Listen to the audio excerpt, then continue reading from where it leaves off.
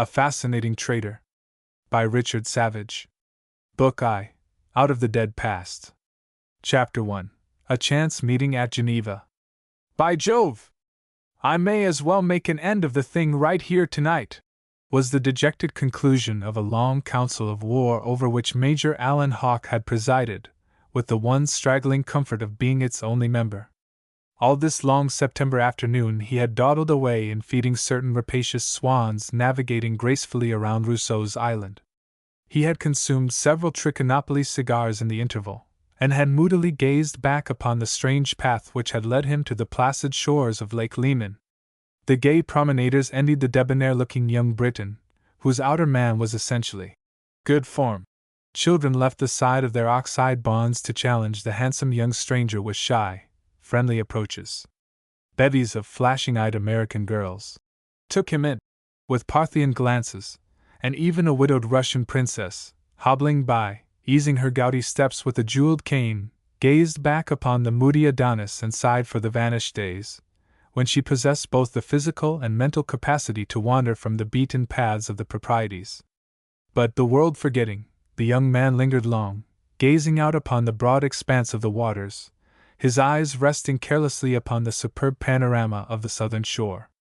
He had wandered far away from the Grand Hotel National, in the aimlessness of sore mental unrest, and all unheeded, the hours passed on, as he threaded the streets of the proud old Swiss burgher city. He had known its every turn in brighter days, and though the year of '91 was a brilliant alpine season, and he was in the very flower of youth and manly promise, gaunt care walked as a viewless warder at Alan Hawke's side. He had crossed over the Pont de Mont Blanc to the British consulate, only to learn that the very man whom he had come from Monaco to seek was now already at Aix-la-Chapelle, on his way to America, on a long leave.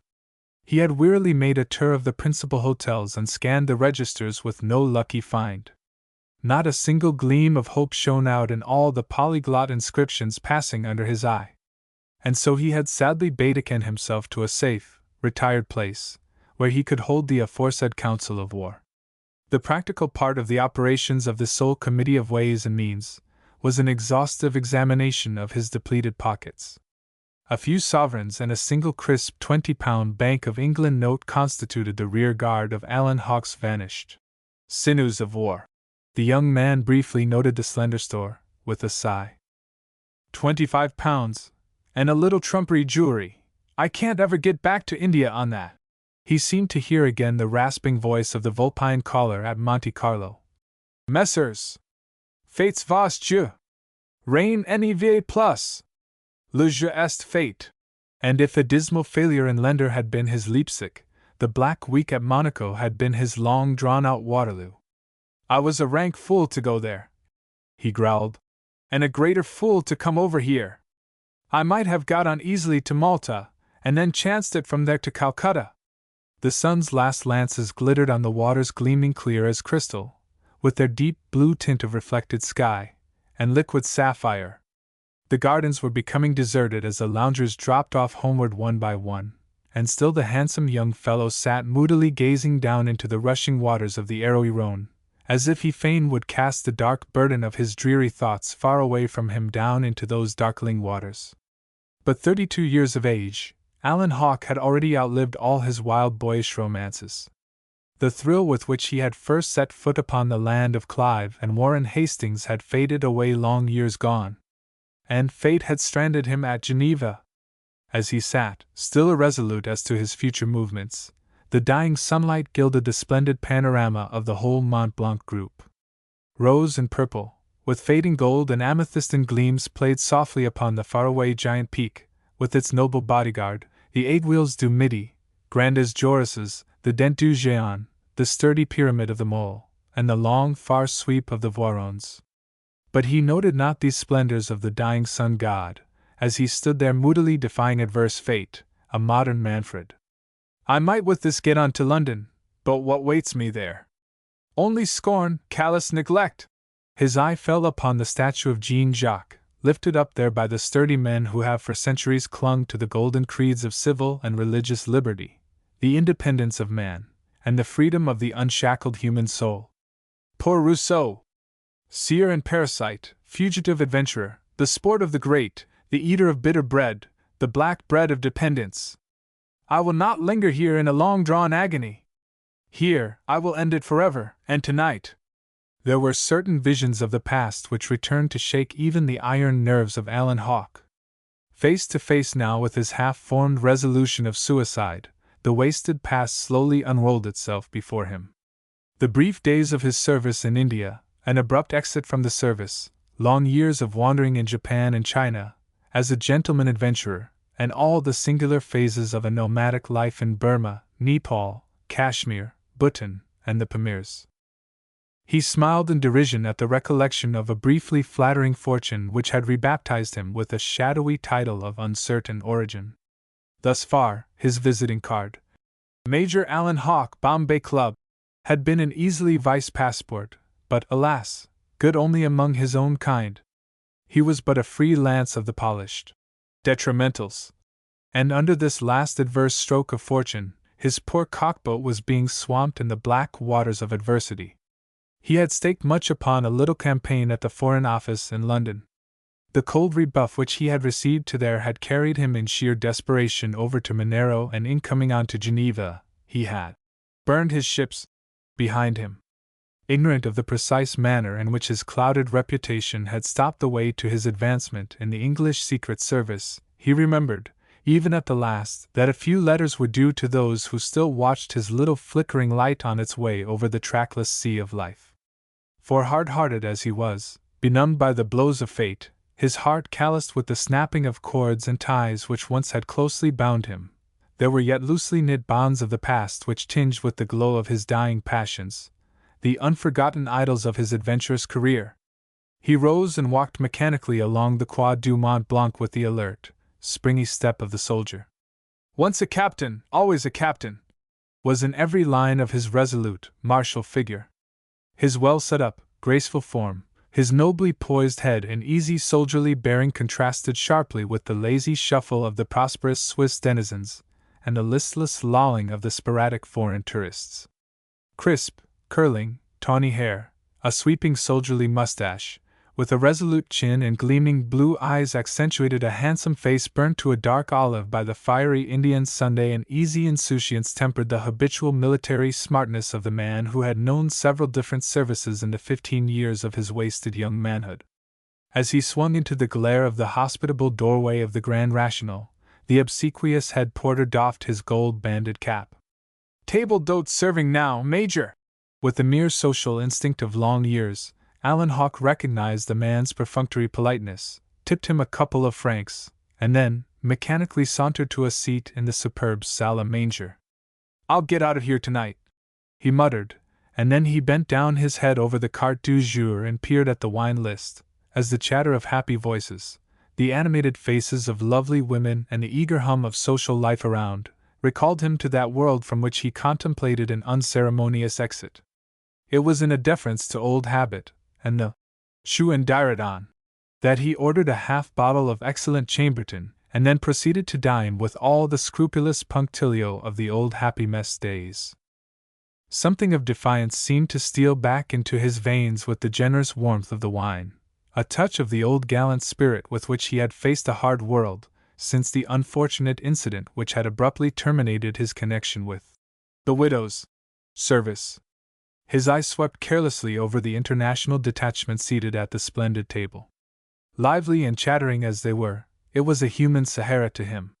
He easily recognized the 10-pounder element of wandering Britons, poor, anxious-eyed beings grudgingly furloughed from shop and desk, and now sternly determined to descend at Charing Cross without breaking into the few reserve sovereigns. Serious-looking women, clad in many colors, and stolid cockneys, hostile to all foreign innovation, met his eye. He sighed as he cast his social net, and drew up nothing. There was a vacant chair at his left. Very shortly, without turning his eyes, he was made aware of the proximity of a woman, young, evidently a continental, from her softly murmured French. "Houbigans forest violets," he murmured. "She is at least semi-civilized."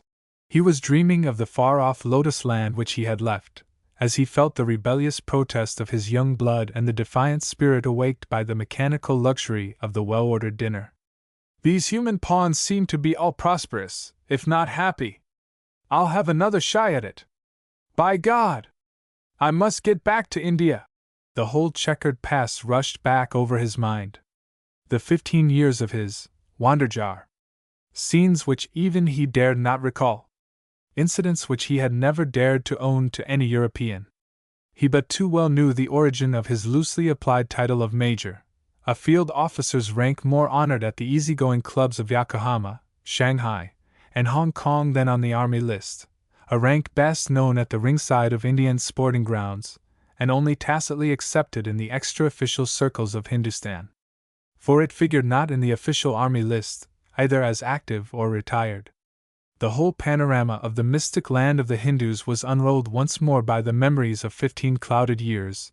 He saw again his faraway theater of varied action, with its huge grim mountains towering far over the snow line, its arid wastes, its fertile plains bathed in intense sunshine, its mystic rivers, and its silent, solemn shrines of the vanished gods.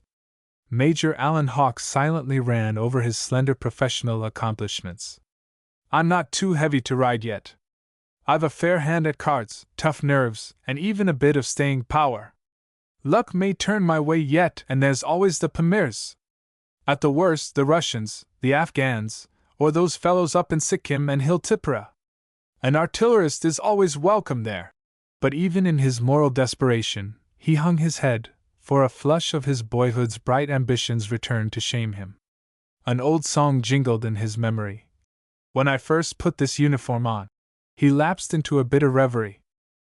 The soldier of fortune was finally aroused from a brown study by the impassive steward presenting 2 great dishes.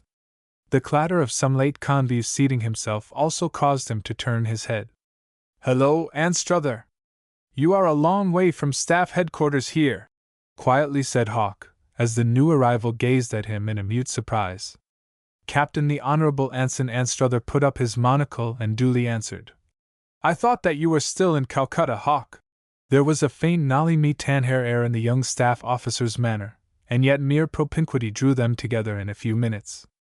With the insouciance of men bred in club and at mess, the 2 soldiers soon drifted into an easy chat, meeting on safe grounds. They calmly ignored the surrounding civilians, regardless of the attractions of 2 falcon-eyed Chicago beauties, loud of voice and brilliantly overdressed, who were guiding Popper and Mommer over the continent. These resplendent daughters of Columbia already boasted a train consisting of a French count, of a very old and shadowy regime, a singularly second-hand looking Italian marquis, a wooden soldier-figured German baron, and a sad-eyed, distant-looking Russian prince, whose bold Tartar glances rested hungrily upon both Miss Feeney and Miss Jeannie Forbes. The Anglo-Indians, however, calmly pursued their dinner and gossip regardless of the fact that Miss Feeney had violently nudged Miss Jeannie, and whispered in a stage aside, "Say, Jeannie, look at those 2 English fellows. They are something like. I bet you that they are 2 lords." The approval of the gilded Western maidens, whose father systematically assassinated 1,000 porkers per diem, was lost upon the chance-met acquaintances. "I must get back to India, by hook or crook," mused Alan Hawke, and therefore, he very delicately played his wary fish, the sybaritic young swell of the staff. Captain the Honorable Anson Anstruther's reserve soon melted under the skillful bonhomie of the astute Alan Hawke. An easy-going patrician of the staff, he was in the magic circle of the Viceroy. The heir to an inevitable fortune, and already vested with substantially stratified deposits at Coutts and Glyn, Carr and Glyn's, he would have been envied by most luckless mortals the heavy balances which he always carried at Grindlays, a fortune for any less fortunate man. He was already interested in the remarkably fetching-looking young woman at Alan Hawke's left, being a squire of dames par excellence, while Major Alan Hawke himself wondered how Anstruther had drifted so far away from the direct line of travel to London. Thawing visibly under the influence of Hawke's gracefully modulated camaraderie, the susceptible Anstruther was attentively examining his fair neighbor in silence, while he tried vaguely to recall some story which he had once heard, quite detrimental to the cosmopolitan major. He gave it up as a bad job. "Hang it," he thought. "It may have been some other chap very likely.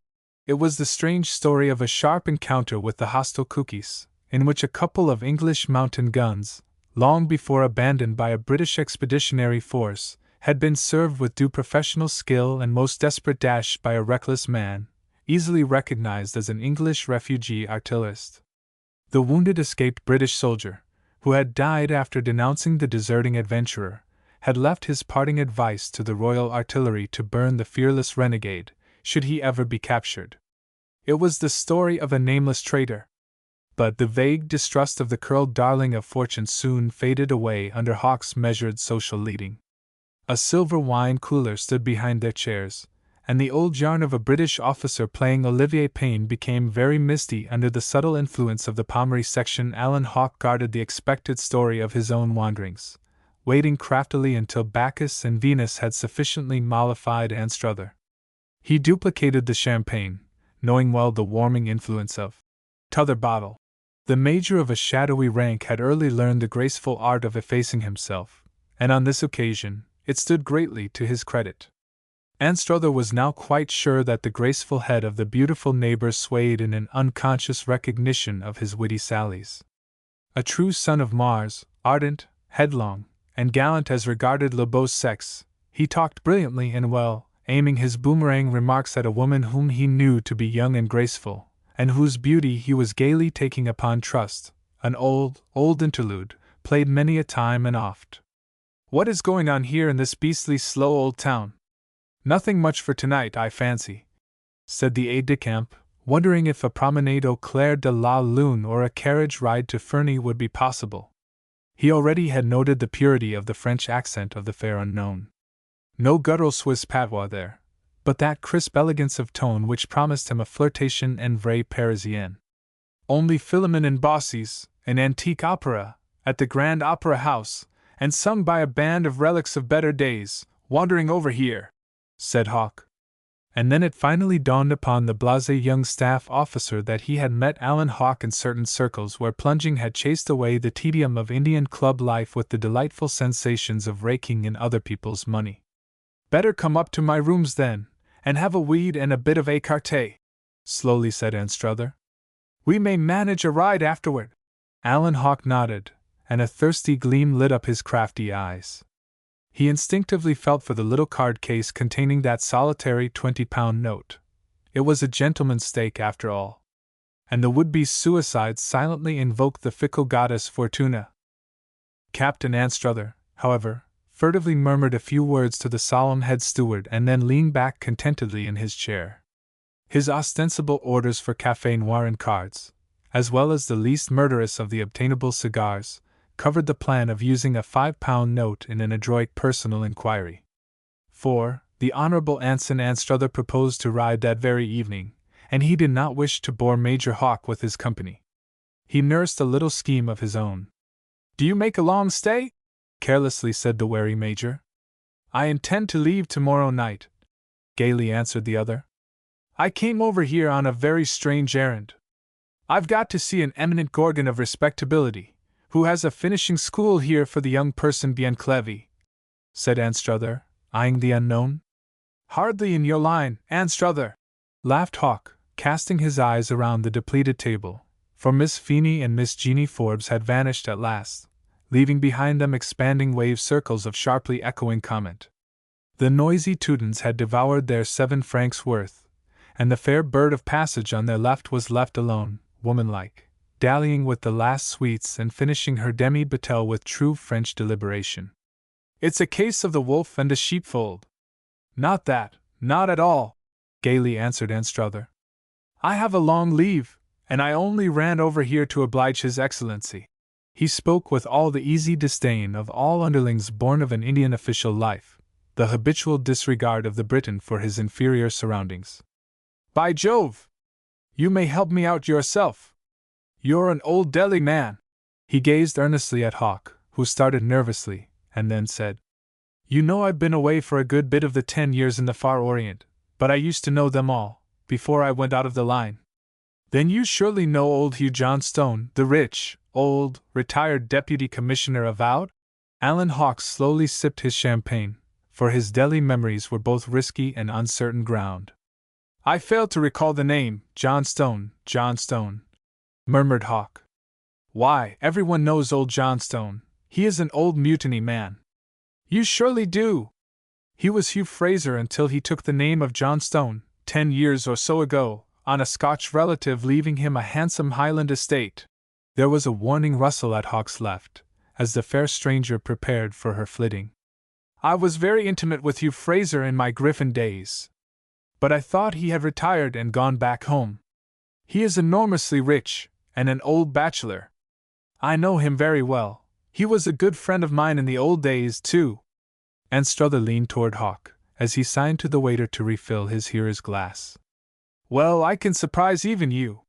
He has turned up with a beautiful daughter, at Delhi, just about the prettiest girl I ever.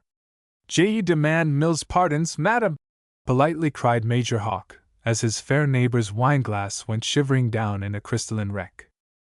Pas de quoi, monsieur, suavely replied the woman whom till now he had hardly noticed. A moment later the slight damage was repaired, and then Captain the Honorable Anson Anstruther had his little innings. With courtly hospitality he offered the creamy champagne as a remplacement for the lost vin du pays. A charming smile rewarded the gallant youth, while Major Hawk turned with interest to the renewal of the interrupted narrative. He had caught a glance of burning intensity from the dark brown eyes of the Lady Allahubigant, which set every nerve in his body tingling. It was a challenge to a companionship, and, as he led on the triumphant Anstruther, he deeply regretted the absence of that most necessary organ, an eye in the back of the head. He was dimly aware that his beautiful neighbor was very leisurely drinking the peace offering of the susceptible son of Mars. I will bet hundreds to ha'pennies she speaks English, quickly reflected the now aroused Major. You astound me, Anstruther, the Major said. Not a lawful child. Some Eurasian legacy, a relic of the old days of the pagoda tree. Why, the old commissioner always was a woman-hater, and absolutely hostile to all social influences. The captain was now stealing longing glances at the willowy figure of the beautiful woman whose glistening dark brown eyes were turned to him with a languid glance, as Alan Hawk leaned forward. To prolong the sight of that bewitching half-profile, with the fair, low brows, the velvet cheeks, a Provençal flush tinting them, the parted lips a dainty challenge speaking, and the rich masses of dark brown hair nobly crowning her regal outlines, Anstruther yielded to the spell and babbled on. The whole thing is a strange mélange of official business and dying gossip, dreamily said Anstruther with his eyes straying over the ivory throat, the superbly modeled bust and perfect figure of the young Venus Victrix. He was duly rewarded by a glance of secret intelligence when he leaned back, dreamily closing his eyes. You see, they were going to make old Hugh Fraser, or Hugh Johnstone, as he is now called, a baronet for some secret services to the crown of an important nature, rendered about the time when Mad Hodson piled up the whole princely succession to the House of Aud in a trophy of naked corpses, pistoling them with his own hand. He ordered a third bottle of Pommery, with a wave of his hand, and proceeded. Of course, you know, Her Majesty's government always closely investigate the social antecedents of the nominee in such cases. The change of name is all right, it is regularly entered at Herald's College and all that sort of thing, but the chief has heard of the sudden appearance of this beautiful daughter. Now, old Johnstone surely never looked the way of woman in India. It's true that he went back about 20 years ago to England on a 2 years' leave. He has lived the life of a splendid recluse in his magnificent old bungalow on the Chandni Chowk. Anstruther paused, fishing for another fugitive smile. He caught it behind the back of the wary adventurer. I know the old house well, said Hawk with an affected unconcern. Men were always entertained royally there, but I never saw a woman of station in its vast saloons. Now there you are, cried Anstruther, lightly resuming. I was sent up to Delhi to delicately find out about this alleged daughter, for the chief does not want to throw Johnstone's baronetcy over. The fact is, before they packed the toothless old king of Oud away to Rangoon to die with his favorite wife and their one wolf cub out there, Hugh Fraser skillfully extorted a surrender of a huge private treasure of jewels from these people while they were hidden away in Humayun's tomb. There's one trust deposit yet to be divided between the government and this sly old Indo-Scotch man, and I fancy the empty honor of the baronetcy is a quid pro quo. Alan Hawke laughed heartily. It is really diamond-cut diamond, then? Precisely, said Anstruther, as he most calmly waved his hand to the steward, who silently refilled even the glass of the Venus Anonyma. A slight inclination of the head and Parthian glance number 3 encouraged Anstruther to hasten and conclude, for the moon was sailing grandly over the lake now. Love thrilled in the young man's vacant heart, sounding the chords of the harp of life. He had been in a glittering Indian exile long enough to be very susceptible. I spent 2 weeks up there with the expectant Sir Hugh Johnstone, lightly rattled on the aide. I verified the fact that the young woman is his acknowledged daughter. He has no other lineal heir to the title, for an old, dry-as-dust, retired Edinburgh professor, a brother, childless and eccentric, is living near St. Heliers, in Jersey, in a beautiful Norman chateau farm mansion, where old Hugh proposed once to end his days. It seems to be all square enough.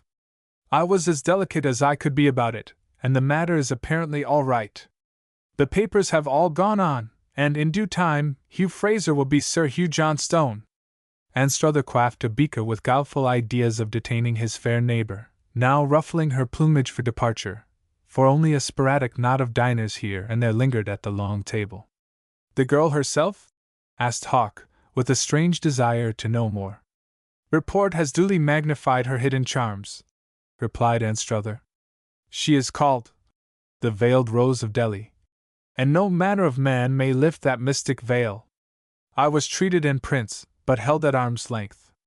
Hawke smiled softly, and said in a low voice, I hardly see how all this brings you over here. The rose blooms by the faraway Jumna.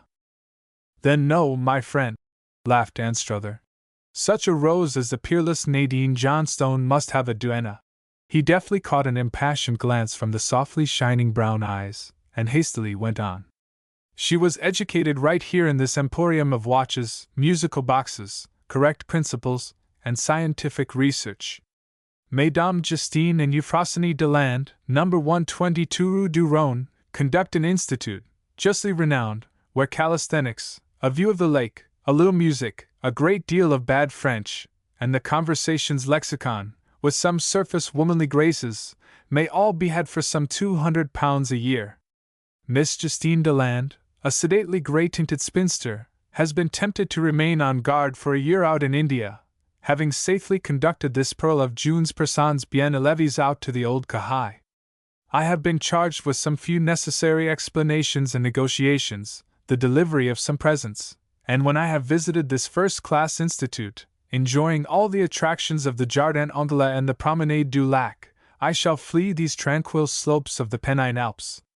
Incidentally, the records of Mademoiselle Euphrosyne will confirm the very natural story of the would-be Sir Hugh, whose vanished wife no Anglo-Indian has ever seen. She is supposedly dead. A last official note after I have run on to Paris will close up the whole awkward matter. I will call there tomorrow and then take the early train, as I am on for a lot of family visits and sporting events before I can settle down to have my bit of a fling. It's a very strange story, murmured Alan Hawke. No man ever suspected Hugh Fraser of family honors. And the Rose of Delhi will probably marry some lucky fellow out there, as old Johnstone has lakhs and lakhs of rupees, said Anstruther. For he cannot keep her in his great gardens forever, guarded by the stony-eyed Swiss spinster, or let her run around as the Turks do their priceless pet sheep with a silver bell around her neck. There was some old marital unhappiness, I suppose, for the girl is evidently born in wedlock, and the story is straight enough. Have you seen her? Eagerly inquired Hawke. Just a few stolen glimpses, hastily replied Anstruther, politely rising and bowing as the fair unknown suddenly left her seat, in evident confusion. The two men strolled out of the salle à manger together, Major Alan Hawke critically observing the heightened color and evident elan of his aristocratic friend. Oh! I say, Hawke, cried Anstruther. They'll show you up to my rooms in a few moments. I'll go and see the maitre d'hotel here. The service is beastly, and the youth fled quickly away. Major Alan Hawke nodded affably, and slowly mounted the staircase to his room, wondering if the aide-de-camp was destined by the gods to furnish forth his purse for the return to India. He's pretty well set up now, and he evidently has his eye upon this brown-eyed Nixie. Dare I rush my luck? The boy's a bit stupid at cards. With downcast eyes, the anxious adventurer wandered along the corridor and the dimly lighted second story. It was the turning point of his career. There was the rapid rustle of silk, the patter of gliding feet, a warm, trembling hand seized his own, and in the darkness of a window recess he was aware that he was suddenly made the prize of the fair corsair Ci la Hubigant. Quick, quick, tell me! Do you go with him? The strange enchantress said, in excited tones, using the English tongue as if to the manner born. Madam! I hardly understand, cautiously said the astounded Major. I want you to help me. You must help me. I must see him. I must find out all. The sound of a servant's steps arrested her incoherent remarks. Wait here, the excited woman whispered, as she walked back down the hall. There was a whispered colloquy, and Alan Hawke caught the gleam of the silver neck chain of the maitre d'hotel. The sound of an opening door was heard, and in a few moments the flying Camilla returned to her hidden prey. Tell me truly, she panted, what will you do with him? He wishes me to ride with him. My answer depends on you. You are in trouble, I can see it in your haggard eyes. Help me now, and I will help you.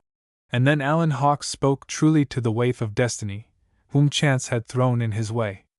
I only wish to play with him for a couple of hours. If luck turns my way, that will be time enough. Ah! You would have money!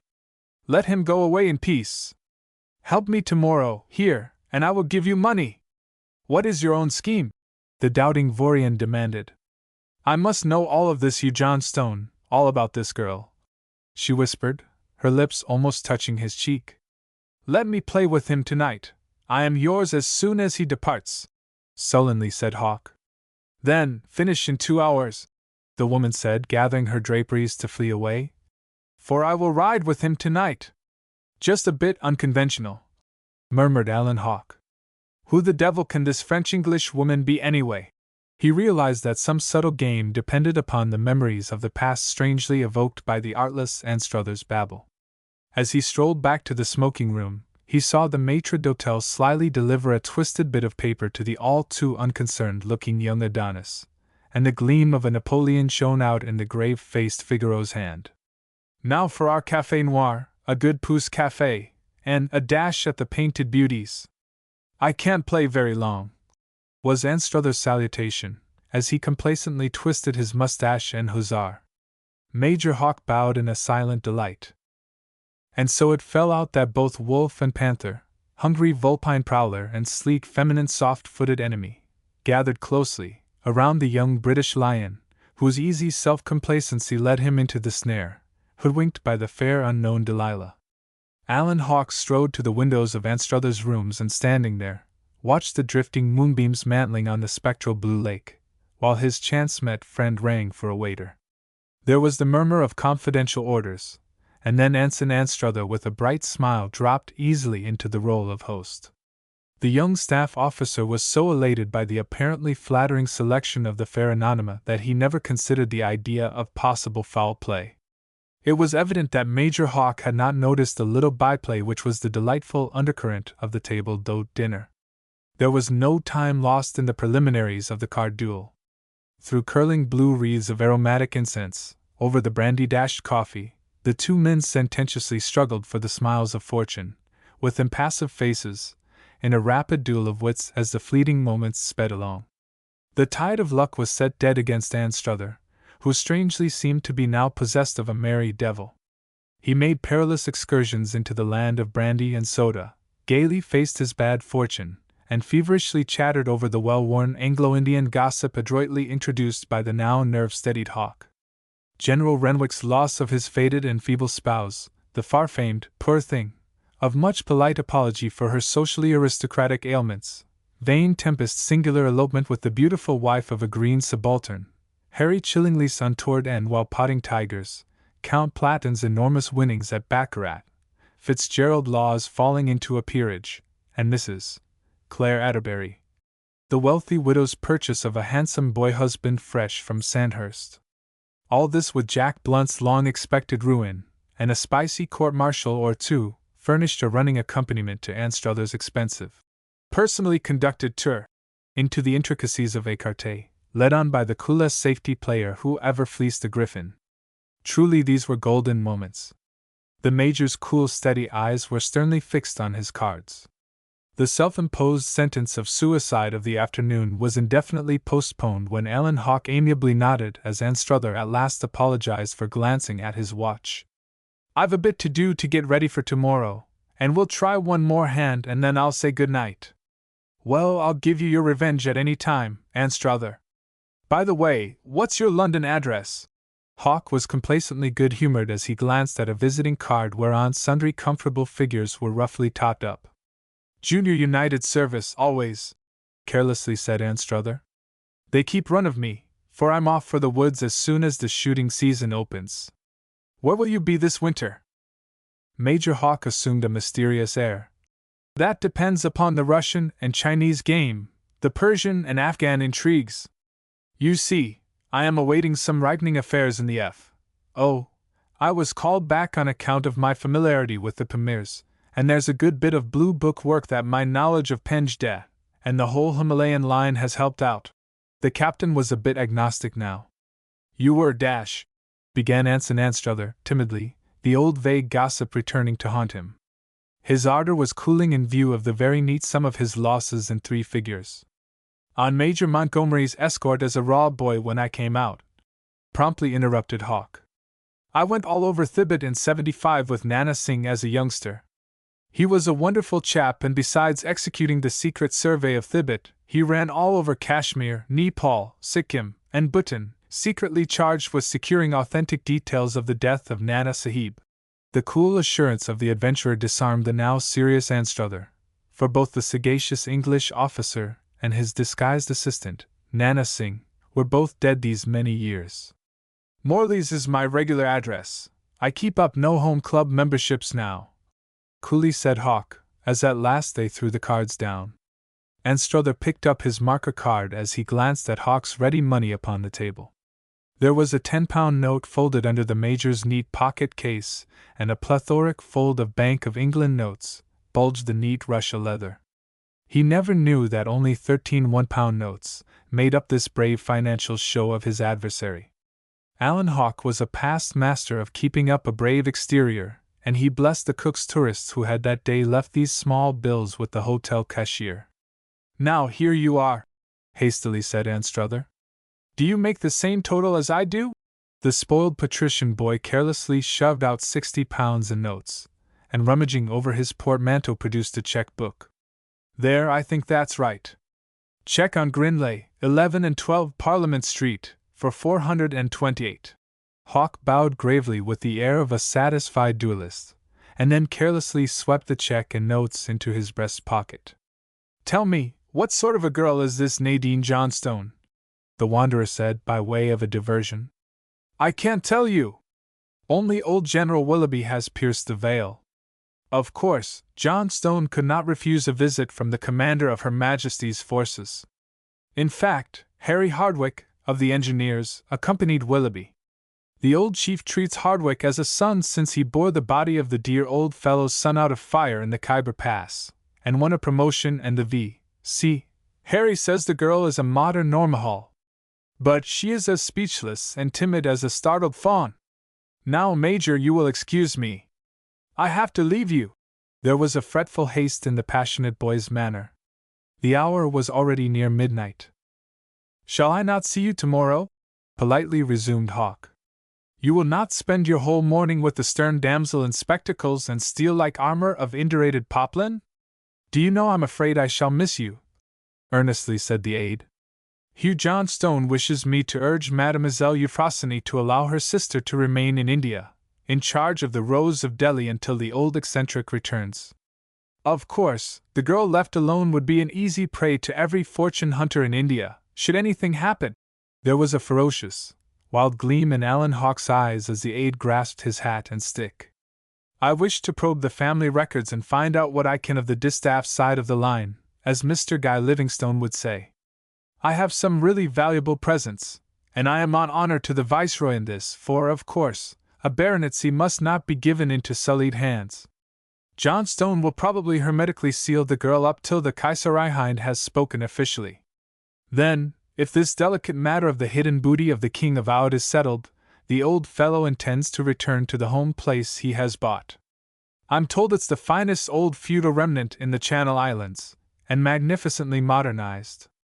The government does not want to press him. You see, they can't. The things went out of the hands of the hostile traitor princes, and Hugh Fraser, as he was, cajoled them from the custody of the go-betweens. We have never gone back on the plighted word of a previous Governor-General. The Queen's word must not be broken. I have a bit of persuading to do, and some other little matters to settle. Well, then, Anstruther, we may meet again on the line of the Indus, said Hawke with his lofty air. I have always preferred the Secret Service to mere routine campaigning, for, really, the waiting spoils the fighting. Poor Louis Cavagnari! He confirmed my taste for silent and outside work. I was sent out from Kabul by him as private messenger just before that cruel massacre, a faux pas, which I vainly predicted. He taught me to play écarté, by the way. Then he was a good teacher, and you, a devilish apt scholar, laughed Anstruther, as he politely held the door open for the man who had coldly fleeced him. Alan Hawke's pulses were now bounding with the thrill of his unlooked-for harvest. He experienced a certain pride in his marvelous skill, and restraining himself, he soberly paced along the corridor. The excited aide-de-camp stood for a moment with his foot on the stair, and then slowly descended. He suspects nothing, the amatory youth murmured, as he passed out upon the broad Quai du Liman. He walked swiftly along, gaily whistling Donna Immobile, with certain private variations of his own, until he reached the splendid monument erected to the miserly old Duke of Brunswick, who showered his scraped-up millions upon an alien city, to spite his own fat-witted Brunswickers, and so escape the blood-flesh talons of the hungry Prussian eagle. Duke Charles I hovered amiably in the air, over a comfortable carriage wherein the other little matters were most temptingly materialized in the person of a lovely woman waiting there with burning eyes, her splendid face veiled in a black Spanish lace scarf. It was the old fate. Unlucky at cards, lucky in love! The staff officer's abrupt command to drive everywhere, anywhere, until further orders, was implicitly obeyed by the stolid cabby, who set off at once for a long round of the mild lions of fair Geneva, nestling there by the shimmering lake. The click of the horses' feet upon the deserted roadway kept time to the murmurs of a most coy Delilah, who molded as wax in her slender hands the ardent military Samson, who was all unmindful of his flowing locks. And the silent moon shimmered down upon the waste of waters. Alan Hawke was seated for an hour alone in his room, enjoying the cigars offered up by the universal provider, who had yielded up so liberally. The strong brandy and soda had at last restored his shaken nerves, for he had played with his life staked upon the outcome. He then grimly counted up his winnings. 488 good pounds. That will take me back to Delhi in very good shape, he soliloquized. I wonder if there is any way to get at that girl? If I mistake not, she will have 500,000. The old commissioner always liked me, too. By God! If I could only get in between him and this baronetcy, I might creep in on the girl's friendship. But the old curmudgeon keeps her locked up. Rather risky in India. He leaned back, enjoying memories of the women with pulses of flame and hearts of glowing coal whom he had met in the days when he was dead square. This strange woman. Who is she? What does she know? He dozed off until the clattering return of the Mrs. Phimmy and Jeannie Forbes, of Chicago, aroused him. His broad grin accentuated the easily overheard strident remark. Say, Jeannie, I wish we had had those two English lords at our opera supper. They are just Jim dandies, that's what. As long as the world is full of such fools, I can afford to live, he pleasantly remarked, as he turned in. A new campaign was opening to him. Far away, up the shores of the moon-transfigured lake, a hot-headed young fool was showering kisses on the hand of a woman, who sweetly said, Remember my conditions. Prove yourself my friend, and I will meet you in Paris. Now take me home. Samson was shorn of his locks, and the delighted Alan Hawke found a little note slipped under his door in the morning. Chapter 2. An offensive and defensive alliance. When the now buoyant Major Alan Hawke was awakened by the golden lances of morning which shivered gaily upon the Pennine Alps, he proceeded to a most leisurely toilet, having first satisfied himself that his winnings of the night before were not the baseless fabric of a dream. He smiled as he fingered the crisp, clean notes, and gazed lovingly upon the dingy-looking but potent check drawn on the old army banker's. "No nonsense about that signature," he cheerfully said. "Anstruther is no Welsher." And, as he rang for his hot water and a morning refresher, he picked up the little note with an eager curiosity. "By gad! She is a cool one. This is no vulgar darned occasion. I need all my wits today." He was studying over the brief words when the ready waiter took his order for a cozy breakfast. He had deliberately moved out all his lines to an easy comfort, throwing out a line of pickets against any appearance of social shabbiness. "She said that she had money," he murmured, as he read the note again. "What the devil does she want, then, if she has all the money she needs? Perhaps some discarded mistress. Bah! The old man's heart is as hollow as a sentry box, and besides, he has not been in Europe for nearly 20 years. Ah, I see. Perhaps a bit of blackmail, some early indiscretion. She did speak about the girl. Then I must be the silent partner of her future harvest. She probably needs a man's arm to reach the wary old baronet in future. My lady writes in no uncertain tone." He carefully folded the note and bestowed it safely with the spoil of the young patrician. "Of course I must show up," he said as he betook himself to his tub, whence he emerged shapely as an Adonis with the corded torso of an athlete. The appetizing breakfast put the Major in excellent humor, and he drew forth his sailing orders as he lit his first cheroot. Seated in a window recess, he watched the hotel frontage, while he read the imperative lines again. They were explicit enough and had been dictated and ran. "Meet me at the Musée Rath, in the vestibule at 2 o'clock. He leaves here at 1:30. Keep away from the hotel and avoid us both. Go up to Fernie and come back on the 1 o'clock boat." There was a neat carte de visite in the enclosure. "Now, I will wager that is not her name." He smiled as he read the Italian script. "I can certainly now afford to throw a day or so away on her. At any rate, I will let her make the game. I must wait a day or so to send on the Grinley check." The wanderer mused, smiling genially upon the head porter. Major Alan Hawke casually inquired, upon his leisurely descent. "My friend?" "Ah, sir." Paid his bill and left. Luggage already sent to the station labeled Paris. Alan Hawke most liberally tipped the functionary. "I think I will take a run of a few days up to Lausanne or Chillon myself. The weather is delightful." He strolled over to the local cook's agency and sent his treasure trove check on to London for collection. "I think that I will fight shy of this sleepy burg," he ruminated, as the little paddle-wheel steamer sped along toward Fernie, leaving behind a huge triangular wake carved in the pellucid waters. "It might be devilish awkward if Anstruther should find me here, hovering around his fair enslaver. I may need this golden youth again, in the days to come. He will be out of India for a couple of years, but I will not trust fate blindly. What the old Harry can she be up to?" He suddenly burst into a merry peal of laughter, to the astonishment of the crowd of passengers. "Fool that I am! I see it all now. Anstruther cleared out early. The proprieties of the home of Calvin must be respected. After he has adroitly pumped the intellectual fountain of the past dry, then a quiet little breakfast tete-a-tete will give Madame Louison the time to fool him to the top of his bent. The sly minx! Evidently she is cast for the ingenue part in this little social drama. And her trump card is to hide from me what she extracts from our Lovelace by the coy use of those deuced fetching brown eyes and other charms too numerous to mention.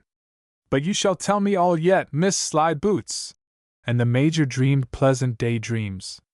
Life now seemed so different to the hopeful Vorian, with the physical and moral backing of the 400-and-odd pounds. "I was a fool, a damned fool, yesterday," he cheerfully ruminated.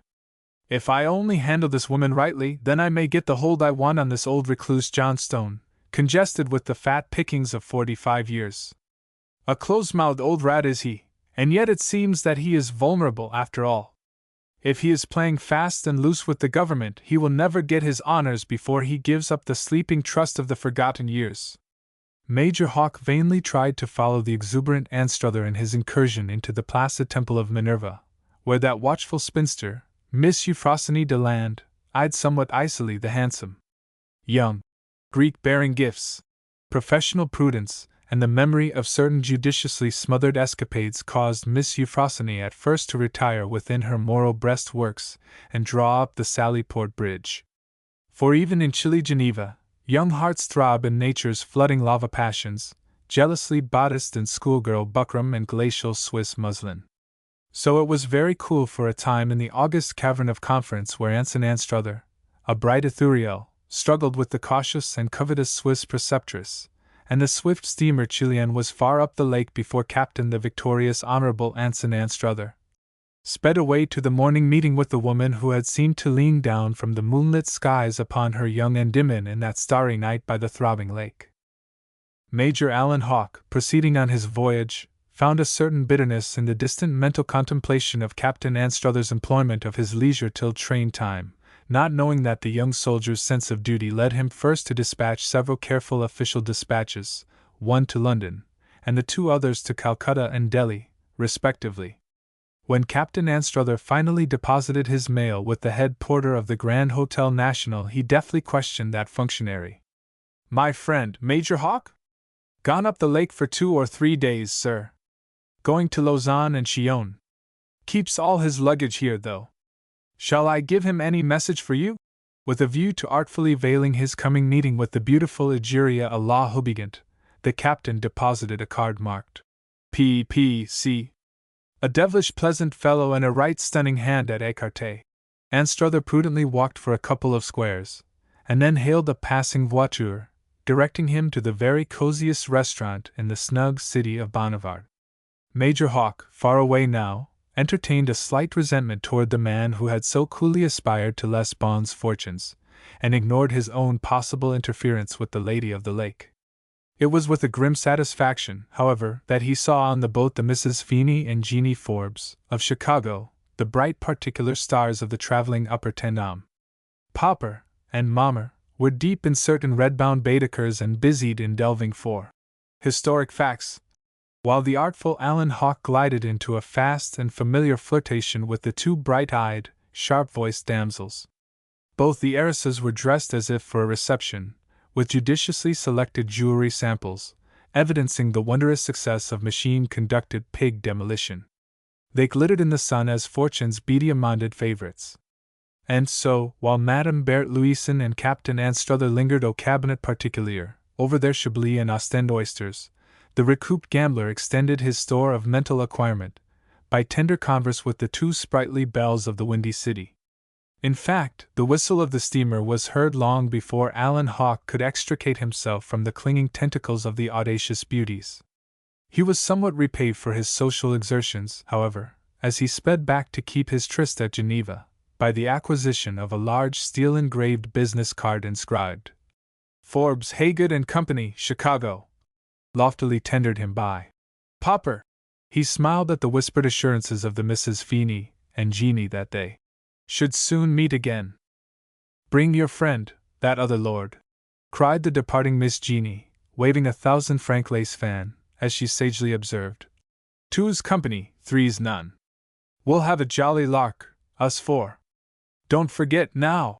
The polite Major laid his hand upon his heart, and played the amiable tiger, although burning inwardly now, in a fierce personal jealousy of Anstruther, as he wandered alone around the cold grey halls of the museum, and gazed upon the pinched features of the permanently eclipsed shining lights of the bulwark of civil and religious liberty. There was no charm for him in the bigoted ferocity of Calvin's lean, dark face, smacking his thin lips over the roasted servetus. He abhorred the departed heroes of the golden evolution from Idegenacin into Hegerios and later Huguenots. They interested him not, either did he love Professor Calame's scratchy pictures, nor the jumbled bric-a-brac of art and history. None of these charmed him. He waited only for the gliding step, the clasp of a burning hand, and the flash of the lustrous dark brown eyes. It was his own innings now. He had referred to his watch for the 50th time, when, from a closed carriage, the object of his mental vituperations gracefully alighted at last. It was with the very coldest of bows that the irritated man received the graceful, self-possessed woman, whose lovely face was but partially hidden by her coquettishly dotted veil. She dresses like a Parisienne, walks like an Andalusian, and has all the seductiveness of a polished countess, the quick-witted rascal thought, as they strolled into the museum, which the departed General Wrath knew not would be the scene of many a hidden love intrigue, when he endowed it with a benevolent vanity. The two wary strangers strolled along until they found a retired corner. Madame Louison seated herself, waving her lace parasol with the impatient gesture of one accustomed to command. Alan Hawke was in no gentle humor, and his cheeks reddened as he felt the calm scrutiny of the woman's searching glances. He was now determined to take the whip hand, and to keep it. His accents were staccato as he said, "Tell me now who you are, and what you wish of me." A clock, hung high over them on the dreary, drab walls, ticked away brusquely, as the angered woman gazed steadily into his face. "And so your little windfall of last night has already made you impudent? If you cannot find another tone at once, I will find another agent. The man whom you plucked has told me the story of your wonderful skill at cards." The sneer cut the renegade like a whip-lash, and Alan Hawke sprang up in anger. Madame Berthe Louison coolly settled herself down into the red cushions. "The way to India is before you, but £500 is not a fortune for Major Alan Hawke. Listen!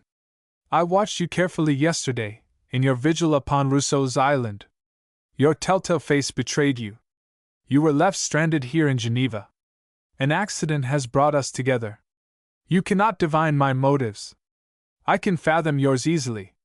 Tell me now of yourself, of your past in India, of your present standing there. If you are frank, I may contribute to your fortune; if not, our ways part here. And if I warn Anson Anstruther that you are a mere adventuress, if I notify my old friend Hugh Fraser, soon to be Sir Hugh Johnstone, then your little game will be spoiled, Madame Louison," defiantly said Hawke. The woman leaned back and laughed merrily in his face. "You are like all professional lady-killers, a mere fool in the hands of the first woman of wit. I dare you to cross my path. I will then join Captain the Honorable Anson Anstruther, in Paris, at the Hotel Binda. I will also see that you are excluded from every club in India.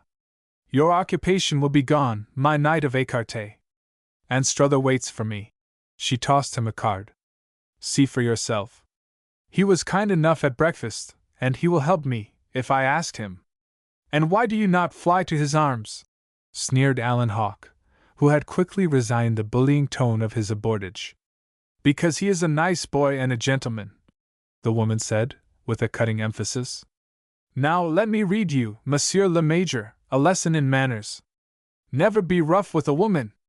That is the road which always leads on to failure. I wish you a good appetite for your breakfast, which I have delayed, and for which I beg your pardon." She rose and swept along with her Juno strides, and had reached the second hall of antiquities before Alan Hawke overtook her. It had flashed across his mind that he had for once in his life met a woman who was not afraid of the future, whatever had been her past.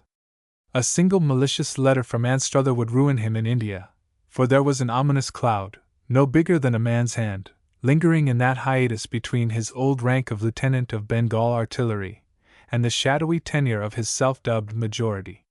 This Aspasia hid none of her methods. She had boldly captivated the passing Pericles, and evidently she was the desired one. "Let me explain," he began, as the woman looked calmly into his face. "We are only losing time, Major," Madame Louison remarked, as she sought a corner. "I see that you have already repented. Do you know anyone in Geneva?" "Not one of the 75,000 here," frankly answered Hawke. "The only man I came here to see, the English consul, is away on leave." "Then I can use you safely," answered the stranger. "Now I owe you a breakfast. Will you put me in my carriage? I know the town thoroughly. Remember that it is only business that brings us together, and yet we may become better friends." In a half an hour they were seated in an arbor by the lake, where a homely German restaurant offered good cheer. The lady of the lake did the honors ceremoniously, and Major Allen Hawke was permitted a cigar after the lake trout, fillet, pears, cheese, Chambertin, and black coffee had been discussed. He was both conquered and repentant, and had adroitly atoned for his mauvaise debut by a respectful demeanor, which was not feigned. He answered the running fire of questions which had led him from Cape Comorin to the Himalayas, and from Chittagong to the Khyber Pass. "You are sure that no one in Geneva knows your face?" Bert Louison asked at last. "I have been here only 2 days, and it is 20 years since I first roved over Switzerland on schoolboy leave," was the truthful answer. "Then I can use you if you will decide to aid me, after you have heard me. I know, already, all that young Anstruther knows of the whole Johnstone matter. I do not intend to meet him at Paris," she demurely said. "I am absolutely untrammeled in this world. I am free to act as a woman's moods sway her. I have plenty of money, a fact which lifts me above the degradation of man's chase, and I indulge in no illusions. I am a soldier's daughter, and my dead father was the son of one of Napoleon's heroes of La Grande Armée. My whole life has been most unconventional, and I am free to dispose of myself, body and soul, and will, but for one thing." She was pleased with Allen Hawke's mute glance of inquiry. "Only the business which brought me to Geneva. We are all the slaves of circumstance, the veriest fools of fortune. I do not blame you for your surmises. I had vainly sought, for 2 years, the very information which I gained last night by chance at a Geneva table d'hôte. It was from Anstruther that I discovered the changed name under which Hugh Fraser's daughter has been hidden from me for years. For I owe this all to chance, to Anstruther's susceptibility, and to my playing the risque part which you saw fit me so well." The woman's eyes were now flashing ominously. "But you led me on, you deceived me," stammered Allen Hawke. "I had nothing to risk," the resolute beauty replied. "My name is not Bert Louison, as you may well imagine. As for the little amourette de voyage, I will leave the laurels to your handsome young friend and yourself. I do not play with boys, and as for you, I should always guard myself against you. Now, I will be practical. I know Europe, I do not know India. I need a man brave, cool, and unscrupulous. I need a resolute man to aid me in the one purpose of my life. I wish to go out to India to face this Hugh Fraser, to lift up the curtain of the dead past, and I need a protector, a paid champion, a man who values the only thing which is concrete power in life, a man who knows the power of money. For gold is irresistible." Her bright face hardened. "My duties are, then, not to be of a tender nature," lightly hazarded Hawke. "I can soon judge of your value by your adroitness, and you can make your own record," smiled the strange woman waif. "Let me see how you would do this. I do not care to personally approach Mademoiselle Euphrosyne Deland. I would have a picture of the woman whom I seek, the lonely child whom I have hungered for long years to see. I do not care to expose myself here. The preceptress might telegraph out to India and the girl be spirited away," broke in Allen Hawke. "Very good. Precisely so," said Bert Louison gravely. "I will tell you now that I have played perfectly fair with Anstruther. I have enabled him to assure himself of Nadine Johnstone's regular standing as the legal and only heiress of the would-be baronet. I do not fear Anstruther. He is a gallant boy, worthy to wear a sword, and he does not work for hire. He tells me that Euphrosyne Deland showed him the last pictures of the girl which were sent on before Hugh Fraser suddenly telegraphed to have his child personally conducted on carte blanche terms out to join him." Major Hawke buried his head in his hands and slowly said, "I can do it easily. We must not be seen together here. Go up to the Hotel Faucon, at Lausanne, and wait for me there for 3 days. I have to remain here at any rate to collect Anstruther's cheque in London. I have in my favor all the facts of Anstruther's story. I happen also to have Anstruther's P.C. card. I will bring you the picture you want, or a half-dozen copies. Will you trust to me? I make no professions." "That is right," sternly said Bert Louison. "Let our casual association be one of a mere money interest. We can find each other out easily. You have no motive to injure me, your own interest now and always lies the other way. I only wish to have someone at hand when I am ready to face the embryo Sir Hugh Johnstone. You are bold, slowly said Alan Hawke. If I should denounce you to Johnstone himself, if he should be warned, I hold him and his long-cherished dream, the baronetcy, in my hand, the brown-eyed beauty frankly cried. I should not burn my ships in Europe. Even if I were to be betrayed, the purpose of my life will be carried out. I should leave here behind me the safest of anchors and other well-paid agents. Your rash meddling would only ruin your own money interests and not hurt my plans. Then we are to make an offensive and defensive alliance without trust or faith in each other, agnostically remarked Hawke. Just so, answered Madame Louison. I can make it to your interest to serve me well, better than the man whom I wish to face. You know India, you happen to know Delhi. Your possible adversary is an old civilian, rich, retired, and unable to rake up trouble for you in military circles. I will do my work alone, but I shall want your aid, and I will pay you liberally. I will go up to Lausanne. You will find me at the Hotel Falcon. Bring up some route maps of India. We will go out as soon as possible. Do you wish any present money? Alan Hawke reddened as he shook his head. Then, Major Hawke, if you will take the first passing carriage, we will meet as soon as you have succeeded. Send me a telegram of your coming. The adventurer's low bow of silent assent terminated the strange breakfast scene, and at the gate of the vine-clad garden he turned and saw her seated there alone, with her head bowed in a reverie. Damn if she is made of flesh and blood, mused the Major, as he drove back to the Hotel National. That very evening he revenged himself upon the callous-hearted stranger, by a reckless flirtation with the Mrs. Feeney and Jeannie Forbes, still of Chicago. It was not a matter of concern to anyone but paterfamilias Forbes that the Major indulged in a stolen moonlight excursion upon the lake in charge of two extremely prononced Daisy Millers. The Major's slumbers, however, were of the lightest, for the face of the chance-met directress of his immediate future haunted his uneasy dreams. He was a model of respectable gravity, however, when he presented himself before Mademoiselle Euphrosyne Deland, at her institute, when the bells clanged 10 in the morning.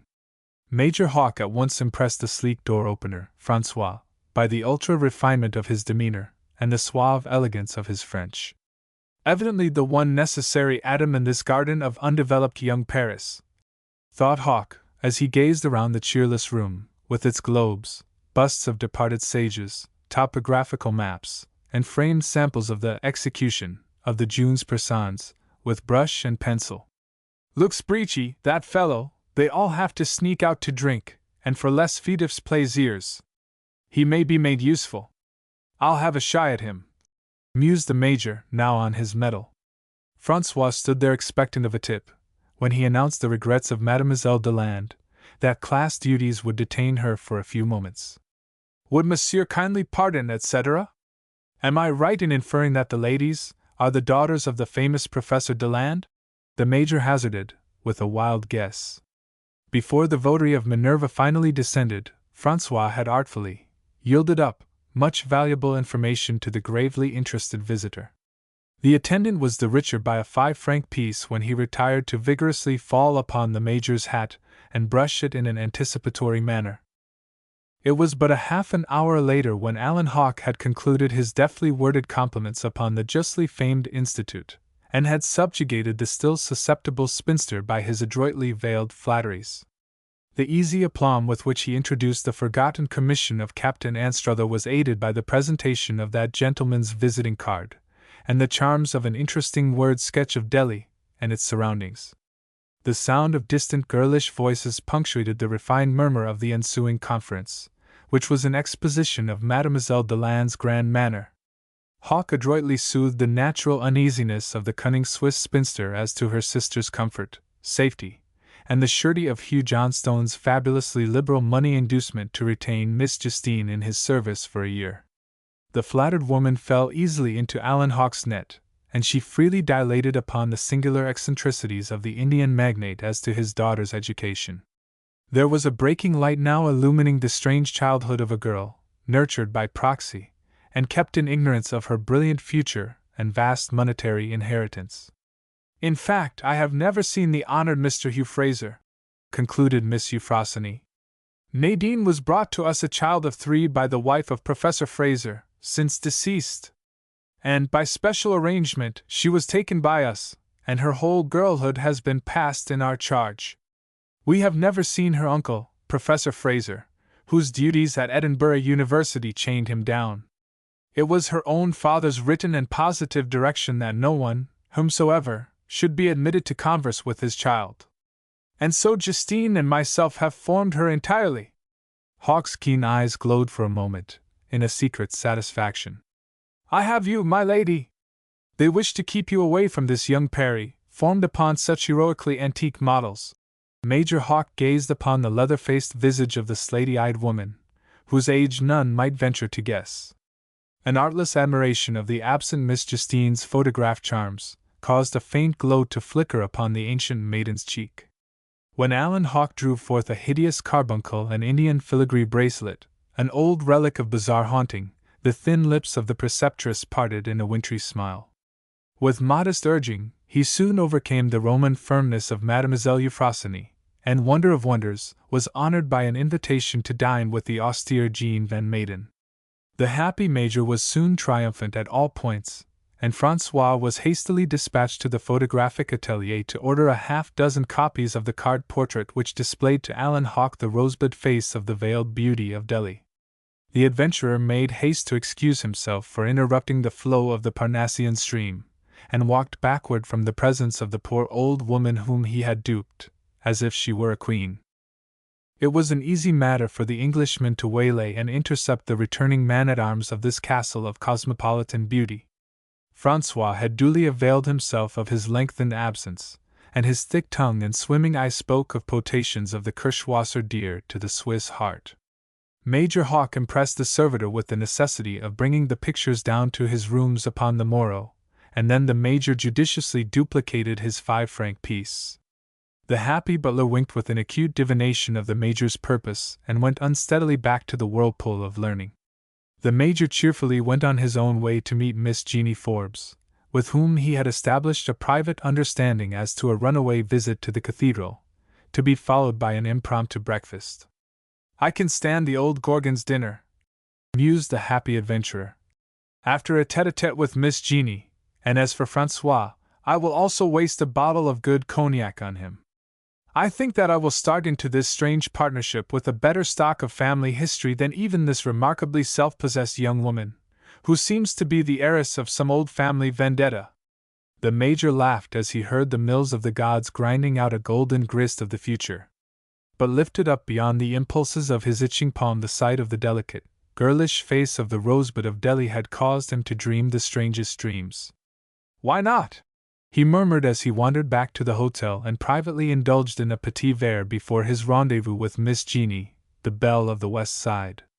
Major Alan Hawk was in great form, as he piloted the bright-eyed, wilful Chicago girl through the dim religious light of the cathedral.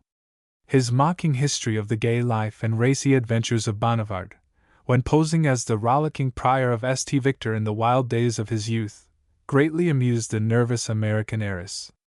I should say that he was a holy terror, laughed Miss Jeanie. And I don't blame the Bishop of Geneva and the Duke of Savoy for making him do his 6 years in that dark old hole at Chillon.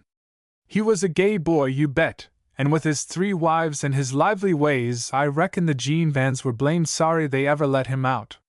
He seems to have been a free thinker, a free liver, and a free lover. And yet, mused Alan Hawk, his writings today are the pride of Jean Van scholars. His library was the nucleus of the Geneva University. His defiant spirit broke the chains of Calvin's narrowness, and his resistant, spiritual example caught up has made Geneva the home of the oppressed, the central, radiant point of mental light and liberty for the world. Geneva since 1536 has harbored the brightest wandering Spanish, French, English, and Irish youth. Even grim Russia cannot reclaim from the free city its wayward exiles. France, in her distress, has found an asylum here for its helpless nobles and expelled philosophers. I willingly take my hat off to brave little Switzerland, where royal duke, proscribed patriot, mad enthusiast, bold agnostic, and tired worldling can all find an inviolate asylum under the majestic shadows of its mountains, by the shores of its dreaming lakes.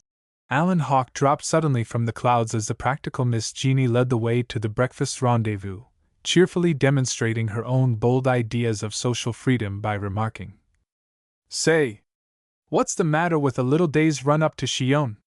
Feeny is game for anything. You just get that other English lord and we will dodge Papa and Mama. I am sorry to say that my friend has left suddenly, bound for London," laughed the Major, gazing admiringly at this pretty feminine Bonnivard. "That's awful bad luck," gloomily remarked Miss Jeanie. "He was a regular dandy, and I liked him, but," she said, with a thirsty peck at a glass of champagne, as they waited for the breakfast, "Feeny will then have to give that long-legged Italian fellow the tip. The Marquis of Santa Marina. He's not much, but better than nothing at all. We'll have a jolly day." Major Hawke was mystified at the daring personal independence of the sprightly young heiress. She was a social revelation to him, and the sunny afternoon was not altogether thrown away, for they carelessly rambled over the proud old town together, doing all the sights. They visited the stately National Monument, the Jardin Anglais, the Hôtel de Ville, the Arsenal, the Musée Foy, the Botanic Gardens, and the Athènes. He gazed upon the fresh face of the rebellious young American social mutineer with an increasing wonder, as they wandered alone on the Promenade des Bastions, and was simply astounded when he vainly tried to take advantage of a shady corner in the Musée Ariana to steal a kiss from the wayward girl's rosy lips. Miss Jeanie formed herself into a hollow square, and calmly, but energetically, repulsed him. "See here, Major Hawke," she coolly said, "get off the perch. I don't care for any soft sawder. I'm a pretty good fellow in my way, but I know how to take care of myself." In fact, Major Alan Hawke at last recognized the existence of a species of womanhood which he had never before met. Miss Jeanie was frankly unconventional, and yet she was both hard-headed and hard-hearted. When he carefully dressed himself for the intellectual feast of Mademoiselle Deland's refined collation, he dimly became aware that the role of unpaid bear leader to the Chicago girl simply amounted to being an unsalaried valet de place. As for compromising that devil of a girl, he growled, she could have given the snake in the Garden of Eden long odds and beaten him hollow, in subtlety. This view of the impeccability of the Chicago epidermis was confirmed later when Hawke returned from the Institute, at the decorous hour of 10 that evening. He was thoroughly happy, for the sly Francois was ready to meet him at the door, whispering, "I will be at your rooms at 10, and bring you the photographs. I have a couple of hours of freedom then." Mademoiselle Euphrosyne's pale, anemic nature had bloomed out under the graceful attentions of the gallant officer, and gradually she expanded, little by little unfolding the desiccated leaves of her tranquil past, and yielding, as of old, to the charm of youth and good looks. The faded spinster told him all. "I will sell my precious knowledge, bit by bit, to Madame Berthe," he ruminated. "Evidently the Louisan dares not face this stony-faced Swiss Medusa. The Felices Histoires of Francois will fill up my mental notebook." Major Hawke then sat down at ease in the café of the Hôtel National to indite a dispatch of Spartan brevity to Madame Louisan, at the Hôtel Faucon, Lausanne. "The Cook's agency tell me that the London draft will be paid tomorrow. Francois will deliver me the photographs, and relate his selected historical excerpts, and then I will be ready to have a duel of wits with Madame Berthe." So he simply telegraphed to Lausanne. "Successful, arrive tomorrow night." He then dispatched the head porter with the telegram, and while enjoying his parting brandy and soda, was suddenly made aware of the near proximity of Mr. Phineas Forbes of Chicago, who was anxiously drinking cocktail after cocktail in a moody unrest. The lank Chicago capitalist waved his tufted chin beard dejectedly as he answered the Briton's casual salutation. "I'm worried about the girls," he simply said. "They're off on the lake, with the Marquis de Santa Marina and that French chap, the Count de Roquefort. I don't more than half like it." The hour was late, and the heavy father glued his eyes upon the darkened window pane. "Is Madame Forbes with them?" murmured the Englishman. "Oh, Lord, no!" simply said the Illinois capitalist. "The girls are used to going out alone with their gentlemen friends. but I'm afraid that these two damned useless foreigners will upset the boat and drown my two girls. I wouldn't care a rap if they were alone. But these Dago noblemen are no good, at least that's my experience.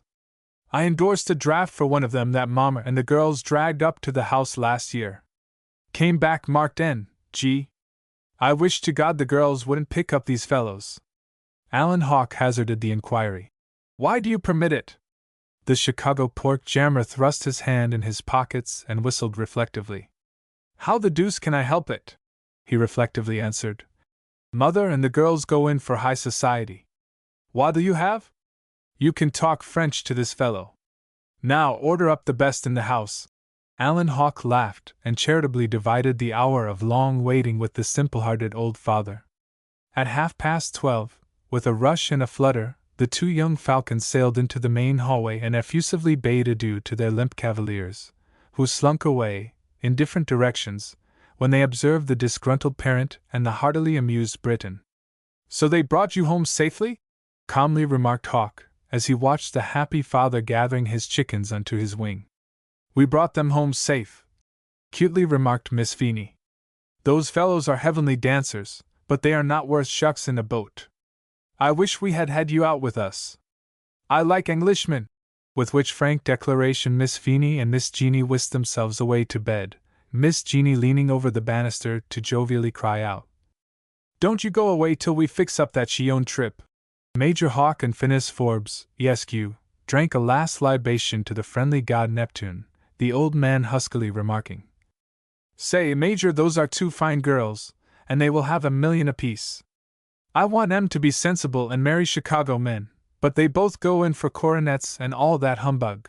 The laughing Major extricated himself from the social tentacles of the honest old boy, mentally deciding to play off Miss Jeanie against Madame Berthe Louison.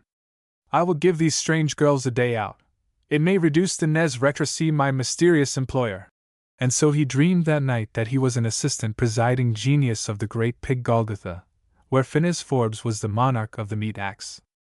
Right smart girls, and you bet they can take care of themselves, was the last encomium of their self-denying parent which rang in Alan Hawke's ears as he wandered away into the land of Nod. They are a queer lot, laughed the happy schemer, as he woke next day to his closing labors at Geneva. Now for my check cashing then, Monsieur Francois, a farewell visit to Monsieur Frosseny, and a secret council with the fair Jeanie. He merrily breakfasted, and was more than rewarded for his Mephistophelian entertainment of Francois, the sly Figaro, parted freely, and when he slunk back to the Institute, he was the richer by 50 francs. Major Hawke was the happy possessor of the coveted photographs, and a private address of Francois, artfully informing that person that he was going to London, and on his return, in a few months, desired a cicerone in the hypocritically placid town. Francois's eyes gleamed in a happy anticipation of more cognac and many easily earned francs. Now, Madame Berthe, I think I have the key of the enigma. I see a year's assured comfort before me, for I can play the part of the Saxon troops at Leipzig. The schemer joyously ruminated. His farewell to Miss Deland impressed that thrifty dame with the golden fortunes which had descended upon her sister. Should you return to India, Major, she sibilated, I will give you a confidential letter to Justine, for I know there is no one more fitted to remain in charge of sweet Nadine than my dear sister.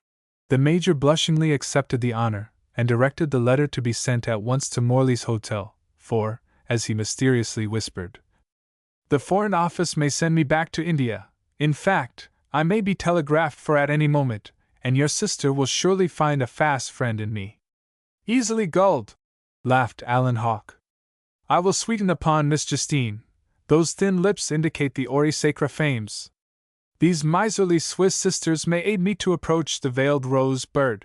His delight at fingering the crisp proceeds of Anstruther's check sent him to the Ouchy steamer in the very happiest of moods, and his cup was running over when the bird-like Miss Jeanie Forbes descended upon him to announce a meeting on the morrow at Montreux. We can do the castle, and essay the airy railroad at Terry-Tet-Glyan, have a jolly dinner on the hill, and come home on the last boat. You be sure to meet Feeney and me. The astounded Major murmured his delight and surprise. Oh, Popper will let us go up there. He likes you, He says that you are a thoroughbred. So, we'll cut the other fellows and come alone. Say, can't you scare up another fellow like yourself for Feeney? Whereat Alan Hawke laughed, and promised to secure an eligible fellow among the migratory Englishmen hovering around Lozanauchi, and he pledged a future friendship with the patient Phineas Forbes, who lingered in the cafe, engulfing cocktails, while Mother and Feeney were out shopping. The vivacious Jeanie had confided to her callous swain that she had watched him as he lingered on Rousseau's island. I rather thought that you were sick and distressed, you looked so peaked-like, and I was mighty near speaking to you. I was just bound to meet you. And upon this frank declaration, Alan Hawke kissed her firm white hand, agreeing to her plans, and the glow of prosperity shone out upon his impassive face, as he glided away to meet the strange woman whom he distrusted. I hold the trump cards now, my lady, he cried, as he watched Miss Jeanie's handkerchief fluttering on the quay. Major Alan Hawke wasted no time in his 3 hours' voyage to Lozanauchi in carefully preparing for his interview with Madame Berthe Louison. He abandoned the idea of trying the whip hand, remembering how suddenly he had descended from the high horse. Bah! She is about as sentimental as a rat-tail file. However, she is good for my passage to India, at any rate, and the nearer I am to old Johnstone and this pretty heiress-to-be, the better my all-round chances are. So, he contented himself with watching the pictured shores of Lake Leman glide by, and wondering if he might not turn aside safely to the chase of the bright-eyed, sharp-featured Miss Jeanie Forbes. He had profited by Phineas Forbes's frank disclosures, and yet the Madame Sans Jean manners of the heiresses rather frightened him. He was aware from the amatory failure in the dim old cathedral that Miss Jeanie was armed cap a pie. Those American girls, apparently so approachable, are all ready to stand to arms at a moment's notice. And so, he drifted back in his daydreams toward the land of the pagoda tree, with Ouchi and Shion.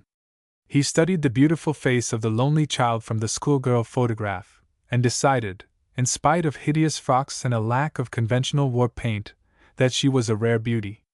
Yes, she will do, with the money. All she needs is the art to show off her points, and that is easily gained. The recruits in Vanity Fair easily pick up the tricks of society, and old Hugh's money in prospective elevation will surely draw suitors around like flies swarming near the honey. The boat gracefully glided into the port of Ouchi before Major Hawke's daydream faded away. A flattering dream which led him on to a future gilded by Sir Hugh Johnstone's money.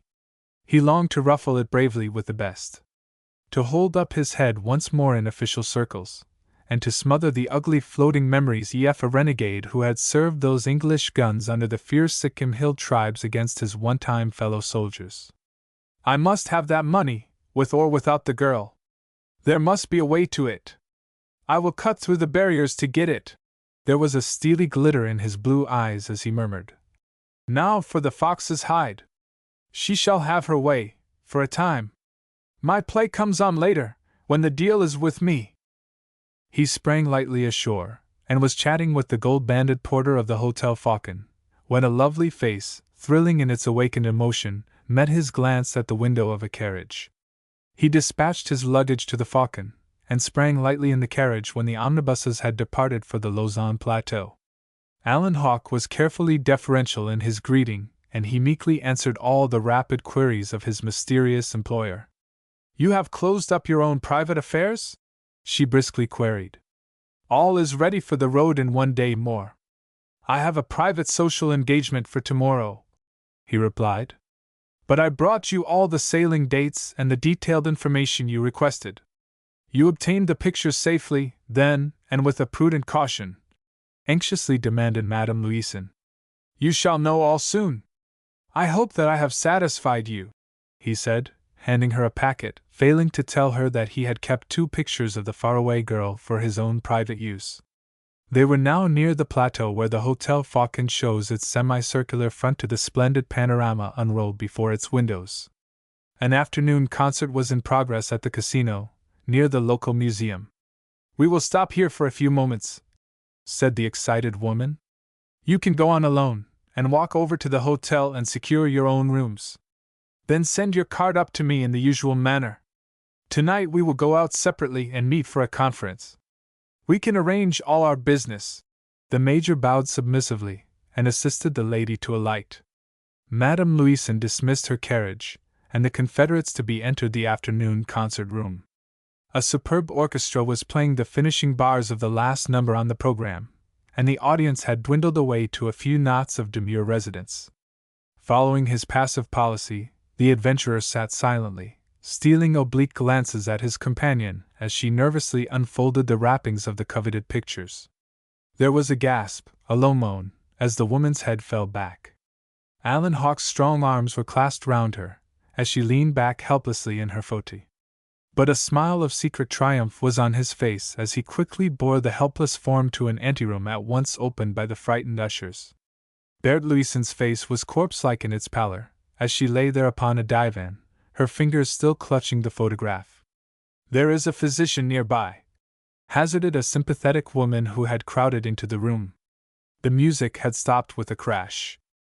"Summon him at once," energetically ordered Hawke. "Some brandy, quick!" he cried, listening to her agonized words. "Valerie! My God! It is Valerie herself! My poor sister!" In a few moments an elderly man parted the assembling loiterers. His bustling air of command soon dispelled the loiterers.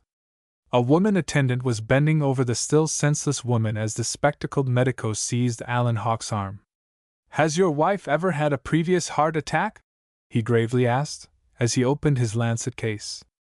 Major Hawke shook his head, and gazed pityingly upon the beautiful pallid face before him. "Can I be of any use to monsieur?" demanded the chef d'orchestre in evening grand tenue, his baton still in his hand. There was a glance of wondering astonishment as the Englishman faced the speaker. "Wieniawski, Casimir, you here?" The other dropped his voice as the physician ripped up the sleeve of the patient's gown. "Major Hawke, I thought you were still in Delhi?" "Your wife," faltered the artist, as he listened to a low moan when the lancet blade entered the ivory arm of the sufferer. Then, with a backward step, he pressed his hands to his brows. "My God! It is Alix de la Vigne!" he brokenly said. But Hawke sprang to his side and quickly drew him from the room. "Not a word! Not a single word to anyone! Where are you stopping? I will come to you tonight," the excited man sternly said, his firm hands still clutching the musician's arm. "Here, at the casino. Come in after 10. I will await you." "But where did you meet her?" the Polish violinist cried, speaking as if in a dream. "You shall know all later. I must get her to the hotel." He returned to the physician's side, who authoritatively cried, "Now an easy carriage and to the Falcon, you said?" In half an hour, Berthe Louison was sleeping, a nurse at her side, while Alan Hawke counted the moments crawling until 10 o'clock. Chapter 3. And at Delhi what am I to do? Major Alan Hawke was the observed of all observers, in the cozy salon of the Grand Hotel Falcon, when the sympathetic hotel manager interrupted a colloquy between the handsome Briton and the doctor. "A mere syncope, my dear sir. Perhaps, even only the result of tight lacing or inaction. Perhaps some sudden nerve crisis. These are the results of the easy luxury of an enervating high life. All these social habits are weakening elements. Now, fortunately, your wife has a singularly strong vital nature. You may safely dismiss all your fears. Madame will be entirely herself in the morning. Can I be of any service?" demanded the genial host, secretly urged on by a coterie of curious, womanly sympathizers in silk and muslin. "I am the trustee of Madame Louison, in some important business matters, and not her husband," gravely remarked the Major. "I only came up here to confer with her upon some matters of moment." Both the listeners bowed in silence.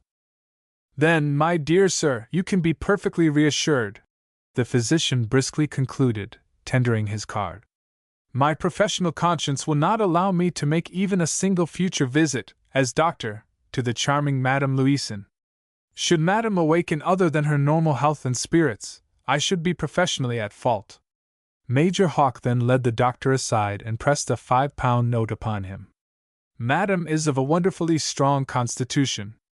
An heiress of nature's choicest favors," the happy Galen floridly said, as he took his leave. So she is, grimly assented Hawk. The gossipy Boniface was already spreading such meager details of the sudden seizure as he had been able to pick up, and the words, Polish noblewoman, Italian marchesa, French countess, were tossed about freely in the light froth of the conversation in the ladies' drawing-room. Meanwhile, Alan Hawke was smoking a meditative cigar alone, while pacing the old cantonal high road before the Falcon. I think I will remain on picket here, he mused. This fiddler fellow, Wieniawski, must not meet her. She must be led on to leave here at once. Constitution, nerve, aplomb, she has them all. She should have been born a man. What a soldier! One of nature's mistakes, man's mental organization, woman's soft, flooding emotions, and beauty's fiery passions. I must pump Casimir. He will be safely nailed to the platform by his duties, from 8 to 10. I will not leave her a moment, however, till he has the baton in his hand. I will then watch him until 10, meet him down there, and if he meets her after we separate for the night, he is a smarter Pole than I take him for. And now I must go and frighten her away from here. Major Hawke was quick to note all the outer indications of man's varying fortunes. He had so long buffeted the waves of adversity himself that he was a past master of the art of measuring the depth of a hidden purse. He recalled the brilliant Casimir Wieniawski of 8 years past, the curled darling of the hot-hearted ladies of Calcutta, Madras, Bombay, and Singapore. In a glance of cursory inspection, Alan Hawke had noted the doubtful gloss of the dress suit. It was the polish of long wear, not the velvety glow of newness. There was a growing bald spot, scarcely hidden by the Hyperion polished curls. There were crow's feet around the bold, insolent eyes, and the man's smile was lean and wolfish when the glittering white teeth flashed through the professional smirk of the traveling artist. The old, easy assurance was still there, but cognac had dulled the fires of genius. The tones of the violin trembled, even under the weakening but still magic fingers, and the splendid sapphire and diamond cluster ring of old was replaced by a too evident Palais Royal work of inferior art. Poor devil! It is the downward fluttering of the wearied eagle, mused Alan Hawke. Women, roulette, champagne, and high life, all these past riches fade away into the gloomy pleasures of restaurant cognac, dead-shot absinthe, and the vicarious smiles of a broken soubrette or so. And all the more you can be now dangerous to me, Monsieur Casimir Wieniawski, for the old man-eater forgets none of his tricks, even when toothless. Casimir, the handsome Pole, glib of tongue, the heir to 1,000 minor graces, reckless in outpouring the wine of life, had truly gone the downward way with all the abandon of his showy, insincere race. Hawke well knew the final level of misery awaiting the wandering, broken-down artist here in a land where really fine music was a mere drug, where the orchestra was only a cheap lure to enhance the café edition. The professor was but a minor staff officer of the grim Teutonic Oberkellner of the Brasserie concert. But how shall I muzzle this Robert Macaire of the bow? Cogitated Hawke, as he anxiously eyed the 2 windows of Madame Louisen's rooms, and then sternly gazed at the open front doors of the Hotel Falcon. A light broke in upon his brain. There is the golden lure of the Mrs. Feeney and Jeannie Forbes, of Chicago, U.S.A. Those madcap girls will be easily gulled. They arrive tomorrow at 9. A few stage asides, as to the stock romance of every Polish upstart, will do the trick. Russian brutality, fugitive prince, Siberian wanderings, romantic escape, killed the Russian general who burned his chateau, all that sort of thing will enchant these. This may occupy Casimir and leave me free. When the devil is idle he catches flies, and under the cover of this rosy glow of romance I will get away to India, but only after Madame Alix de Lavigny goes. I can afford to put in £10 on Casimir to loosen his lying tongue. In vino veritas may apply even to a gallant and distinguished Pole. If I can get the true story of Alix de Lavigny's life, then I have the key of the Johnstone mystery. Ah! There is now a duty signal for me. The Major smartly approached the main entrance of that coziest of Swiss family hotels, the Falcon, as the anxious face of a woman nurse appeared. Madame veut bien voir monsieur, simply announced the servant. Major Hawke brushed by her with a nod and quickly mounted the stair. To his utter surprise, on entering Madame Berthe Louisen's apartment, the signs of an approaching departure were but too evident. A stout Swiss maiden was busied stolidly packing several trunks in an indiscriminate haste, while the fair invalid herself sat at the center table poring over an open Baedeker and the outspread maps brought on by her business agent. Hawk's murmured astonishment was at once cut short by the decisive notes of Berthe Louisen's flute-like voice. "We have no time to waste, Major," she said, with an affected cheerfulness. "I am all right now. There is an 11:30 train for Constance. I will take that, reach Munich, and get right over to Venice by the Brenner Pass, and thence go down to Aracona and Brindisi. You can return to Geneva, and by Mont Cenis and Turin you will reach Brindisi before me. So I leave tonight. You can go up to Geneva tomorrow night. No one will possibly suspect our business connection in this way. I will have time to see you depart for Bombay, before I take the steamer for Calcutta. I have marked off the sailings. This little occurrence here tonight has brought us both too much under the eyes of other people." "Bah!" said the astounded Major. "No one knows anything of us here. We are of no importance."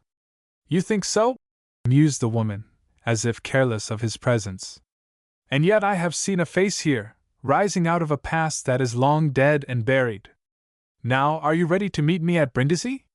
Alan Hawke blushed even through the sun-browned complexion of the Nepal days, as the clear-eyed woman, faintly smiling, discerned his hedging policy. "You will not be put to the slightest inconvenience." She opened a handsome traveling bag. The falcon-eyed Major Hawke observed the gleam of a pearl-handled and silver-chased revolver of serviceable make, and there was also a very wicked-looking Venetian dagger lying on the table, even then within the lady's reach. "Here is the sum of £500 in English notes," said Berthe. "That will neatly take you to Delhi, and there is 50 more to liquidate my bill and pay the medical expenses. I am not desirous that the landlord should know of my departure. You may bring all my trunks on. I will be waiting for you at the Vittorio Emanuele at Brindisi. Please do telegraph to me from Turin of your arrival." Cool globe-trotter as he was, Alan Hawke was speechless. "Shall I not see you safely on board the Constance train?" he muttered. "The nurse will attend to all that. Money will do a great deal," the lady said. "I will send her back from Constance. Please do ring the bell." The Major was obedient, and he listened in dumb astonishment, as Madame Louisen ordered a very dainty supper for two, with a bottle of Burgundy and a well-iced flask of Veuve Clicquot. When the door had closed upon the gaping servant, the lady merrily laughed. "Pray take up your sinews of war, Major. I shall consider you as retained in my service if I am obeyed." Alan Hawke turned and faced the puzzling employer, with a half-defiant question. "And when shall I know the real nature of my duties?" as he carefully folded up the welcome bundle of notes, without even looking at them. "Major, you are not an homme d'affaires. Do me the favor to count your money," laughed the mocking convalescent. "Thank you," continued the lady as he obeyed her. "Now I will only detain you here till 10 o'clock. Then you must disappear and not know me again until we meet at the Hotel Vittorio Emanuele at Brindisi. Should any accident occur, you are to take the seapost for Bombay direct and go on to Delhi. Leave me a letter at Suez and also one at Aden, Care P. and O. Company. I will ask at each of these places. I will go direct to Calcutta, and will then meet you at Delhi. Arriving at Delhi, you may telegraph to me Care Grindlay and Company, Calcutta." "I wonder if she bled Anstruther," inwardly growled Hawke, as he recognized the name of that social butterfly's bankers. But the lady only sweetly continued, "I have some business in Calcutta. You can write to me at the General Post Office at Allahabad, and leave your Delhi address there. I shall probably telegraph for you to come down and meet me there." Major Hawke, neatly entering the lady's directions in a silver-clasped betting book, murmured lazily without lifting his eyes, "You seem to know a great deal about Hindostan. I have made a careful study of it for years, long years," said the woman with a telltale flush of color, as the servants entered with the impromptu feast. They were left alone, at an imperious signal, and Madame Louisen bade Hawke regale himself en garçon. The Major paused with suspended pencil, as he quietly approached the decisive question. And at Delhi, what am I to do? You are to take up your old friendship with Hugh Fraser, this budding baronet, replied Baird calmly. She was pouring out a glass of the wine beloved of women, but her hand trembled as she hastily drank off the inspiring fluid. All this is bravo, mere bravo! She's a very smart woman, and a cool customer, decided the schemer, who had filled himself up a long drink. He took up at once the object lesson. They were simply to be comrades, and nothing more. I will obey you to the very letter, he said simply, for he was well aware the woman was keenly watching him. Then that is all. There is nothing more, soberly concluded his companion. The letters at Suez and Aden are, of course, to be mere billets de voyage. The correspondence at Allahabad may cover all of moment. Can you not give me a safe letter and telegraph address at Delhi? Give me your notebook, said Alan Hawke, as he carefully wrote down the needed information. Ramlal Singh, Jewel Merchant, 16 Chandni Chowk, Delhi. There's the address of my native banker, and as trusty a Hindu as ever sold a 2-shilling Strass imitation for £100 star sapphire. But in his way he is honest, as we all are. And then Alan Hawke boldly said, How shall I address you at Allahabad? The flashing brown eyes gleamed a moment with a brighter luster than pleasure's glow. You have my visiting card, Major, the woman coldly said. I travel with a French passport, always enragé. By God! She has the nerve, mused Alan Hawke, as he hastily said. And now, as we have settled all our little preliminaries, when am I to know whether you trust me or not? He was pressing his advantage, for her precipitate departure would rob him of the expected effect of Casimir Wieniawski's disclosures. If I find you en ami de famille, at Delhi, so that you can confidentially approach Sir Hugh Johnstone, the ci devant Hugh Fraser, your task will be soon set for you, and your reward easily earned, but under no circumstances are you to make the slightest attempt to a confidential acquaintance with this wonderful Nadine. That is my affair. The tone was almost trifling in its lightness, but Alan Hawke recognized the hand of iron in the velvet glove. And now, sir, coquettishly said Madame Berthe Louison, you have been a squire of dames in your day. Tell me of social India, for while I shall get a good made out at Calcutta, I must depend upon Munich, Venice, and Brindisi for my personal outfit. I know the whole United Kingdom thoroughly. The Englishman and his cold-pulsed blonde maid at home are well-learned lessons. The continent, yes, even Russia, I know, too, she gaily chattered. But the Orient is as yet a sealed book to me, and I would be helpless in Father India, without the womanly gear appropriate to the social habits of your countrywomen. You have lived in England? Briefly demanded Alan Hawke, in some surprise at her frank admissions.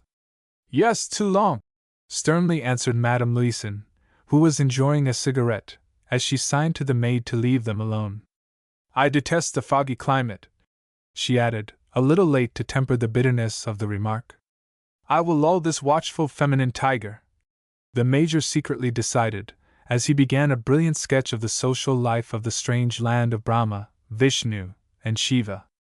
I presume, of course, that you do not care to appear with a 50-pound Marshall and Snellgrove outfit, as if you were the wife of an ensign in a marching regiment. I will give you the real life our women lead out there. You could have secured a splendid London outfit by a little time spent in making the detour.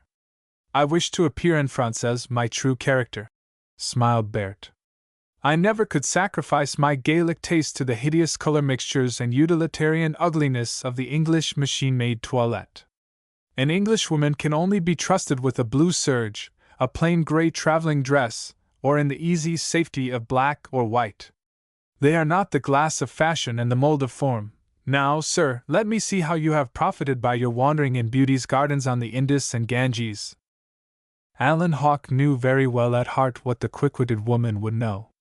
He sketched with grace the natural features, the climatic conditions, the bizarre scenery of the 1.5 square miles where the venerable Kaisar Hind rules nearly 200 millions of subjugated people. He portrayed all the light splendors of Mohammedan elegance, the wonders of Delhi and Agra. He sketched the gloomy temple mysteries of Hinduism, and holy Benares rose up before her eyes beneath the inspiration of his brilliant fancy. The ardent woman listened with glowing eyes, as Hawke proudly referred to the wonderful sweep of the sword of Clive, which conquered an unrifled treasure vault of ages, annexed a giant empire, and set with Golconda's diamonds the scepter of distant England. The year 1756 was hailed by the renegade as the epoch when England's rule of the sea became her one vitalizing policy, her first and last national necessity, for the empire of the waves followed the pitiful beginning in Madras. Temples, groves, and mosques peopled with the alien and warring races were conjured up, the splendid viceregal circle, the pompous headquarter military, the fast-set, staid luxury-loving civilians, and all the fierce eddies and undercurrents of the graded social life, in which the cold English heart learns to burn as madly under dew of the lawn, muslin as ever lesbian coryphée or Tsigan pleasure lover.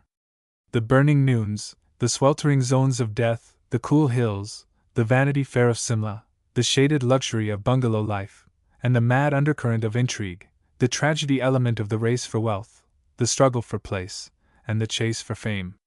Major Alan Hawke was gracefully reminiscent, and in describing the social functions, the habits of those in the swim, the inner core of Indian life under its canting social and official husk, he brought an amused smile to the mobile face of his beautiful listener. He did not note the passage of time. He could now hear the music floating up from the casino below. He had answered all her many questions. He described pithily the voyage out, the social pitfalls, the essence of good Anglo-Indian form, and he was astonished at the keenness of the questions with which he was plied by his employer. "You have surely traveled in India," he murmured, when his relation flagged.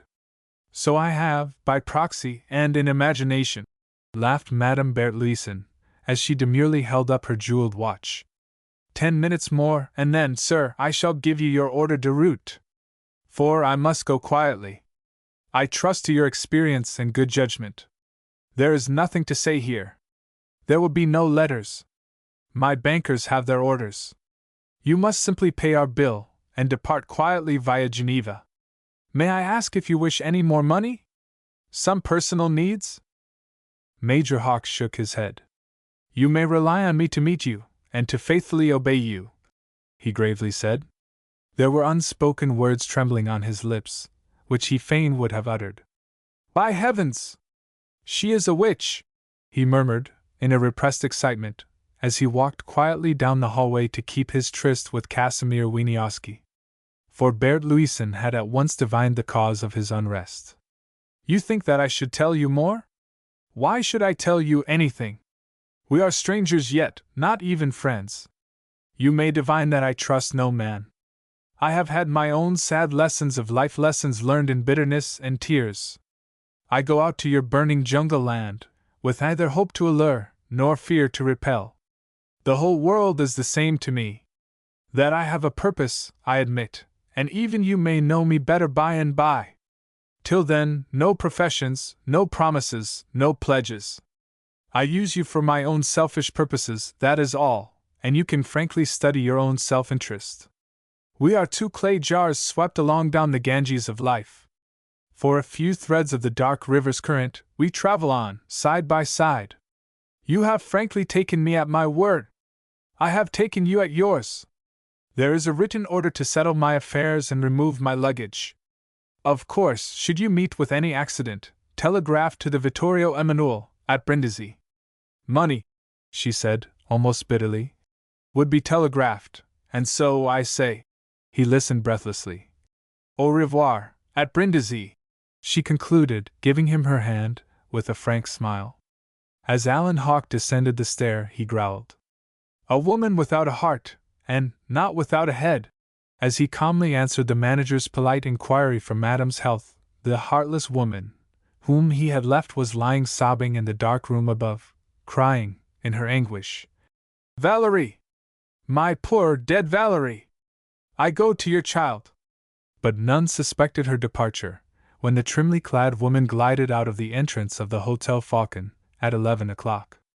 The maid was in waiting on the circular place in front with a carriage, and the key of the apartment lay in a sealed envelope on Alan Hawke's table, which proves that a few francs are just as potent in Switzerland as the same number of shillings in London, or dollars in New York. It was a clear case of stole away. When Major Alan Hawke leaned over the supper table at the casino, pledging Madame Frangipane's bright eyes and very fair café champagne, he nervously started as he heard the wailing whistle and clanging bells of the through train for Constance. He forgot the faded complexion, the worn face, the chemically tinted hair and haggard eyes of the broken-down Austrian blonde concert singer, in the exhilaration of Bert Louisen's departure. For he had not lost Professor Casimir Wieniawski from sight a moment since the hour of 10, and that distinguished noble refugee was now in a maudlin way murmuring perfunctory endearments in the ear of the ex-prima donna, who tenderly gazed upon him in a proprietary manner. Alan Hawke had judged it well to ply the champagne, and, at the witching hour of midnight, he critically inspected Casimir's condition. "He is probably about tipsy enough now to tell all he knows, and with an acquired truthfulness. I will, therefore, bring this festive occasion to a close." Whereat the watchful Lucullus of the feast artfully drew Madame Frangipane aside. "I have to go on to London, chère Comtesse," he flatteringly said. "You must give me Casimir for a couple of hours tonight, to talk over the old times." He lingered a moment, hat in hand, as he chivalrously sent Madame Frangipane home in a carriage. The poor old singer's bosom was thrilled with a sunset glow of departing greatness, as she lingered tearfully that night over the memories of the halcyon days when the officers of Francis Joseph's bodyguard had fought for the honors of the carriage courtesies of the diva. Fugaces. Closeted together, the minor guests having been artfully dispersed, Major Alan Hawke and his friend recalled the olden glories of Wieniawski's Indian tour. It was with a jealous hand that Hawke doled out the cognac, until Casimir abruptly said, "And now, mon ami, tell me what has linked you to Alix de Lavigny." Alan Hawke had keenly studied his man, and found that the limit of the artist's drinking capacity seemed to be infinity, and so he leaned back and coldly scrutinized the musician's shabby exterior. "I think that I can risk it now," he mused, and then, in a crisp, hard voice, he suddenly said, "I don't mind parting with a 20-pound note, Casimir, if you will tell me all you know about that beauty. You need it now, more than I. I am to be the judge of the value of your story, however.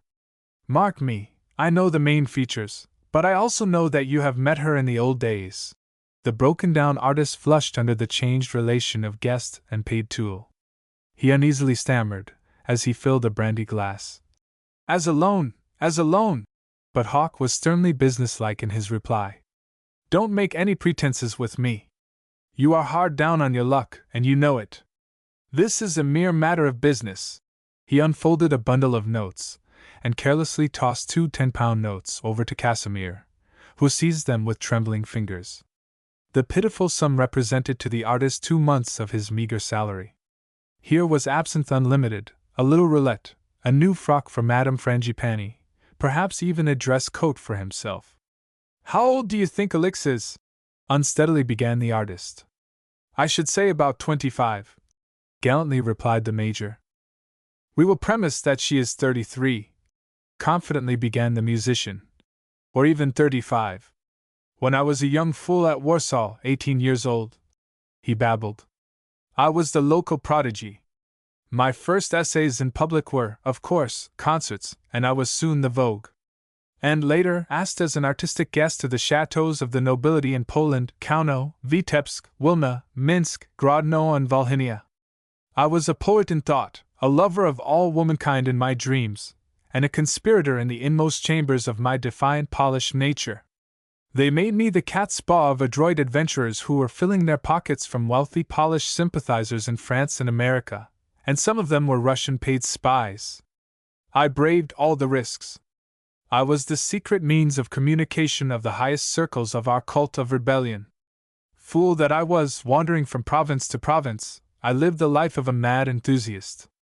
The proud memories of Poland were mine, the spirit of her music, arts, and poetry had cast its witchery over me. Her history, the tragedy of a crownless queen of sorrows, had transported me into a dreamy idealism. I was soon the confidant of our seductive mobile Polish beauties. Sinuous, insincere, changeful, passionate, and burning with the flames of love and life, I was, at once, their idol and their plaything, their hero, and their willing slave. For then, the spirit of old Poland rang out in my numbers, and I wake the quivering echoes of woman's heart at will. It was in 73 that I was sent on a special mission to Prince Pierre Trubetskoy's splendid chateau at Zhytomyr in Volhynia. The crafty Russians were watching us even there, and were busied in assembling troops secretly, at Kiev and Wilna. To another was given the proud place of secret spy over the higher circles of Wilna, while my duty was to watch Zhytomyr and Kiev. Trubetskoy was a bold, gallant fellow, an ardent Muscovite, and had secretly returned from a long sojourn in Paris. He was in close touch with the governors of Volhynia, Kiev, and Podolia, and we feared his sword within, his Parisian connections without. An evil star brought me into his household as his guest. For nearly a year I was kept vibrating between the points of danger to us, my personal headquarters being at the chateau of Zhytomyr. And there I lived out my brief heart life, for there I met Valerie Trubetskoy. No one seemed to know where Pierre had found her, but later I learned her story from her own lips. That is, all of the story of a woman's heart life which is ever unveiled to any man. She was beautiful beyond compare, her wistful tenderness shining out as the moon, softer than the fierce noonday glare of the passion-transfigured faces of our polished beauties. For they loved, for love's own sake, and Valerie Trubetskoy offered up the chalice of her own heart in silent sadness. I never saw so lovely a being. Did she look like that? Suddenly demanded Hawk, thrusting a photograph before the haggard eyes of the broken artist. He gasped, and tears gathered in his lashes. Valerie herself, and, as I knew her only before her fatal illness had marked her down. Did Alix give you this? He clutched at it with his trembling hands. Go on, harshly said Alan Hawk. The hour is late. The Pole buried his face in his thinned hands, and then brokenly resumed. The old story, the only one you know. She was about my own age. Trubetskoy was nearly always away. Perhaps he thought to trap all my traitorous circle through me, or else he was in the secret service of the hungry Russian eagle. Valerie roamed silently through the great halls of Zhytomyr, saddened and lonely, for their union was childless. My heart spoke to her own in my music, she knew the prayer of my soul, though my lips were silent. For I madly adored her. Then, I was a man. My life belonged to Poland, my soul to art, but my heart was a sealed temple of love, a temple where Valerie, the beloved, the secretly worshipped, sat alone on her throne. One day a woman, radiant in youth, and reflecting Valerie's own beauty, was brought to the chateau by Trubetskoy, who had journeyed on to Vienna. It was Alix de Lavigny, the woman whom I saw last with you. A month later Valerie called me to her side. My poor Casimir, she said, as I knelt at her feet, I am dying. The struggle will not be a long one. I know the secret of your boyish heart. Your eyes have spoken and your music has reached my heart. Your love is written in your songs without words. When you have forgotten me, there is Alix, she is alone upon earth. Let me seal your heart to hers, and even in death I shall feel that I love you both, then. The artist sobbed. I lost my head. I told her all in mad, burning words. She raised her eyes to mine, and softly said, I shall see you no more unless Alix is with us, for I love Pierre, and he loves me. When I am gone, Alix will be the only one who knows the secret of my life. It was 2 months later, for I would not leave her side. Even Pierre Trubetskoy could not see her passing away, for it was a mysterious malady, when a sudden alarm brought me to my senses. My secret society work was done, and yet I lingered there, at the very steps of the scaffold. Alix de Lavigny burst into my room at midnight. Hasten, she cried. Even now the Cossacks are surrounding the house. She let me out through the secret passage of the old chateau. A cloak was thrown over me by the intendant. He was a Pole, and one true to the old blood. Alix pressed a purse upon me. An address in Paris was whispered. I will write. Go. For Valerie's sake, go. 48 hours later I crossed the Galician frontier at Lemberg disguised as a Polish peasant. My guardian, the intendant, turned me over to our friends in the valley of the Styr. After 6 months of wandering, I finally reached Paris in safety. There were sorrowful letters awaiting me. Valerie was hidden forever in the yawning tombs of the gloomy old chapel of Zhytomyr, and Alix herself wrote of Pierre Trubetskoy's generous blinding of the pursuit. I was, however, prosecuted and hunted. I fled to America, for all our plans of revolt were miserably wrecked, and by Polish traitors. 2 years later, I learned from a fellow refugee that Pierre Trubetskoy had been killed by accident in a great forest battle. And to Alix de Lavigny, all the wealth which would have been Valerie's was left by the lion-hearted man who awoke too late to the early doom of his beloved. I knew naught of the family history save that the sisters were the daughters of Colonel de Lavigny, a gallant French officer, who was murdered by the Communists in '71. Alan Hawke was now sternly eyeing the musician, who abruptly concluded, I have never met Alix de Lavigny since. I dare not return to Poland. My own course has been steadily downward, and beyond knowing that she still possesses the splendid domains of Zhytomyr, we are strangers to each other. Polish refugees have told me that she has always administered the vast estate with liberal kindness to all. And now you will tell me of her? The tremulous hand of Wieniawski raised a brimming glass of brandy to his lips. He stared about vacantly when Hawke said, Madame de Lavigny left Lausanne this evening on a special mission. Her life is a sealed book to all, and a mere business interest has drawn us together. The Englishman went callously on. There are a couple of mountainously rich American girls coming down here tomorrow at 9 o'clock to spend the day at Chillon with me. I need a running mate. Will you then meet me at the Montreux landing? You can have a day off, and these young fools are fat pigeons, ardent and enthusiastic. Hawke saw the hesitation on the man's face. You can say to Madame Frangipani that you are with me and that I will explain later at the dinner. With a glance at his watch, Alan Hawke rang for the Oberkellner. He was extending his hand in good night, when the refugee cried imploringly, I must see her once more. Tell me of her journey. And Major Hawke deliberately lied to the poor Vorian artist, the wreck of his better self. The through train to Paris is her only address. I presume that Madame de Lavigny will spend some time in a sanitarium after this heart attack, and she has my banker's address. It is only through them that we meet to arrange some affairs of business. Whether maid, wife, or widow, I know not, for you know what women are, sealed books to their enemies, and to their husbands and lovers, only enigmas. But fail not to meet me. I'll give you a pleasant day. You will find the two Americans both gushing and susceptible. Then, as Major Alan Hawke stepped lightly away to the sedately closed Hotel Falcon, Casimir Wieniawski staggered back into the café. His fit of passionate sorrow was brief, for in a half-hour he was the king of a mad revel, where his meaner sycophants divided Alan Hawke's bounty. The cool major strode along happy-hearted to his rest, quietly revolving the plan of campaign. There was then a sealed chapter in Valerie Trubetskoy's life. And the key of that is in Bert Louisen's keeping. Now, my fair employer, it is diamond cut diamond. I think that I have done a fair day's work. And he thanked his lucky stars for the precipitate flight of his mysterious employer. She evidently feared the noble Casimir following upon the trail. Strange, strange pathways. Strange footprints on the sands of time. It is a devilish funny world, but, after all, the best that we have any authentic account of. And so he slept the sleep of the just, for he was making the woes of others the cornerstones of his newer fortunes. Major Hawke arose with the lark, by a previous arrangement with the hotel bureau. His face was eminently businesslike in its gravity, as he summoned the porter and dispatched all his luggage to the care of the chef du gare, Geneva. Business of extreme importance awaiting upon Madame's complete recovery had caused her to depart to consult an eminent specialist.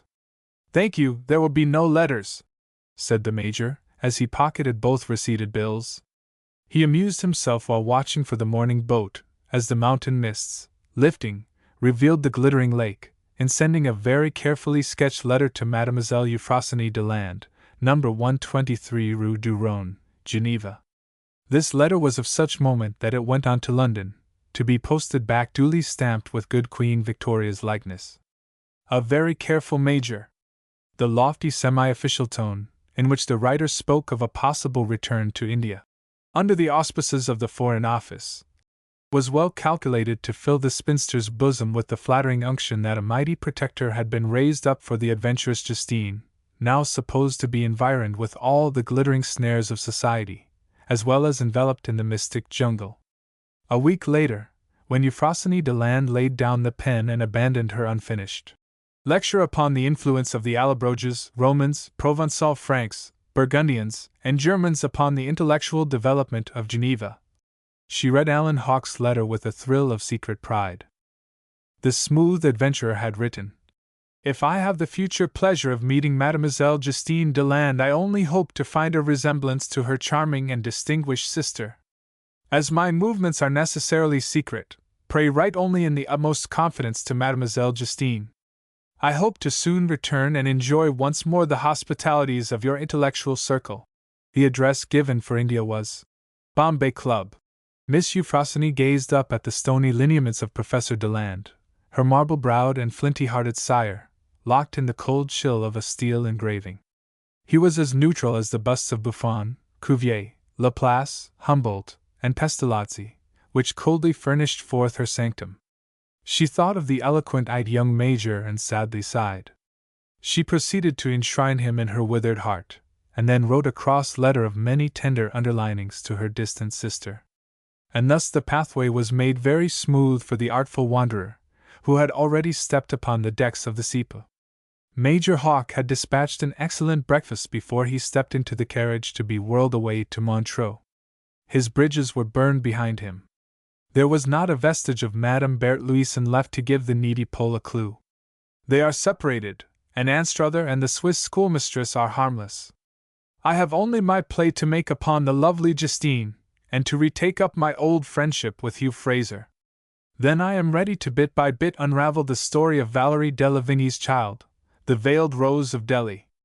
Between a father with a secret to keep, and this strange woman with a purpose, there is a pretty girl and a vast fortune at issue, besides the prospective pickings of Madame Berthe Louison. These musings of the Major led him up to the question of his employer's false name, as he swept down to the nearby Montreux station. She evidently had traced the child to Switzerland, and was upon a still hunt to find out the home of the growing heiress, and for what purpose? Ah! One day after another, he pleasantly exclaimed, as he saw the artist awaiting him. Peu à peu I was au fait son nid. He had already evolved a scheme to permanently separate Casimir Wieniawski from his own beautiful employer, who was now dashing along well on her way toward Munich. Alan Hawke was startled at the distinguished appearance of the musician. An aristocratic pallor refined his face, he was neatly booted and gloved, the elegant lines of the Pole's supple figure were displayed in a morning frock coat, and his chapeau de soie was virginal in its gloss. "Some of my own £20, mused Alan Hawke, as he gaily sprang out and saluted his dupe. "Ah! There you are. You look today the old Casimir. Let us have a few last words before the boat arrives." Hardened as he was, Alan Hawke was surprised at the childlike lightness of the Pole's manner when they encountered the fresh young beauties who were already the cynosure of all eyes upon the morning boat. The storm of emotion had spent itself, and while Alan Hawke squired the aggressive Miss Jeanie, Casimir Wieniawski was bending over the slightly dreamy and more romantic Miss Feeney. They distributed themselves in open order, as they strolled along toward the drawbridge of that most hospitable of old horrors, Chillon Castle. It was a day of days, and the artful Hawke laughed as he smoked his cigar upon a rustic bench in the castle garden. Miss Jeanie was at his side, pouting, petulant, provokingly pretty and duly agnostic as to the polished prince. A week later, Alan Hawke stood on the deck of the Sepoy, as that reliable vessel steamed out of Brindisi harbor for Bombay. He was watching a lace handkerchief, waved by a graceful woman, standing alone upon the pier. The adventurer drew a silver rupee from his pocket, and then gaily tossed it into the waves, crying, "Here's for luck!" as he watched the slender, distant, womanly figure move up the pier. There lay the Empress of India with steam now curling from her stacks, ready to follow on to Calcutta. "I have not broken her lines yet," murmured Major Hawke as he paced the deck. "But I have her pretty well surrounded, cunning as she is." And so he complacently ordered his first bottle of pale ale. Chapter 4. The Veiled Rosebud of Delhi. The October winds were whirling the pine needles down the mountain defile in the bracing alpine autumn, as Alan Hawke sped on past Suez, gliding on through the stifling furnace heat of the Red Sea, past Mocha, and dashing along through the Bridge of Tears, to Aden. He left at Suez, and also at the eastern Gibraltar of haughty Albion, the brief letters for his mysterious employer, and he mentally arranged the social gambit of his reappearance at Delhi in the 9 days before the sepoy steamed into the island-dotted Bay of Bombay. Sternly shunning, on his arrival, the local sirens, whose songs of old fell so sweetly upon his ear, the determined Major sped away at once for Allahabad. He was on shaking social quagmires at Bombay. There were sundry little threads of the past still left hanging out in the shape of stray urban indebtedness, and he now scorned to throw away a single one of the crisp Bank of England notes, showered upon him by fortune. He was growing sadly wise.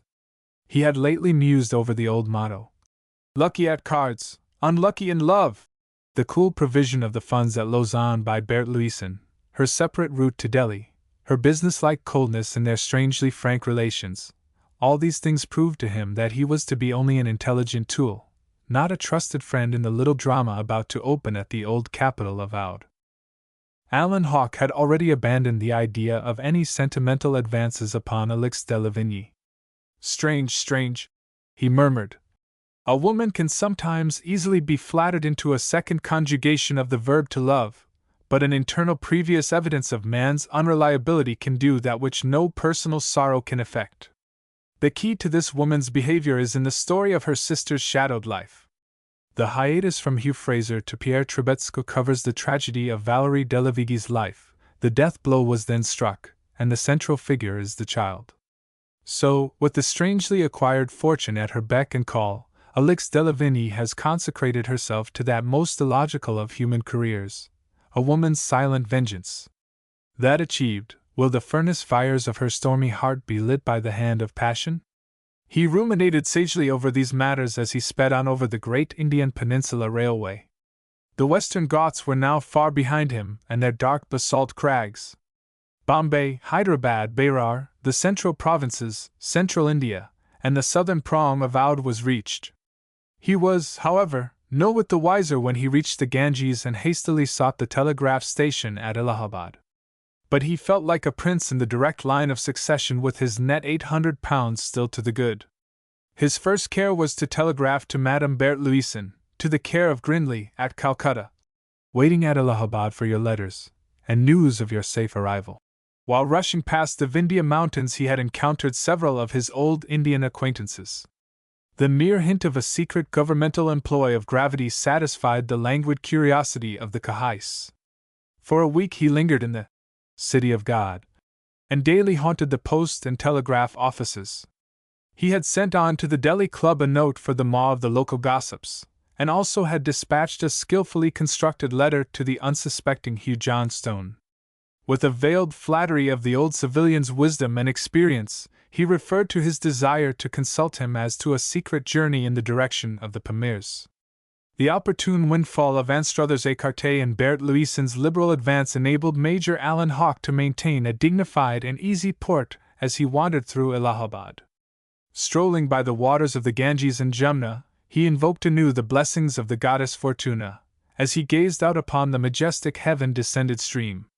The daily tide of travel toward Delhi brought on each day some familiar faces, and yet Alan Hawke lingered gently, declining their traveling company.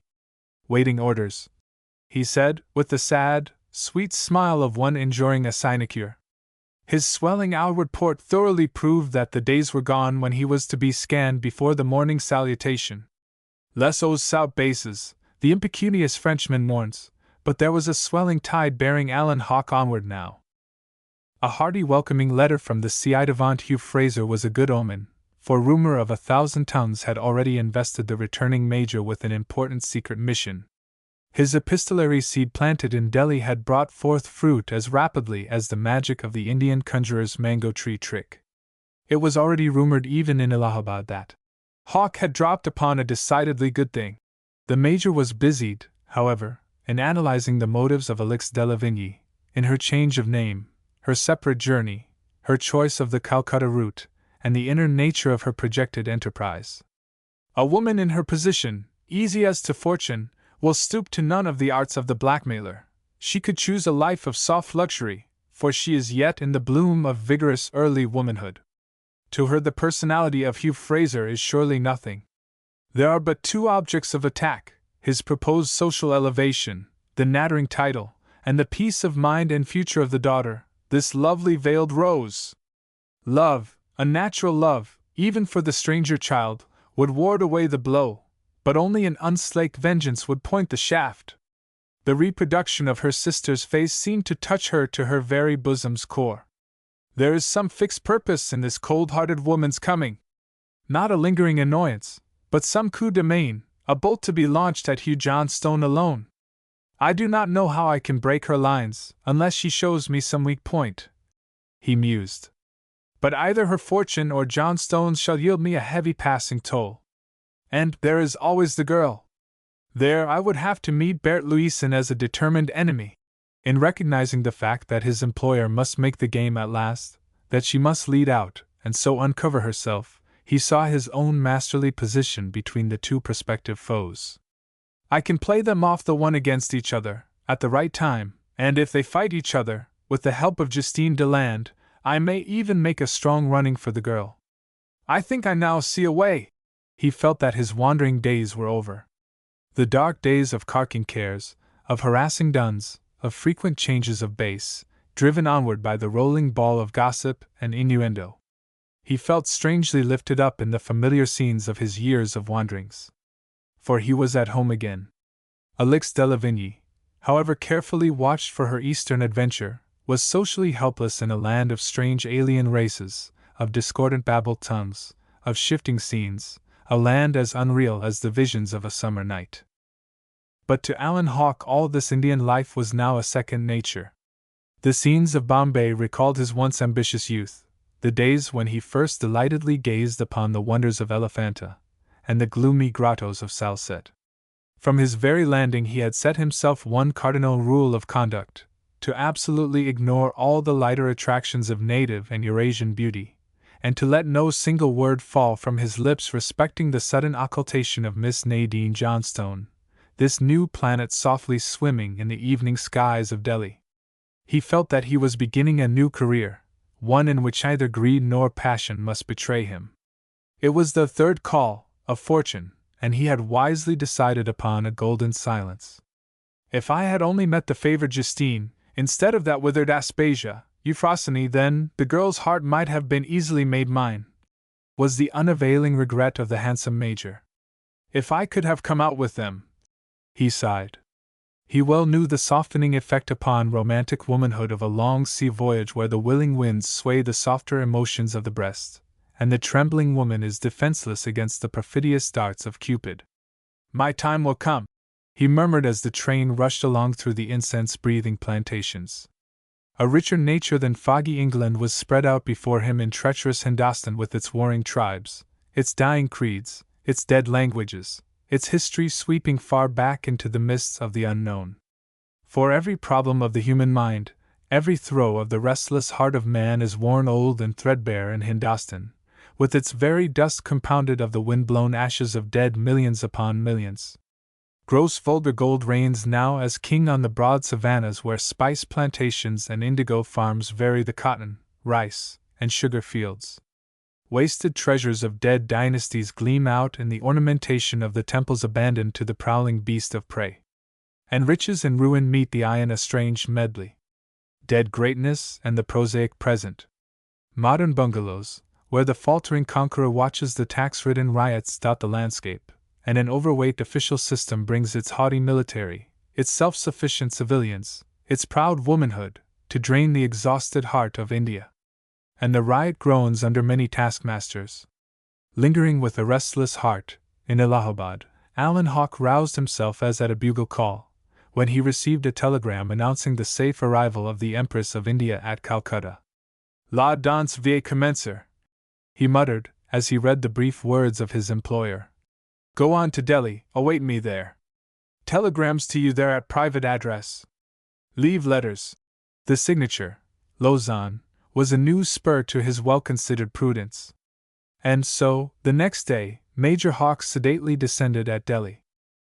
There was nothing to distinguish Hawk from any other well-to-do European, as he stood gazing around the station, in his cool linens, his pith helmet and floating puggaree. The prudent air of judicious mystery lately adopted sat easily upon him as his eye roved over the familiar scenes of old with a silent gleam of recognition. He followed a confidential attendant who salaamed, murmuring, "My master awaits the Sahib whom he delights to love and honor." "There is one card I must play at once," murmured Hawk, as the carriage sped along. "Mademoiselle Justine Deland must be my secret friend. I wonder if Euphrosyne really swallowed the bait.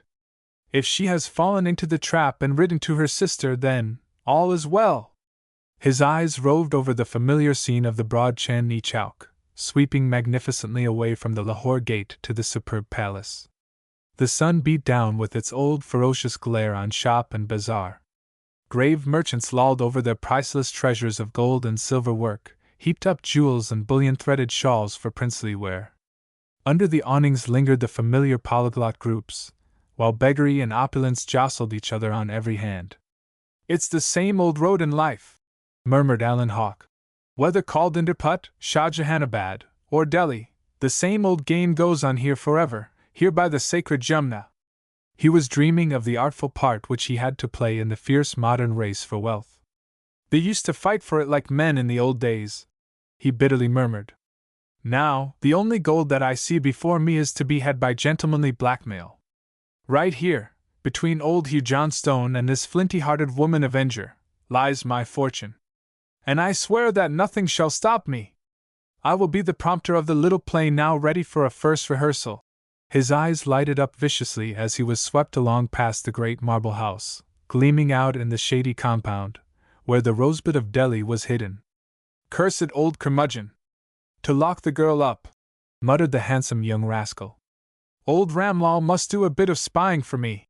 Hawk could see on the raised plateau of marble steps all the evidences of the sumptuous luxury of the haughty Briton. Who toils not, either does he spin. But the dozen pointed arches on each face of the vast palace house of the budding baronet showed no sign of life. The clustered marble columns stretched out in a splendid lonely perspective, and the square inner castellated keep rose up in the glaring sun, but with closed and shaded windows. Dusky shapes flitted about, busied in the infinitesimal occupations of Indian servitors, but no graceful woman form could be seen in the witching gardens where a Raja might have fitly held a durbar. "I'll warrant the old hunks has Brahma locks and Chubb's burglar proofs to fence this beauty off," growled the Major, as he sank back in the carriage. "I fancy, though, that a liberal dose of Madame Louisen's gold, judiciously administered by me, in her interest, to Justine Deland, may open the way to the girl's presence. The mother's story may serve to win the girl's heart. If I can only busy old Hugh and the madam in watching each other, then I can handle Justine." "Yes," the satisfied schemer concluded.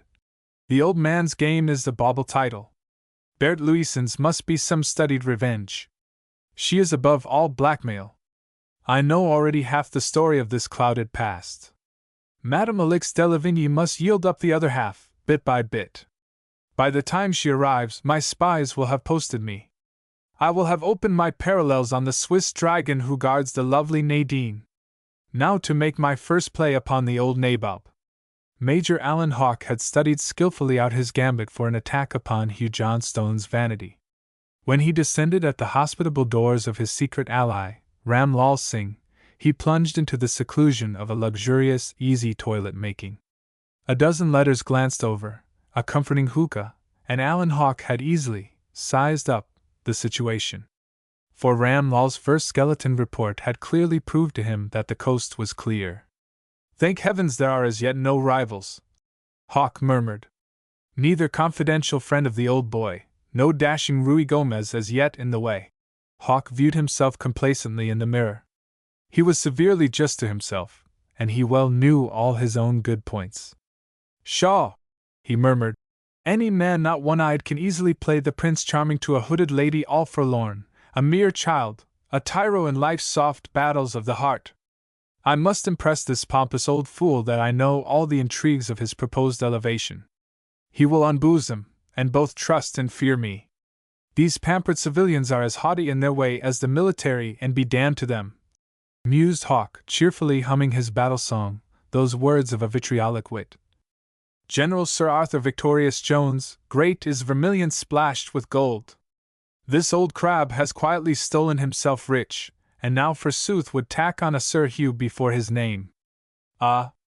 The jewels! I must delicately hint to him that I am in the inner circle of the Conoscenti. And then Alan Hawk cheerfully joined his obese and crafty friend and host, Ram Lal Singh. For an hour the soft, oily voice of the old jewel merchant flowed on in a purring monologue. The ease and mastery of the conqueror's language showed that the usurer had well studied the masters of Delhi. 60 years had given Ram Lal added cunning. A crafty conspirator of the old days when the mystic, Chupattis, were sent out on their dark errand, the sly jewel merchant had survived the bloody wreck of the throne of Oudh, and from the place of attendant to one of the slaughtered princes, dropped down softly into the trade of money-lender, secret agent, and broker of the unlawful in many varied ways. It was Ram Lal's easy task to purvey luxuries to the imperious Briton, to hold the extravagant underlings in his usurious clutches, to be at peace with Hindu, Moslem, Sikh, Pathan, Gurkha, Persian, and Armenian, and to blur his easy-going Mohammedanism in a generous participation in all sins of omission and commission. A many-sided man.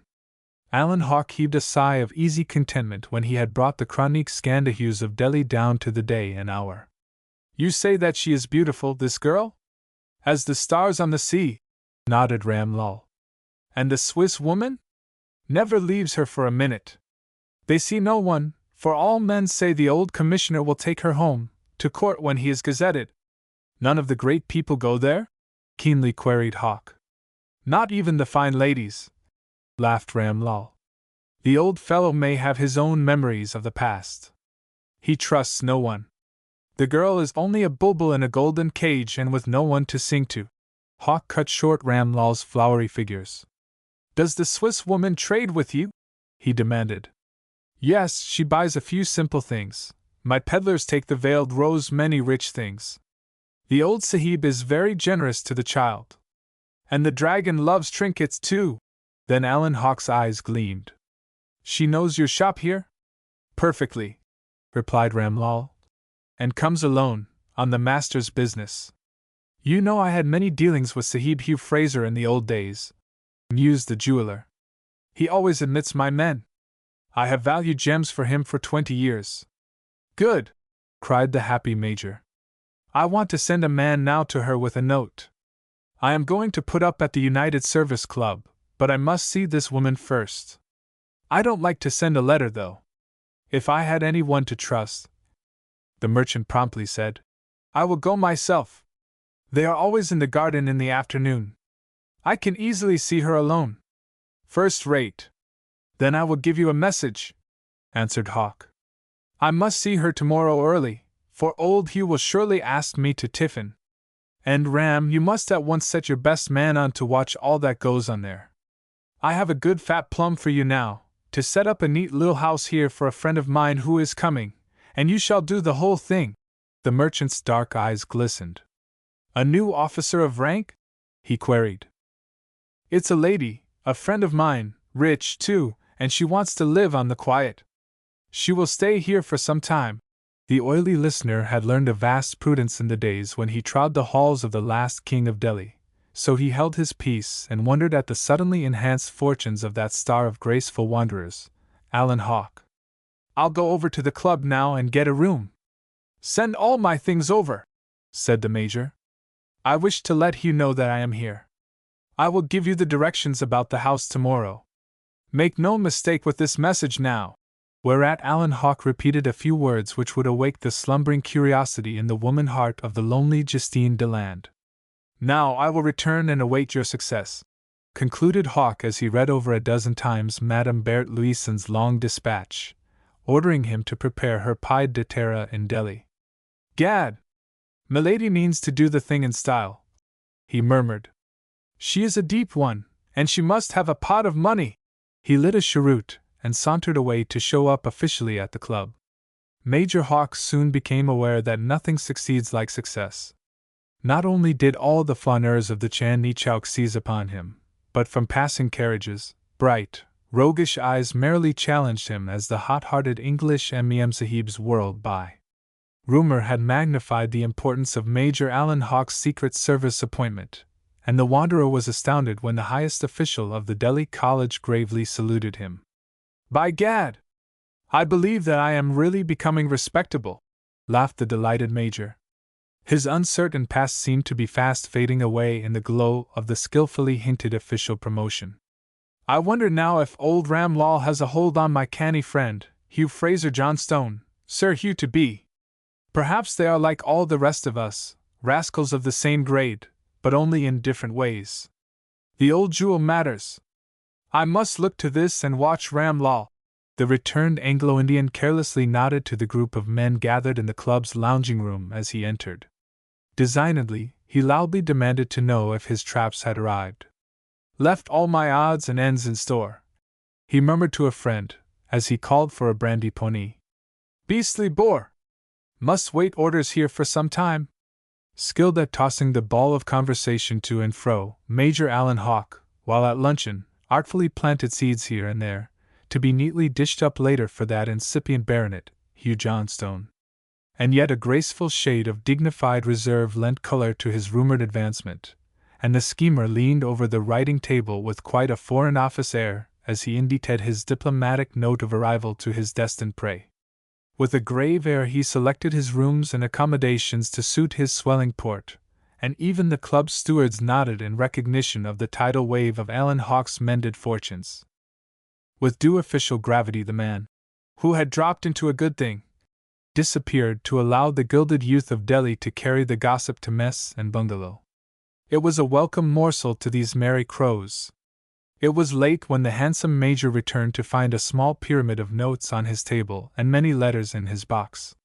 He was in the highest good humor, for the wary Ram Lal had most diplomatically acquitted his task of opening a secret communication. "Just as I thought," laughed the Major, as he sipped his pale ale in Ram Lal's spacious room of pleasaunce. "They all protest, woman-like, but they all come." The watchful Swiss exile's heart fluttered tenderly in the far-off Lotus land at the arrival of a secret friend of her sage sister. She longed for the morning to meet her new friend.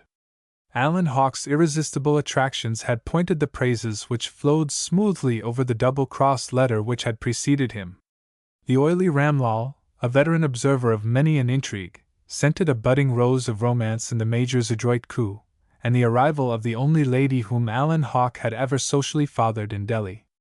"In 3 days I will be all ready, so you can telegraph tonight," reported the merchant, when the Major carefully went over all the details of the proposed temporary establishment of the disguised Elix de Laviarne.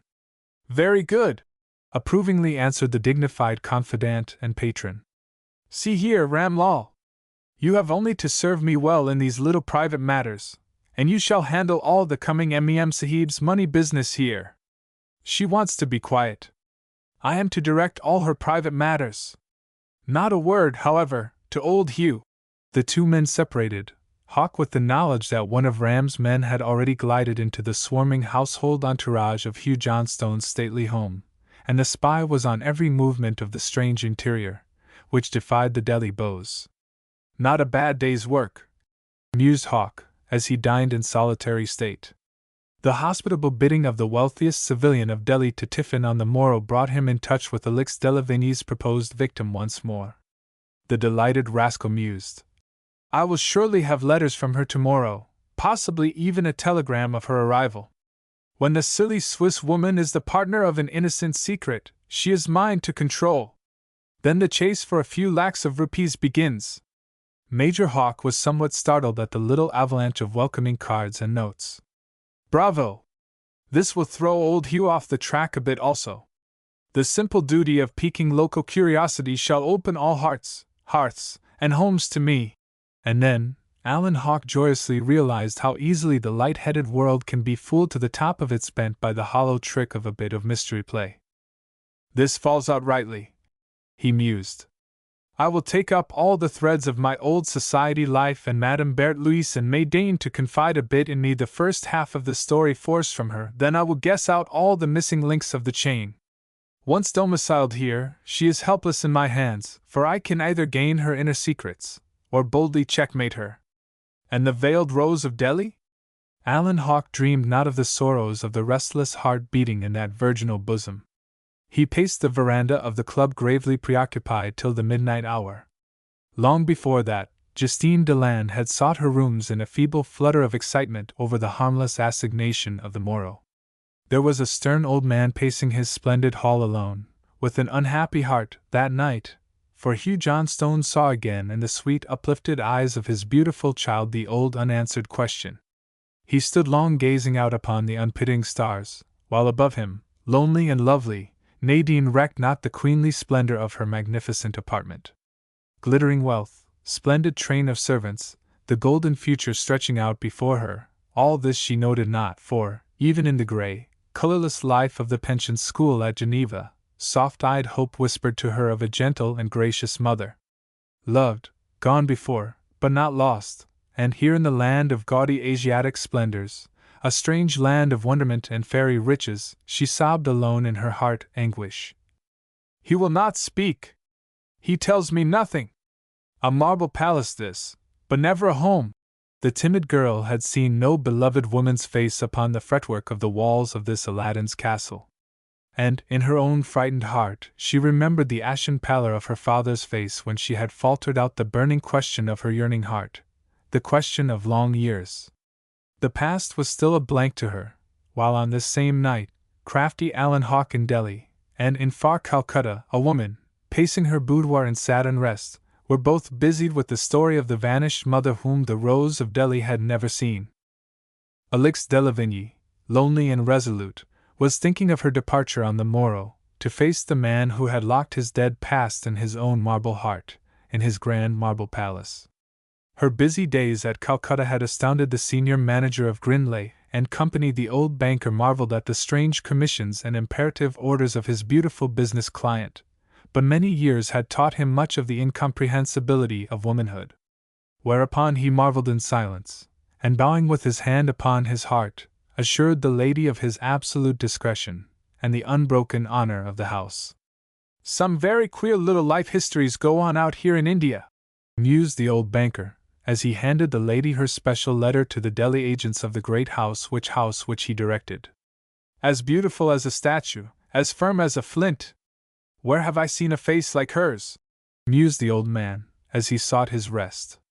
The beautiful statue was steadfastly gazing at the picture of the young Rose of Delhi, in her lonely boudoir. She shall learn to love her through me. And this man of iron shall yield. He shall hear my prayer.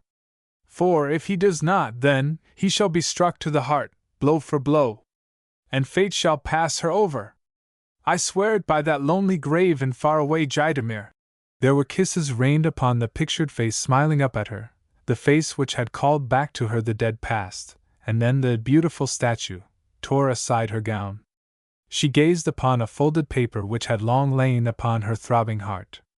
This shall speak for me, at the last. His pride shall bend. He shall not break the child's heart. For the mother's sake, I swear it. She shall love and be loved.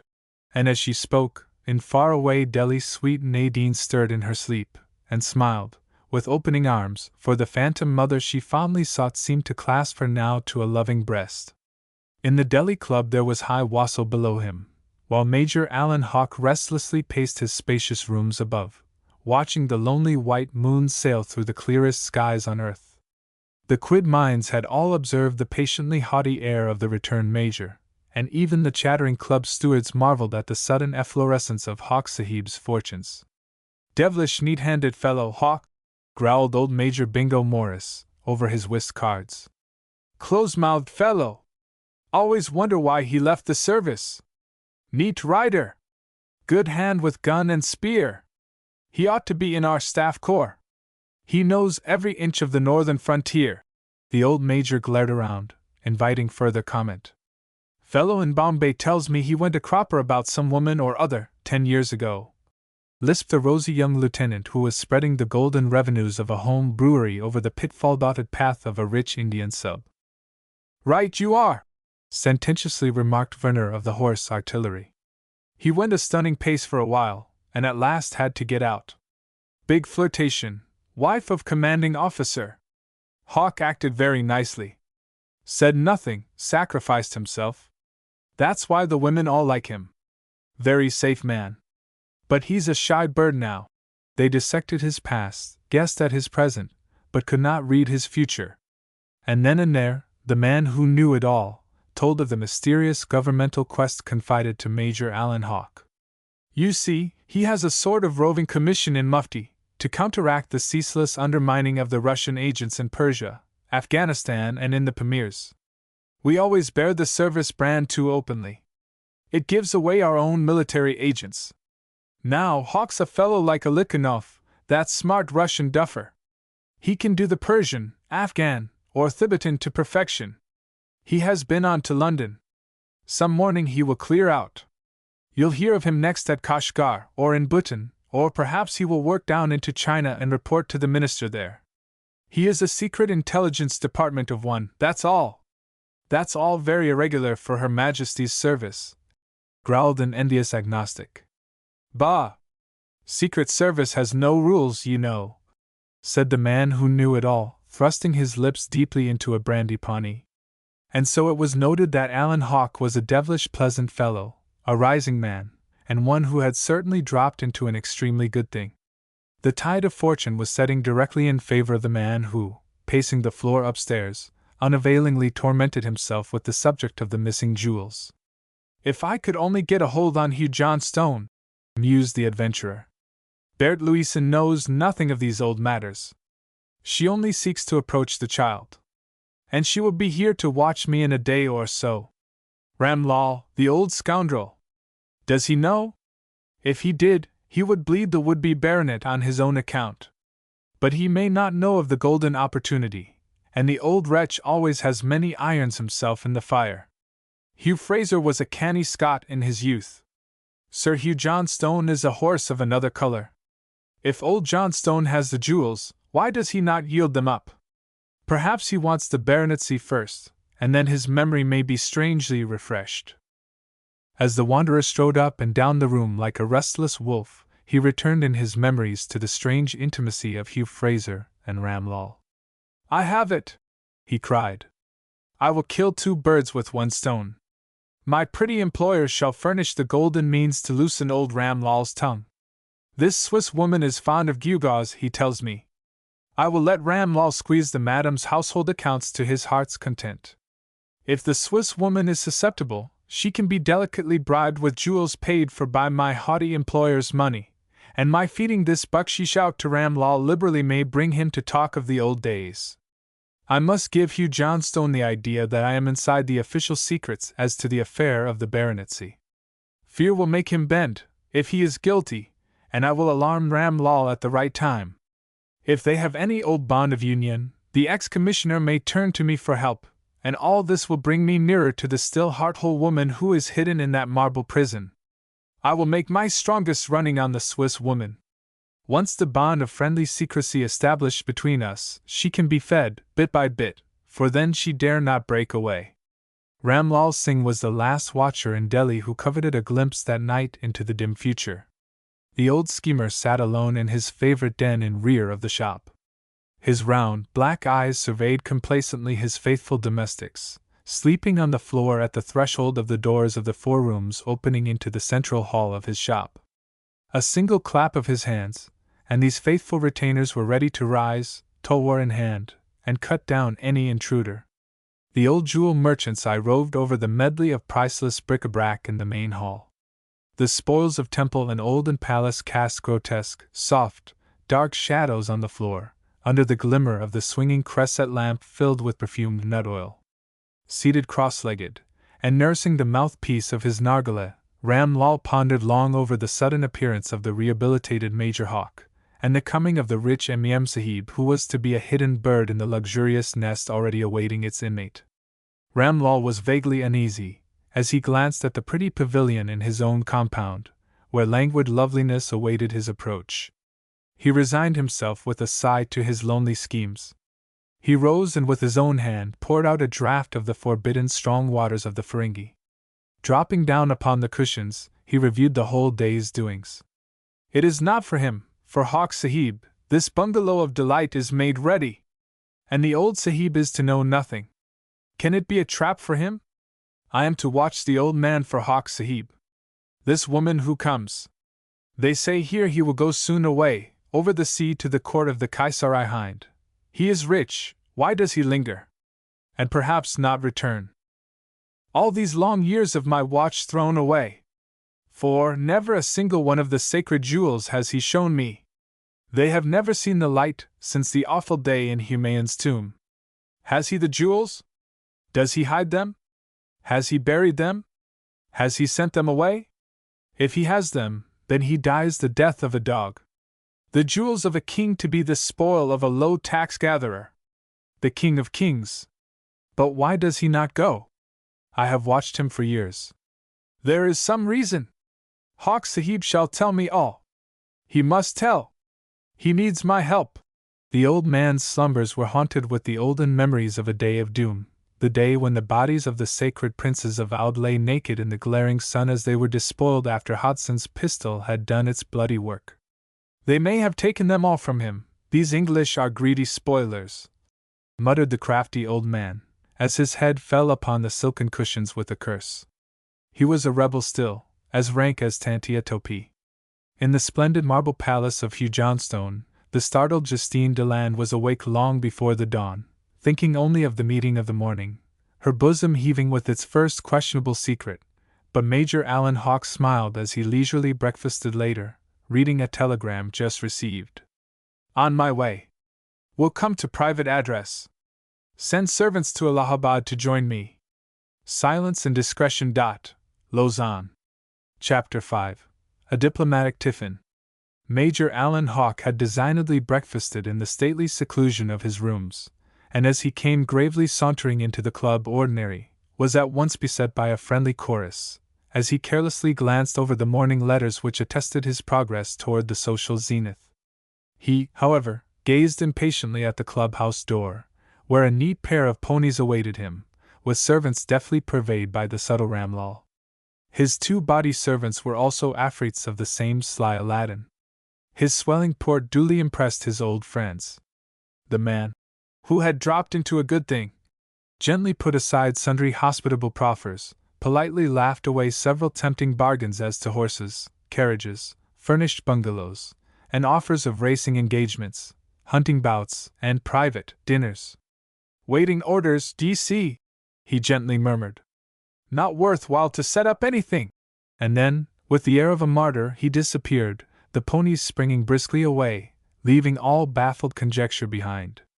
The curious men who were left discussing a flying rumor that Major Hawke was authorized to raise a regiment of irregular horse for a special expeditionary secret purpose, wrangled with those who maintained that a brilliant local civil service vacancy would be theatrically filled by the man who now bore a brow of mystery.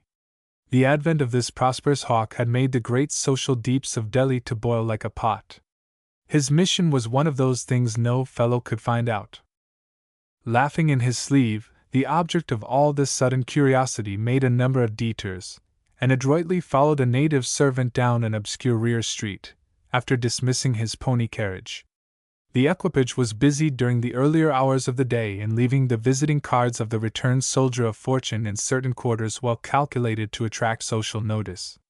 Threading the spacious gardens in rear of Ramlal's establishment, the artful major entered the jewel merchant's abode without the notice of the morning gossips of the Chandni Chowk. All right now, he laughed, as he bade the sly merchant set a private guard to prevent all intrusion upon their privacy. I think that I have thrown these fellows off the track very neatly, he laughed. No one knows of your rear entrances at the club, I am sure. It suited the luxurious old jewel merchant to hide the opulence of his secret life, and to veil the graceful lapses of his private code from the sober austerities of a dignified Mohammedanism. Look alive now, Ramlal, said Hawke briskly, as he handed his confederate the telegram from Bert Louison. You see that the lady will arrive here tomorrow night. Someone must go down to Allahabad for her.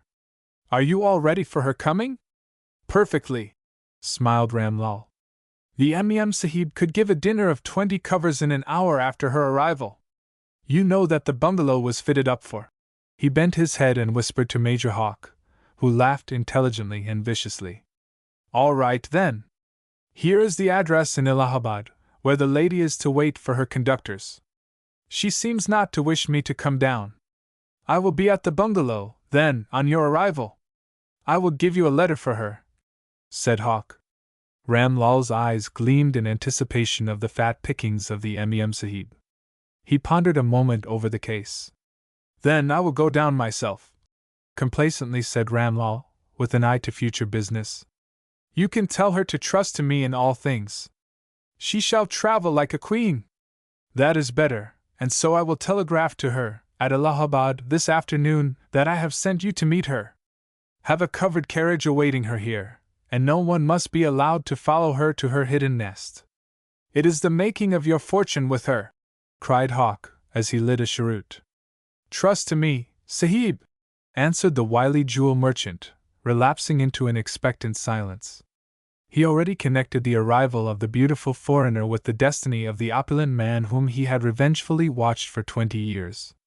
Hugh Fraser Johnstone had heaped up a fortune, but it was not yet successfully deported to England. And the Swiss woman, when may I see her, this morning? Demanded the adventurer, as he dropped into a cool, Japanese chair. My man will bring you the news of her coming, answered the oily old miscreant. I told him to watch her, and run on to warn me. Ram Lal was a wily old Figaro of much experience. Good! Then go outside and wait for her, coolly commanded the young man. When she comes, you can come in and warn me, and I will be ready. Ram Lal obediently left Hawk without a questioning word, and the busy brain of the adventurer was soon occupied with weaving the meshes for the bird nearing the snare. This woman's help is absolutely necessary to me now, he thought, as he contemplated his own handsome person in a mirror. If she can only hold her tongue and keep a secret, she may be the foundation of my fortunes. I think that I can make it worth her while, but she must never fall under the influence of this she-devil in petticoats, who comes tomorrow night. And yet, the Louisan knows she is here. A friendship between them must be prevented. He closed his eyes dreamily, and studied the problem of the future attentively, revolving every point of womanly weakness which he had observed in his past experience. He had finally hit upon the right thing. It came to him just as Ram Lal entered, with his finger on his lip. She is in there, waiting for you, and she came alone, said the crafty merchant. I can perhaps frighten her with the idea that Madame Louisan wishes to supplant her as Lady Bear Leader. The future pickings of this young heiress would be then lost to her. Yes. A woman's natural jealousy will do the trick. So sagely mused the young man as he walked out into the hall, where Ram Lal's treasures were heaped up on every side. There was no one visible in the shop, but Ram Lal silently pointed with a brown finger, gleaming with whitest gems, to a closed door. It was the entrance to the room specially devoted to the superb collection of arms, the regained loot of Delhi, slyly collected in the days of the mad sacking by the revengeful English soldiery. A bottle of rum then bought a princely token. It had been with a guilty, beating heart that Justine Deland abandoned her fair, young charge to the morning ministrations of a bevy of dark-skinned servants. However, the sturdy Genevese waiting maid who had accompanied them to India was at hand, when the spinster incoherently murmured her all too voluble excuses for an early morning visit to the European shops on the Chandni Chowk, and then fled away as if fearful of her own shadow. She was duly thankful that no one had observed her entrance to the jewel shop, and the refuge of the room, pointed out by the amiable Ram Lal, at once reassured her. Justine was accorded a brief breathing spell by the fates as the Major settled his plans. It did not seem so very hard, this first fall from maidenly grace, when Major Alan Hawke, entering the little armory chamber, politely led the startled woman to a seat, with a graceful self-introduction. I should have recognized you anywhere, Mademoiselle Justine, deftly remarked the Major, by your resemblance to your most charming sister. You have, I hope, received some private letters from her, with regard to my visit? The Swiss Gavariant faltered forth her affirmative answer, while secretly approving the enthusiastic judgment of her distant sister upon this most admirable Crichton of English majors. Then, said Hawke alluringly, we must be very good friends, you and I, for we are alone together, among strangers, in this faraway land. Then he calmly dropped into an easy discourse, in which Geneva and Sister Euphrosyne punctuated the graceful flow of his friendly chat. There was nothing very sinful in the debut of this little intrigue. "Let us always speak French," said Alan Hawke, with a quiet, warning glance at the closed door. "These same soft-eyed Hindustanis are the very subtlest serpents of the earth. The only way to do is never to trust any of them." The Major was busied in carefully taking a mental measurement of Mademoiselle Justine, who, still well on the sunny side of 40, was really a very comely replica of her severer intellectual sister. Justine Deland still lingered in that temperate zone of life where a fair fighting chance of matrimony was still hers. "If a ray of sunshine ever steals into the flinty bosom of a Swiss woman, there may be a gleam or two still left here," mused the Major, most adroitly avoiding all reference to Justine's rosebud charge, and only essaying to place her entirely at her ease. But, in proportion as he gracefully labored, the frightened governess began to realize the danger of her situation. "I hope that no one will observe us," she said, speaking rapidly and under her breath. "Mr. Johnstone is so eccentric, so haughty, and so very peculiar." Her distress was evident, and the gallant Major at once hastened to allay her fears. "I have already thought of that. My old friend, Ramlal, has a lovely garden in rear of his house, and that we will be entirely unobserved. For I have so much that I would say to you." It was with a sigh of relief that the frightened woman hastily passed to Ramlal's spacious snuggery in rear of his jewel mart, and was soon ensconced in a little pagoda, where Major Hawke seated himself at her side and skillfully took up his soft refrains. In half an hour they were thoroughly en bon rapport, for the graceful Major Hawke adroitly conversed with his laughing eyes frankly beaming upon the lonely woman. He had drawn a long breath of relief when he ran over the letter which the delighted Justine frankly submitted to him for his inspection. The fair Euphrosyne's secret advices justified his warmest anticipations.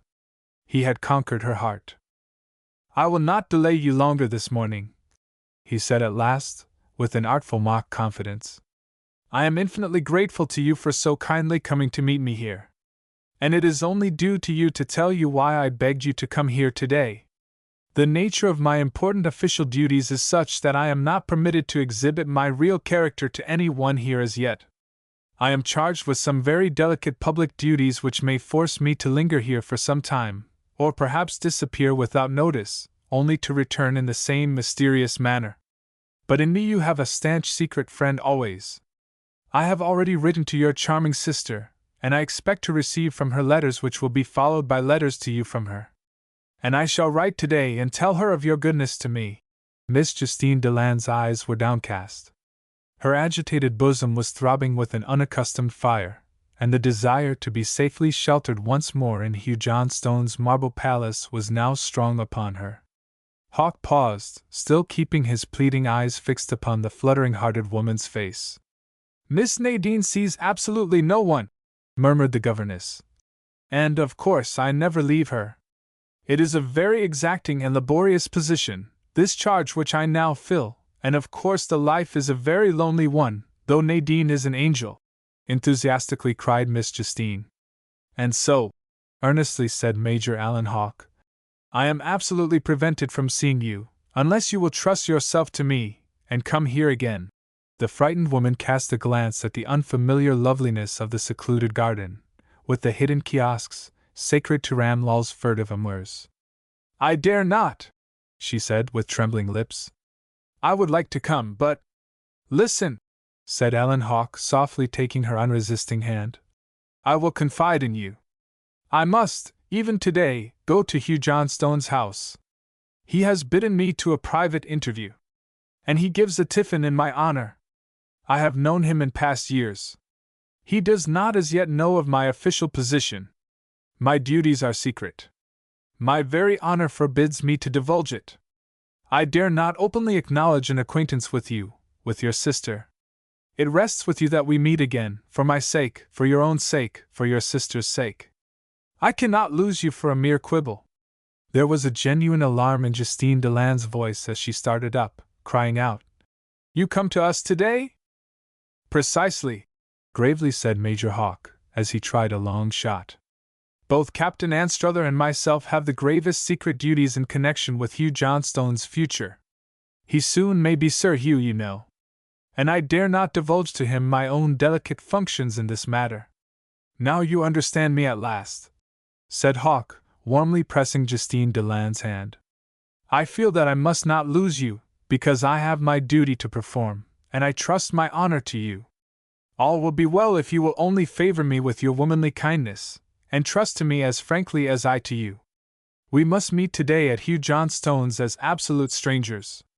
We must also remain strangers to all appearances for a time, he said at last. The Swiss spinster gazed up at him piteously. May I not even tell Nadine? She faltered. Ah, carelessly said Alan Hawke. She is a mere child. I shall probably never see her. It is you alone that I would trust. Will you not come here again? I dare not, for your own sake, detain you longer now. The timid woman glanced hurriedly at her watch. I have been here already too long, and I must go. And there is so much I would say to you. She was almost handsome in her blushing confusion. Then you will come again here? Ramlal is my old factotum, the young major pleaded. I will come, the half-subjugated woman whispered under her breath. But when? Her eyes were meekly downcast, and her faltering voice trembled. The day after tomorrow, at the same time, said Alan Hawke, his heart leaping up in a secret victory. But no living soul must ever know of it. I will be here in the pagoda, waiting for you. Ramlal will wait for you himself and admit you. Do you promise? He said, with a glance which set her pallid cheeks aflame. I promise. I promise. Let me go, now, gasped the excited woman. With stately courtesy, the major then led her back into the jewel merchant's luxurious lounging room. Wait here for a single moment, he whispered as he quickly poured out a glass of cordial. And then, returning in a few moments, he clasped upon the woman's wrist a bracelet of old Indian gold, whose flexible links glittered with the fire of a row of old Indian mine stones. Justine Deland sat mute, as if dreaming. Our little secret is now all our own, he pleasantly murmured. Remember! Should we meet at the Marble House, you do not know me. Can you trust yourself? You must, for my sake. This will help you to remember our first meeting. You may depend upon me, whenever you may wish to call upon me, she whispered. I will come. And then she fled away, with soft, gliding steps, to regain the safety of her own room before the trying hour of tiffin. Major Alan Hawke closed the door, and laughed softly as he threw himself into a chair. They are all the same, he mused. Not a bad morning's work. For she will never tell our little secret. And she will surely come again. She may be my salvation here. Madame Louison, I now debit you just £30, laughed Major Alan Hawke, as he deftly blew a kiss in the direction of Allahabad. You shall pay for this bracelet, and much more. You shall pay for all. And I'll set this soft-hearted Swiss woman on to watch you, and you shall pay her well, too. Now for my old friend, Hugh Johnstone. He waited in a most happy frame of mind till his carriage bore him to the club for an elaborate Anglo-Indian toilet. There was a crowd of eager gossips secretly tracking him who watched him roll away in state to the Marble House. By Jove! I believe that he is the coming man, said old Captain Werner. I wonder if this handsome young beggar is really going in for the Veiled Rose of Delhi. Just his damned luck. And then the loungers left the club window and drank deeply confusion to the would-be wooer's stratagems. All unconscious of their busy curiosity, the gallant Major Alan Hawke calmly descended at the Marble House, with a secret oath now registered to ignore the very existence of Nadine Johnstone. The old man is always harping on his daughter, he mused. I must throw this old beggar off his guard thoroughly today, once and for all. He must never think that I, too, am harping on his daughter. But only let me get to the core of this old secret of the jewels, and I will find a way to frighten the baronet-to-be until he opens his miserly old heart. And so the wary guest sought his old friend's presence. When Major Alan Hawke's neat trap drew up before the Marble House, there was an officious crowd of Hindu underlings in waiting to welcome the expected guest. Casting his eyes around the wide hall gleaming with its superb trophies of priceless arms, with a quick glance at the crowd of sable retainers, Major Hawk realized in all the barren splendors of the first story the absence of any womanly hand. As he followed the obsequious house butler into a vast reception room, he murmured, "A diplomatic tiffin, I will warrant. The old fox is sly." He wandered idly about the commissioner's sanctum, admiring the precious loot of years, displayed with an artfully artless confusion. On the walls, a series of beautiful Highland scenes recalled the Land o' Lakes. Pausing before a sketch of a stern old Scottish keep of the Moyenne age, Major Allen Hawke softly sneered, "Oatmeal Castle, the family stronghold of the old line of the Sandy Johnstones, née Fraser." And picking up the last number of the Anglo-Indian Times, he then affected a composure which he was far from feeling. "Damn this sly Scotsman! Why does he not show up?" was the chafing soliloquy of the Major, now anxious to seal his re-entree into Delhi society with the open friendship of the most powerful European civilian within the battered walls of the wicked city.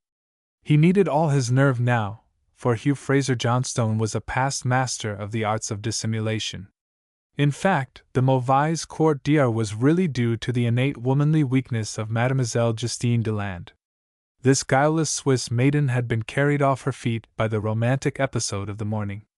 Her cool palms still tingled with the meaning pressure of the handsome Major's hand. She had hastened away to her own apartment, as a wounded tigress seeks its cave for a last stand. The concealment of the diamond bracelet was a matter of necessity, and with a beating heart she buried it deep under the poor harvest of paltry Delhi trinkets which she had already gathered, with a mere magpie acquisitiveness.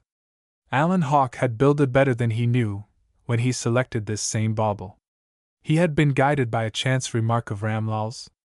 "Give her that," said the crafty old jeweler. "She has priced it a dozen times since her first coming here." It was the ultima thule of personal decoration to her. The Swiss governess reserved the secret delight of donning the glittering ornament until she was positive that no telltale spy had observed her innocent assignation with her sister's chivalric friend. "He must be rich and powerful," she murmured as she fled from her room to play the safety game of being found with the heiress when her Prince Charming should arrive.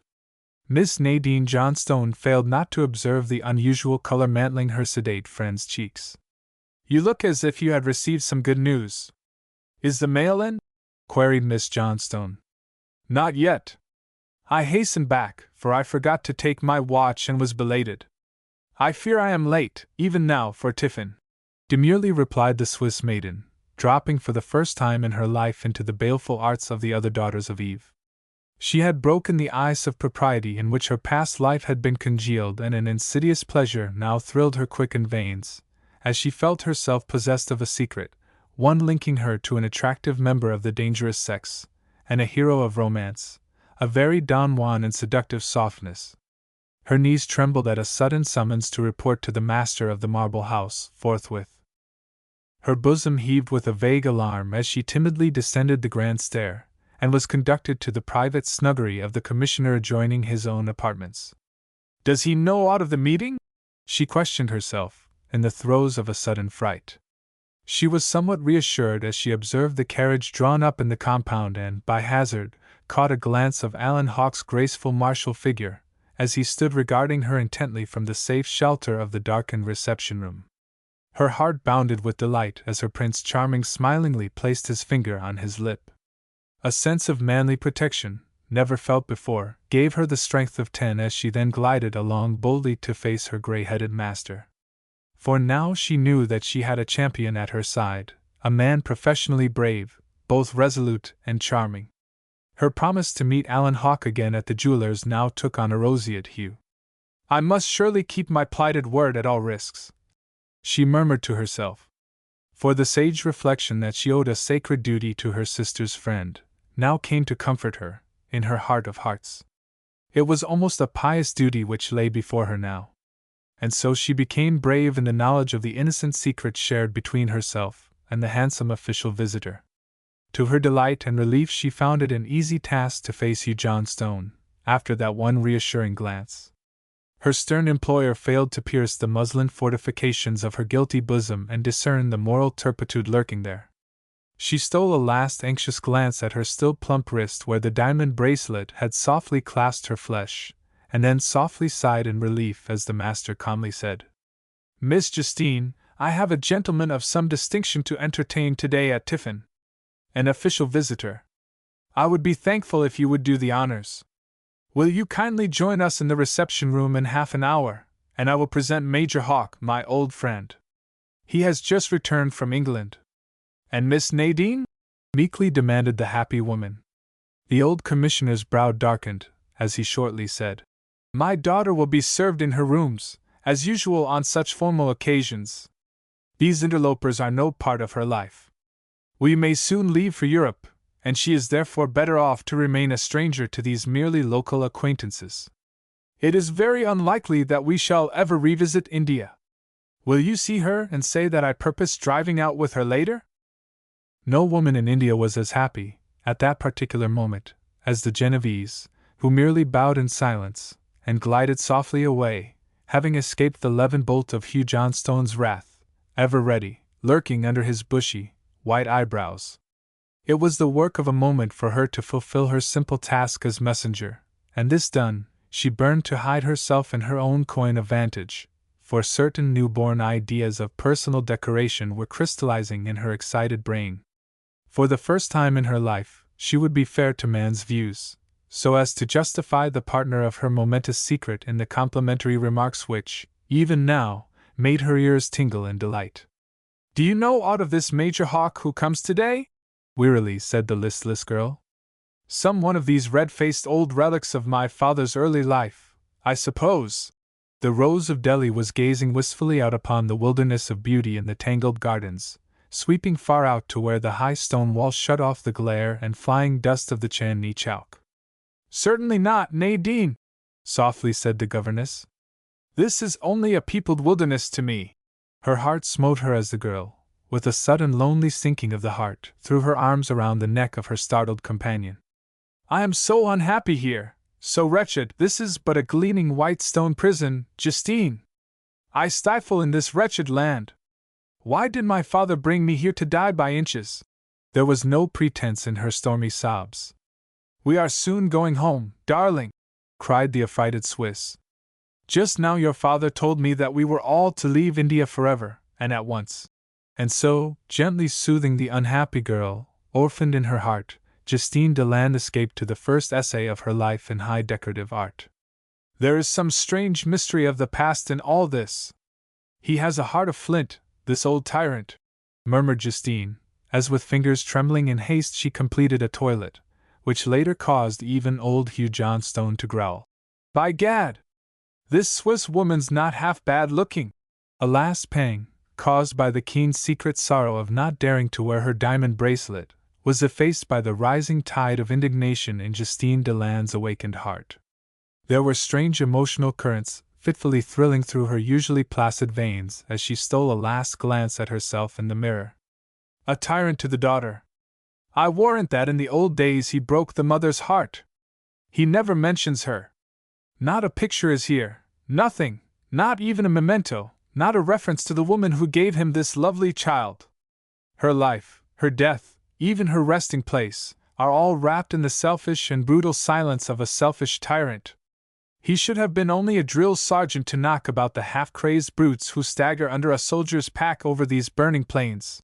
It suddenly occurred to her that in some mysterious way Major Alan Hawke's coming would contribute to the rescue of the captive princess.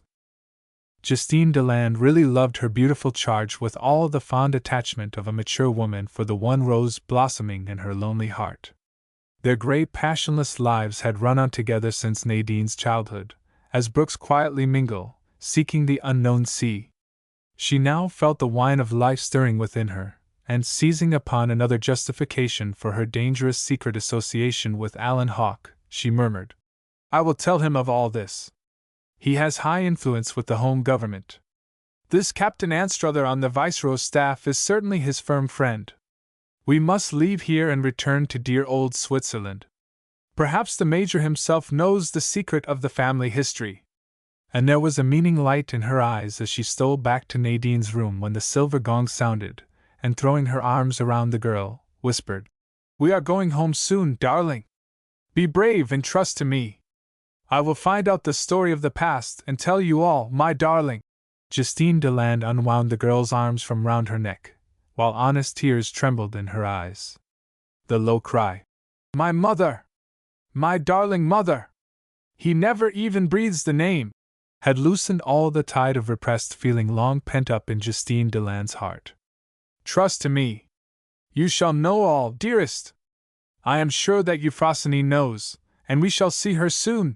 So, with an added reason for their second meeting, Miss Justine descended the grand marble stair, murmuring, "He shall tell me all he knows. He can search the past here. He can help me, and he must, for Nadine's sake." And as he bowed low before her in courteous acknowledgment of the master's presentation, Alan Hawke caught the lambent gleam of the newly awakened fires in Justine Deland's eyes. "She is another woman," he mused. With one silent glance of veiled recognition, Alan Hawke returned to his diplomatic fence with the wary old nabob who sat at the head of the glittering table. He was in no doubt now as to the second meeting at Ram Lal Singh's shop, for Justine Deland's eyes promised him more than even his habitual hardihood would have dared to ask. "What the devil's up now?" he mused. "Something about the girl, I warrant. I suppose that the old brute has exiled her here for safety." And then and there, Alan Hawke swore to reach the side of the veiled Rose of Delhi, though the cold grey eyes of the host never caught him off his guard a moment in the 2 hours of the pompously drawn-out feast. Both the men were keenly watching each other now.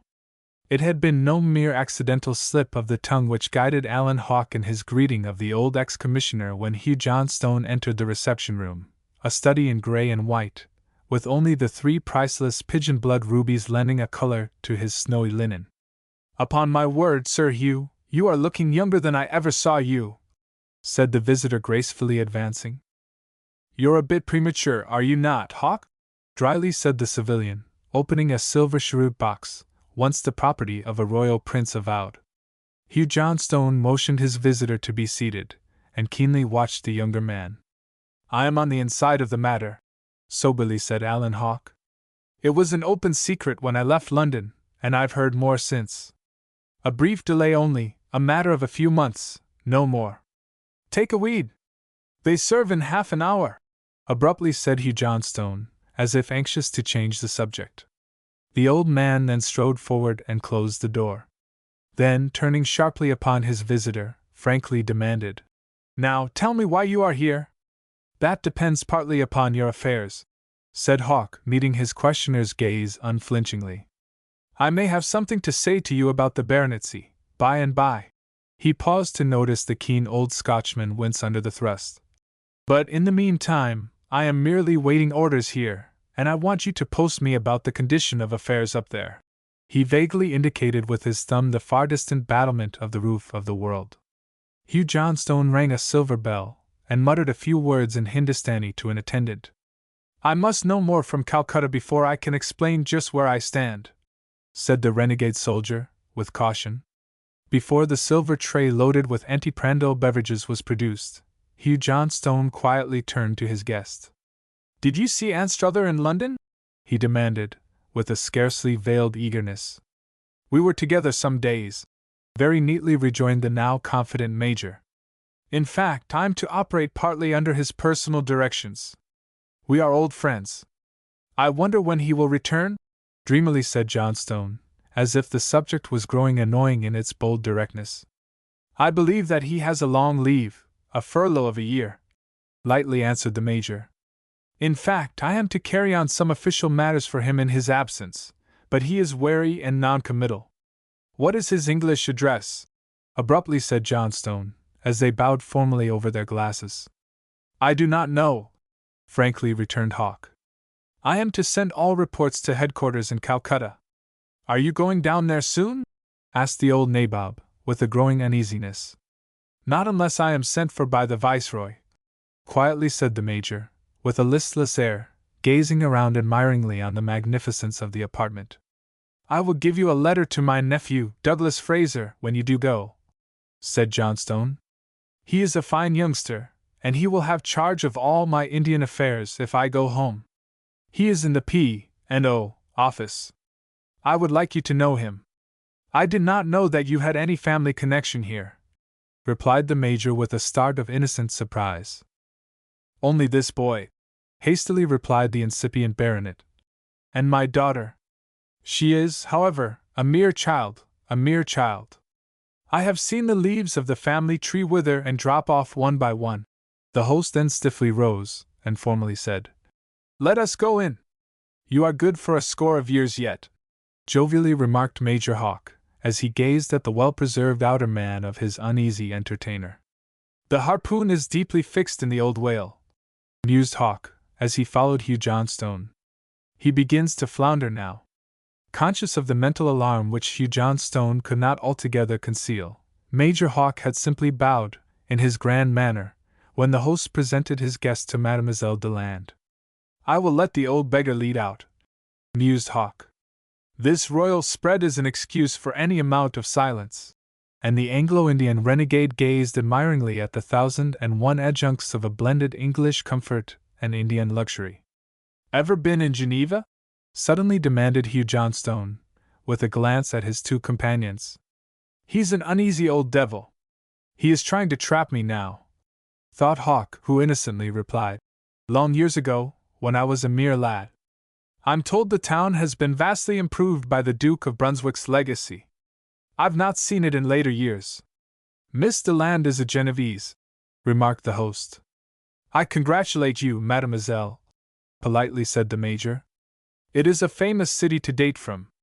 It was evident that the spinster was held in reverent awe of her employer, for she guarded a judicious silence, as with a formal bow she at last left the table at the graciously permitting nod of Hugh Johnstone. There was a cold and brooding restraint, which had seemed to cast a chill even over the sultry Indian midday, but Justine's smile was bright and winning as she faintly acknowledged with a blushing cheek Major Hawk's gallantry as he sprang up and opened the door for the retiring lady. She will come, gaily throbbed the Major's happy heart. Alan Hawk was now thoroughly on his guard. He had never lifted an eyebrow at the mention of Miss Johnstone. He had dropped Justine Deland like a plummet into the lake of forgetfulness, and watched Hugh Johnstone's listless trifling with the dainties of the superb collation. The raw-boned old Scotsman leaned heavily back in his chair. His bony hands were thin and claw-like, his bushy white beard and eyebrows gave him a service aspect, while his cold blue eye gleamed out pale and menacing as the pole star on wintry Arctic seas. His broad chest was sunken, his tall form was bent, and a visible air of dejection and unrest had replaced the sturdy vigor of his early manhood. He was sipping a glass of pale ale in silence when Hawk neatly applied the lance once more.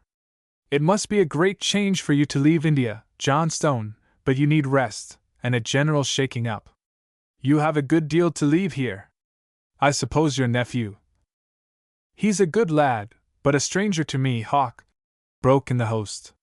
The fact is, I am as yet undecided.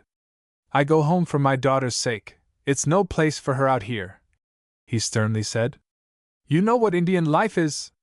Hawk bowed, and mutely cried. Peccavi. He had been a part of it. I'm waiting for the action of the government. This baronetcy. I must talk with you about it. I might have had the Star of India. You see, it's an empty honor. And I hate to break away for good, after all. Do you know anything from Anstruther? He was up here, you know. I have him now, secretly exulted Hawk, as he said gravely. You know what duty is. I cannot speak as yet, but you can depend on me as soon as my honor will permit. Yes, I know, said Hugh Johnstone, with a sigh, rising from the table. You must make yourself at home here. In fact, I am thinking of sending my daughter back to Europe. Douglas Fraser can have them well bestowed. That is, if I have to remain and fight out this baronetcy affair, then I could put you up here. Alan Hawk bowed his thanks. They had wandered back to the reception room. With an affected surprise, the Major consulted his watch. By Jove! I've got a heavy official mail to prepare, and I'm to dine today with Harry Hardwick, of the Engineers. General Willoughby wants a private conference with me, and Hardwick is the only confidential man he has. He gets his majority soon, and Willoughby will lose him on promotion. A fine fellow and a rising man. See here, Hawk. Come in tomorrow and dine with me at 7. I want to have a long talk with you," said the uneasy host. "You may absolutely depend on me, Sir Hugh," heartily answered the visitor, with a fine forgetfulness as to the title. When he rode away, Major Hawk caught sight of a womanly figure at a window above him, watching his retreat in due state, and there was the flutter of a handkerchief as his carriage drove around the oval. "I wonder if Ramlal knows about the jewels. I must buy him out and out, or make Bert Louison do it unconsciously for me." So mused the victorious renegade. "He is afraid of me. Now to dispatch Ramlal to Allahabad. I must only see Bert Louison, at night, in her own bungalow, for my shy old bird would take the alarm were we seen together. What the devil is her game? I know mine, and I swear that I will soon know hers. I have him guessing now. I must hunt up Hardwick and call on old Willoughby to keep up the dumb show. Johnstone may watch me, very likely he will. He is afraid of some coup de theatre." He drove in a leisurely way back to the club and sported the oak after giving Ramlal his last orders. "I think I hear the jingle of gold in the near future, as the Yankees say, and Miss Justine, you shall open the way to the veiled rose of Delhi for me, while Bert Louison tortures this old vetch. Placez-vous extremes! Placez-vous extremes!" He laughed. Book 2. A Devil for Luck. Chapter 6. The Mysterious Bungalow. If the fates favored Major Allen Hawk upon this eventful day, for as he was contentedly awaiting the news of Ramlal's departure for Allahabad, the card of Captain Harry Hardwick, A.D.C., and of the engineers, was sent up to him. With a neat bit of Indian art, old Ramlal had sent the carriage around to report, as a mute signal of his own departure. It was a flood tide of good fortune. In 10 minutes, the Major and his welcome guest were spinning along in the cool of the evening, toward the deserted ruins of the old city of Delhi. As they passed through the Lahore gate, Hardwick's pith helmet was doffed with a jerk, as a superb carriage passed them, proceeding in a stately swing. Major Allen Hawk bowed low as he caught the cold eye of the would-be Sir Hugh Johnstone. "Who are the ladies, Hardwick?" laughed the Major, as he saw the young officer's face suddenly crimson. "For a man who won the V.C. in your dashing style, you seem to be a bit beauty-shy." They were hardly settled yet for their cozy chat. Hardwick lit a cheroot to cover his evident confusion. "I know," he slowly answered, "that one of them is Miss or Madame Deland, old Fraser's house Dena. I will still call him Fraser, you see. The other is the mystery of Delhi, popularly supposed to be the old boy's daughter, and his sole heiress, Miss Nadine," concluded the young aide-de-camp. "The old curmudgeon keeps her judiciously veiled from mortal ken. No man but General Willoughby has ever exchanged a word with her. The dear old boy, his memory does not go back beyond his last B, and S. He can't even sketch her beauty in words. And she is as hazy, even to the Madam General, our secret commanding officer. There is a continuous affront to society in this old monomaniac's treatment of that girl. You would like to storm the Castle Perilous, and awaken the sleeping beauty?" archly said Hawk, as they rolled along under a huge alley of banyan trees. "Not at all," gravely said Hardwick. "She is only a girl, like other girls, I presume, but this old fool is only fit for the old days, when the kings avowed flew kites and hunted with the cheetah, or, half drunken, dozed, lolling away their lives in these marble screens ananas, with the automatic beauties of the seraglio. Our English canon have knocked all that nonsense silly. Here is a high-spirited, Christian English girl, shut up like a slave. It's only the unfairness of the thing that strikes me." Hawk eyed the blue-eyed, rosy young fellow of 26 with an evident interest. Stalwart and symmetrical in figure, Hardwick's frank, manly face glowed in indignation. "You've won your spurs quickly out here," said Hawk. "You have not been long enough in India to case harden into the cursed egotism of this hard-hearted land, and remember, age, crawling on, has indurated old Fraser Johnstone. He was never an amiable character. What do the ladies of the city say of this strange social situation? I never knew that the old beast had a daughter till today." Captain Hardwick wearily replied. "They all hold aloof, of course, after some very rough rebuffs, as I believe the old boy will clear out for good when he gets his baronetcy. It's possible that the girl is half a foreigner after all, mused Hardwick. The Diana is surely a continental. Yes, but she seems to be a very nice person.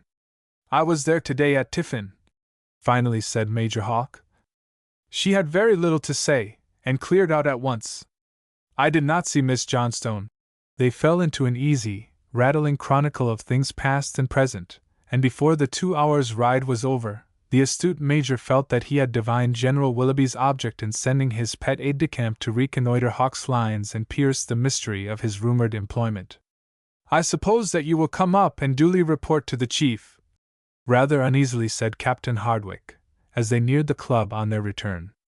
Hawk cast a glance at the superb domes of the Jumma Masjid towering in the thin air above them, as he slowly answered, I am only here on a roving secret commission. I shall call, of course, and pay my personal respects to His Excellency, the General Commanding. I am an official will-o'-the-wisp, just now, but my blushing honors are strictly civil, and, by the way, in expectancy. Where does your promotion carry you? Oh, anywhere, everywhere, laughed Hardwick. I may be sent home. I'm entitled to a long leave, there's my wound, you know. I've only stayed on here to oblige Willoughby. It was easy to see that the frank, splendid young fellow was but awkwardly filling his role of polite inquisitor, for they talked shop a couple of hours over a bottle at the club, and Hardwick at last took his leave, no whit the wiser. If he did not post me as to the heiress, at least, old Willoughby gets no valuable information, laughed the Major that night. The boy seems to be ambitious and heart-whole. Old Johnstone will soon clear out to the Highlands, I suppose, with this hidden pearl. But Major Hawk laughed softly when the morning brought to him a personal invitation to dine, informally, with General Willoughby. Wants to know, you know, laughed the Major. All I have to do is to keep cool and let him drink himself jolly, and so, answer his own questions. That Hardwick is an uncommonly fine young fellow, so decided the Major, as he splashed into his morning tub. There was one man, however, in Delhi who now viewed Hawk's presence with a secret alarm, amounting to dismay. It was the stern old miserly Scotsman who had paced his floor half the night in a vain effort to reassure himself. What does he know? I must have old Ramlaw watch him, mused Hugh Johnstone. I was a fool not to have cleared out from here months ago, before these spies were set upon me. First Anstruther, now this fellow, Hawk, and perhaps even Hardwick. If it were not for the old matter I would go tomorrow, and let the baronetcy go hang, or find me in the Highlands. But I must make one last attempt to get them out. I must. And the old man slept the weary sleep of utter exhaustion. Before the nabob awoke, Captain Henry Hardwick, swinging away on his morning gallop, had reviewed the strange attitude of Major Hawk. He is very intimate with Hugh Johnstone, and he is a man of the world, too. I will yet see this charming child, when the ban of her prison seclusion is lifted. He vaguely remembered the one timid and girlish glance of the beautiful dark eyes, when he had been presented, pro forma, to the veiled Rose upon that one memorable state visit. He then rode out of his way to gaze at the exterior of the great marble house, and was rewarded by the sight of a graceful woman walking there under her governess's escort in the dewy freshness of the early morn. He doffed his helmet as Miss Justine paused among the flowers, and then Miss Nadine Johnstone looked up to see the graceful rider disappear behind the fringing trees. That was Captain Hardwick, was it not? Asked the lonely girl. Miss Justine was busied in dreaming of her meeting of the morrow. Yes, it was, she absently replied. They tell me that he nobly risked his life to save his wounded friend, dreamily continued Nadine. He gave back to a father the life of an only son at the risk of his own. How brave, how noble! And Justine gazed at her charge in surprise, as the beautiful Nadine bent her head to greet her sister Flowers.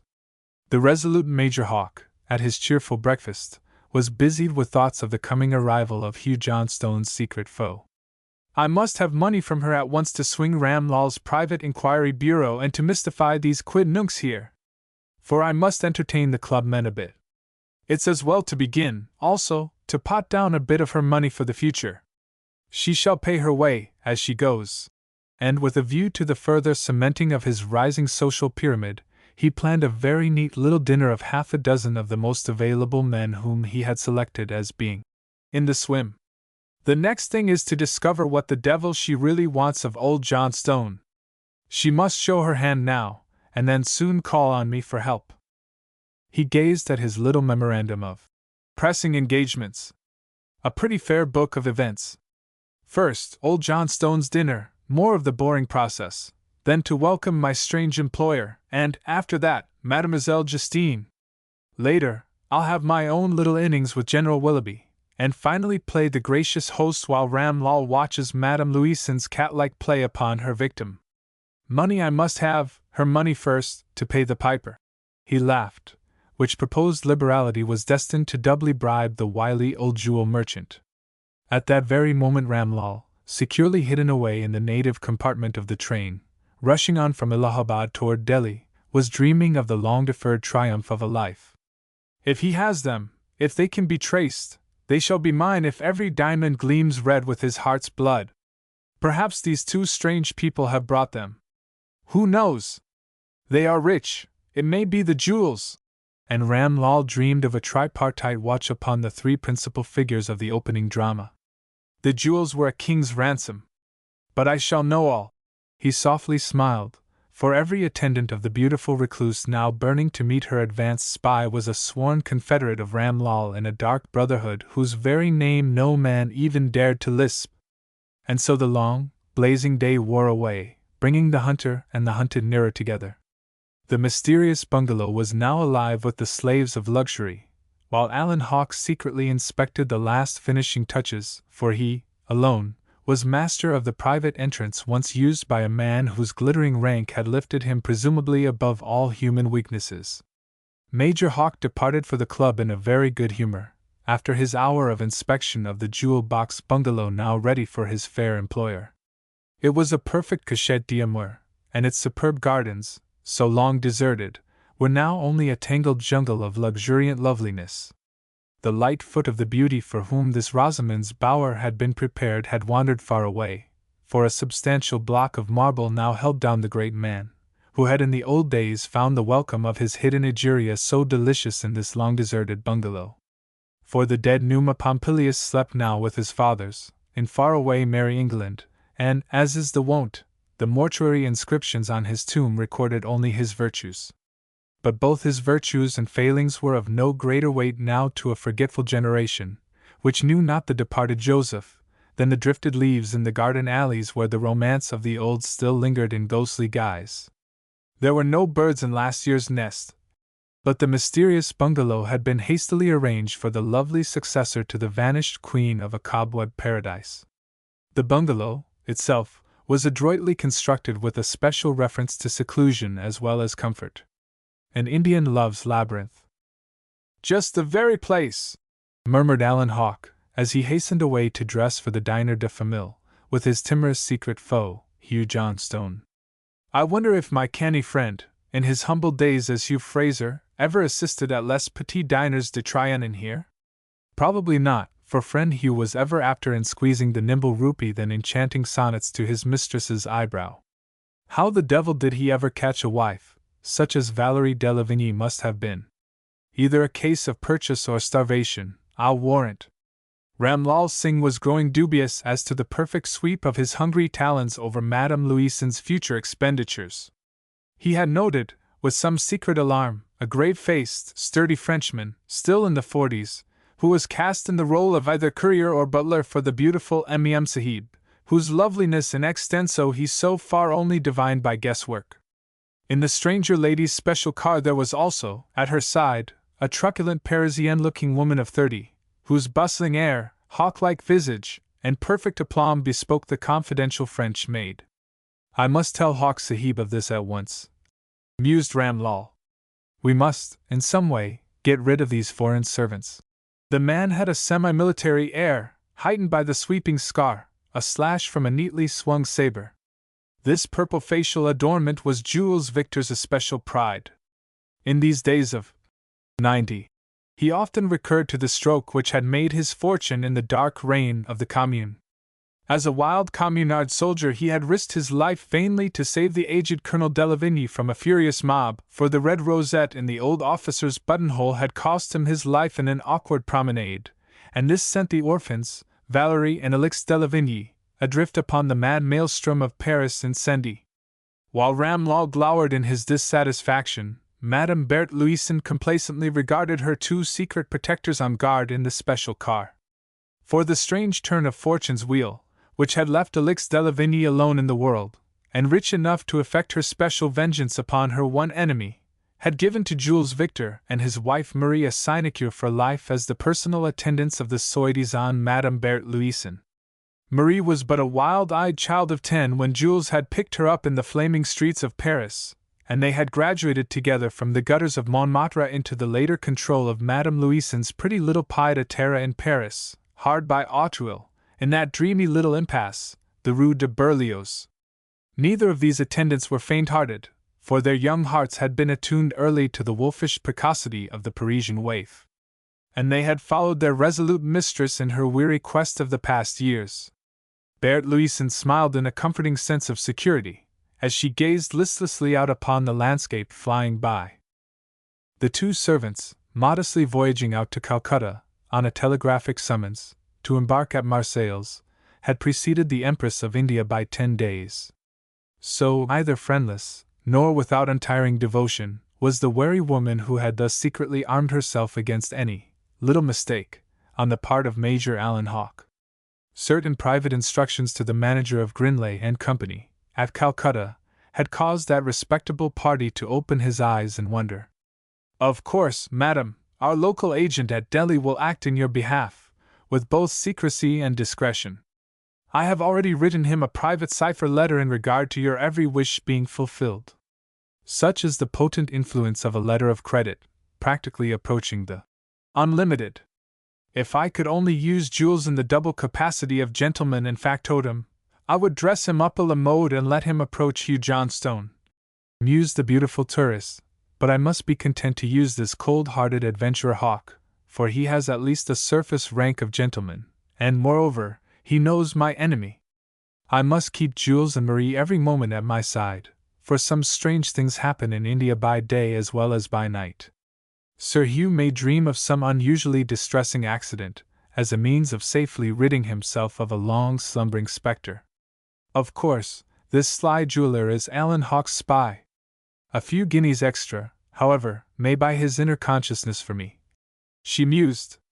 And so it fell out that Ram Lal Singh was destined to drop into the secret service of both Hawke and the fair invader. And, as yet, neither of his intending employers could divine the dark purposes of the oily rascal who had stealthily watched Hugh Fraser for long years to slake the hungry vengeance of a despoiled traitor to the last king of Oudh. Major Hawke found the tete-a-tete dinner with Hugh Johnstone a mere dull social parade.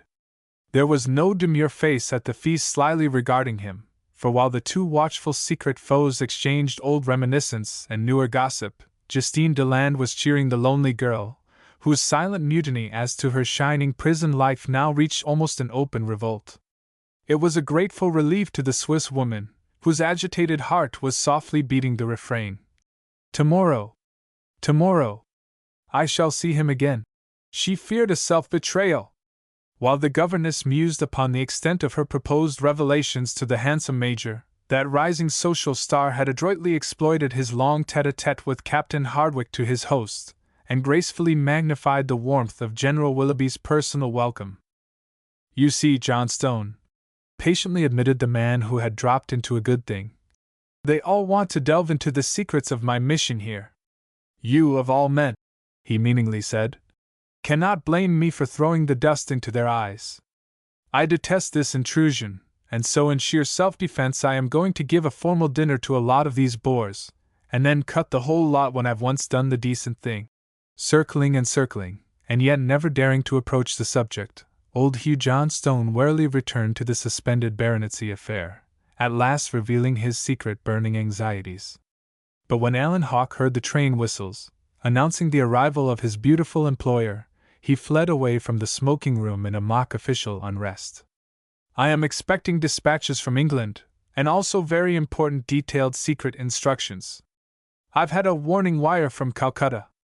He had broken off the séance brusquely with a design of his own, and he rejoiced as Hugh Johnstone brokenly said, "Let me see you very soon again. I must have a plain talk with you."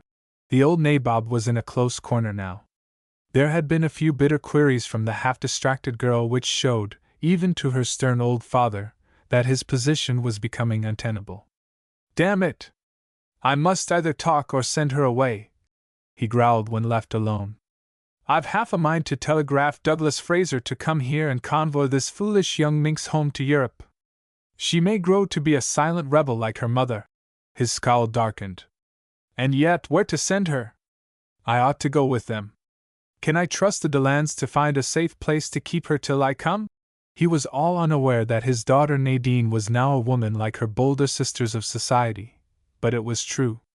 The chrysalis was nearing the butterfly stage of life and beating the bars with her wings.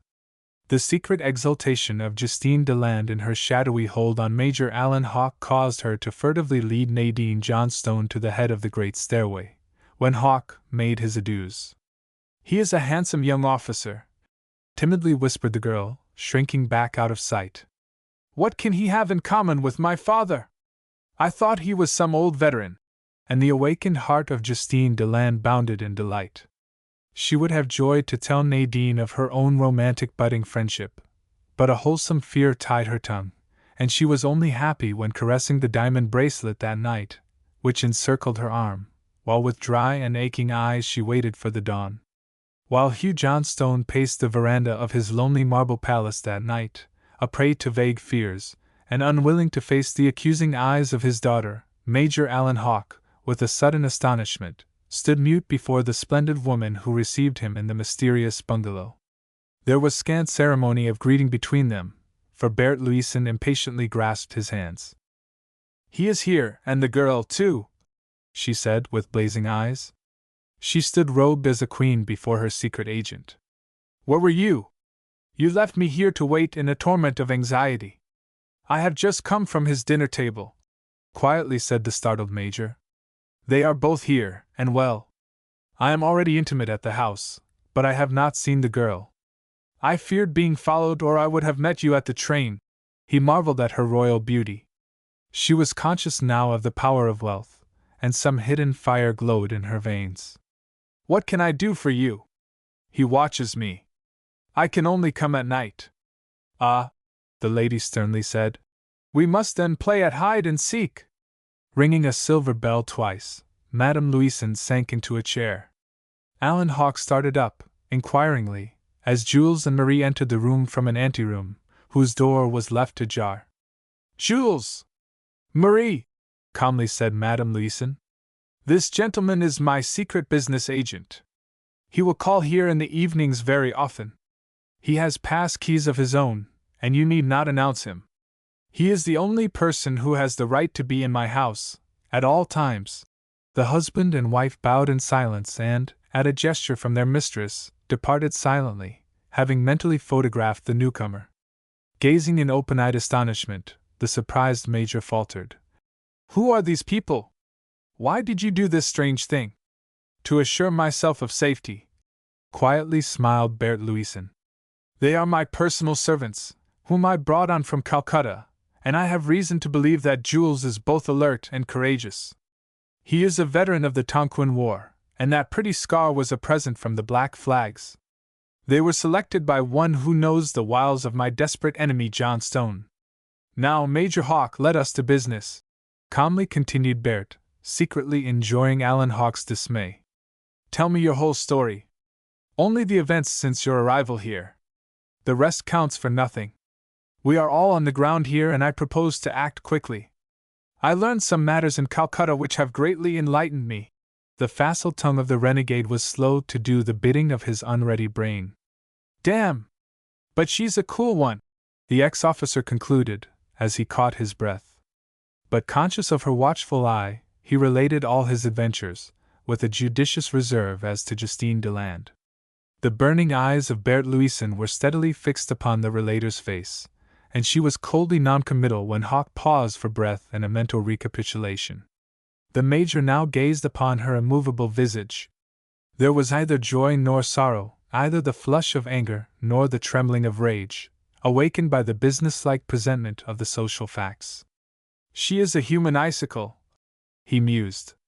She has some deadly hold on him. Can you trust this Ram Lal Singh? The woman demanded in a businesslike tone. Alan Hawke nodded decisively. He knows Hugh Fraser Johnstone well? Queried Bert. They have been companions in the mixed line or Delhi since the mutiny, earnestly replied Hawke, slowly concluding. And Ram Lal has been Johnstone's broker in selecting his almost unequaled Indian collection. Ram is a thief, like all Hindus, but he is square to me. I hold him in my hand. You can trust to him, but only through me. Bert Louison raised her eyes and then fixed a searching glance upon Alan Hawke, as if she would read his very soul. And can I trust you? She said, almost solemnly. You remember our strange compact, madam, coldly said Alan Hawke. Here, face to face with the enemy, I expect to know what is required of me, and also what my future recompense will be. Ah, I forgot, mused the strange lady of the bungalow. You have the right to teach me a lesson, in both manners and business. I forgot how sharply I had drawn the line myself. Well, sir, I will trust to you without any assurance on your part. She rang the silver bell at her side, once, and the silent Jules appeared, as attentive as Rastighello in the boudoir of the Duchess of Ferrara. My traveling bag, Jules, said the lady, in a careless tone. There was a silence punctuated only by Alan Hawke's heavy breathing, until the silent servitor returned, bowing and departing without a word, as he placed the bag at Madame Louison's side. With a businesslike air, the lady handed Alan Hawke a sealed letter, addressed simply. Hugh Fraser Johnstone, Esq. Delhi. Near at hand, in the open bag, the watchful major saw the revolver and dagger once more which he had noted, at Lausanne. Let Ram Lal deliver that personally to the would-be baronet, tomorrow morning at 8 o'clock. He is to say nothing. There will be no reply, measuredly remarked the strange woman whose life as Alix de la Vigne had brought to her the legacy of an undying hatred for the man whom she was about to face. This will bring Hugh Johnstone to me at once. That is all? Stammered Alan Hawke, as he received the document, respectfully standing at attention. No, not quite all, laughed Bert Louison. Pray continue a career of judiciously liberal social splendor here, an external swelling port just suited to a man whose feet are planted upon a financial rock. But do not overdo it. It might excite Hugh Johnstone's alarm. Here is £500 in notes. There will be no accounts between us. And I am to do nothing else? Cried Hawke in surprise. I fear to have you meet this man alone. He is rich, powerful, and crafty. The nature of your business, I fear, is that of deadly quarrel. Remember, this man is at bay. He is unscrupulous. I fear for you. The renegade spoke only the truth. For dark memories of Hugh Fraser's bitter deeds in days past now thronged upon his brain. Fear not for me, cried Bert Louison, springing up like a tigress in defense of her cubs. Do you know that his life would be the forfeit of a lifted finger?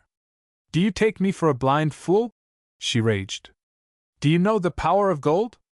Ah, my friend, there are unseen eyes watching my pathway here, and may God have mercy upon any one who practices against me, in secret. Any strange happening to me would be fearfully avenged. As for this flinty-hearted brute, he would never even reach that threshold alive, if he dared to threaten. Go! Leave him to me. Come here tomorrow night. I shall have need of your cool brain and your ready wit. My only task was to find him and the girl together. And if I am questioned about you? If anything occurs? Persisted Alan Hawke. Simply ignore my existence. If we meet, we are strangers, gasped Bert, who had thrown herself on a divan. Obey me without questioning my motive. Each night you will receive orders for the next day, should I need your secret hand. Go now. I am tired. I must be ready to meet this man. Alan Hawke had reached the door, but he turned back. And as to Ram Lal? What shall I do? The woman's eyes flashed fire. Leave him also to me. I will handle him. A few rupees will serve as his bait. Stay! You say that this Swiss woman, Justine Deland, is sympathetic, and seems to be a worthy person? She was scanning his impassive face with steely glances now. She is younger than her sister Euphrosyne, gravely said Alan Hawke, and not without some personal attractions. Her older sister adores her. Even this old brute, John Stone, seems to treat her with great respect and deference. There is the only danger to us. Watch that woman. Mingle freely in the Johnstone household, said Bert wearily, but never cast your eyes toward Nadine. Never even hint to this Swiss governess that you have seen her sister. After they return to Europe it is another thing. Silence and discretion now.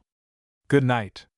Come tomorrow night at 10 o'clock, all will be quiet, and you can steal away from the club in safety.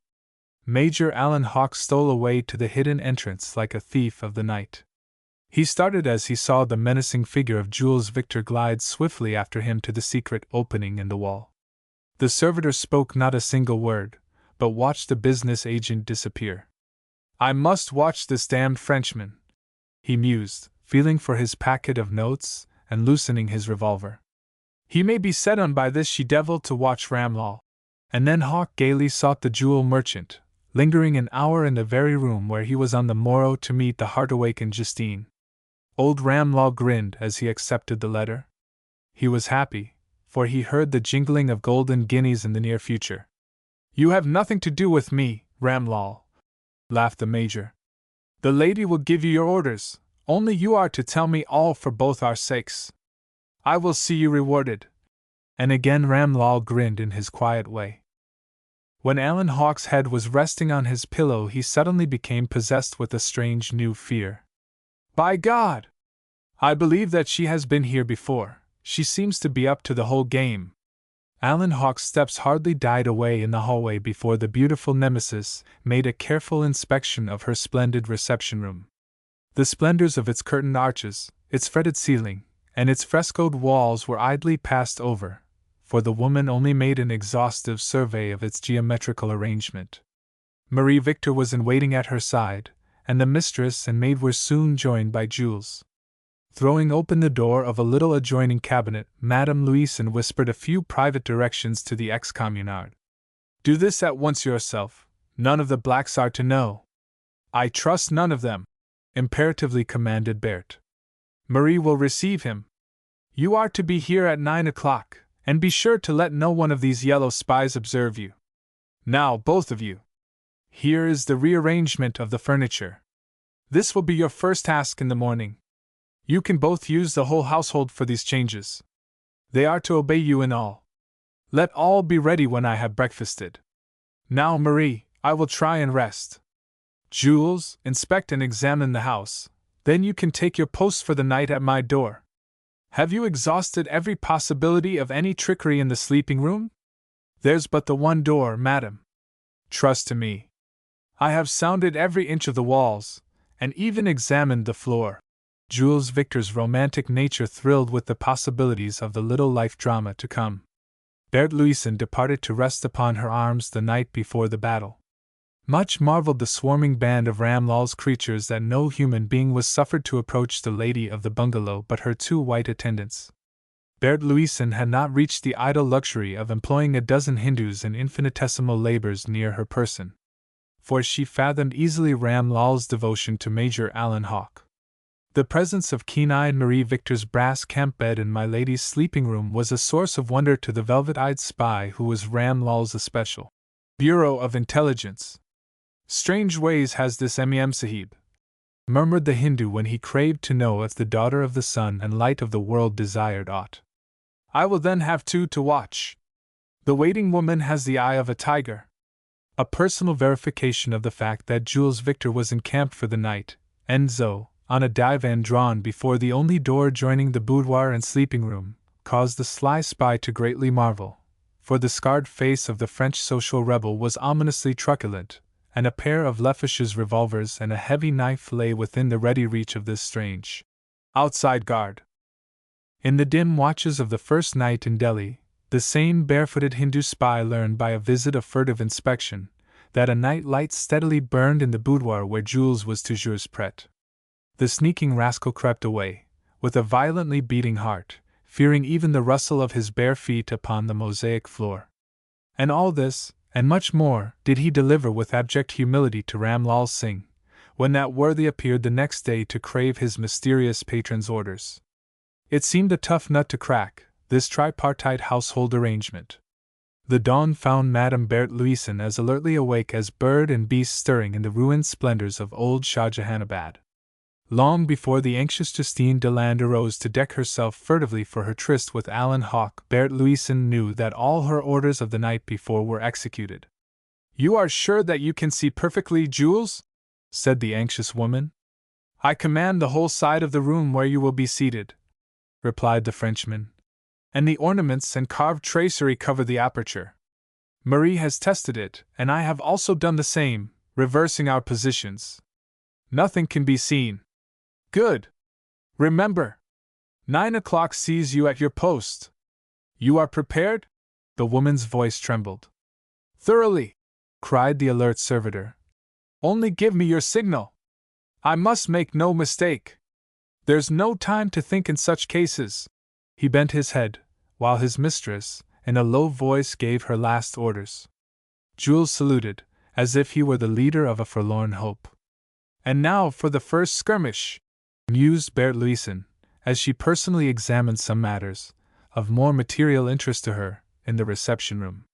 The rearrangement of the furniture seemed to be satisfactory, and Madame Berthe Louison composedly busied herself with the arrangement of a writing-case, and a few womanly articles upon the table which she had chosen as her own peculiar fortification. A few moments were wasted upon trifling with a well-worn envelope, now carefully hidden in her bosom. This maneuver passed the time needed for a stately carriage to sweep up from the open grand gate of the bungalow to the raised veranda steps. "There he is," she grimly said. "Now for the first blood." A man who was shaking with mingled rage and fear hastily strode across the broad portico, as Berthe Louison glided away from the curtained window and confidently resumed her own chosen chair. Her bosom was heaving, her eye was fixed and stern, and she steadily awaited her foe, for one last warning whisper had reached her hidden servitor. When Marie Victor threw open the double doors of the reception-room, on its threshold stood the towering form of the man whom Alix de Lavigny had known in other years as Hugh Fraser, the man whose pallid face told her that he knew at last that he was under the sword of Damocles. Clad in white linen, his sun helmet in his hand, steadying himself with a jeweled bamboo crutch-handled stick, the old Anglo-Indian waited until Berthe Louison's voice rang out, as clear as a silver bell. "Marie! I am not to be interrupted," she calmly said. "You may wait beyond, in the anteroom." The woman who had emerged from the dark penumbra of a dead past, to torture the embryo baronet, gazed silently at the stern old man glowering there. Striding up to her, the insolent habit of years was strong upon him, as he hoarsely said, "What juggling fiend of hell brings you here?" Without a tremor in her voice, the Lady of Jaitamir replied, "I came here to undo the work of years. To teach an orphaned girl to know that a love which hallows and which blesses can reach her from the grave in which your cold brutality buried the only being I ever loved. She shall know her mother, from my lips, and not wither in the grey hell of your egoism. I have searched the world over, and found you, at last, together. By God! You shall never even see her face, you she-devil!" cried the infuriated old man, nearing the defiant woman. "You were the go-between for your worthless sister and that Russian cur, Trubetsko. You lie! Hugh Fraser, you lie!" cried Berthe in a ringing voice. "You crushed the flower that fate had drifted within your reach. You turned her into the streets of London to starve. You robbed her of her child, all this to feed your own flinty-hearted tyrant vanity. She was divorced from you by a royal Russian decree, before she married the man whose heart broke when she was laid in the tomb. She rests with the princes of his line, and her tomb bears the name of wife." The old nabob crept nearer, growling, "You shall never see the child's face." Then Alix de Lavigny sprang up and faced him. "There she is! On my heart! Just what her mother was, before you sent her to an early grave. Valerie died hungering for one sight of that child's face." Throwing the picture of Nadine Johnstone on the table, the Lady of Jaitamir said, Pierre Trubetsko left to me the wealth which makes me your equal. I fear you not.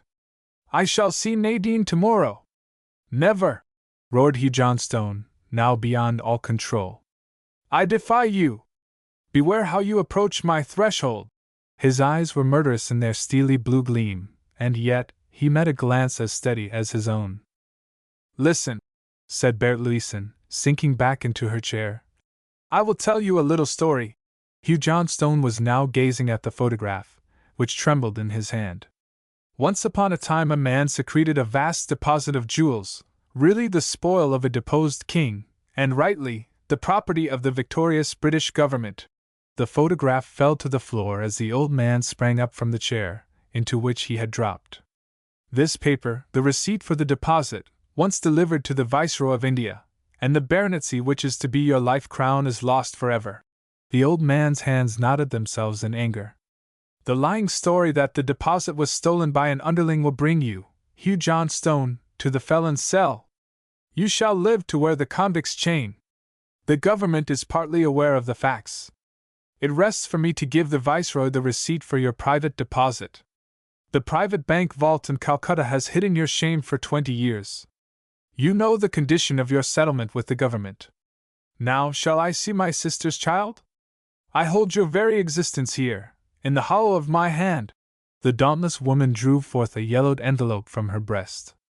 There was a smothered shriek, a crash and a groan, as Jules Victor, springing from his concealment, hurled the infuriated man to the floor. With a knee on the panting nabob's breast, he hissed, "Move, and you are a dead man!" "Take the paper, madam," calmly said the victorious Jules. Then Alix de Lavigny laughed scornfully. "Let the fool arise. The contents are only blank paper. The document is where I can find it for use. Remain here, Jules," concluded the triumphant woman, as she replaced the photograph in her bosom. "Take the envelope, you know it, Hugh Fraser. I stole it the night you drove the sister I loved from our miserly lodgings in London." The furious onslaught had failed, and the old nabob was only a cowering, cringing prisoner at will. He dared not even cry out. Hugh Johnstone groaned as his eyes turned from the woman, now laughing him to scorn, to the stern-faced Frenchman, who was covering the baffled assailant with the grim Lefaucheux's revolver. "Send this man away." "Let us talk, Alix," muttered the astounded Johnstone. Then a mocking laugh rang out in the room. "I am in no hurry now. I can wait. I like Delhi, and I shall find my way to Nadine's side, and she shall know the story of a mother's love. One signal from me, by telegraph, and the document goes to the Viceroy. So I fear you not, my would-be strangler. It is for me to make conditions. Listen. I will send my carriage and my man to your house tomorrow morning at 10. You will have made up your mind then. I have friends all around me, here, at Allahabad, and in Calcutta. If you practice any treachery on me, you die the death of a dog, even here, in your robber nest. I will come, faltered Johnstone. "Ah," smiled the lady. "Jules, show Sir Hugh Johnstone to his carriage." And then turning her back in disdain, she vanished without a word. Chapter 7. The Price of Safety. When Nabob Hugh Johnstone's carriage dashed swiftly down the crowded Chandni Chowk, on its return to the Marble House, the driver and footman, as well as the slim Sais runners, were alarmed at the old man's appearance when he was half led, half carried out of his luxurious vehicle. The staggering sufferer reached his rooms and was surrounded by a bevy of frightened menials, while the equipage dashed away in search of old Dr. McMorris, the surgeon par excellence of Delhi. A second butler had hastily darted away to the Delhi Club with an imperative summons for Major Alan Hawke, who had, unfortunately, left for the day. With a shudder of affright, Mademoiselle Justine Deland had slipped into a booth on the great thoroughfare, only to feel safe when she glided into Ram Lal Singh's jewel shop, to be swiftly hurried into the rear reception room by the Argus-eyed merchant, who had noted the swiftly passing carriage. Her womanly conscience was as tender as her heart. "Lock the door, Ram Lal!" cried Alan Hawke. "We will be in the pagoda in the garden. Let no one pass this door, on your life." When they were alone, Major Alan Hawke led the trembling woman away to the hidden bower, where Ram Lal had hospitably spread a feast of India's choicest cakes and dainties. Only there, in that haven of safety, dared the excited Justine to falter. "If you knew what I have suffered! He drove almost over me as I crossed the Chandni Chowk, and I had a struggle to leave Nadine. There is the curse of an old family sorrow there. The father and daughter are arrayed against each other." "Forget it all, my dear Justine," murmured Alan Hawke. "Here you are hidden now and perfectly safe with me. Never mind those people now. Let us only think of each other. You were simply matchless in your behavior at the house." "Oh, I fear him so! I fear that hard old man," whispered the timid woman, as she dropped her eyes before Alan Hawke's ardent glances. He had noted the growing touch of coquetry in her dress. He measured the telltale quiver of her voice, and he smiled tenderly when she shyly showed him the diamond bracelet, securely hidden upon her left arm. "I put this on to show you that I do trust you," she murmured. "And I wear it every night. It seems to give me courage." The happy Major pressed her hand warmly. "Let it be a secret sign between us, an omen of brighter days for all of us. Stand by me and I will stand by you to the last. We will all meet happily yet by the beautiful shores of Lake Leman." In half an hour, Justine Deland was completely at her ease, for well the artful renegade knew how to circle around the dangerous subject nearest his heart, the secret history of Nadine Johnstone's mother. He had dropped easily into the wooing and confidential intimacy which lulled Justine Deland into a fool's paradise of happy content. She was sinking away and now losing her will and identity in his own, without one warning qualm of conscience. For Alan Hawke's dearly bought knowledge of womankind now stood him in great stead. One single familiarity, one questionable liberty, and this cold-pulsed Heloise would fly forever. She must be left to her daydreams and to the work of a sweet self-deception, he artfully mused. They were interrupted but a moment, when Ram Lal Singh glided to the door of the pagoda. "I must now go to the bungalow to see Madame Louison and have her approve her horses and carriage. She has sent word that she will drive this afternoon. And," he whispered breathlessly, "old Johnstone is very sick. He has sent all over the city to find you, and now his own private man bids me go there at once. He must have me, if he can't find you." Major Hawke mused a moment. "Give me the keys. Put your best man on guard to watch for any intruders. Go first to the M.M. Sahib. Keep your mouth shut. Remember about me and—" he pointed to the governess, now timidly cowering in a shadowy corner. "Let the old devil wait till you are done with her. Pump the old wretch. Find out what he wants. Say that I went off for a day's jaunt." Alan Hawke smiled grimly as he seated himself tenderly at Justine Deland's side. "Old Hugh did not last long. They must have had their first skirmish. If he is a coward at heart, she will rule him with a rod of iron. What is her hold over him? I warrant that the jade will never tell me. She will fight him to the death in silence, and try to hoodwink me. We will see, my lady! We will see.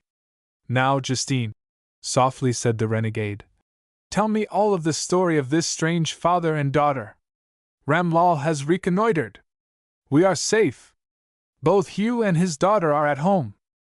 The reassured governess frankly opened her heart to her wary listener. It was an hour before the recital was finished, and Miss Justine was gaily chatting over the impromptu breakfast, when the details of these last stormy days at Delhi were described. "I cannot make it all out. She is certainly his legitimate daughter. He is crafty, covetous, miserly, and yet he lives in a scornful splendor here. Both my sister and myself look forward to learning the whole story through my visit here.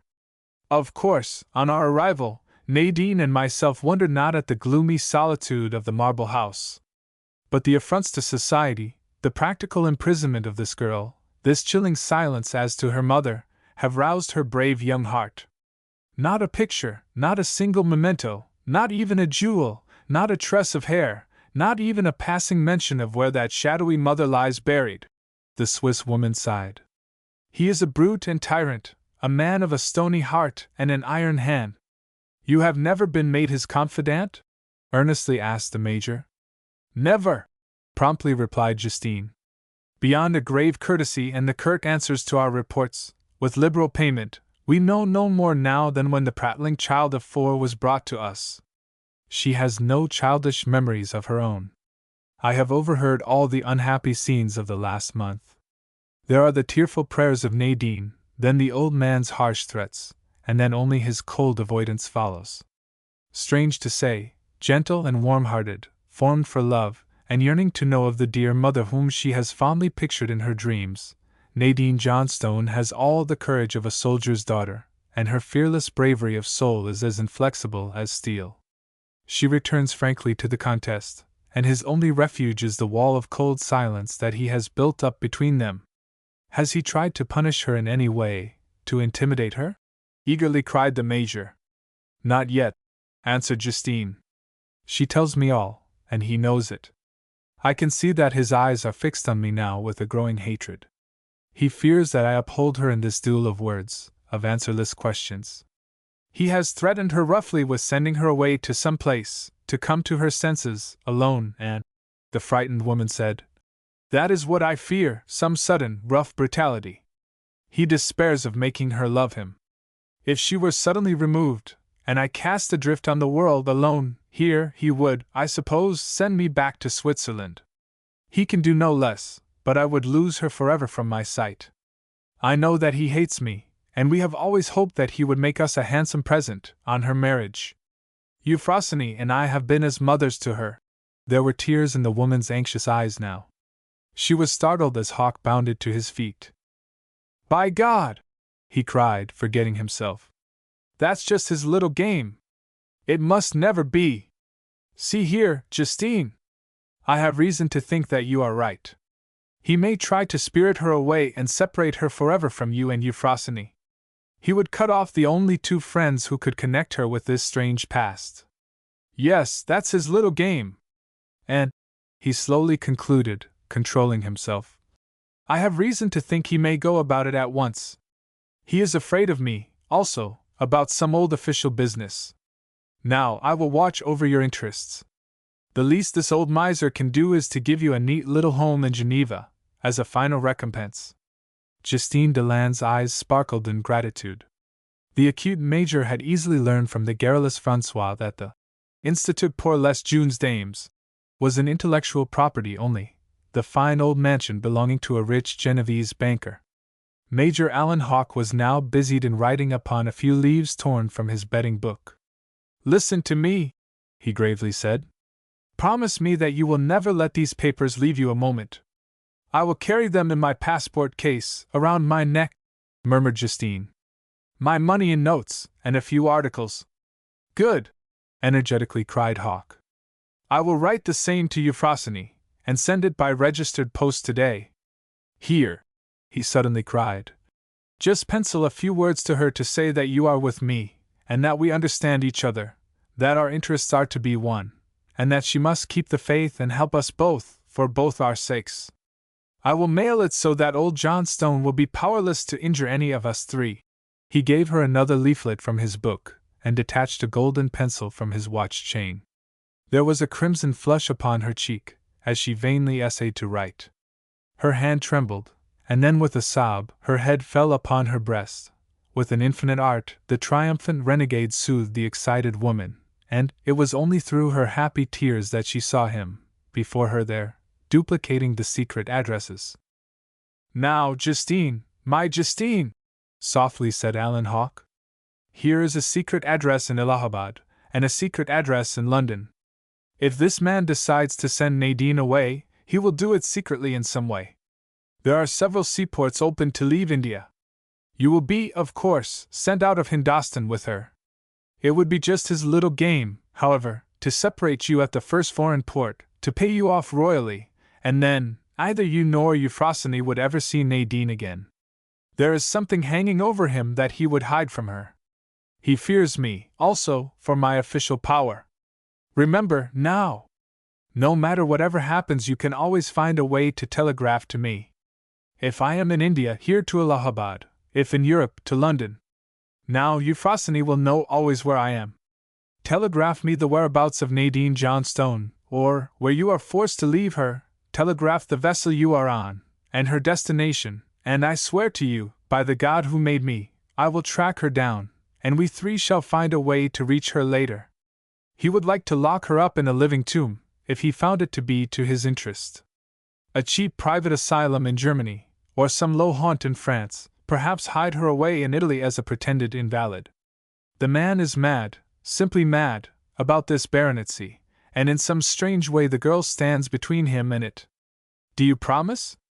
I promise you all, faltered the excited woman. Let me go now.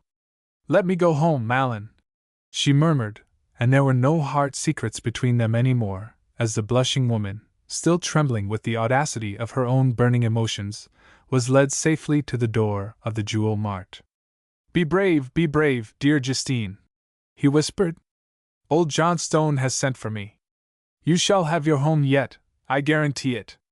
I shall be frequently at the house in the next few days. Remember to control yourself, and to watch the sly game of this old brute. I will stay here and send off at once our first letter to Euphrosyne. This girl will have £1,000,000. You and your sister must not be robbed of the recompense of nearly 20 years of tenderness. Cleave to her, heart to heart, and tell me all. I will make you both rich. Trust me to the death. I understand all now, whispered Justine, her breast heaving in a new and strange emotion, flooding her chilly veins as with a subtle fiery elixir. Then go, but, dear one, be here 2 days from now at the same time. Should any accident happen, Ramlaw will then come and bear to you my message. You can trust him. I will stay here and send this registered letter from here at once. Then, Hugh Johnstone has 3 loving guardians to outwit before he can hide away your beautiful nursling. For you, he softly whispered, as he slipped a little packet into her hand, when she stole out of the shop, after Alan Hawke had judiciously reconnoitered. Dear, simple soul! Contentedly reflected Major Hawke, as he busied himself with the important letter to the staid Euphrosyne. She has given me her heart, in her loving eagerness to defend that child, and the key to the whole situation. It would be just like this old brute to spirit the girl away to baffle Madame Berthe Louison. That is, if he dare not kill or intimidate her. And that I must look to. I think that I see my way to that girl's side now. God, what a pot of money she will have!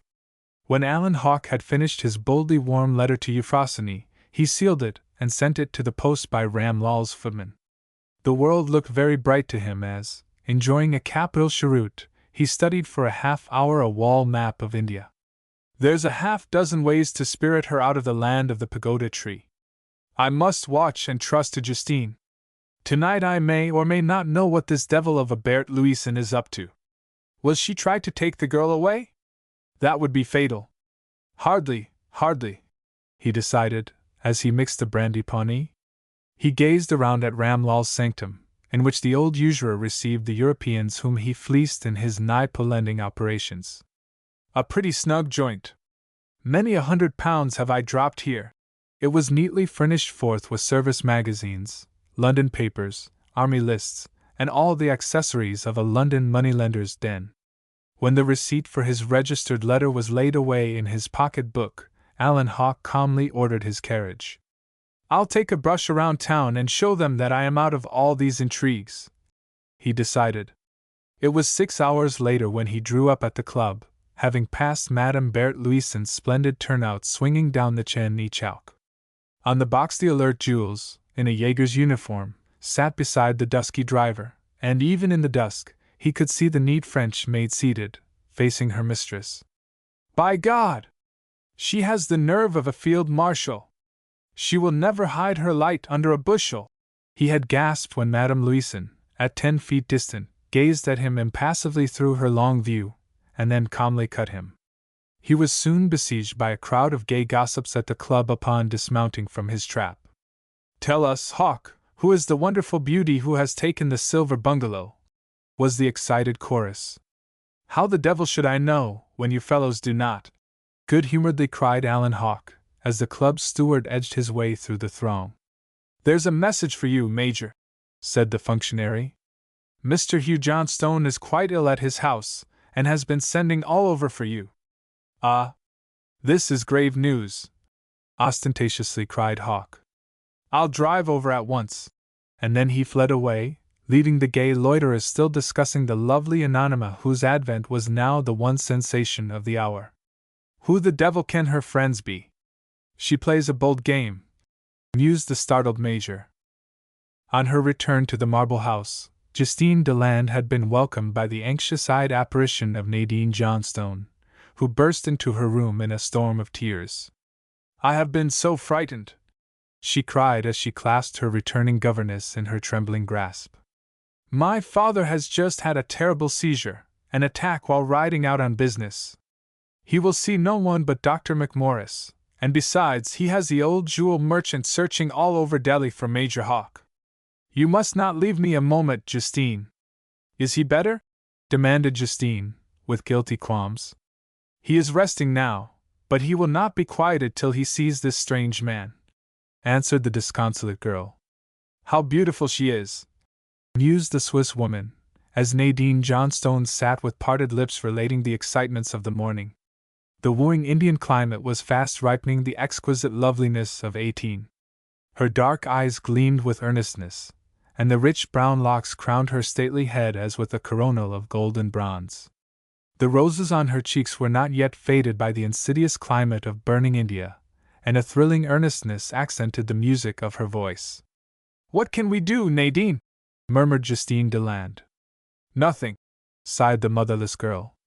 But when this Major Hawk comes, you must, for my sake, find out all you can. Ah! To leave India forever! She sighed. Her marble prison was only a place of sorrow and lamentation. Major Hawk's flying steeds reached the Marble House, after a circuit to Ramlal's jewel mart. Without leaving his carriage, he called out the obsequious old Hindu. The dusk of evening favored Ramlal in his adroit lying. He gave a brief account of Hugh Johnstone's strange morning seizure, forgetting to divulge to Hawk that the old nabob had already bribed him heavily to watch the inmate of the silver bungalow, and report to him her every movement. Nor did the Hindu divulge his secret report to Madame Berthe Louison, after her ostentatious public carriage promenade. He further hid the fact that Madame Louison had deftly pressed £100 upon him, in return for a daily report of the secret life of the Marble House. But he smiled blandly, when Major Hawk hastily said, Will he die? No, he is all right. He was over there with the M.E.M. Sahib this morning, and something must have happened. What happened? Imperiously demanded Hawk. I don't know, slowly answered Ramlal. Don't lie to me, Ramlal, fiercely said the Major. I have a £50 note if you will find out. He is going there tomorrow, slowly said Ram.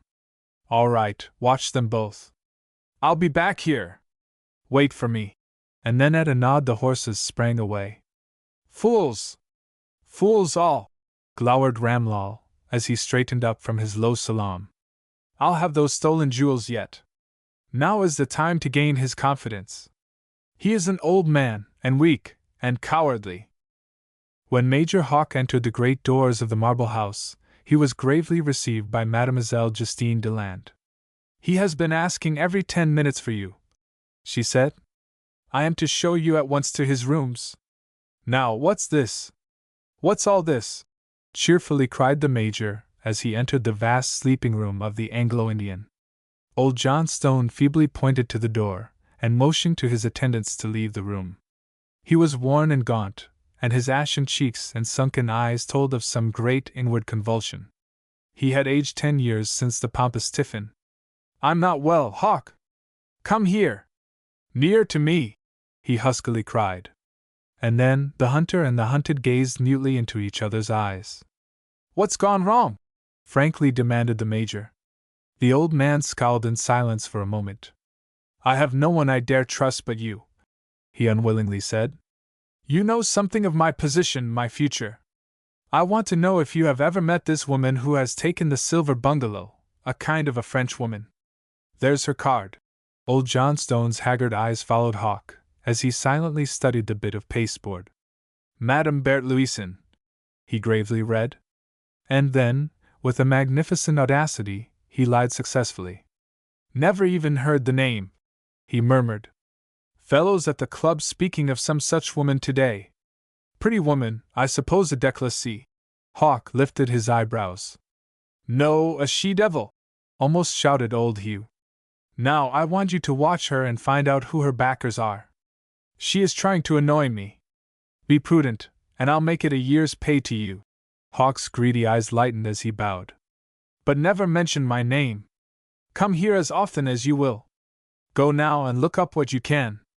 I'll see you tomorrow in the afternoon. Don't scrape acquaintance with her. Just watch her. I'm going there tomorrow morning myself. You? Said Hawk. Yes, half groaned the old man, turning his face to the wall. Come tomorrow afternoon. Spare no money. I'll make it right. Don't linger a minute now. Major Alan Hawk was gaily buoyant as the horses trotted back to Ram Lal Singh's, where he proposed to await the hour of 10 o'clock. I fancy, my lady, that you too will pay toll, as well as Hugh Johnstone, he murmured. You shall pay for all you get, and pay as you go. He cheerfully dined alone in Ram Lal's little business sanctum, and listened to the measured disclosures of the Hindu in return for the £50 note. It's tomorrow's interview that I want to know about, quietly directed the Major, whereat Ram Lal modestly said, I'll find a way to let you know all. That's more than she will, the sly devil, said Hawk in his heart, as he leaned back in the consciousness of duty well done. In the silver bungalow, Alix de Lavigny sat in her splendid dining room, under the ministrations of her Gallic bodyguard.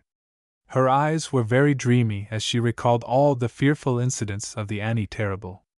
The flight from Paris after their father's death, the escape to England, the refuge at a Brighton hotel, the sudden projecture of Hugh Fraser athwart their humble lives. When the returned Indian functionary abandoned all other pursuits and plainly showed his mad craving to follow Valerie de Lavigny everywhere, then the younger sister had learned of his rank, of his long leave and wealth and future prospects. The man was most personable then. He was of a solid rank and a brilliant civil position, and the penniless daughters of the dead Colonel de Lavigny were now reduced to a few hundred francs. The hand of misery was upon them, poor and friendless. Alix, with a shudder, recalled the 2 years of silence, since the ardent Pierre Trubetskoy had whispered to beautiful Valerie de Lavigny in Paris, I go to Russia, but I will soon return and you must wait for me. Day by day, when the skies grew darker, Valerie de Lavigny had gazed with a haunting sorrow in her eyes at her helpless sister. Some strange possessing desire had urged Hugh Fraser on to woo and win the helpless French beauty, whom an adverse fate had stranded in England. The mute sacrifice of the wedding was followed by the 2 years of Valerie's loveless marriage. It was an existence for the two sisters, bought by the sacrifice of one, and Trubetskoy never had written.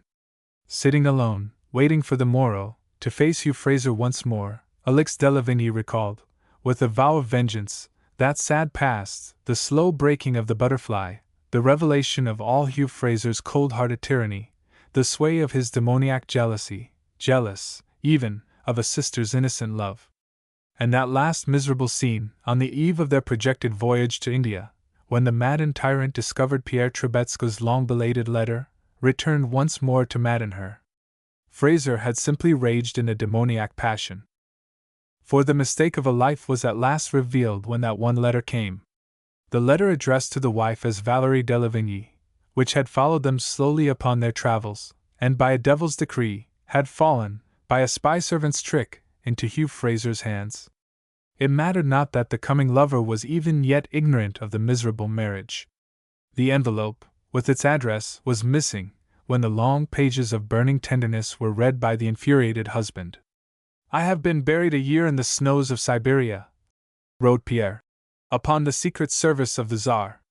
I was ill of a fever for long months upon my return, and now I am coming to take you to my heart, never to be parted any more.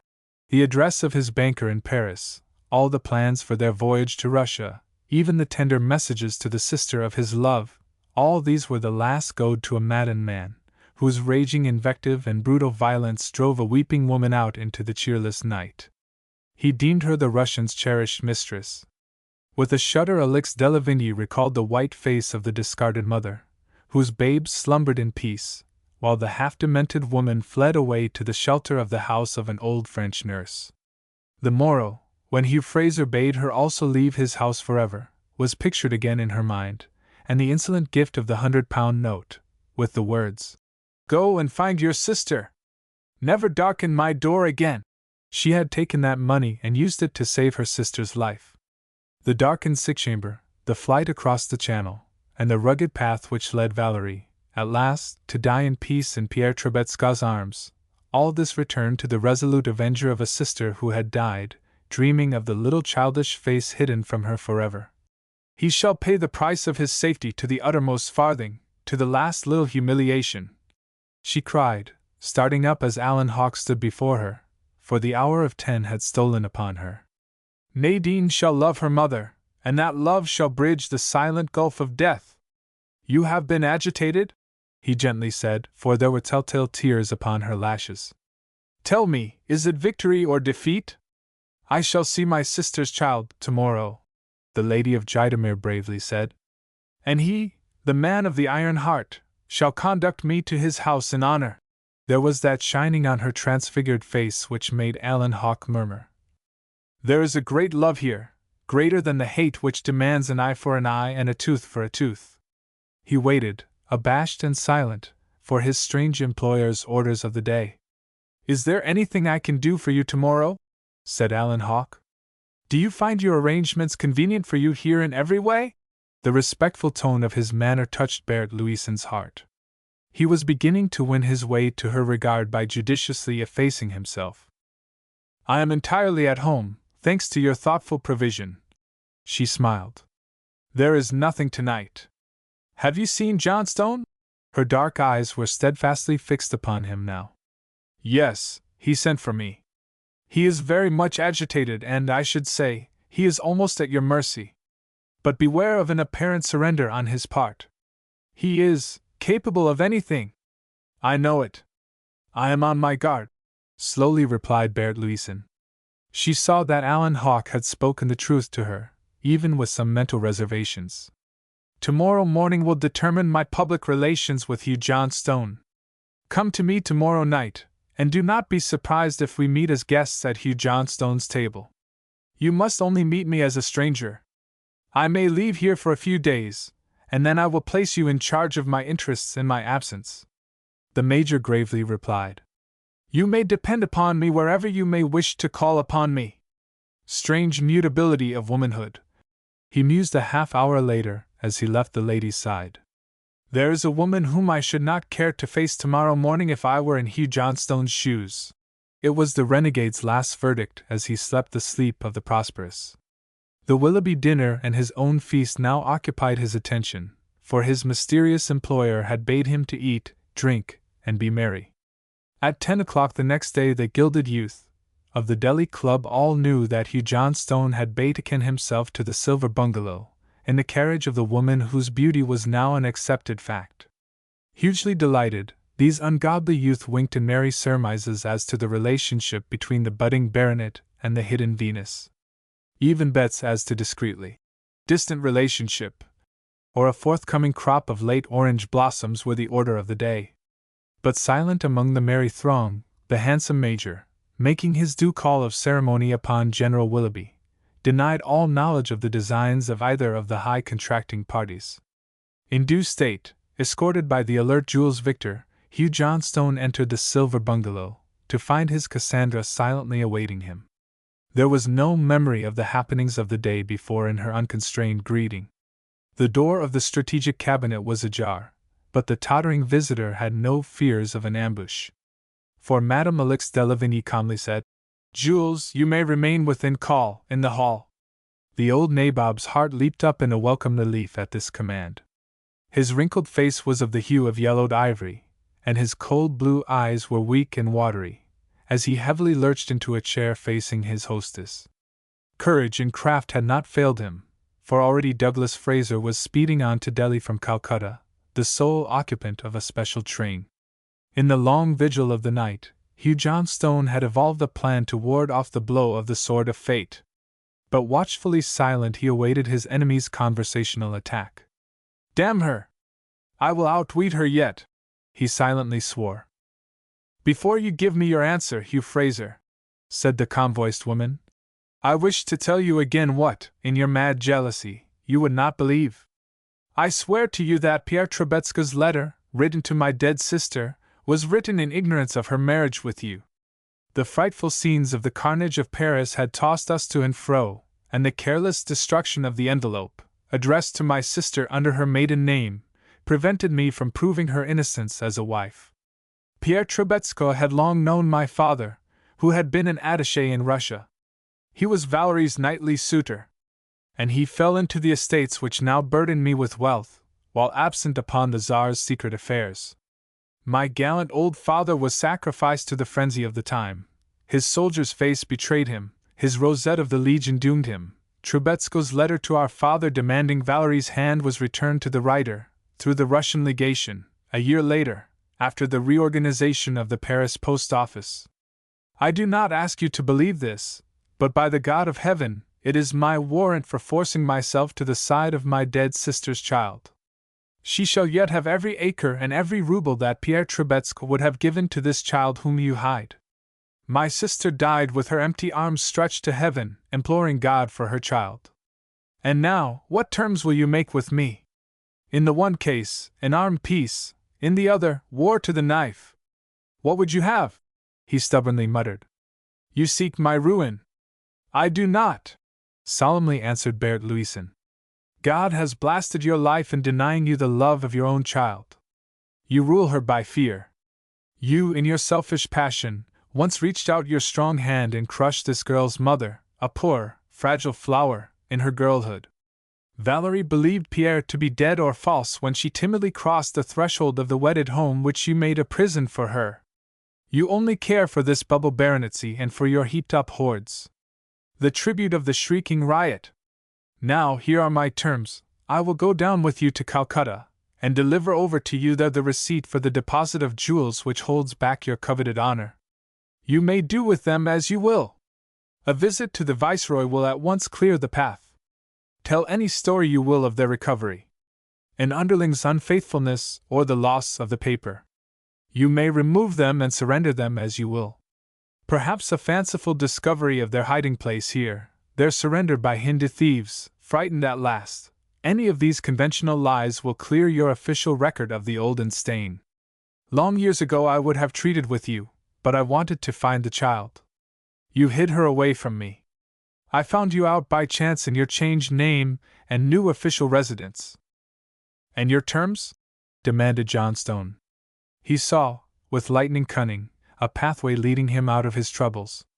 The vigil of the night before had borne its fruit already.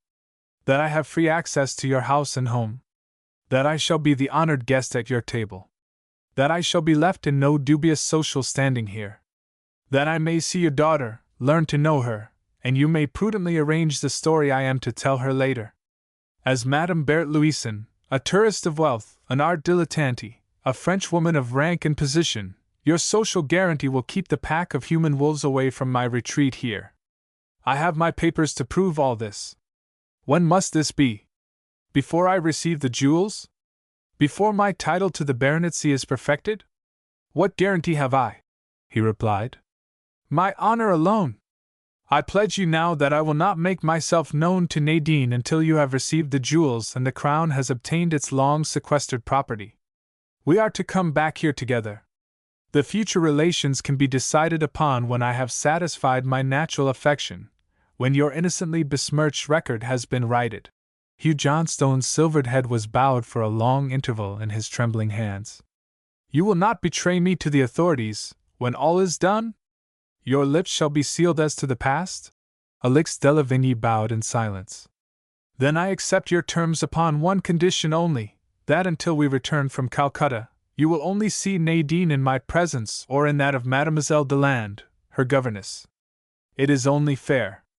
When you have restored to me the jewels, you can then concert with me upon a plan to enlighten Nadine, with no scandal to me, no heartbreak to her.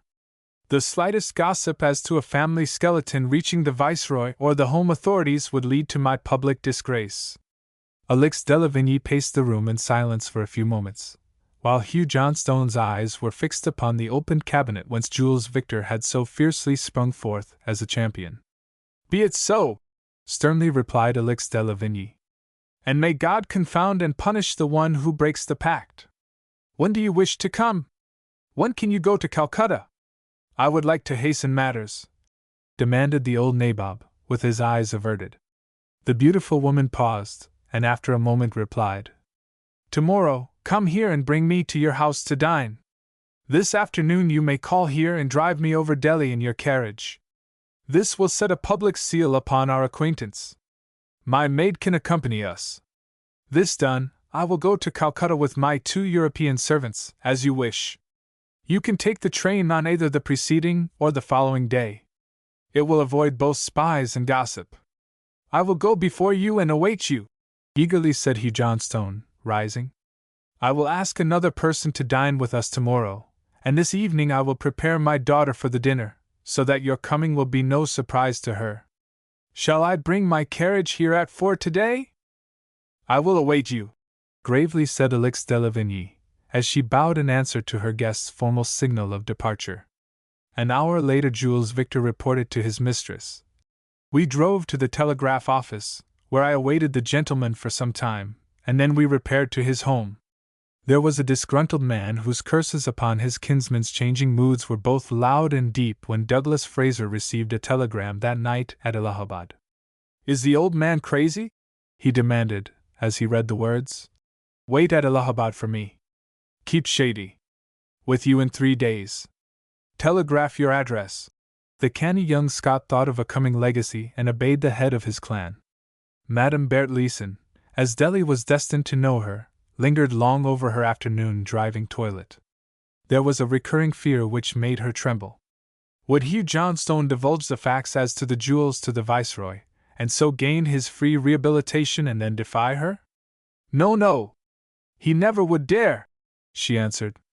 My agents are even now watching that bank. The bank would never give up the sealed package's contents unknown, save on surrender of the carefully drawn receipts. And then Berthe remembered her own secret work at Calcutta. The Grindlays knew of the surreptitious attempts made by the plausible Hugh Fraser to withdraw the deposit long before the baronetcy episode.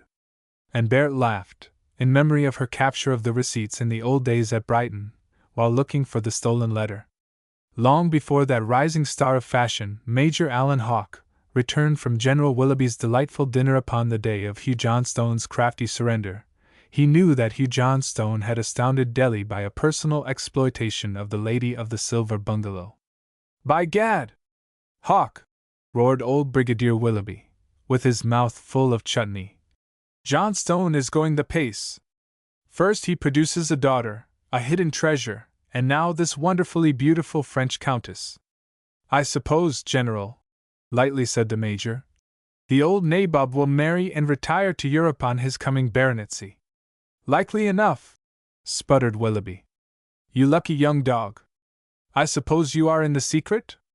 But neither that night, nor 2 days later, at Major Hawke's superb dinner at the Delhi Club, did the jeunesse dorée of the old capital extract an admission from that mysterious, Secret Service man, Major Alan Hawke.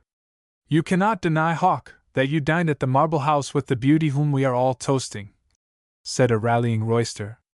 And with the veiled rose of Delhi, said another, still more eagerly.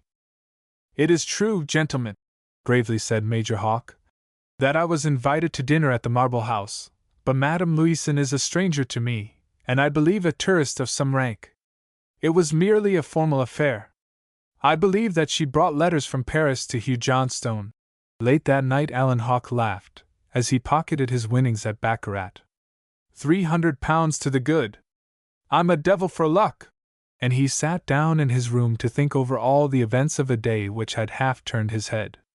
Warned by Justine Deland that Madame Leeson was bidden to dine with Hugh Johnstone, Alan Hawke closely interrogated her. She evidently knew and suspected nothing. Ah! Berthe plays a lone hand against the world.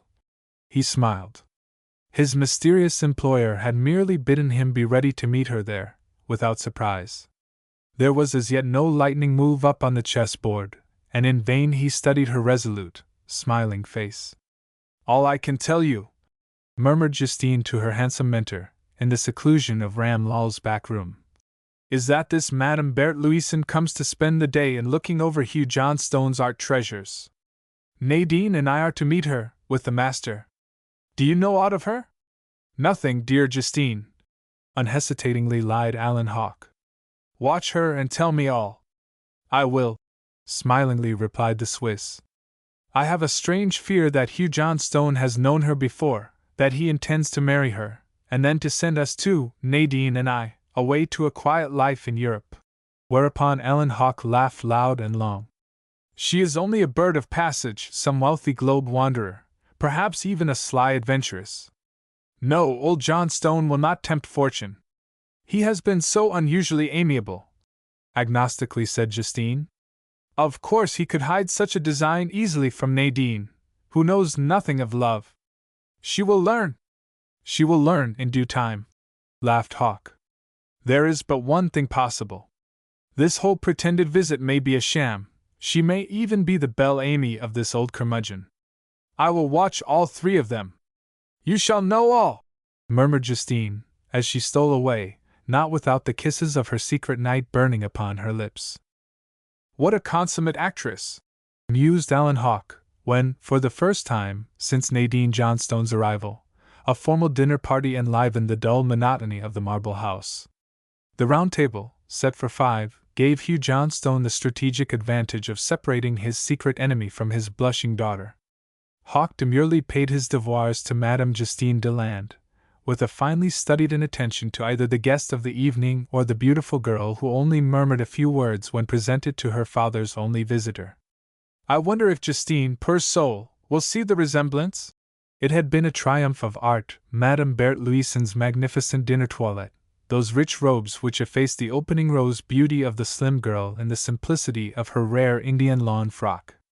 Rich color and flowers and diamonds heightened the splendid loveliness of the woman who looked like a queen in a play that night.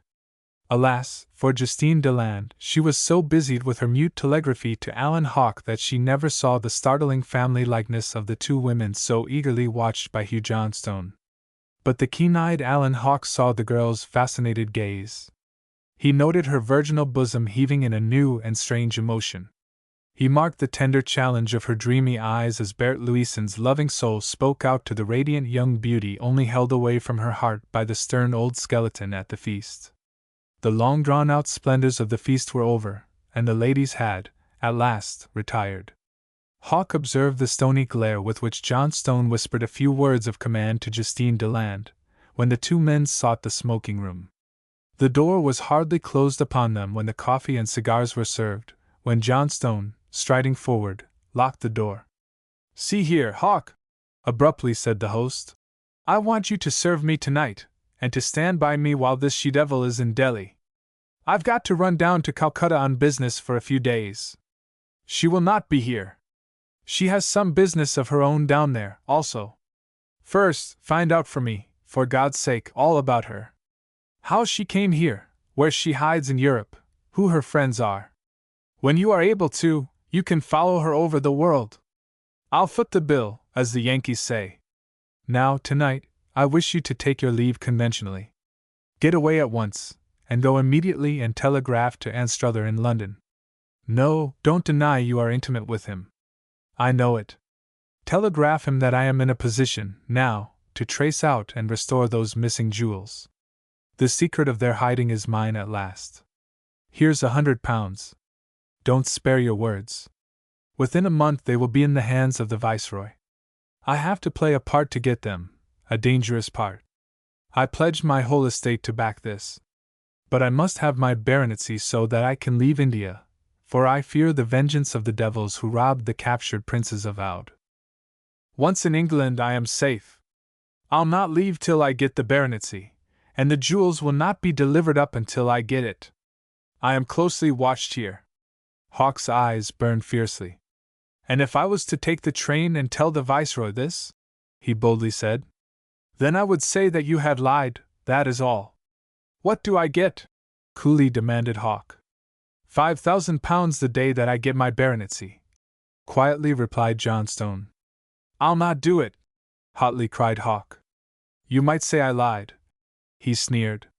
"I want it now." The two men glared at each other in a mutual distrust. Hugh Johnstone pondered a moment, and said deliberately, "I'll give you 5 accepted drafts for £1,000 each, when I return from Calcutta, on Glynn, Carr and Glynn, my London bankers, dated 30 days apart. That will make you sure of your money, and me, sure of my baronetcy. Will you act?" Hawk knocked the ash off his Havana lightly. "Yes, if you give me £1,000 cash bonus now. I am deliberately misleading Anstruther to help you. And I risked my own place to do it." "All right," said Johnstone as he left the room, and in a few moments returned with a checkbook. "There's your £1,000. Now listen. Not a word to old General Willoughby. He is a meddlesome old sot. I shall slip away quietly.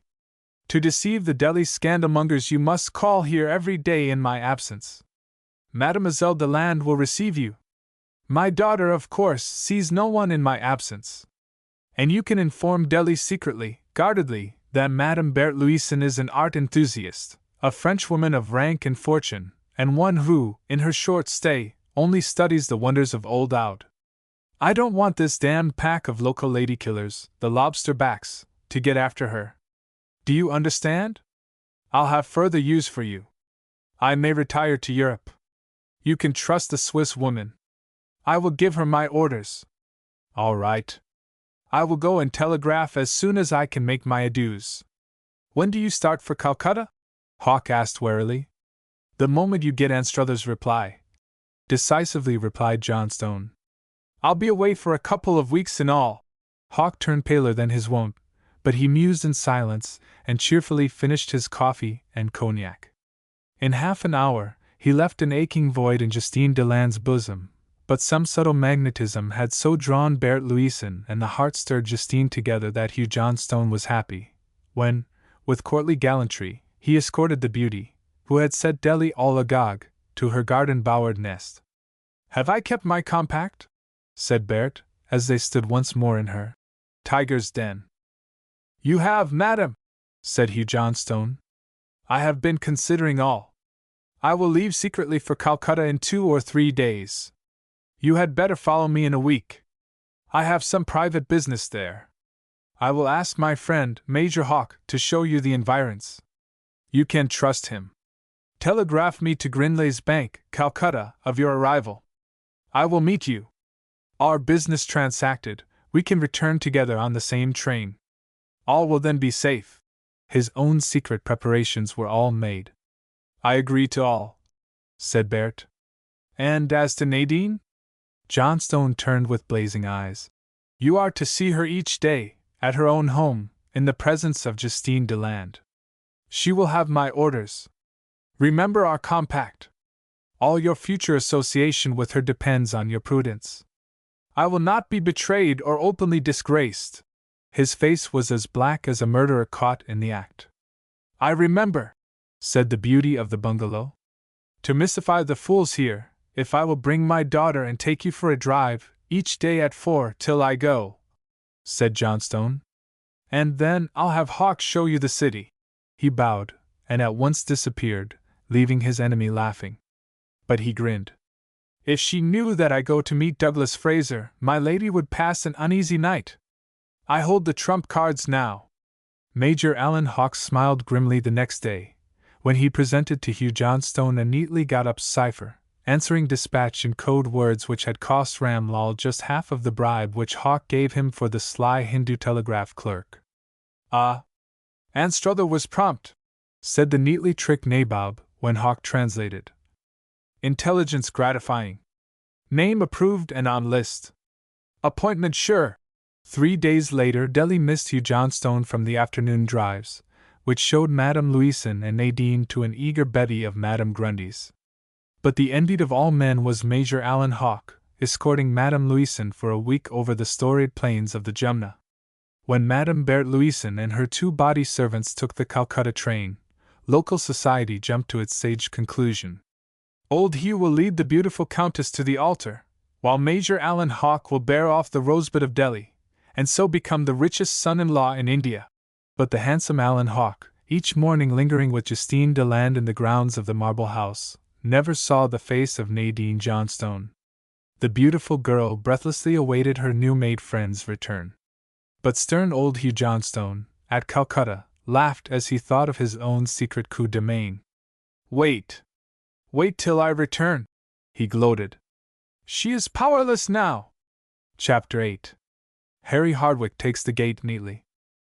In the few days succeeding Hugh Johnstone's still unsuspected departure, the dull fires of a growing jealousy burned and smoldered in Captain Harry Hardwicke's agitated heart. The old nabob had neatly slipped away in the night, on a special engine, and the captain heard all the growing tattle of Delhi, as to the social activity at the Marble House. The open, hospitable board of General Willoughby rang with the very wildest rumors.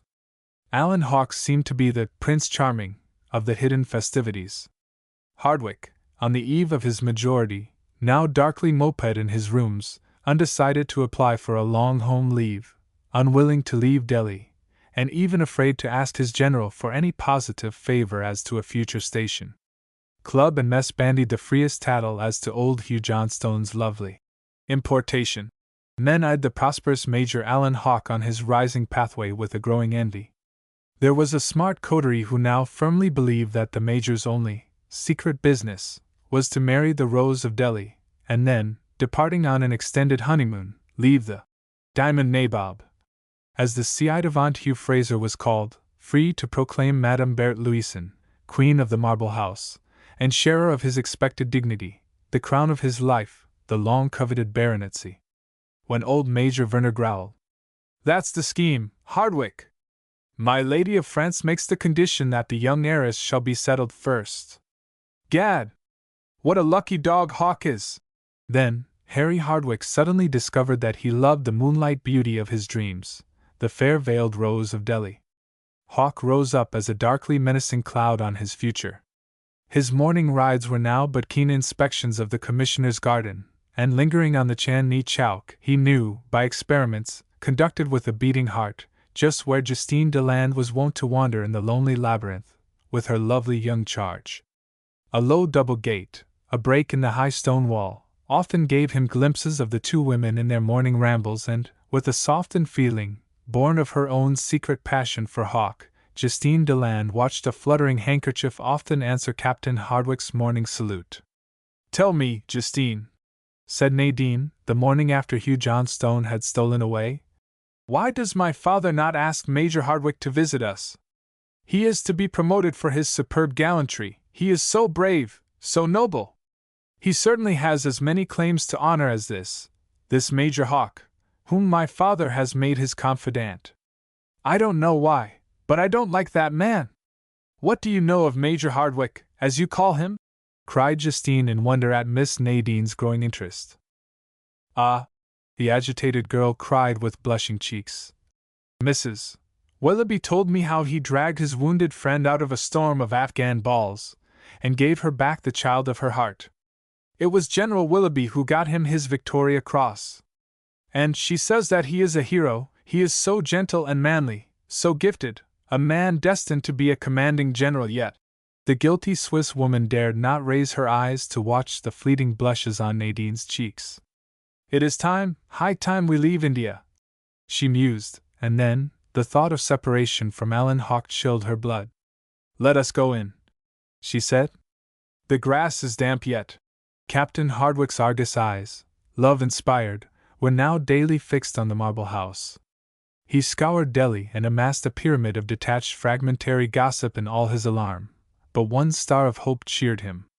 Though Major Hawke was known as the only cavalier of Madame Louison, save the old nabob, now supposed to be ill at home, though Hawke drove out for a week with the lovely Countess, to the great surprise of the local society, the handsome renegade had never once been seen in public with Miss Nadine Johnstone.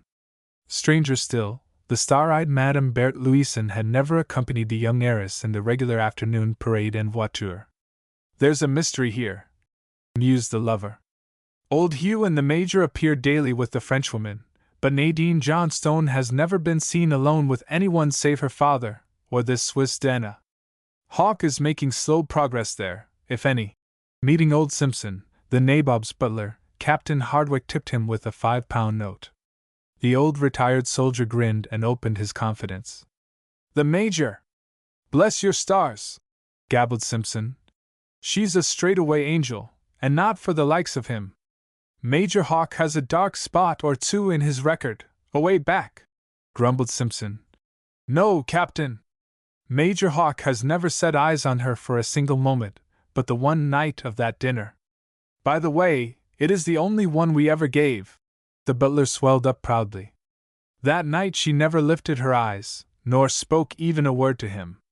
He comes to see the governor on business, and mighty private business it is. They're locked up together often. And this marrying? The stories are now told everywhere? Queried Hardwick, blushing, but desperately remembering that all is fair in love and war. He, an incipient Major A.V.C. pumping, an old private soldier. Rank rot, frankly said the butler. They're all strangers. The French countess is only sightseeing here and buying out old Ramlal's shop. The old thief. She brought letters to the governor. That's all. He's no special fancy to her, and he set Major Hawk on just to do the amiable. The governor's far too old to beau the lady around. Marry, not him. And Miss Nadine's just as silent as a flower in one of them gold vases. All she does is to look pretty and keep still, poor lamb. Her music, her books, her flowers, her birds. And as to Major Hawk and this Madame Louison, I've the governor's own orders they are never to see Miss Nadine. That is, Hawk not at all, and the lady only when Miss Deland is present. Them's my solid orders, and the old governor put my eye out with a 10-pound note, the first I ever got from him. No, Captain. You've done the handsome by me, and I give you the straight tip. Wasn't I in the old 8th Hussars with your father when we charged the rebel camp at Lucknow? I've got a tulwar yet that I cut out of the hand of a pandy who was hacking away at Colonel Hardwick. How did you get it, Simpson? Cried the young captain. I got arm and all. Took it off with a right cut. You may know, Captain, that we ground our sabers in those old days. No, sir. Miss Nadine's for none of them people, and Hawk is only in the house for business. He's a deep one, is that same Hawk, concluded Simpson, pocketing his note. Captain Hardwick began to see the light dawning. Alan Hawk has then some secret business scheme with the old money grubber, that's all, mused the young engineer officer, happy at heart. I'll fight a bit shy of him. His scheme may take the girl in. So, old Johnstone's away a few days. Perhaps settling his affairs before his departure. I think, the lover mused, I will follow them to Europe if they go, and if they stay, Willoughby will ask for my retention, and, after all, faint heart never won fair lady. Hawk is not an open suitor. If the old man should ever marry this French beauty, I may find the pathway open to Nadine Johnstone's side. So, with a fighting chance, Captain Hardwick determined that Miss Nadine should know his heart before long, and have also a chance to know her own mind. The fact is, the old boy has lived the life of a recluse, that's all, but I'll find a way to pierce the shell of his moroseness. There's one comfort. He smiled. No other fellow is making any running. In these swiftly gliding days of absence, Ram Lal Singh and the watchful Major Alan Hawk conferred at length over nargileh and glass. A sullen discontent had settled down on Hawk's brow when Bert Louison publicly departed upon her business trip with not even a fragmentary confidence. Wait for my return, and only watch the Marble House, said the madam. Do not be foolish enough to attempt to call on Miss Nadine. I heard Johnstone tell the Swiss woman not to allow you to follow up any social acquaintance with his daughter. I want Nadine to remain a girl as yet, growled the old brute. Now, the Swiss woman may be able to give you some information. I'll do what I can, carelessly replied Alan Hawk, but his eyes gleamed when she said, Do not sulk in your tent. On my return I shall have need of you. You can prepare to go into action then. Where shall I address you at Calcutta? Demanded Hawk. Something might happen. Ah, smiled Bert Louison. Nothing will happen. Not a line, not a telegram. Send nothing, come what will. I return here soon, and besides, old Johnstone might watch and intercept it. Remember, we do not know each other. It would be a fatal mistake to write. And so she went quietly on her way. The house was locked, the Indian servants having the madam's orders to admit no one, on any pretense. "Damn her!" growled Alan Hawke, when the door was shut in his face. "She feared I would give her away to Johnstone. No address! Not a line or a telegram! Only wait, only wait!" Ram Lal infuriated him later with the news that nothing could be learned from the baffled spies of the household in the Silver Bungalow as to the first or second interview of Johnstone and the resolute Alix de Lavigny. "Money will not do it! Not a lac of rupees. The Frenchman and woman never leave her day or night. He is on guard with weapons and a night light at her door, and the maid sleeps in the room. And she has other secret helpers," groaned the baffled Ram Lal. "She is writing and receiving letters all the time. And yet none of these come or go by the post." "She does not trust you, Major," said the jewel merchant, with a cruel gleam of his dark eyes. "I believe that she is some old love of Sahib Johnstone. They have deep dealings. She has bought a great store of jewels and trinkets from me. Hell and fury! I've been duped," cried Hawke. "I see it. That damned Frenchman takes and brings the letters. But who is her local go-between? Perhaps the French consul at Calcutta, or some banker here. I can't buy them all. She only needs me in case of a violent rupture with Johnstone. Damn her stony-hearted impertinence!" And he mentally resolved to sell her out and out to the liberal old nabob. He might then give his daughter to me for peace and safety. But I've got to do the trick before he finds out the falsity of Anstruther's so-called telegram. And first I must have something to sell. She is the devil's own for sly nerve, is my lady. "She is too smart for us, as yet," soothingly said Ram Lal.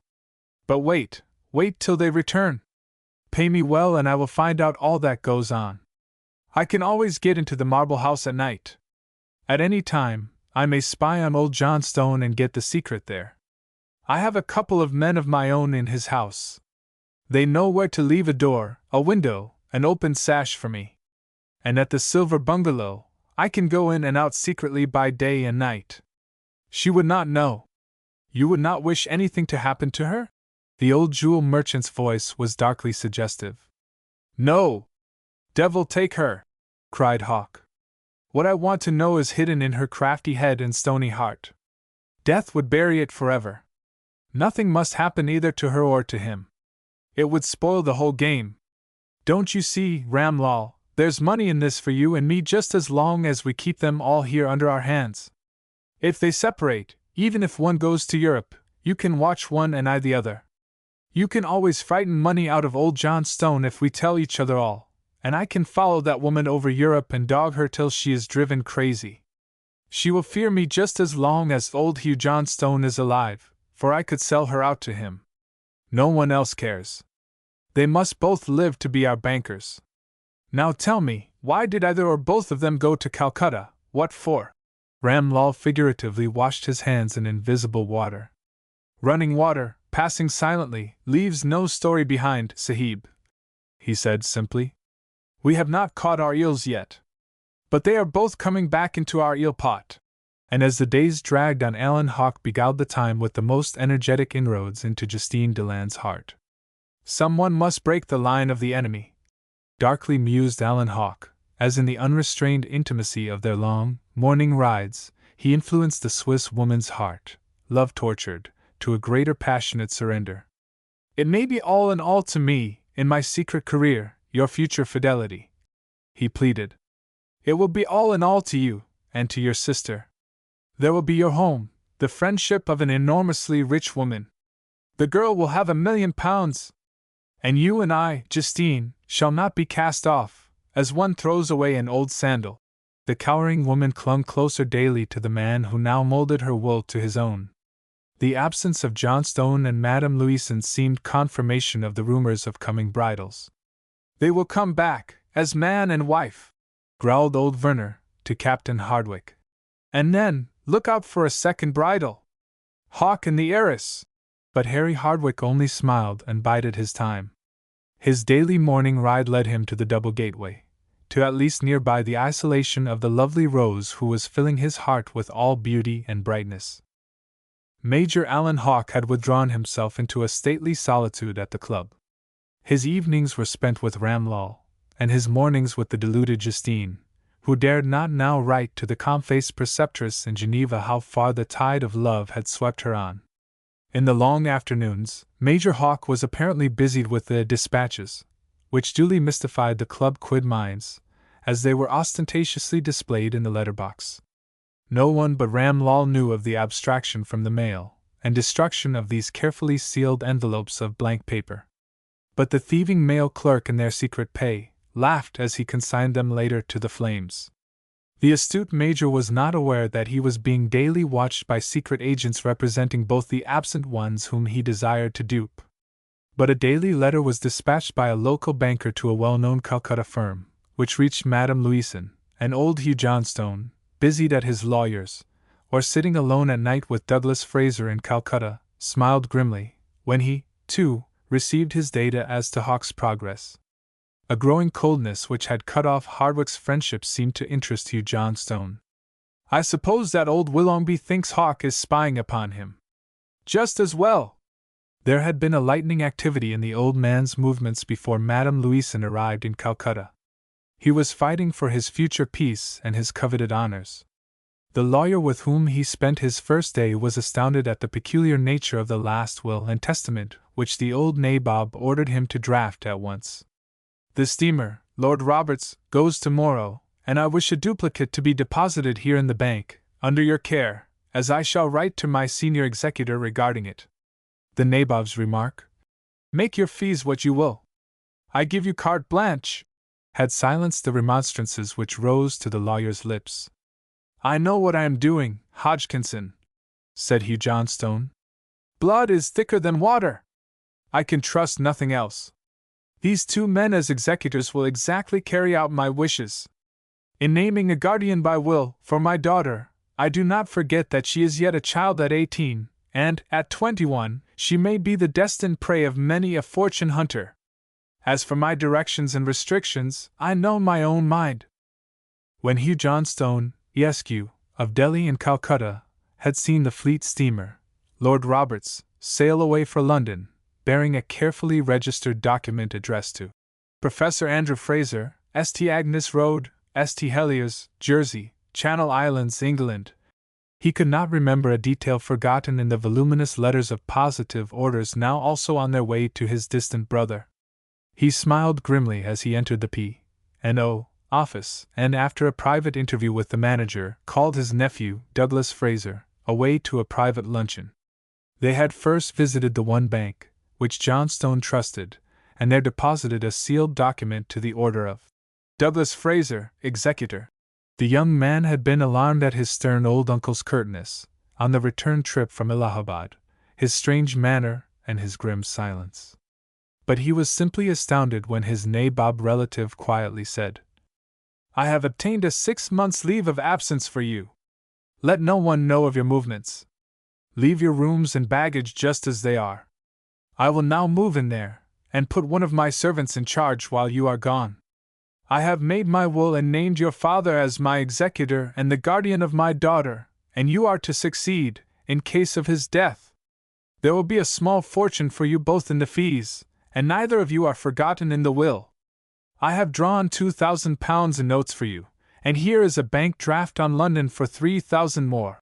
The young man was sitting in open-mouthed wonder, when the nabob sharply said, "Now, have your wits about you. I bear all the expenses here, and your office pay goes on. You will be promoted on your return. The manager of the P&O is my lifelong friend." "What am I to do?" gasped the young man, fearing his uncle was losing his wits. "You are to disappear from Calcutta tonight. Go without a word to a living soul.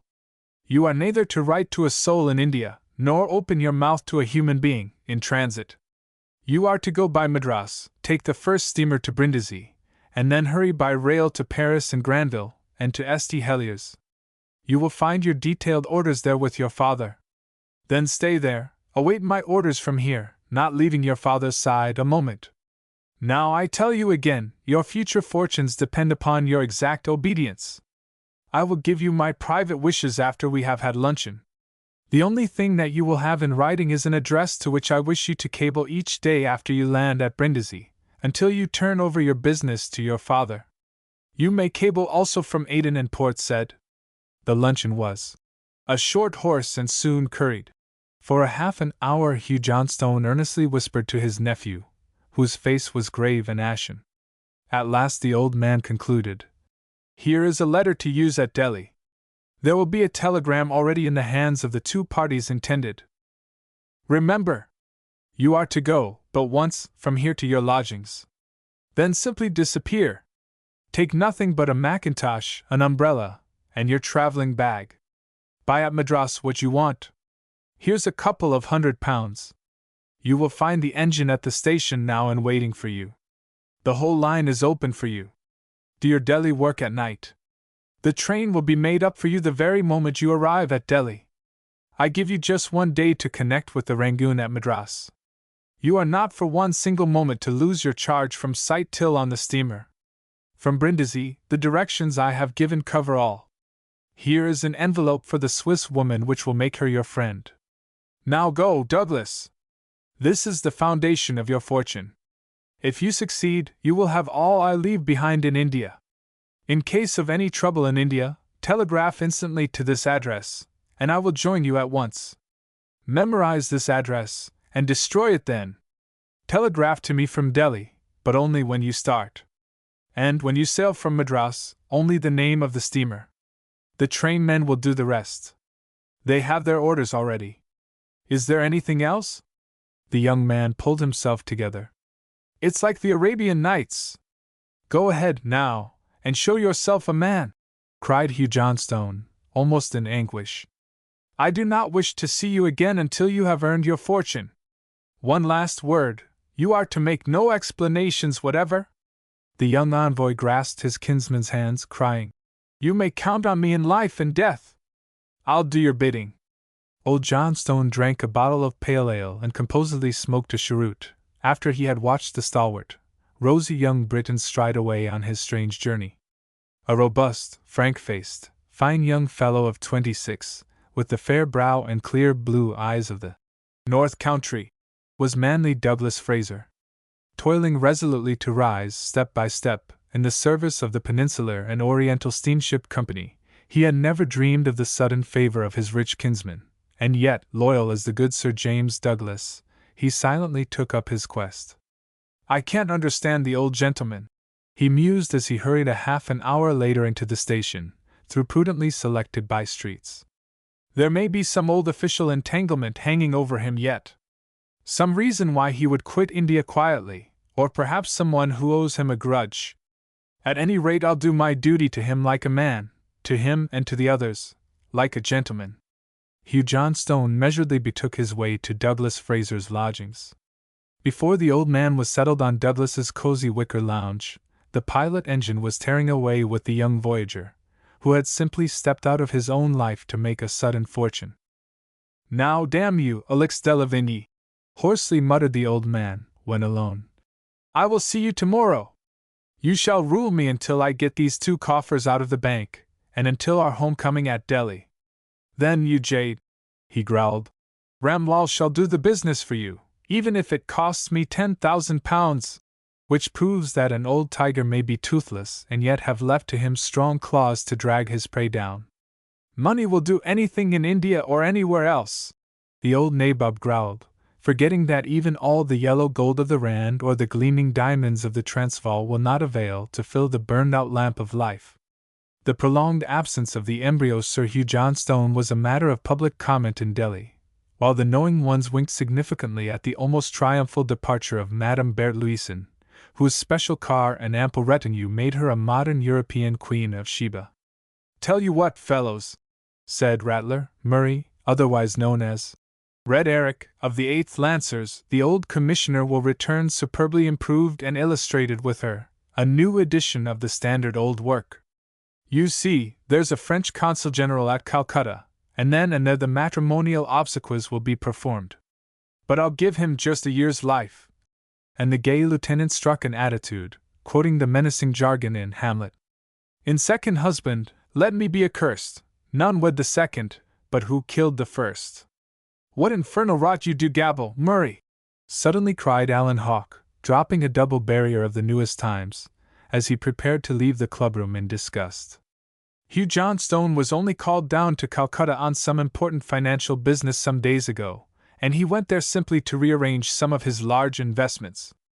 Madame Louison is only a stranger here, a tourist traveling incognito, and connected with some of the best noble families of France. With great dignity Major Hawke stalked away to his rooms, leaving the club for a long drive in disgust. By the next evening Madame Berthe Louison had been discovered to be a noble relative of the Comte de Chambord. Traveling incognito.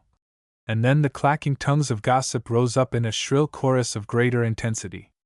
Immense investments of the Orleans fortunes in Indian properties to be managed by Major Alan Hawke were discovered to be the object of her Indian tour, with wise old Hugh Johnstone as an infallible financial adviser. But Alan Hawke smiled his superior smile, and said nothing. All this and more soon reached the ears of Captain Harry Hardwicke, whose fever of gnawing curiosity and romantically born love was now strong upon him. A second conference with his old friend Simpson enlightened the engineer officer upon many things, as yet seen in a glass darkly. He began to fear that Alan Hawke was growing dangerous as the secret juggler in the strange social situation at the Marble House. With the vice-like memory of an old soldier, Simpson had retained various anecdotes not entirely to the credit of the self-promoted Major Alan Hawke, and had partly supplied the hiatus between the sudden disappearance of the desperate lieutenant, a rake gambler and profligate, and the return of the prosperous and debonair Major Henry Traitor. "Don't let him work too long around Miss Nadine, Major Hardwicke," said the wary Simpson. "Sly and quiet as he seems, he's surely here for no good. I know him of old. He's forgotten me, though." That night, the night when Berthe Louison, in her special car, was nearing Calcutta, at last, Captain Hardwicke was haunted in his dreams by the sweet apparition of Nadine Johnstone, and her lovely arms were stretched appealingly to him. It was the early dawn when he awoke, and sprang blithely from his couch. "If that graceful shade crosses my path today, I'll speak to it in the flesh, though a dozen hawks and 100 crusty fathers forbid," he gaily cried, for his entrancing dream had given him a strangely prophetic courage. In the ambrosial freshness of the morning, a long gallop upon his pet charger, Garibaldi, restored the equilibrium of the young officer's nerves. He had neatly taken the strong-limbed cross-country horse over a dozen of the old walls out by the Kutab Minar, and with the reins lying loosely on Garibaldi's neck, he rode back to the live city by the side of its 2 dead progenitors. The bustle and hum of a waking Delhi interested him not, for a fond unrest led him down to the great walled enclosure of the Marble House. "Shall I see her today? Will she be in the garden?" he murmured in his loving daydream. The springy feet of the charger dropped noiselessly on the lonely avenue, and already the double carriage gate was in sight. An instinct of martial coquetry caused Harry Hardwicke to gather up his reins and straighten lightly into the military position of eyes right. He was watching the gate of paradise, a paradise as yet forbidden to him. Yes. There was the gleam of white robes shining out across the friendly gate. Standing under a huge spreading camphor tree, a graceful form was there, clear cut against the dark foliage, and seeming to float upon the tender green of the dewy grass. A nymph, a goddess, shyly standing there, was shading her eyes with one slender hand and gazing down the path toward the golden east which was bringing to the lady of his dreams a flood of golden sunlight and her secret adorer, the man whose lonely young heart had throned her as its queen. Hardwicke raised his head quickly as a wild shriek sounded out upon the still morning air. The lover with one agonized glance saw the outspread arms of Justine Deland, and heard again a voice which had thrilled his soul in loving memory. It appealed for aid. Nadine was shrieking for help. With one glance, the young soldier gathered his noble steed. There was but 20 yards for the rally and the raise, but the game old Garibaldi dropped as lightly on the other side of the closed carriage gate as any blue ribbon of the Galway Blazers. There was a moment, but one fleeting moment, given to the lover to see the danger menacing the woman whom he loved. His heart was icy, but his hand was quick. There, a few feet only from the horribly fascinated girl, a cobra di caplo rising and swaying in angry undulations. The huge snake was angrily hissing with a huge distended puffed hood swelling menacingly over the dirty brown body. "Stand fast!" yelled Hardwick in agony. There was a gleam of steel, the rush of a charger's feet, and as man and horse swept by the fainting girl, the swing of a saber, and the heavy trampling of iron-clad hoofs. Only Justine Deland saw the flashing saber cleaving the air again and again, as Hardwick gracefully leaned to his saddle bow, in the right and left cut on the ground. And Garibaldi's beating hoofs soon completed the work of the circling sword. And then as the Swiss woman broke her trance and turned to run toward the house, the young horseman leaped lightly to the ground. Go on, he cried. "The other snake is not far off." When Simpson and the frightened domestics rushed out to the veranda in a panic, they only saw before them a graceful youth with his strong arms burdened with the senseless form of the woman he loved, the woman whose life he had saved. And dangling from his right wrist, by the leather sword knot, hung the saber which Colonel Hardwick had swung in the mad onslaught on the mutineers' camp at Lucknow. "Here, Simpson! Send for Dr. McMorris!" cried Hardwick, as a dozen willing hands sprang to aid him. "Bring brandy, ammonia, and oil." There was a bamboo settee on the veranda. It received the precious burden which the soldier had held against his heart. "Carry her to her rooms." "Gently, now!" commanded the captain. Seizing Justine by the arm, he said, "I think that I arrived in time. Go! Go! You will find me waiting for you here. Examine her at once. The hot iron and artery ligatures alone will save her if she was bitten." His brow was knotted in agony. "You came between them," gasped Justine. "The thing never reached her side. God be thanked." "Go! Go!" cried Hardwick. "I have my work to do here." A black servant had already led the dancing Garibaldi out to the open safety of the gravelled carriage drive. "Look to my horse!" cried Hardwick. "See that he is not bitten!" And then he slowly walked over to where a dozen menials, with heavy clubs, had beaten the writhing cobra into a shapeless mass. "Come away, all of you!" cried the captain, in Hindustani. "Run, some of you, and get the snake catcher!" Dr. McMorris, arriving on the gallop, had reported the absolute safety of the frightened girl, when Harry Hardwick, leaning on his sheathed sword, watched a slim, glittering-eyed Hindu, followed by a boy bearing an earthen pot, who had noiselessly reconnoitered the vicinity of the great tree. The boy most keenly watched all the movements of his white-robed master, who, drawing a little fife from his red cummerbund sash, began to play a shrill, weird tune. A frightened household coterie watched from a safe distance the 30-foot circle of herbage around the shade of the giant tree trunk. A shudder crept over the watchers as a huge brown head, with 2 white circles on the back of the neck, rose slowly out of the grass, and 2 red-hot gleaming eyes blazed out, as an immense cobra swelled out its fearfully disgusting hood, and rising halfway, bloated out its loathsome head, swaying to and fro, to the strange music. "There's the mate!" quietly whispered Hardwick to Simpson. The snake now showed its greasy belly, like dirty stained marble, and the lithe boy, circling behind it, warily essayed to drop the red earthen pot over its head.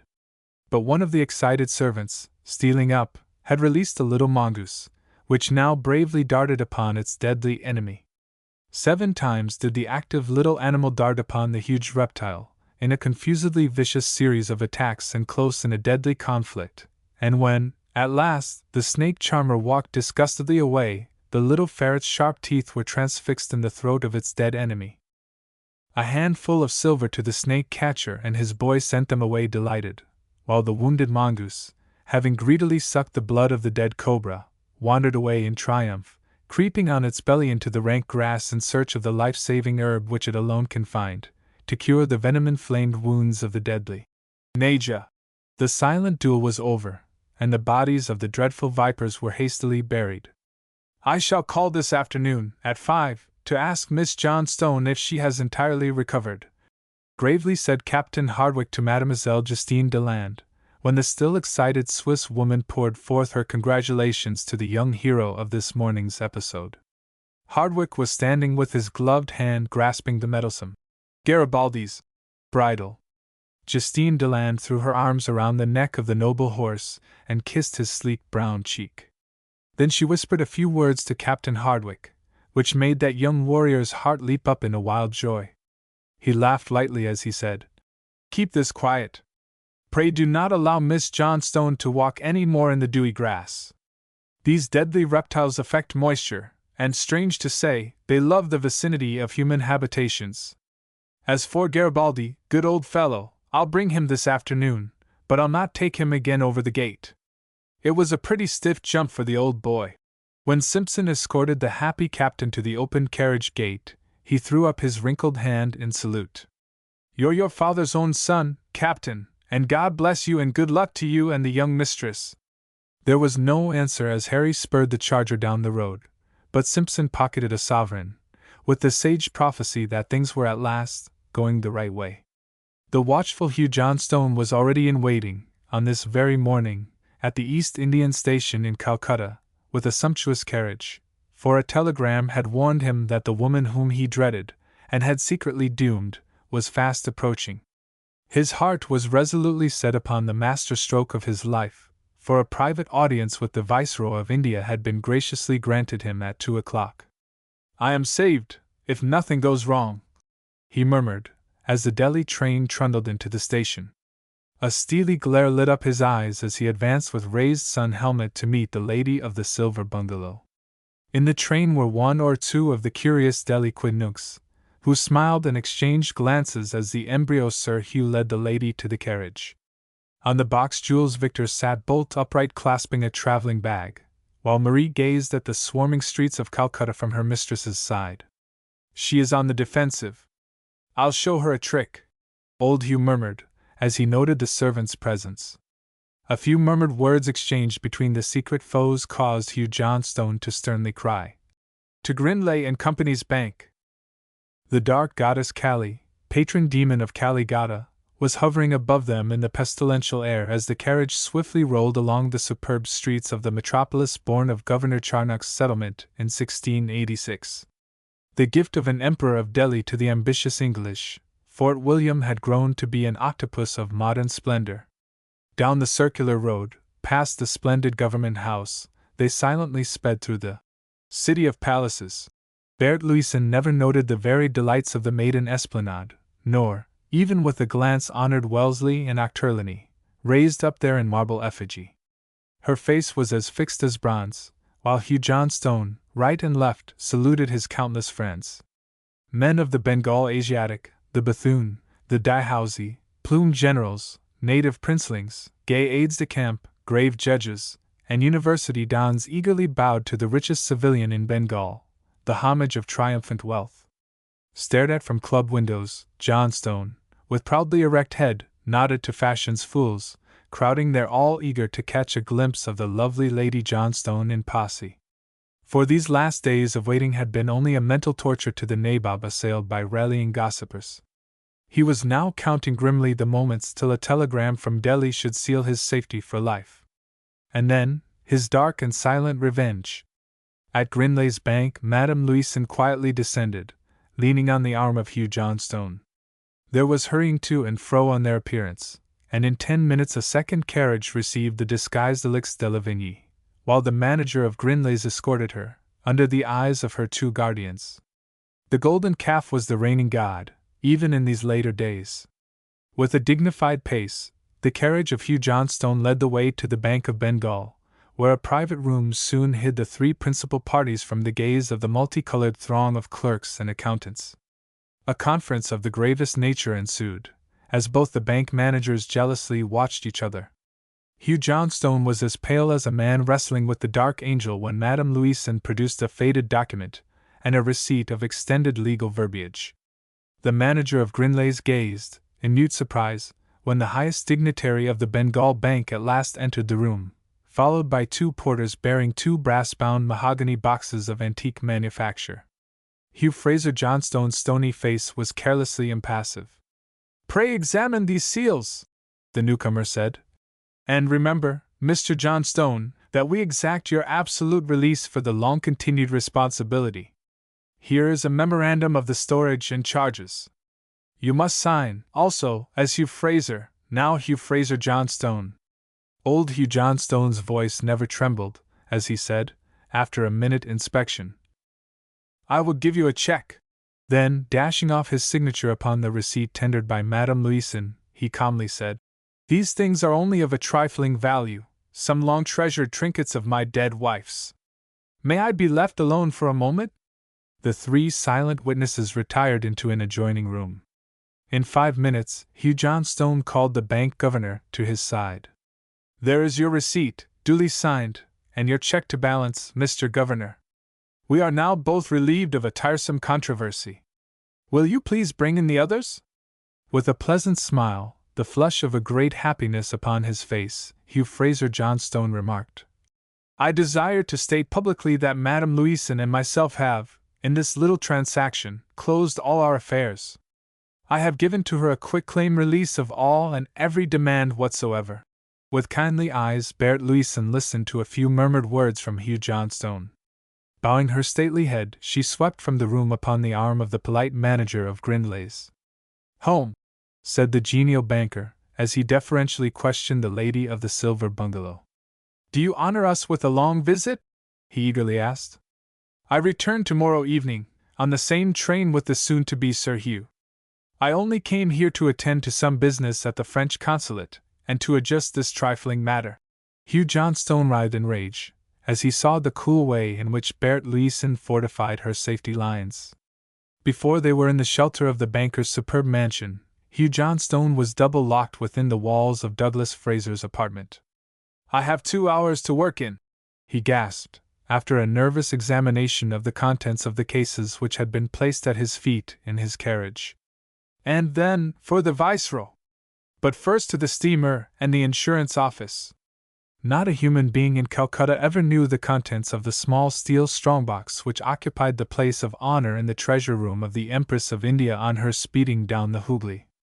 But a director of the Anglo-Indian Assurance Company opened his eyes widely when Hugh Johnstone, his fellow director, cheerfully paid the marine insurance fees on a policy of £50,000 sterling. I am sending some of my securities home, Mainwaring, the great financier said. I intend to remove my property, bit by bit, to London. I do not dare to trust them on one ship. The director sighed in a hopeless envy of his millionaire friend. Hugh Johnstone's Calcutta agent was also solemnly stirred up when his principal gave him some private directions as to the custody of his private papers and a substantial Gladstone bag, consigned to the recesses of the steel vaults. I go back with these papers to Delhi tomorrow night. Give me the keys of my private compartment till then. In a few months I may be called to London. Douglas Fraser will have my power of attorney. With a sunny gleam in his face, Hugh Johnstone then alertly sprang into his carriage, when he had finished his careful toilet, to meet the Viceroy of India. The 2 brass-bound mahogany cases were left standing carelessly open upon his table in Douglas Fraser's rooms, neatly packed with an assortment of toilet articles and all the multitudinous personal medical stores of a refined Anglo-Indian. In the sear and yellow. £5 worth, laughed Hugh Johnstone, as he closed the door. Now, in 1 hour, my Lady Disdain, I can say checkmate. Ramlal shall attend to you later, behind all your bolts and bars. He will find a way to reach you. It was a matter of profound speculation to the gilded youth of the government house what strangely sudden friendship had blossomed to bring the august representative of the great Victoria, Kaisari Hind, and Queen of England, as far as the middle of the audience-room, in close colloquy with, and manifesting an almost affectionate leave-taking of, the silver-haired millionaire of Delhi. But that night the most confidential general, at disposal, received from the Viceroy some secret orders which caused the experienced soldier's eyes to open widely. Remember! The personal interests of the Crown are involved here, said the Viceroy. Any mistake might cost me my sovereign's confidence and you your commission, perhaps a Star of India. He laughed, with an affected lightness. In faraway Delhi, as the sun faded away into the soft summer twilight, Harry Hardwicke was sitting at the side of Nadine Johnstone, while her stern father secretly exulted in distant Calcutta.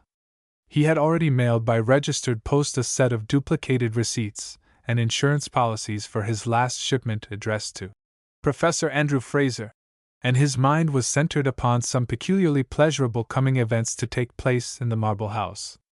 But the dreamy-eyed girl watching the man who had so gallantly saved her life, thought only of a love which had stolen into her heart to wake all its slumbering chords to life, and to loosen the sweet music of her singing soul. They were alone, save for the bent figure of Justine Deland at a distant window, and the spirit of love breathed upon them silently drew them heart to heart. Here now, before the divinity so fondly worshipped, Harry Hardwicke lost his soldier's ready voice. "Say no more! You need rest, Miss Nadine. I shall only call tomorrow to assure myself of your perfect recovery. When your father returns, I shall do myself the honor to ask his formal permission to visit you later." There was a sigh and a sob as Nadine Johnstone took her silent lover's hands and pressed them in her own, bursting into happy tears. "I owe you my life. My father shall speak, but in my own heart I shall treasure your splendid bravery forever." Her tall young knight stooped over the little hands, kissed them, and was turning to go, when the maiden slipped off a sparkling ring. "Wear this always for my sake. I can say no more till we meet again." And bending low, Captain Hardwicke stepped backward, as from a queen's presence, leaving her there, weak, loving, and trembling in a strange delight. As he rode slowly homeward in the evening's glow, he passed Major Alan Hawke dashing away to the railway station in a carriage. Traveling luggage told the story of a sudden jaunt. A wave of the hand and the Secret Service man was gone. Hawke growled, "Damned young jackanapes, I'll fool you, too, but what does old Johnstone want?" He was reading a telegram just received. "Come to meet me at Allahabad. Have brought the drafts. Want you for a few days down here." At 10 o'clock next morning, Simpson, his voice all broken, his old eyes filled with tears, dashed into Captain Hardwicke's office. "Dead?" cried the young soldier, springing up in a sudden horror. "No, gone overnight, both the women, God knows where, but they left secretly, by the master's orders." And then Hardwicke sank back into his chair with a groan. But, at Allahabad, Major Alan Hawke was raving alone in a helpless rage. There was no Johnstone there, and Ram Lal Singh had telegraphed him. The daughter and governess went away in the night by the railroad, special train. A man from Calcutta took them away. "You shall pay for this, you old hound!" he yelled. "Yes, with your heart's blood." Chapter 9. Alan Hawke plays his trump card. When the Calcutta train rolled into Allahabad, 2 days after Harry Hardwicke's crushing surprise, Major Alan Hawke, the very pink of Anglo-Indian elegance, awaited the dismounting of the returning voyagers. He had passed a whole sleepless night in revolving the various methods to play off each of his wary employers against each other, and had decided to let fate make the game. "The devil of it is, I'm not supposed to know anything of the flitting," he mused, after digesting Ram Lal Singh's carefully worded telegrams. All the light in his shadowy mental eclipse was the positive information that a special train had been made up for Bombay at the station. On government secret service. The old man is preparing to fight, now, he decided. His wooden horse is within Bert Loyalson's camp. If she is not wary, she may never leave India. Johnstone can be very ugly. But what must I do? Shall I warn Bert now? If I do, she will both doubt me and make a scene. Old Johnstone will then know at once that I have betrayed him. An hour's cogitation led Alan Hawke to decide to let the high contracting parties fight it out themselves at Delhi. I'll secretly join the winner and then bleed them both. I must be unconscious of all. Johnstone's money I want first, then Bert must pay me well for my aid. With an exquisite nosegay of flowers, he awaited the slow descent of the social magnates. A second telegram from Johnstone had warned him that the wanderers were on the same train. He is a cool devil, mused Hawke. Radiant in beauty, pleasantly smiling, and watched by her French bodyguard, Madame Louison swept into the grand café room upon the arm of Hugh Johnstone, who deftly exchanged a silent glance of warning with the artful Major. The first intimation of Johnstone's craft was the fact that Alan Hawke found he could not manage to see Madame Louison alone, even for a single moment. There was a veiled surprise in her beautiful brown eyes, when the nabob led Hawke a few tables away for a conference in full view of the beauty, who was surrounded with a cloud of obsequious attendants. As we have but 1 hour, madam, pray at once, order a repast for us all. I must have a few words with Hawk. Johnstone was as smiling as a summer sea. We were delayed a day by my own private business, genially cried the nabob. What's new in Delhi? It was the crowning lie of Hawk's splendidly mendacious career when he carelessly said, Nothing. I supposed, of course, that you had grave need of me here. So I have, earnestly replied Johnstone, as the station master bustled up, scraping and bowing, with a bundle of letters and several telegrams. Just look over these 5 drafts on Glynn, Carr and Glynn's, while I look at the letters, whispered Johnstone, handing Hawk an official-looking envelope. Even while the adventurer carefully scanned the bills of exchange, he saw a gleam of devilish triumph in the old man's eyes as he opened the telegrams, and with affected carelessness shoved his letters in his pocket. See here, Hawk! You can even earn a neat further donation if you will play your part rightly. General Abercrombie, as personally representing the Viceroy, arrives here tomorrow night to adjust my accounts finally. He will be a week or so at Delhi. I want you to represent me and receive him here. I've telegraphed back to Abercrombie that you will bring him up in a special car. He does not want old Willoughby to think he is nosing around Delhi. Now do the handsome thing. Abercrombie knows you. Here is a pocket-book. Lose a few 50-pound notes to the old boy on the train. Amuse him, mind you, and set him up well. The car will be well stocked. I leave my 2 men here to wait on you and him. That's all. I want to go off in a blaze of glory, as the Yankees would say. I will meet you at Delhi. Abercrombie comes to my house. Can I depend on you? And not a single word about the baronetcy. The Viceroy has graciously sent a special dispatch to England. All right. Let us join the madam, said Hawk, with an uneasy feeling of a coming tropical storm. I'm glad to be out of it, mused Hawk. If Abercrombie stays a week, both parties will defer hostilities until he goes. If that soft-hearted Swiss fool only telegraphs. By God, I would have liked to have had one final tete-a-tete. She can make my fortune yet. The flying minutes glided easily away, with Hugh Johnstone's old-time gallantry artfully separating the 2 secret conspirators against his peace. Alan Hawk lunched gaily, with but one lurking regret, a futile sorrow that he had not bent Justine Deland to his will. There was no dark pledge between them, no secret bond of a man's perfidious victory, no soft surrender, the seal of a woman's dishonor. Will she telegraph? The adventurer asked himself with a beating heart and a burning brain. If so, then I hold them both in my hands, and the game is mine. When the train drew out, the Major watched the disappearing forms of the mortal enemies in a secret wonder. Have they made it up? Will they marry after all? He growled, and yet he laughed the idea to scorn. And yet fear, as well as love, has tied the nuptial knot before, he mused. A new proof of Johnstone's craft was afforded him after he had, in a leisurely way, verified the regularity of his windfall in good London exchange, signed by the millionaire upon his home bankers, and duly stamped. A mental flash of lightning showed him how he was sewed up, for Johnstone's all too polite servants shadowed him, alternately, in his every movement.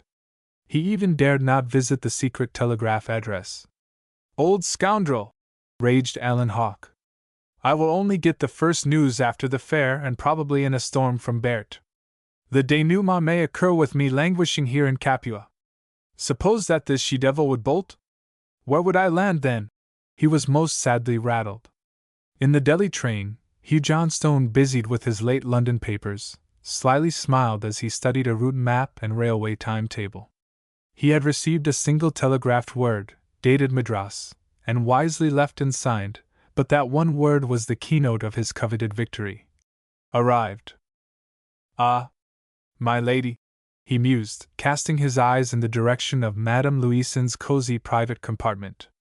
Tomorrow at Delhi, if Douglas Fraser is true to his trust, there will be the message which tells of a bark upon the sea, which bears away forever all the brightness of your life, away from you, yes, forever. And Hawk, this smart cad, is powerless now, and both of them are outwitted. The baronetcy is safe the very moment that Abercrombie's work is done. I've paid Hawk now, and he has been very naturally brought down here, out of the way. Madam! Madam! Now to settle accounts with you the very moment that Abercrombie has reported back from Calcutta. I think I will just have a good old-fashioned talk with Ram Lal Singh. I need his evidence to hoodwink this old cask of grog, Abercrombie.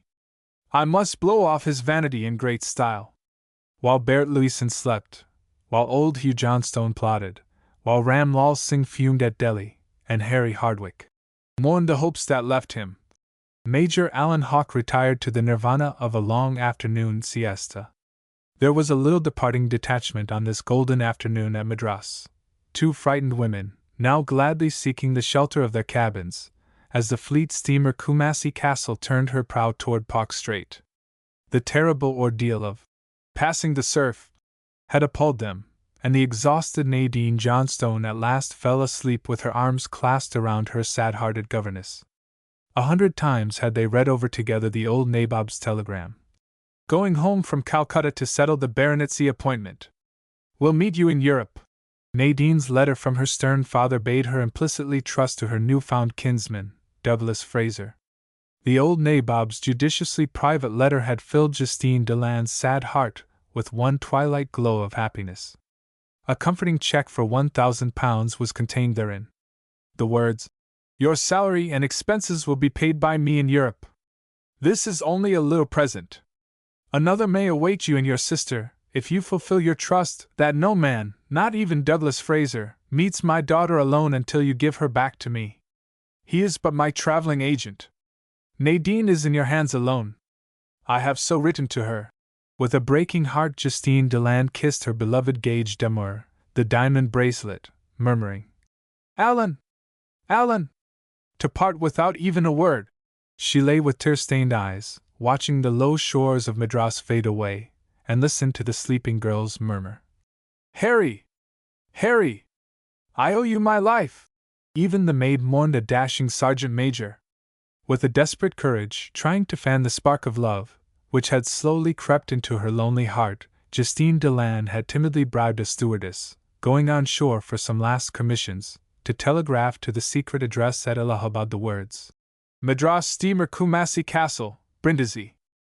The signature, "Your Justine," brought a grim smile to Alan Hawke's face. The next night, when on the arrival of General Abercrombie, he stationed Hugh Johnstone's secret spies on duty with the redoubtable Calcutta warrior. "By God! She is both game and true," cried Hawke. "Here is my fortune, and Justine shall share my spoils yet."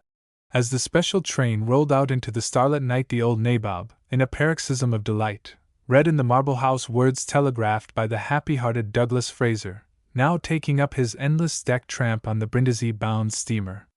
The young Scotsman, ignorant of all intrigue, was relieved to know that he had laid the firm foundation of his future fortunes. His last shore duty was done when he had wired to his urgent relative, in Delhi, the glad tidings. "All right. Kumasi Castle. Orders strictly obeyed."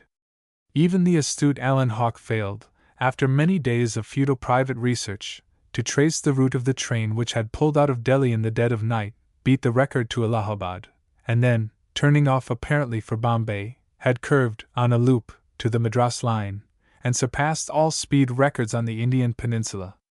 Even when he telegraphed to Ram Lal's friends at Madras, he could obtain no definite trace. The railway officials were silent, and the travelers had sought no hotel in Madras. Hugh Johnstone's well-applied money had smothered all inquiry. Even the driver and stokers of the special train never knew who so generously presented them with a £10 note apiece. Some Secret Service racket. They laughed over their ale. Not a tremor of a single muscle betrayed Major Alan Hawke when he delivered over his official charge, Major General Abercrombie, to Hugh Johnstone in the golden glow of Delhi's morning. "I've kept your interests in view," he whispered.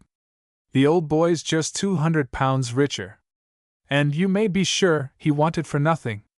I know all his damned old tiger and mutiny stories by heart. I'm going up to the club for a good long sleep. My compliments to the ladies," lightly said Alan Hawke, as he gracefully declined Hugh Johnstone's invitation to breakfast. Then Johnstone bore off his purple prize set in red and gold. The wide ripple of excitement caused by General Abercrombie's reported arrival had crowded the railway station. Hugh Johnstone chuckled. Evidently Hawk knows nothing, as the two old friends drove away in splendid state. But Major Hawk, an hour later, at his club, was suddenly interrupted in a cozy breakfast by the most unceremonious entrance of Major Harry Hardwick, whose promotion was at last gazetted. "Hello? I see you're a major now. Lucky devil! What can I do for you, Hardwick?" cried Alan Hawk, eyeing the haggard and worn-looking young officer with a strange dawning suspicion of the truth. Did he know, too, of the Hegira? Major Hardwick threw himself down in a chair, curtly saying, "You can tell me who effectuated this lightning disappearance act of Madame Deland and young Miss Johnstone." "You speak in riddles to me, Hardwick," coolly said the wary major. "I've just come in from Allahabad with General Abercrombie, who is here to settle old Johnstone's accounts. I know nothing of what you refer to. I expected to meet both the ladies at dinner today." "Then I will not uselessly take up your time, Major Hawk," gloomily rejoined Hardwick, as he picked up his sword, and with a cold formal bow, quitted the room. "I must watch this young fool," growled Alan Hawk. "Thank my lucky stars, the woman is far away. But he's well connected, has a brilliant record, and is A.V.C. now for Bert Louison and the fireworks. But first, old Ram Lal. They bowled the old boy out. I suppose that he has already told Alix de Lavigny that she has been outwitted. I hold the trump cards now. No single word without its golden price. I must not make one false step. As to the club men, I only join in the general wonder." He made a careful and very studied toilet and sauntered out of the club en flâneur, and then stealthily betook himself to the pagoda in Ram Lal's garden, where his innocent dupe had so often waited for him with a softly beating heart. "I'm glad the girl is gone," mused Alan Hawk. "If she were here, the chorus hymning Hardwick's perfections might set her young heart on fire." He was, as yet, ignorant of the tender bond of gratitude fast ripening into love. For love, that strange plant, rooted in the human heart, thrives in absence, and watered by the tears of sorrow and adversity, fills the longing and faithful heart, in days of absence, with its flowers of rarest fragrance and blossoms of unfading beauty. Nadine Johnstone, speeding on over sapphire seas, had already conquered the tender secret of the simple Justine Deland's heart, and in her own loving daydreams. "I shall loot the tears down fa for Jock O'Hazeldine. I must see him again. I must see him," she fondly pledged her waiting heart. With the serpent cunning of a loving maiden, she brooded like a dove with tender eyes, and so in her heart of hearts, determined to draw forth from her stalwart cousin, Douglas Fraser, the secret of their future destination. And the honest fellow became even as wax in her hands, while the gloomy Hardwick, in faraway Delhi, eyed the parchment-faced Hugh Johnstone in mute wonder, at the long official reception in the Marble House. "Will he not vouchsafe to me even one word of thanks?" thought the young man, in an increasing wonder. But Ram Lal Singh, when Major Alan Hawk drew him into the sanctum behind the shop, showed a dark face, seamed with lines of care. "There will be some terrible happening," muttered the smooth old Mohammedan. He had good gift of the world's gear, and now preferred the role of fox to lion. "She knows nothing as yet. I waited till I could see you. I dared not to tell her. She only fancies that this official visit of the General Sahib from Calcutta will, of course, take up all their time at the Marble House. But she begs me to watch them all, and she has given me some little presents, money presents." Hawk winced, but in silence. His employer trusted him not. Here was proof positive. "How in the devil's name did they get away without you knowing of it?" demanded Hawk. "If you are lying to me, Ram Lal, we may lose both our pickings from this fat pagoda tree. You see, old Johnstone may slip away after the girl. He may leave here with Abercrombie." The jewel merchant's eyes gleamed with a smoldering fire. "Johnstone Sahib will not leave Delhi. It is in the stars. He has too much here to leave. There are many old ties which bind. No, he will not go like a thief in the night. Hawk was surprised at the old rascal's evident emotion. Then tell me what you think about the disappearance of these women, said Hawk, watching him keenly. I have seen all my friends in the station, even the mail clerks, telegraph men and all, began Ramlal. A train on government service, a special, came in that night from Allahabad at 10 o'clock. Then 2 small trains were kept in waiting for some hours. One left for Simla before daylight, and the other drew out for Allahabad. There was a crowd of ladies, officers' ladies, and some children and servants in the waiting room. They liked to travel at night in the cool shade. No one knew them. Now, at Allahabad, the eastbound train could branch off either for Calcutta, Madras, or Bombay. So you know not which way these women fled? The old merchant seemed absolutely at sea. As Hawk shook his head, the story was soon finished. My men at the Marble House tell me that a strange young man arrived at 10 o'clock. He was admitted by Simpson, the private man of Johnstone Sahib. The Swiss woman talked with him alone a half-hour in the library, and then Johnstone's daughter came down there, but only for a few moments. My men watched him writing and reading papers in the library, then they all went away. That is all. I slipped into the house when Simpson went away next day. He often goes out to drink secretly, and he has a pretty Eurasian friend or two, besides, down in the quarter. Ramlal winked significantly. I went all over the upper part of the house myself. The women's rooms were left just as if they had gone out for a drive along the Jumna. If they took anything, it was only a few hand parcels. Now you know all that I know. No one ever saw the strange man before. And these people are gone for good, that is all. Go now to the M.M. Sahib at the Silver Bungalow. I fear her. But tell me what I must say to her. The old man was evidently in a mortal fear. There is that French devil, that old soldier. He is a fighting devil, that one, and the woman a tiger. The lady herself is a tiger of tigers. Say nothing, Ramlal, soothingly said Hawk. Leave it all to me. I see it. Old Johnstone has sent the girl to the hills to keep her away from the young fellows who will crowd the house, while this General Abercrombie is here. There'll be drink and cards, and God knows what else. I know, grinned Ramlal. I knew old Johnstone in the old days, a man-eater, a woman-killer, a cold-hearted devil, too. What does he do with this general? The jewel merchant's eyes blazed. Oh, buying his new title with some official humbug or another. I don't know. Perhaps he is really settling his accounts, laughed Hawk. I have a little account of my own to settle with him. I will see him at once. He, too, may slip away and follow his girl to the hills, quietly said Ramlal. I know his past. He is never to be trusted, not for a moment, as long as he is alive. Alan Hawk stared in wonder at Ramlal, who humbly salaamed when he closed. See the woman over there, come back, and tell me what I must do or say. You and I are comrades, the jewel seller leeringly said. And we must lie together. All the world are liars and half of the world lives by lying. With which sage remark the old curio seller betook himself to his nargileh. In a half an hour, Major Alan Hawk was wandering through the garden of the Silver Bungalow with Alix de la Vigne at his side. Behind them, at a discreet distance, sauntered Jules Victor, his dark eyes most intently fixed upon the promenaders. Madame de la Vigne was pleased to be cheerfully buoyant. She had silently listened to Hawk's recital of the probable causes of General Abercrombie's visit. I could see that Johnstone evidently wished to occupy us both at Allahabad. Your conduct was discretion itself. Have you seen him yet? Or the ladies? She eyed her listener keenly.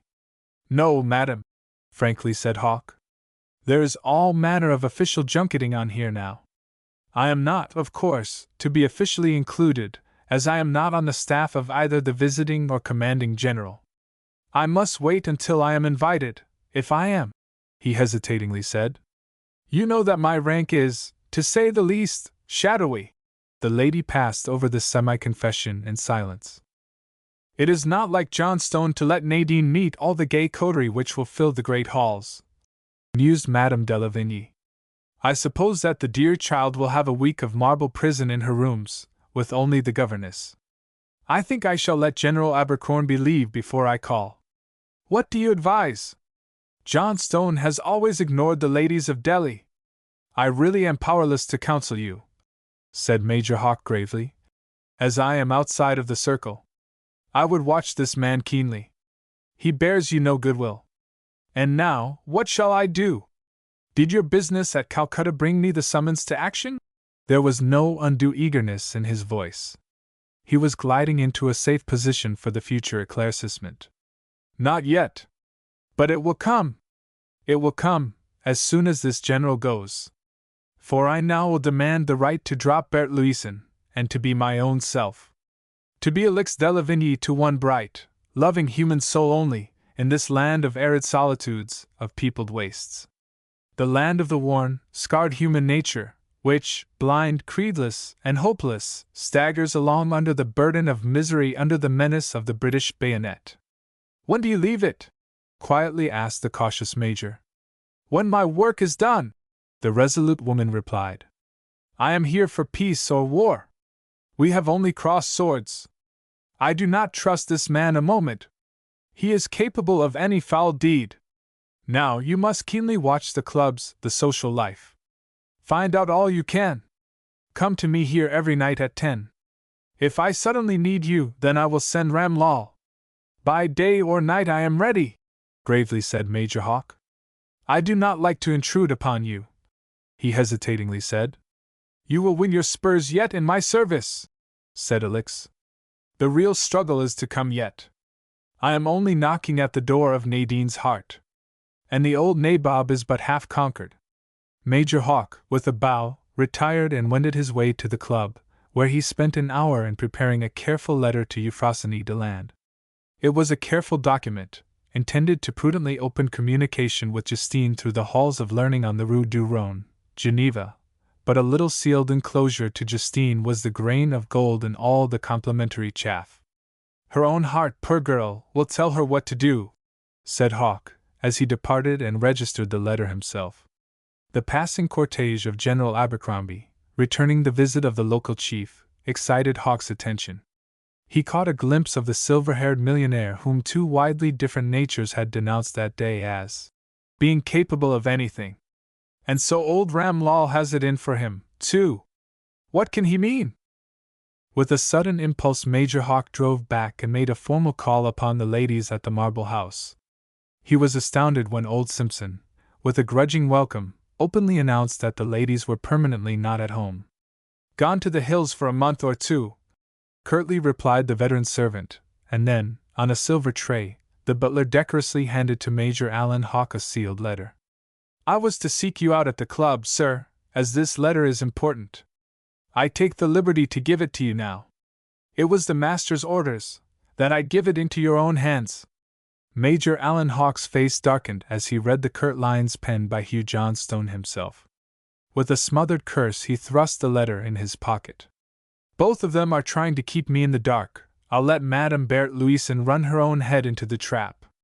Then, when she pays, I will talk, but not till then. The careful lines stated that for a week the writer would be greatly engrossed with private matters, and at home to no one. I will send for you as soon as I am able to see you, upon some new business matters. The last clause was significant enough. He prepared this to give me a social knockout, coolly said the renegade. All right. But wait! By gad!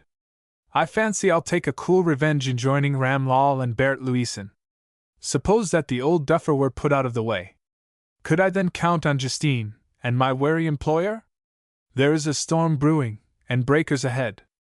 I must soon get my retaining fee from the lady of the silver bungalow, or I may lose it forever. And I will let her uncover the empty bird's nest herself. She must not suspect me. And yet the curt letter of the old civilian wounded him to the quick. What does this jugglery mean?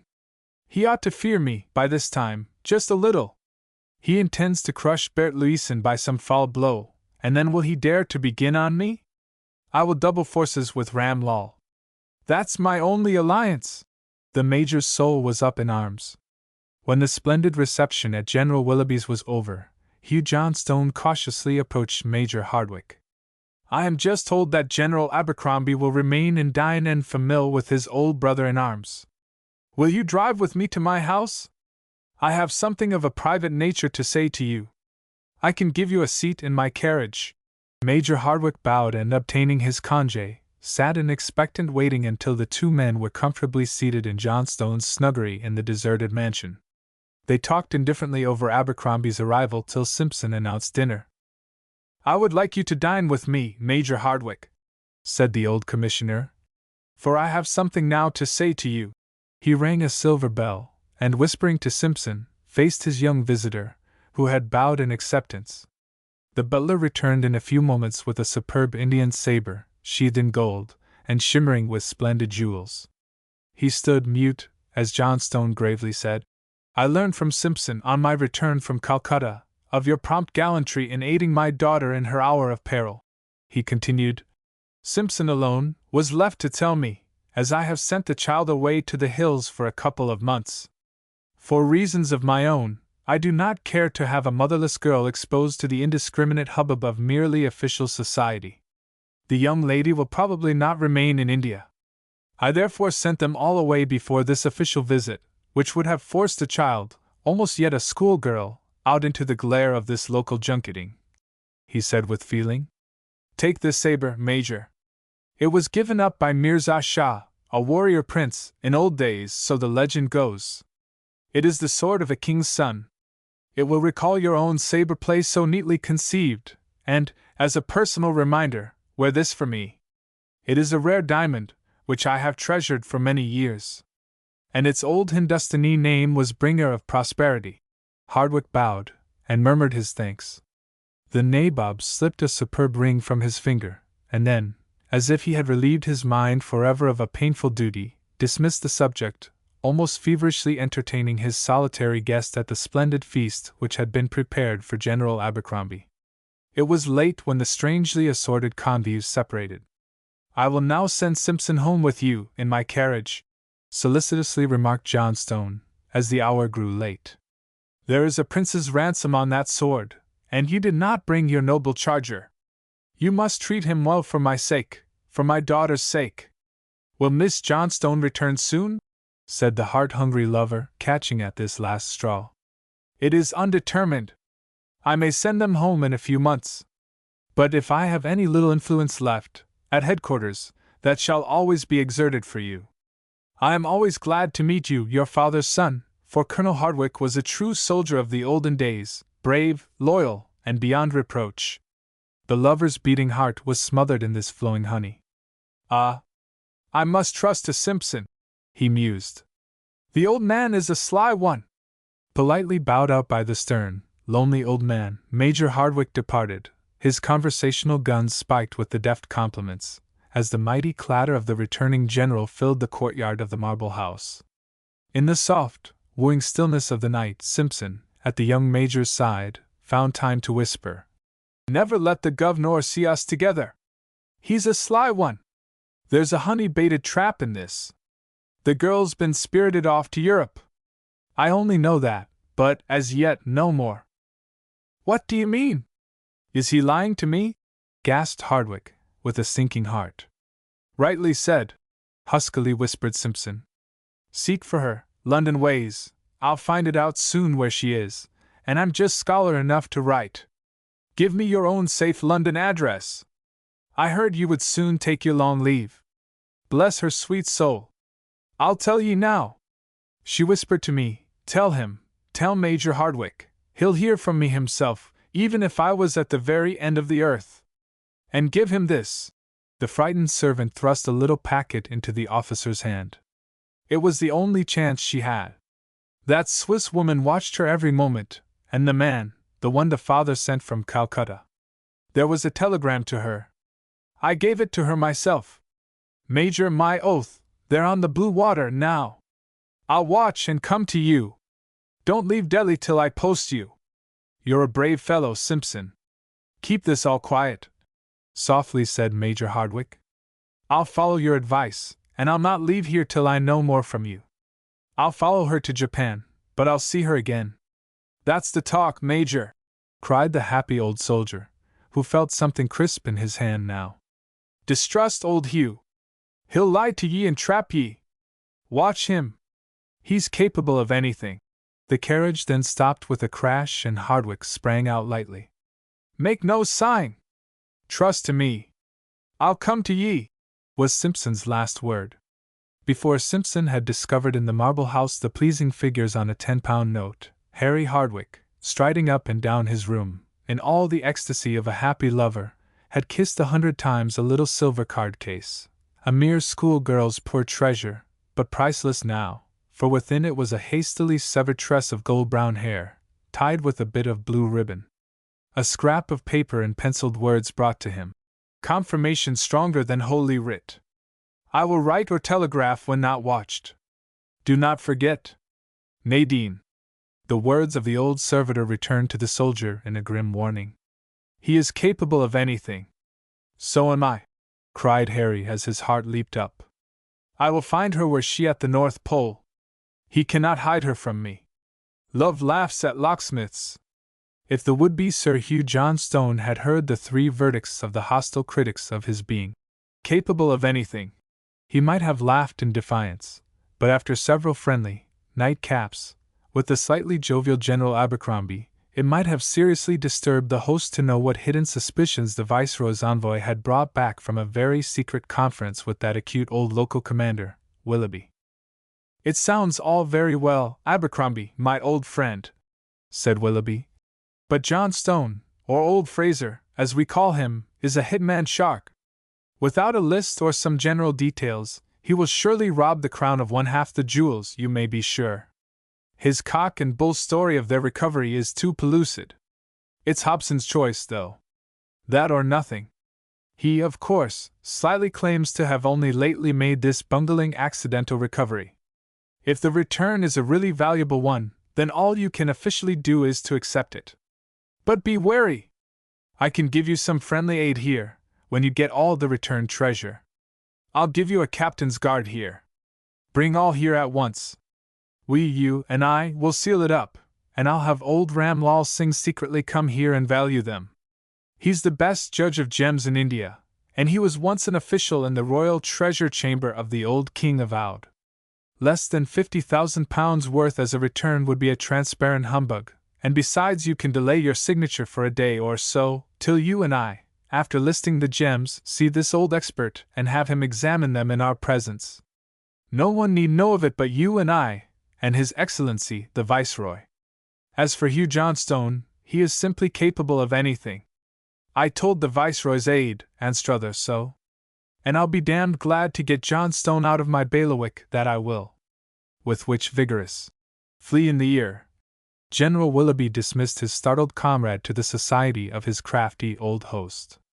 And that night strange dreams of unrest haunted the modern Major General in the marble house, while singularly gloomy misgivings weighed down the brave-hearted Bert Luisen, now heart-hungry for a sight of the doubly beloved child of the dead Lady of Jidamir.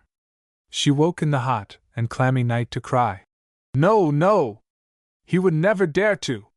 She is here! I shall go boldly and demand to see her tomorrow." Her womanly intuition told her the lines were broken. And so, robed in fashion's shining armor, Alix de Lavigny counted the moments, until at 4 o'clock of the next afternoon her carriage waited in the bower-decked oval of the marble house. A gloomy frown settled upon her face, as the impassive Hugh Johnstone approached her carriage, sun helmet in hand. She scented treachery now. There were a dozen brilliant young officers longingly gazing at this sweet apparition in the gloomy gardens. Even General Abercrombie strutted out and displayed himself in the foreground, as Johnstone leaned over and gravely whispered to the pale-faced beauty, "My daughter has been sent away from the city for her health. Her absence is indefinite. I will see you when General Abercrombie leaves here in a week, and explain all." "No, not before. It is impossible." With a sudden motion of her hand to Jules, Alix de Lavigny leaned back, half fainting, upon her cushions. Her agitated heart was now beating in a wild tumult of rage and baffled hatred. "Home!" she cried, and then, as the marble house was lost to view, she harshly cried, "To Ram Lal's first! To the jewel store! There was a brooding death in her eyes when she sternly said to the merchant, "Send him to me at once! Send Hawk! Go! Waste not a moment!"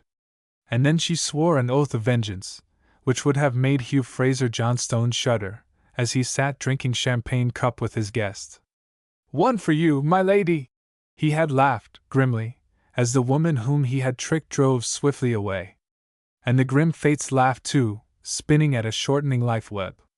Major Alan Hawke was interrupted in his cozy nest at the club by the hasty advent of Ramlal. The old jeweler had for once abandoned all his oriental calm, and he trembled as he muttered, "She demands you at once. I brought my own carriage. Go to her quickly. There will be a great monsoon of quarrel now. But her face looks as if she was stricken to the death, and something will come of all this. You must watch like the crouching cheetah." "What has happened?" anxiously cried Hawke. "She has just found out the women are gone. She went up to the Marble House this afternoon, and saw the old Sahib Johnstone. He did not even bid her to leave her carriage. One of my men ran over at once and told me. She drove to the shop on her way homeward and sent me here." The black son of Plutus scuttled away, as if in a mortal fear. "I do not dare to face her, in her angry mood," was Ram's last word. He was only accustomed to baby-faced Hindu women of the languorous lily type, who hung on his every word, the mute slaves of his jaded passions. "This one is a tigress," he sighed, as he fled from the club. "Ah, my lady is a bit rattled," mused Hawke as the carriage sped along. "Now is the time to catch her off her guard." And so he made himself sleek and patient, with the surface varnish of his society manner, when Jules Victor, with semi-hostile eyes, ushered him into the presence of Alix de Lavigny, still in her robes of visitation splendor. "What is this devil's work done in my absence? This spiriting away of Nadine!" cried Alix, grasping Hawke's wrist with a nervous clasp, which made the strong man wince. "This juggling in my absence?" Her eyes were sternly fixed on him in dawning suspicions. "Madam," calmly said Alan Hawke, "if you had trusted to me, this would not have happened. But you have chosen to make an enigma of yourself from the first.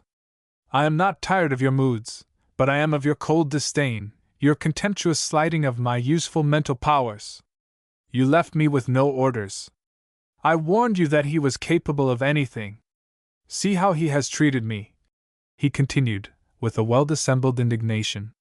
"He called me away to Allahabad to be bear leader to Abercrombie, and the brute has just shown me the door, today, openly saying that his daughter has gone to the hills. I believe that he lies. I know that he does.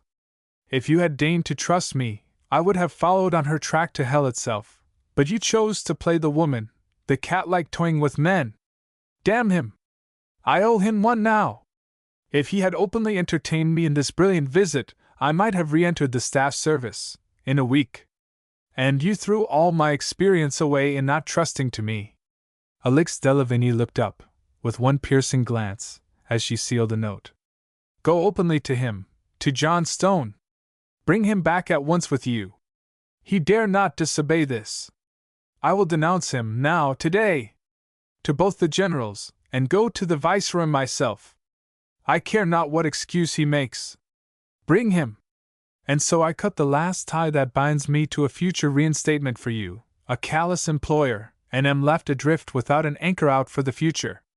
You know that this man is a director of the Bank of Bengal. A multimillionaire. He will chase me from India. I might trace the girl to her hiding place for you. She has surely been sent home by sea." Alix de Lavigny was gliding up and down the room as noiselessly as a serpent. She abruptly stopped her march. "I will find her in Europe. What do you require to follow my orders for 3 months? To wait here and then to take the road, or to join me in Europe? I pay all expenses and incidentals. What will make you reasonably sure against fate, in advance?" Alan Hawke dropped his eyes. Gentleman once, he was ashamed of the sordid implied threat of abandonment. £5,000, he whispered. The stony-faced woman dashed off a check. "Bring that man to me at once," she cried. "And then go down to Grinley's agency here, and get your money. Go openly. Shall I come back with him? Demanded Hawk.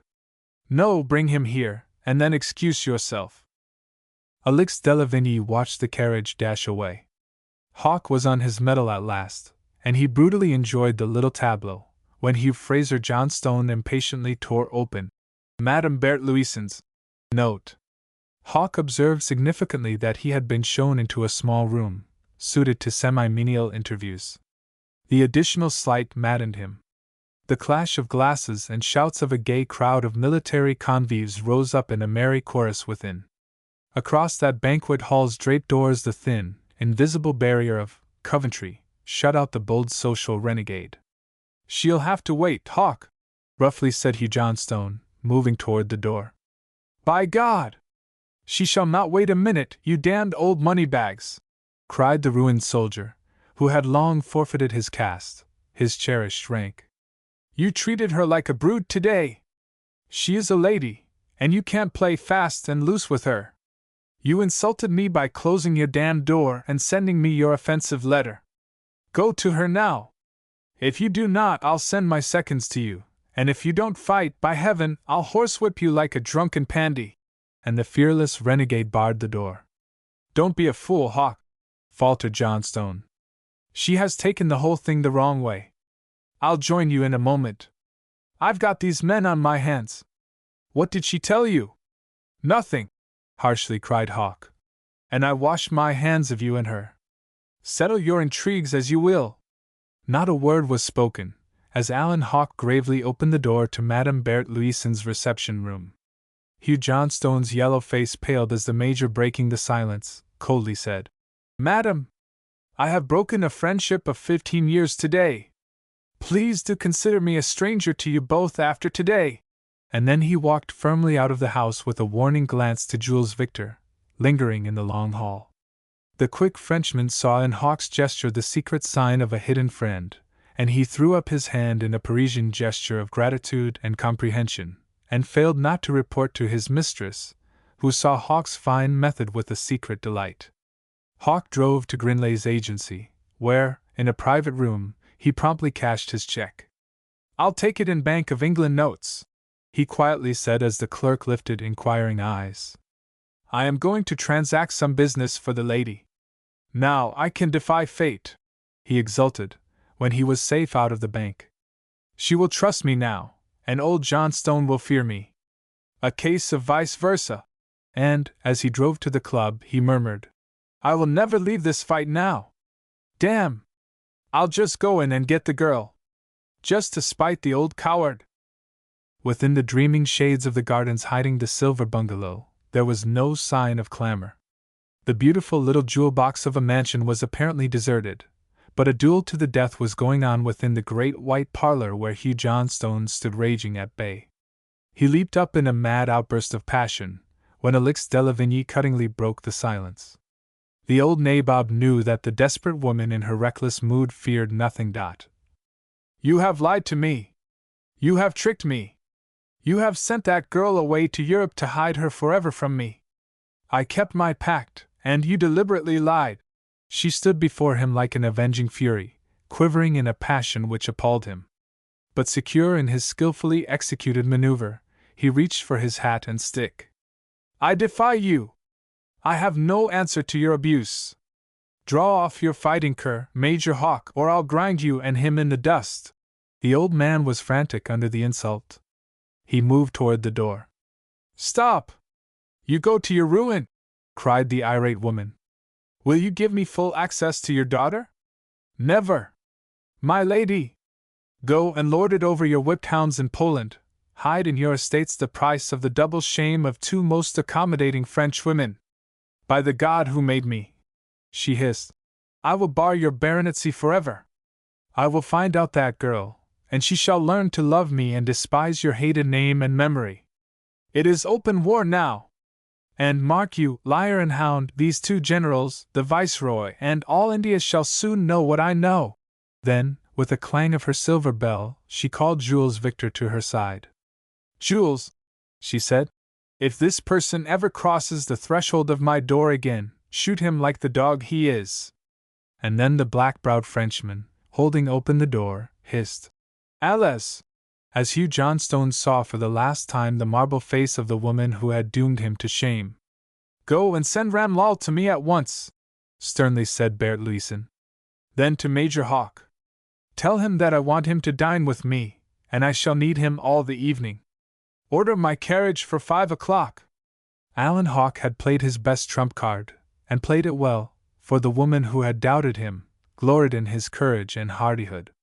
"I can trust him now," she murmured when she drove to the Delhi agency of Grindlays and 2 hours later astounded the local manager by the executive rapidity of her very business actions. "What's in the wind?" murmured the bank manager. "A sudden flitting." He had been ordered to detail 2 of his best men to accompany Madame Louison to Calcutta, in a special car leaving at midnight. "Telegraph to your head office in Calcutta of my arrival. Major Alan Hawke will represent me here, under written orders to be left with your Calcutta manager. Send this on in cipher." She handed him a long dispatch to his chief. Madame Bert Louison was seen in Delhi, in public, for the last time, as she gazed steadily at the brilliant throng on the lawns of the Marble House. A fete Champetre had brought all of Delhi together, and the conspicuous absence of the French Countess was the reigning sensation. The tall, bent form of Hugh Fraser Johnstone was prominent, reigning as host, under a great marquee. Neither of the great generals were there, however, for Simpson had drawn Major Hardwick aside to whisper, "A captain's guard came here today and took an enormous treasure in precious stones up to Willoughby's headquarters." And the 2 commanders were even then busied in listing the recovered loot, with a dozen yellow-faced Hindus and several confidential staff officers. "It's the last act, Captain Darlin," said Simpson. "Old Hugh has given me secret orders to get ready to go on to London. He only takes his personal articles. Young Douglas Fraser will come here and manage the Indian estates." "Who's he?" eagerly cried Hardwick. "The fellow who carried the women away, the old man's only nephew." "Ah, now I see," heavily breathed Hardwick. "I will take the previous boat, and wait for the old man at Brindisi. Post me. I'll keep mum. Depend on me for my life itself," said Simpson. "But be prudent. I don't want to lose my life pension. He's been a good master to me." "We've grown old together," sighed the gray-headed soldier. The frightened Ramlal Singh was driven around Delhi this eventful day like a hunted rat.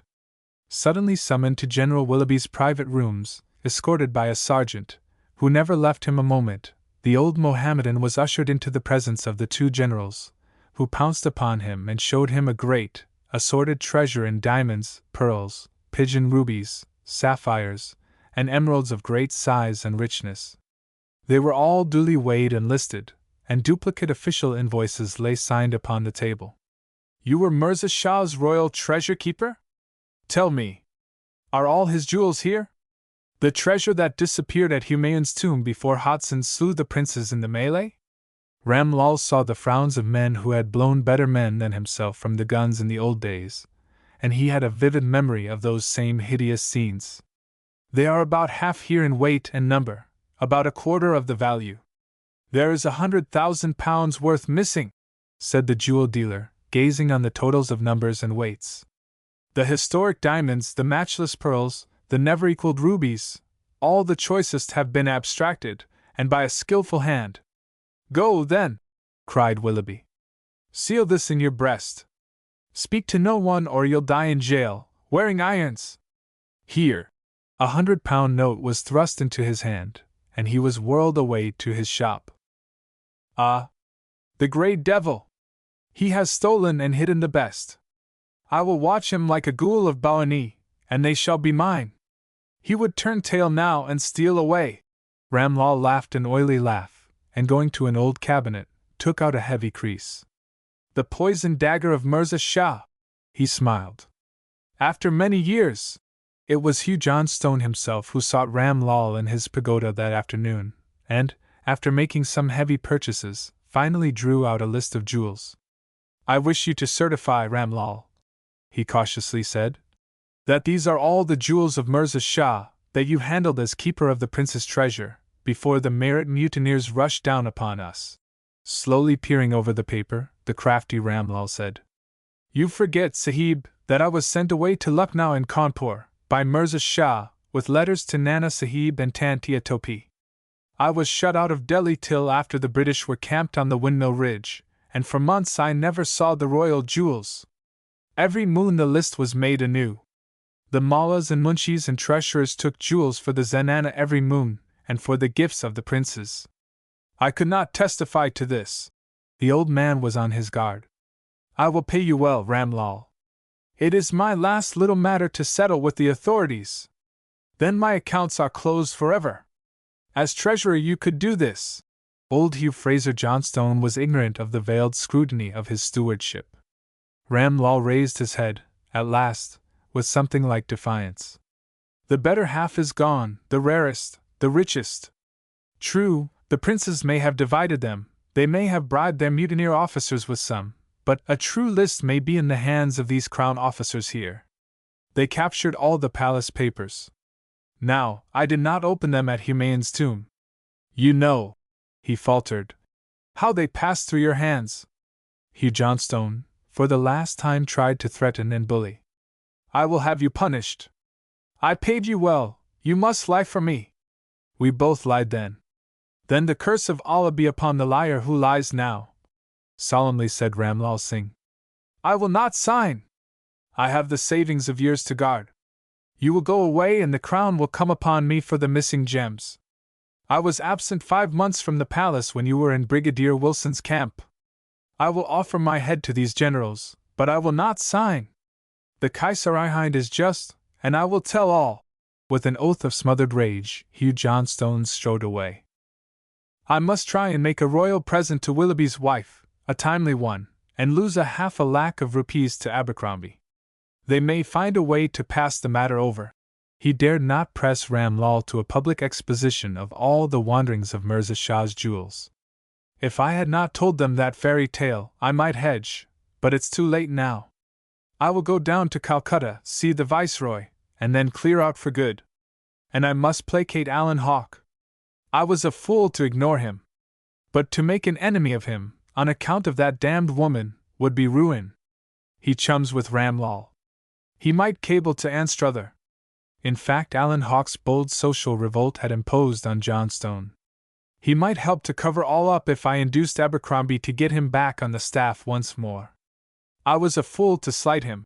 Hugh Fraser Johnstone was dimly conscious that his own line of battle was wavering, and that his flanks were unguarded, his rear unprotected. "I will only trust my homeward pathway to Simpson, and my health is a good excuse for clearing out for good.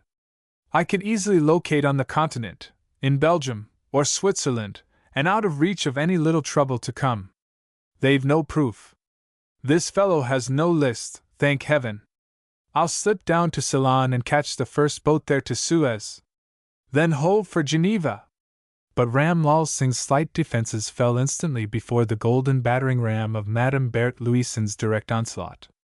"I was busied in the bazaars, buying jewels," he expostulated, when Jules Victor led him into Madame Louison's boudoir. Even then Major Hawke was curiously noting the dismantled condition of the reception room, where Johnstone had at last thrown off the mask. "I leave Major Hawke here to close all my business, Ramlal," she said. "I go to Calcutta. I may be gone for some months. But I have watched you and him. You are close friends, very close friends. Now remember that I pay him and I pay you. I wish you to give me, to sell me, the list of the jewels which Johnstone took away from you and hid, when he was Hugh Fraser." The old scoundrel began to protest. Berthe Louison rang her silver bell. "Jules," she said, "I wish you to go to General Willoughby with this letter, and tell him to send a guard here to arrest a thief who has government jewels." Ramlal was on the floor at her feet, groveling, before she grimly smiled, as he held out a paper, quickly extracted from his red sash. "That will do, Jules." The Frenchman stood without the door. "You will not run away. You are far too rich, Ramlal. And you will be watched every moment. Sign and seal the list, and date it today." The old craven begged hard for mercy. "Here is £100. Hawk will pay you 400 more when I am safely on the sea, but only then. He will close all my bills. Remember, I shall come back again. And," she whispered a word, "he will watch you closely." The jeweler sealed the document, and scribbled his certificate. "Not one word of my business, not even to Hawk, on your life," she said. "I shall come again. And General Willoughby will throw you in prison on a word from me." Major Alan Hawk was astounded, after an hour's yielding to the social charm of Madame Alix de Lavigny, when the happy woman led him away from the dinner table. "Now for a half-hour's business chat," she gaily said. "No notes. We shall next meet at number 9 Rue Berlioz, Paris. You will receive my sealed directions from Grinley's agent here, with funds to settle my affairs. I go tonight to Calcutta, and thence to Europe. Obey my orders. You will get them, sealed, from the agent here. You can come on by Bombay, when I cable to you. I will cable direct here to Grindlay's. They'll not lose sight of you." She smiled. "And my relations with old Hugh?" he gasped in surprise. "Just watch him and follow him on to Europe. Neither you nor he can do me any harm, but your reward for your manly stand today will reach you in Paris." "I knew of it. Shall I not see you to the train?" Hawk stammered. "Ah," she smiled, extending her hand warmly. "I have a double guard and my servants. I will be met at Calcutta, and I go on my way safely now to work a slow vengeance." Chapter 10. A Captivated Viceroy. There were several late parties in sumptuous Delhi on the evening when Madame Berthe Louison drove quietly to the railway station at 2 o'clock. A little knot of tired officials were still on duty, and when some forerunner had given a private signal, a single car, drawn by a powerful locomotive, glided out of the darkness. In a few moments a dozen trunks and a score of bags and bundles were tossed aboard the baggage van. 5 persons stepped nimbly aboard, and then with no warning signal, the lady of the silver bungalow was borne out into the darkness, racing on toward Calcutta with the swiftness of the wind. Jules Victor, vigorous and alert, after several cups of café noir, well dashed with cognac, disposed his 2 Lefechu's revolvers in readiness, and then betook himself to a nap. His bright-eyed wife was in the compartment with her beautiful mistress, and ready to sound a shrill Gallic alarm at any moment. She gravely eyed the 2 escorting officials of the bank. Marie said in her heart that all men were liars, and she believed most of them to be voleurs, in addition. Jules, when the little train was whirling along a meadows a score of miles away from Delhi, relaxed his vigilance, and bade a long adieu to Delhi, in a vigorous grunt. "Vie bene! Sacré canaille!" There was silence at the railway station when the head agent wearily said, "I suppose the bank is moving a lot of notes back to Calcutta. They are a rum-slick lot, these money changers."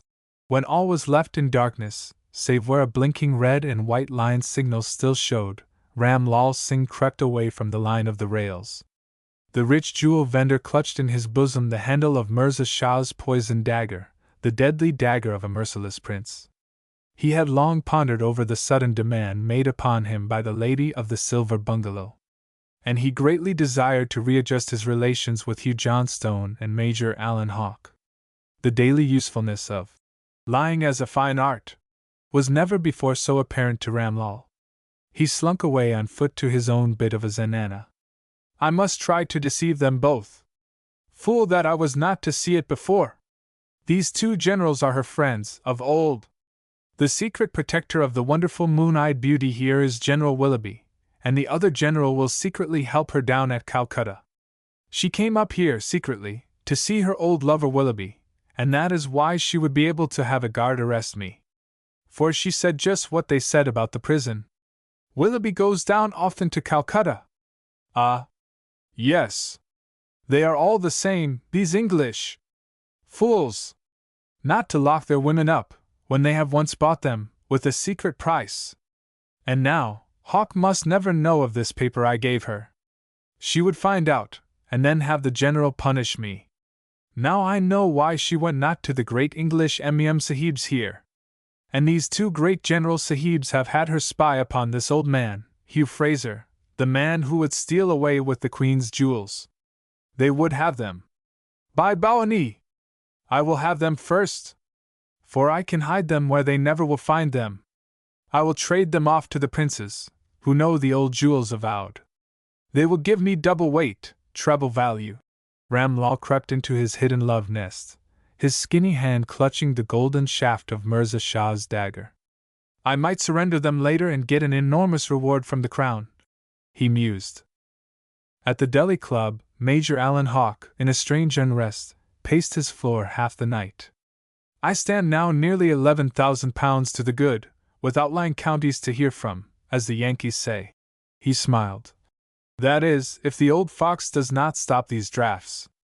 If he does, I'll stop him, he swore. And yet, he was troubled at heart. I know Alix Delavigne will call me back and pay me well. How did she find out about my bold bluff to John Stone? Some servant may have overheard, and she is a deep one. She may even have her own spies there. Justine, I can count on you to help me later. But how to treat old Hugh? His dreams of an army reinstatement came back to worry him. I might go to Abercrombie and warn him about John Stone. Damn it! I've no proof as yet. Bert Louison will fire the great gun herself. The renegade fell asleep, torturing himself about the needless breach with John Stone. All violence is a mistake, he muttered, half asleep. The angry old man will keep me away from the girl forever, and the old brute is going to Europe. I have spoiled one game in taking one trick too roughly. Another, late party, was at Major Hardwick's quarters, where the loyal Simpson related to the lover all the gossip of John Stone and General Abercrombie, over their brandy pony and cheroots. Simpson was the eager servitor of the young engineer, whom he loved. General Willoughby had a little fit of work, which seized upon him, and so he toiled till late at night, sending some cipher dispatches to the Viceroy. I may make a point in this, perhaps A.C.B., said the old veteran, who was sharper when drunk than sober. I'll put a pin in John Stone's game, and get ahead of Abercrombie.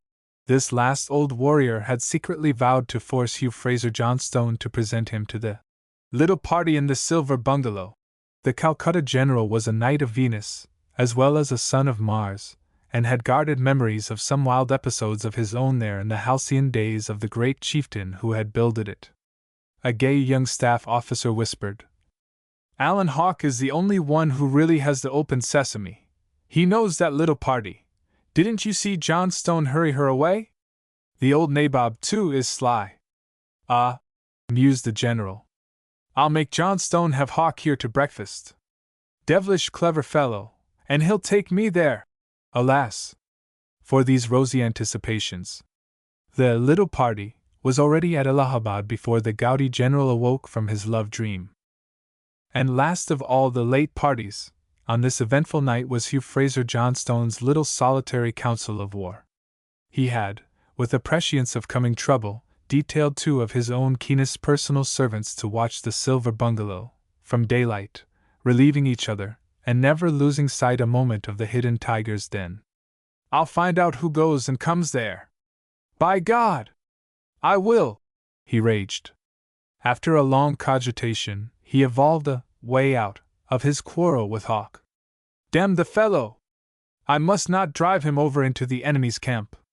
I'll have him here, to breakfast tomorrow. The jewels are safely out of the way now. For a few pounds he will watch the she-devil, and that yellow thief, Ram Lal, for me. My only danger is in their coming together. I'll get a note to him early.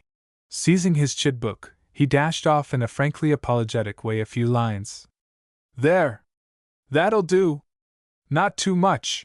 He read his lines with a final approval. Dear Hawke, I've been worried to death with a lot of people thrust on me. Mere figureheads. You must excuse an old friend, an old man, and Madame Louison is like all women, only a bundle of nerves. Come over to the house today at noon and breakfast with Abercrombie and myself alone. I'll send you back to Calcutta with him on a little run. I appreciate your manliness in keeping out of my little misunderstanding with the madam. By the way, a few words from Abercrombie to the Viceroy would put you back on the army staff, where you rightly belong. Let bygones be bygones, and you can make your play on the general. It's the one chance of a life. Come and see me. J. There. He will never show that, mused Hugh Johnstone. It touches his one little raw spot. And calling a boy, the old commissioner dispatched the note, carefully sealed, to the club. The last one to seek his rest in the marble house, old Johnstone was strangely shaken by the events of the day. Bert Louison's threats, Ram Lall's stubborn refusal, and the useless quarrel with Hawk had unmanned him. He drank a strong glass of grog and then sought his room. All things settle themselves at last. This thing will blow over. I wish to God that she was out of the way. I could then handle the rest. For in his heart he feared the defiant woman. There were two men equally surprised when gunfire brought the day's doings on again in lazy, luxurious Delhi. Over his morning coffee, Major Allen Hawk thankfully cried, "I am a very devil for luck! This old skinflint is opening his bosom and handing me a knife. By God! I'll have my pound of flesh!" He leaped from his couch as blithe as a midshipman receiving his first love letter from a full-grown dame. There was great joy in the house of Hawk.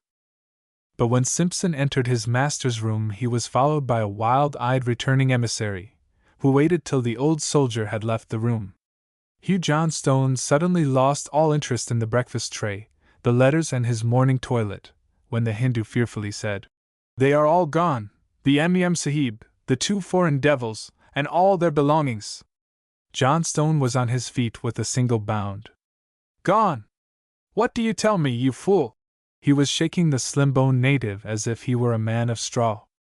"They went to the railroad at 2 o'clock at night, the coachman told me. We only began our watch by your orders at daybreak.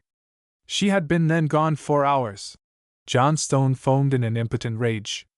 "Who is left in the house?" he roared. "Nobody, Sahib," tersely said the Hindu. "Get out and send me Simpson," the old man sternly said. "Go back and watch that house till I have you relieved. Tell me everyone who goes in or out." And then the horrible fear that Willoughby or Abercrombie had deceived him began to dawn upon his excited mind. "Simpson," he cried, "there's a good fellow. Take the first trap and get over to Major Hawk. Tell him that I must see him here, at once, on the most important business. He must come. Then get to Ram Lall, and bring him yourself to your own room. Let me know, privately, when he is there. Never mind my dressing. Send me a couple of the others. Is the General awake? Just coming down for his ride. Horses ordered in half an hour." Simpson fled away, muttering, "Hardwick must know of this." Hugh Johnstone fancied that he was dreaming when he met his official guest, refreshed and jovial, but still under the spell of Venus. "See here, Hugh," said the gallant Abercrombie. "I want you to present me to that stunning woman over there, at the Silver Bungalow, you know. They tell me she's the Queen of Delhi. You old rascal, I'm bound to know her. Can't we have a little breakfast there, under the rose?" A last desperate expedient occurred to Johnstone. His baronetcy was in danger now. "There's but one man in Delhi can bring you within the fairy circle. That's Hawk, a devilish good officer too, by the way. Ought to be back on the temporary staff, at least. He comes here to breakfast. I'll turn you over to him. He manages all the ladies' private affairs. He is your man." General Abercrombie turned a stony eye upon his host. "Does Willoughby go there?" he huskily whispered. "Never crossed the line. Hawk is far too shy. You see, Willoughby has not recognized Major Hawk's rank and past services." "Ah," said the jealous warrior. "If Hawk is the man you say he is, I can get the Viceroy to give him a local rank in 2 weeks. Send him down with me to Calcutta." And the gay old would-be lover jingled away on his morning ride. "This may be my one anchor of safety," gasped the wondering Johnstone, as Allen Hawk came dashing into the grounds. In half an hour, the broken entente cordiale was restored, and Johnstone had slipped away and questioned the wary Ram Lall. "All I know is that the lady hired the house temporarily from me. I am agent for Ranjit Hoy, who owns it now. She went without a word, and gave me £300 yesternight, for her rent and supplies. I asked the M.E.M. Sahib no questions. She went away all by herself, in the middle of the night. Ah, you know nothing more? Sharply queried Johnstone. Of course not. I thought you, or Hawk Sahib, or General Willoughby, was a secret friend, slyly said Ramlal. She owes you nothing? You do not expect her to return? The Nabob cried. I think she has gone to Calcutta. She came from there. Come tonight privately, Ramlal. I'll show you how to get in. Just tap at my bedroom window 3 times. Come secretly at 11 o'clock and find out all you can. Wait in the garden till the house is dark.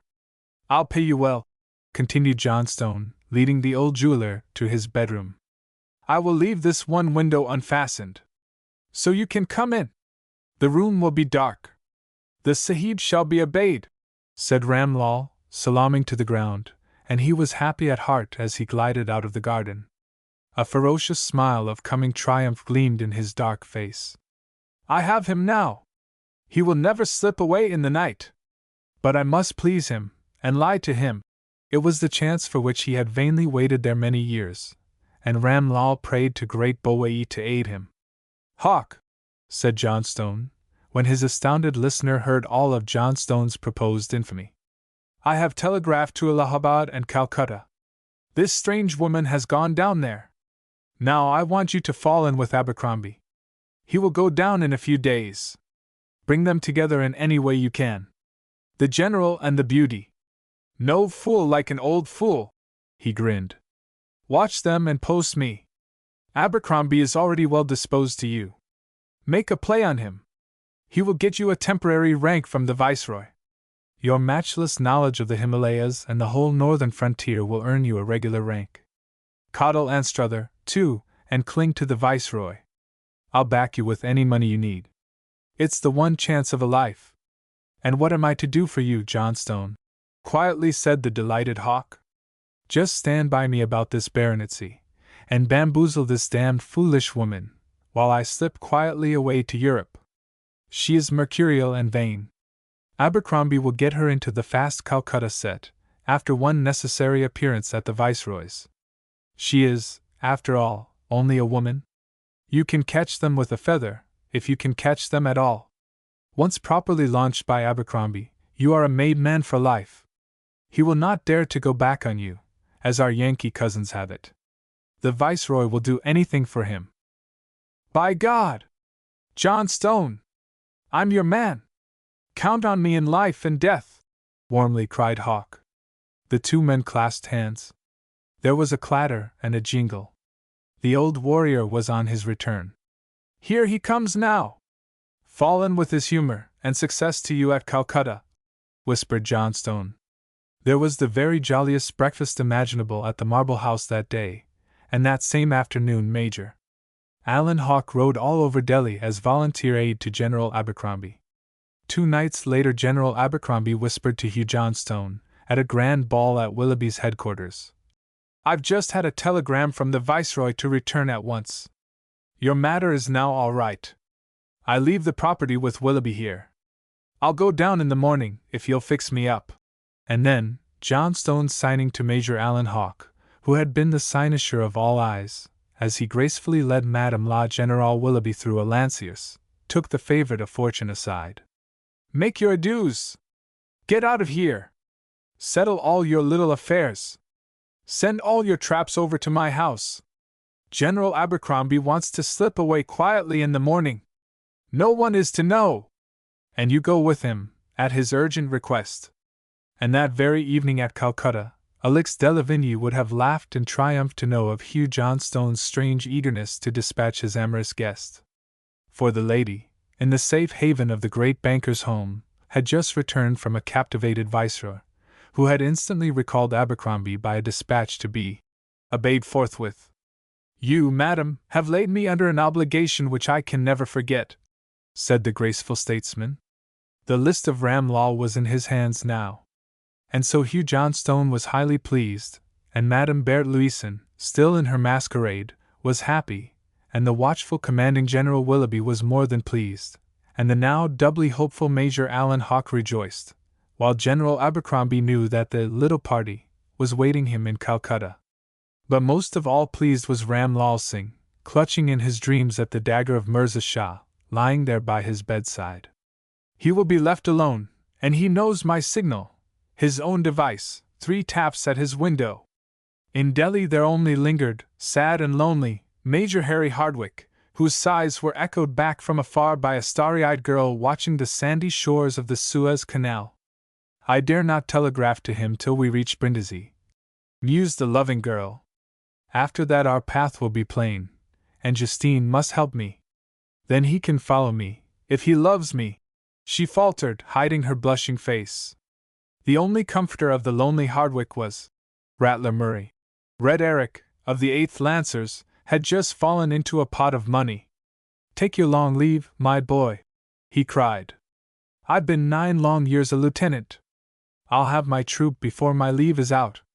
And there's a loving lass awaiting me. One I love, one who loves me, one you must know, for you must be the best man. Wait, only wait a couple of weeks, Eric, said the Major, whose eyes were now turned daily to Simpson.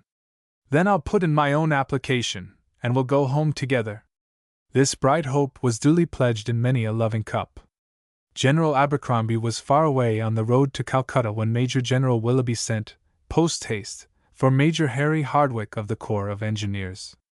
The puzzled commanding general was racking his brains to find out if his old friend Abercrombie had committed any fatal error during his somewhat bacchanalian visit on special duty. I'm glad he is gone, mused the stout-hearted, thick-headed old commander, as he read, over and over, the Viceroy's cipher dispatch to the departed general. Do nothing further. Turn over all property, on invoice, to General Willoughby, and report here forthwith. Hold no communication with John Stone, and guard an absolute silence. Report in person, instantly on your arrival. Something has surely gone wrong, at last decided Willoughby. Old Hugh Fraser Johnstone may have been too much for him. Strange, the Viceroy says nothing of him. And then he read a second dispatch, with the Viceroy's orders to himself. Notify Major Harry Hardwick, Royal Engineers, to report in person, to the Viceroy for special duty, prepared to go in a week to England on duty. Absolute secrecy required. His leave application will be approved for any period, to take effect on his completion of duties assigned in London. Special cipher orders will be sent to him this AM. Deliver them and furnish him the code number 2. No copies to be retained. Furnish Major Hardwick with a captain and 10 picked men to escort the property received by General Abercrombie to Calcutta. Invoices to you to be signed by him. Property to be sent down in sealed pay chests, with your seal and Major Hardwick's. Report compliance, and telegraph in cipher number 2 Hardwick's departure for Calcutta. Special transportation has been ordered. There, my boy, you have your orders. An hour later said General Willoughby when Major Hardwick reported. I am glad to have the whole thing off my hands. Here is the double-ciphered code. You are to translate for yourself, and remember, then destroy your translation. Remember, also, one single whisper of your destination, and you are a ruined man. Evidently the Viceroy is bent on trapping old Hugh Johnstone. Damn him, for a sneaking civilian! I never trusted him. And the old general rolled away for his family tiffin. I'll see you when you have translated the private orders. Thank God, the Viceroy keeps me out of this dirty muddle. You see, I have no power over Johnstone, he is a blasted civilian. 2 hours later, the grateful old general found Hardwick pacing up and down impatiently. I ought only to tell Murray, he murmured, if I could. He is going home to be married, and I am to stand up with him. Just the thing, gaily cried Willoughby. Murray's captaincy is in the Gazette of today's Mail. I will order him down with you, in command of the guard, and at Calcutta the Viceroy will release you from your promise, so as to let him know that you can meet him in London. His Excellency evidently wants to hoodwink all the gossips here, and above all, to blind old Johnstone. Now, Harry, I feel like a brute to let you go without a poor send-off. But by heaven, the whole Willoughby clan will follow you in London, and pay off a part of our debt for that run under fire with my wounded boy. Name anything you want. Do you want any help to watch Johnstone? The old general was eager. I fear that I must attend to him, alone, sadly said Major Hardwick, whose heart was racked, for a fair, dear face now afar must soon be clouded with sorrow, and those dear eyes weep a father's shame. Call, day and night, for anything you want, heartily said the loyal old father of the rescued officer. The day before you go you must dine with us, alone, and Harriet will give you her last greeting. As the day wore away, there was a jovial rapprochement in the special car where General Abercrombie and Major Hawke were gaily extolling Madame Berthe Louison's perfections.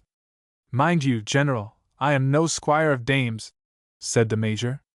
You must make your own running. Ah, my boy, you have earned your temporary rank as a Major of Staff, when you've introduced me. I flatter myself that I know women, cried Abercrombie as they cracked another bottle of Johnstone's champagne. Take me to her, and then I'll take you to the Viceroy. I guarantee your rank. It's a bargain, cried the delighted Hawke. While Abercrombie dreamed of the lovely lady of the silver bungalow, Major Allen Hawke leisurely examined a sheaf of letters from Europe which had been thrust in his pocket by Ram Lal at parting. Victory! He cried, as he read a tender letter from Euphrosyne Deland, in which she promised her absolute compliance with his every wish. Justine has written to me herself, was the underscored hint that the three might join fortunes. It's about time for that Madras boat to get to Brindisi, mused Hawke, as they ran into Allahabad. There may be telegrams here now. And while General Abercrombie jovially feasted, Hawke ran over to his secret haunt to which he had ordered Ram Lal to send any telegrams, for 1 day only, and then, the rest would be safe with Ram's secret agent in Calcutta. My God! This is my fortune! Bravo, Justine! Cried Hawke. True and quick-witted. I now hold Berthe Louison in my hand. He read the words. Andrew Fraser, St. Agnes Road, St. Heliers, Jersey. The dispatch was headed Brindisi and signed Justine. A man might do worse than marry a woman as true and keen as that, smiled Hawke. I am a devil for luck! And then he gaily drank Justine's health, in silence, when he joined the amorous Abercrombie at the table. But the devil for luck did not know of a little scene at Brindisi, where the blushing Nadine Johnstone hid her face in her friend's bosom. It is my life, my very existence, Justine, she pleaded. I will never forget you. We are both women, and my heart will break if you refuse.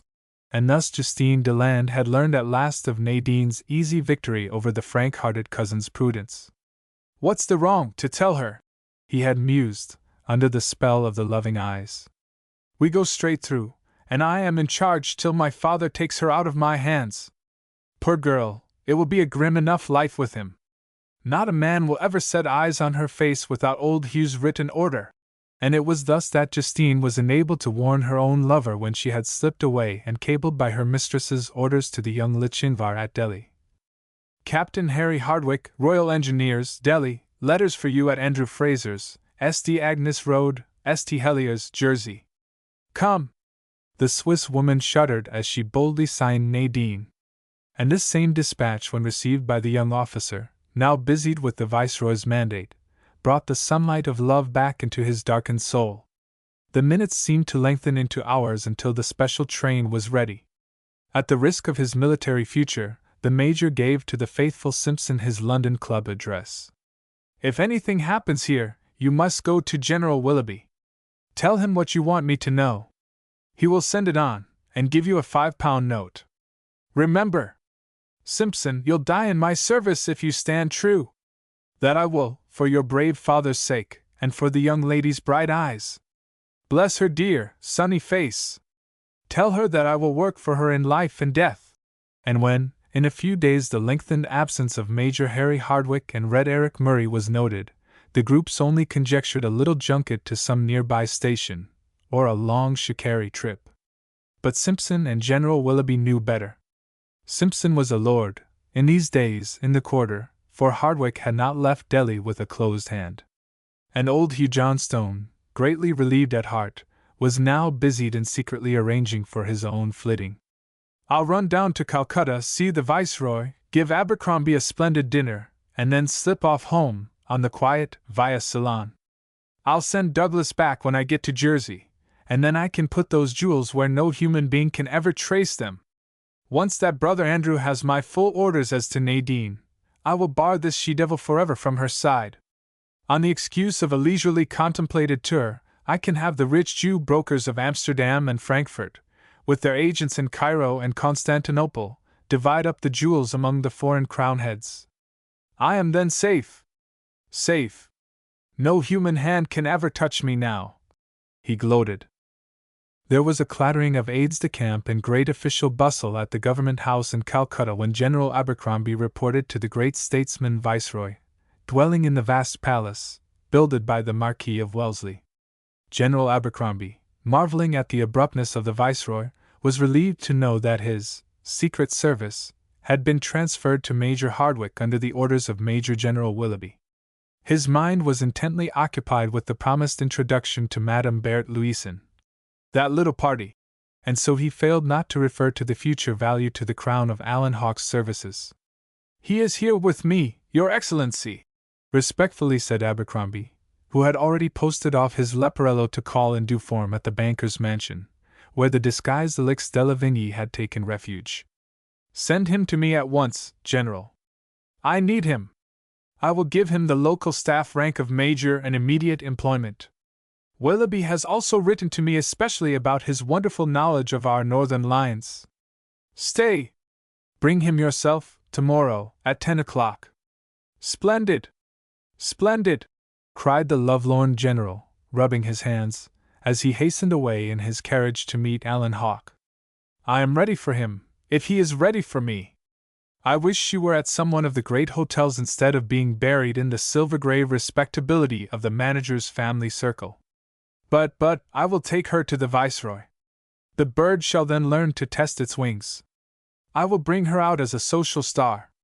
Major Alan Hawke, with a beating heart, recounted to Madame Berthe Louison all the occurrences in Delhi, when they were left alone in the great banker's vast parlors. "She is a puzzle, this strange woman," mused Hawke, for a serene and stately triumph shone in her splendid eyes. Berthe Louison listened to all. "You will get your staff appointment," she smiled, "and I will help you.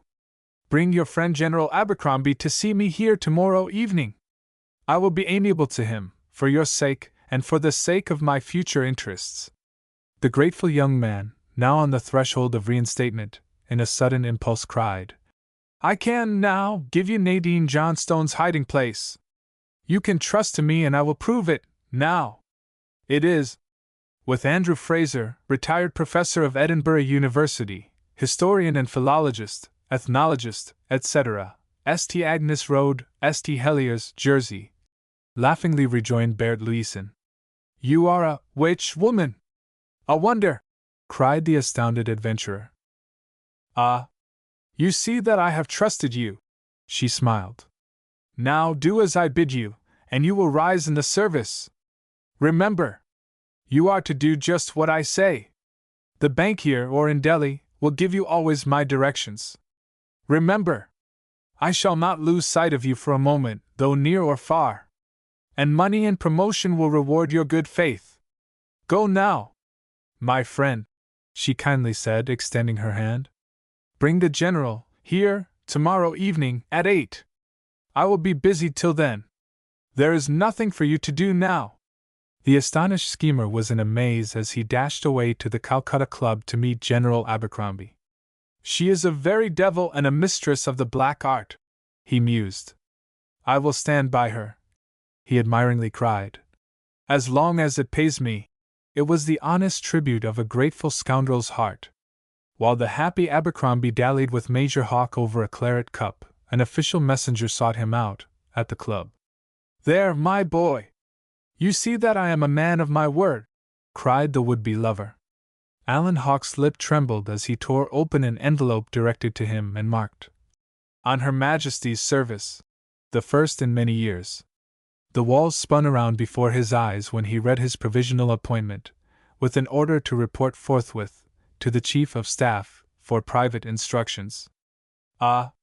I congratulate you, my boy!" heartily cried the happy general. "You are a very devil for luck! One toast to the Viceroy! I'll meet you here tonight." The happiest man in India sped away to his newly opened gate of paradise regained, while afar in the sweltering September sun, the gleam of rifles and red coats told of an armed escort on the train, bearing Major Hardwick and Captain Eric Murray, on to Calcutta, with the swiftness of the wind. Neither of the officers for a moment quitted their compartment, and two chosen sergeants, revolver in hand, watched certain sealed packages lying beside them, all there in plain view. Major Hardwick's soul was now in his quest. There was a gleam of romance in the great Viceroy's morning duties, while Major Hawke had hastened to the Chief of Staff's office. Madame Berthe Louison, escorted by her guardian, the bank manager, had placed upon the Viceroy's table a little document which he studied with great care. "You are sure that there is no mistake?" the statesman said, gravely interrogating the banker. "I will guarantee it, Your Excellency, with its face value, £50,000, answered the financier. It was the memorandum of a policy of assurance for a sealed package, on the steamer Lord Roberts, sent by Hugh Fraser Johnstone to Professor Andrew Fraser, St. Agnes Road, St. Heliers, Jersey, and now halfway to England.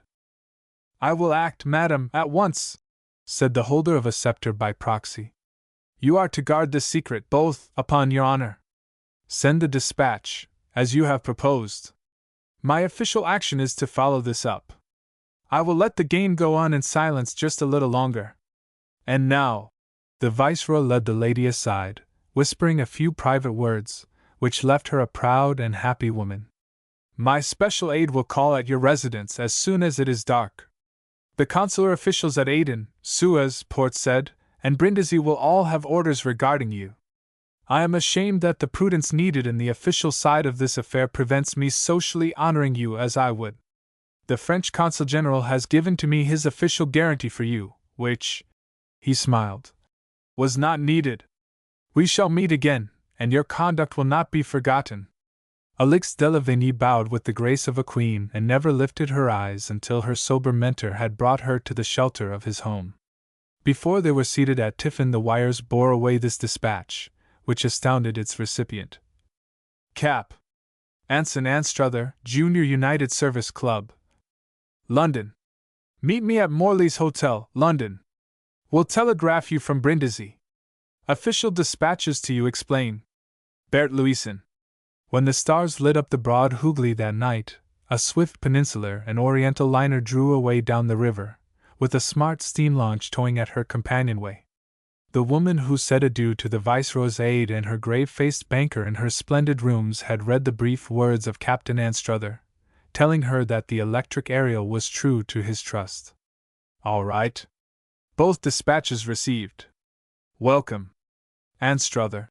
The official staterooms were a bower of floral beauty, and the gallant aide murmured, "I hope that nothing has been forgotten.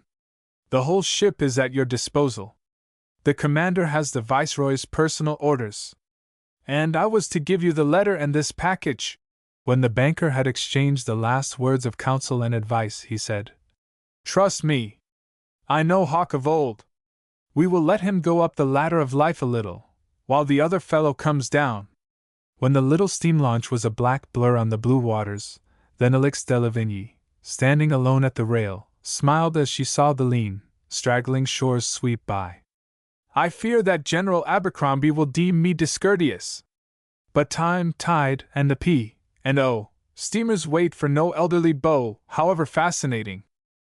It is a matter of local history in Calcutta that General Abercrombie's remark, "Hawke, we have been a pair of damned fools. We are outwitted," found its way at last into the clubs, and the attack of jaundice, followed up by a severe gout, which laid out the sighing lover for long months, proves, as of old, that stern Mars cannot cope with the bright and all-compelling Venus. But Major Alan Hawke, of the Provisional Staff, hearkened wisely to the banker's words. "Don't be fool enough to think that you can trifle with Madame Louison's interests. The noble Viceroy has placed you on duty, at her own personal request, to give you a last chance to regain all the promise of your youth. One word from her, and you will be suspended or dropped. You will get your military orders from the Viceroy and her wishes from me." Alan Hawke was paralyzed with astonishment the next day, when the Viceroy ordered him to proceed at once to Delhi, to report to General Willoughby, and to hasten to London, via Bombay, on completion of his secret service at Delhi. "I am a devil for luck," muttered Hawk. But even the tide of fortune can drive along too fast. He had lost his head, and forgotten all his pygmy plans. A stronger hand than his own was secretly guiding his onward path, upward to the old status of the British officer.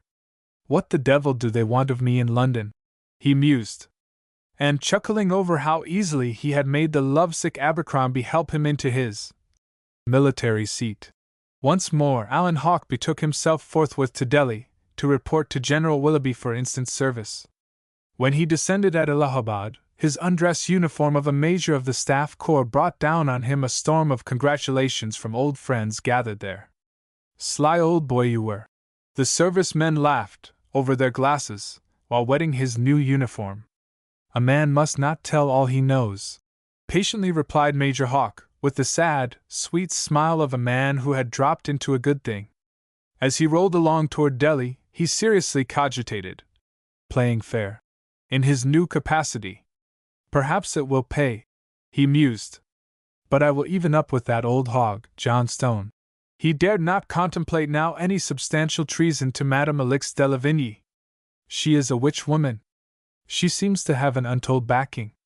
The bankers, even, the Viceroy, and the French Consul General, too. She could crush me. I must serve my Lady Disdain, and I will fight and die in her army.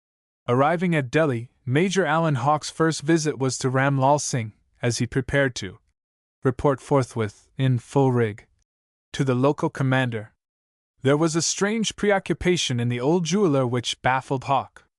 Ram Lal only humbly begged to have all his lengthened accounts with Madame Berthe Louison arranged, and Alan Hawke, with a few words, calmed the Mussulman's fears. "I'll have it all attended to tomorrow, when I look it over," said the Major, hastening away to the club. "Ram has been at the hashish, or bang, or the betel nut, or some of his recondite dissipations. Perhaps he has enjoyed an opium bout in the zenana," mused the new appointee, as he gaily begged off from a cloud of eager congratulations by promising to blow off the whole Delhi club. "Business first, pleasure afterwards," said the resplendent Major Hawke, as he clattered away, a handsome son of Mars, to report to General Willoughby. Major Hawke was secretly delighted with his cordial reception. "Come to me tomorrow at 10, Major," said the commander. "I will have your first instructions, but remember absolute secrecy. This is a very grave affair to both of us, your coming employment. The tide of life is bearing me on, with a devilish rapidity, with favoring gales," the Major reflected. But beyond the clouds veiling the future he saw no farther shore. In the dim watches of the night for a week past, Simpson, secretly busied with preparing Hugh Johnstone's flitting, was perplexed at the sound of shuffling feet and whispered voices in the master's rooms opening into the splendid gardens. "Who the devil has he there?" "Some woman," mused the old veteran servant. Simpson had his own little, private life to wind up, and so he was charitably inclined. It was his custom when all was still to slip away to the quarter, where some lingering chords were now slowly snapping one by one. The old servant noted with surprise a dark form gliding on his trail in several of these goings and comings. Being of a practical nature, the man who had faced the mad rebels at Lucknow only belted on a heavy Adams revolver, and concluded at last that some others of the household were busied in secret dissipation or nocturnal lovemaking. "No one man has a controlling patent on being a fool," mused Simpson. Black and white were all of a muchness, and as he knew they might now leave at any moment, he sped away to his last delightful nights in Delhi. On the night when Alan Hawke returned from Calcutta, the inky blackness of an approaching storm wrapped dreaming Delhi in an impenetrable mantle. Under the huge camphor tree where the cobra had risen in its horrid menace before the frightened girl, a dark figure waited till a man glided to his side. His head was bent as the spy reported. "Simpson is gone to the quarter. 2 of our men have followed him, and if he returns, he will be stopped on the way." The only answer was an outstretched arm, and the whispered words, "Go, then, and watch. It is the very night, the night of all nights," muttered the watcher under the tree, and then, stealing forward, He tapped 3 times at the window where Hugh Johnstone stood with his heart beating high and all the pride of a coming triumph ready to open to the man who was settling his private affairs. "No one shall know that I have stolen away," he mused. "Forever and in the night." A light foot pressed the floor as the expected one glided over the low window sill. There was a night lamp burning dimly in a shaded corner. "Put out the light. I must tell you something. We are both watched and spied on," whispered a well-known voice.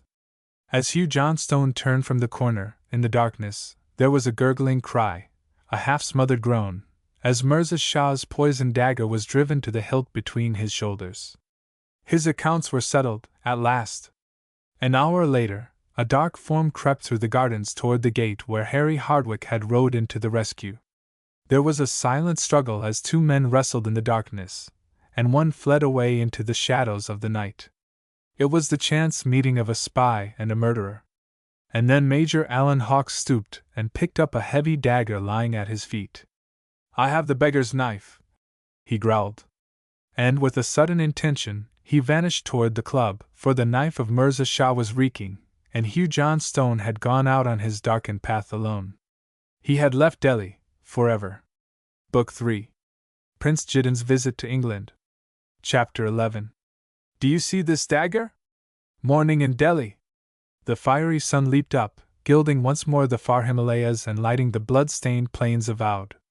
The golden shafts twinkled on the huge colonnade, the vast ruined arch, the crumbling walls, and the huge castled oval of Humayun's tomb. In the dark night, the monsoon winds wailed over the wreck of Hindu, Pathan, and Mughal magnificence.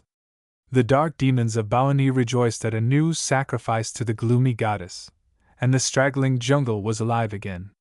In the vacant caverns, whence the sons of Muhammad Bahadur were once dragged forth to die by daring Hodson's smoking pistols, their slaughtered shades grinned over the ghastly vengeance of the barren years. The huge dome of the mosque hung in air over the vacant palaces of the great Mughals, and the far windmill ridge, and the bastioned walls of Delhi were bathed in golden light, while Alan Hawks slept the sleep of exhaustion. And while Ram Lal Singh, secure in his zenana, calmly greeted the cool morning hour with a smiling face and a happy heart, in the lonely marble house, stern old Hugh Fraser Johnstone slept the sleep that knows no waking. The Chandni Chowk awoke to its busy daily chatter, and old Shah Jahanabad sought its pleasures languidly again, or bowed its shoulders once more under the yoke of toil. The faithful sought the Jumna Masjid for morning prayer, and the nonchalant British officials began to straggle into the vacant hall of the Peacock Throne. Far away, the Kutab Minar, rising 300 feet in air, bore its mute witness to the splendor of the vanished rulers of Delhi, the peerless gory swordsmen of Khorasan. But even as the soldiers of the old Pathan fort had marched out into the shadowless night of death to join Ghori and Baber and Nadir Shah, so the spirit of the lonely old miser Nabob had sought the echoless shore. When Simpson had unavailingly endeavored to awaken his master, the locked doors were burst in at last by the anxious servants, and they found only the tenantless shell of the mighty millionaire, as cold and rigid as the iron pillar which veils today its mystery of a forgotten past, when the jackals howl in the ruins of old Delhi. Then rose up a wild outcry, and the sound of hurrying feet. The alert old veteran servitor, with instinctive military obedience, dispatched 2 messengers, on the run, to notify General Willoughby and Major Alan Hawke. And then, with quick wit, he forbade the gaping crowd to touch even a single article. Not even the stiffened body, as it lay prone upon its face, was disturbed. Simpson stood there, pistol in hand, on guard until properly relieved, and as silent as a crouching rifleman on picket. The whole room bore the evidence of a thorough ransacking, and the disordered clothing of the nabob proved, too, that the body had been rifled. The mysterious nocturnal visits returned to Simpson's mind. Could it have been some once-wronged woman? He mused while waiting for his military superiors, for the simple old soldier scorned all civilian control. His keen eye had caught the strange facts of the fastened windows, the disappearance of the 2 mahogany boxes, and the startling absence of the key of the chamber door. Whoever did this job knew what they came for and when to come, mused Simpson. He gazed at the window sill. There was the mark of damp earth still upon it. Just as I fancied, growled Simpson. They came in at the window, and when their work was done, left by the door. There was more than one murderer in this job.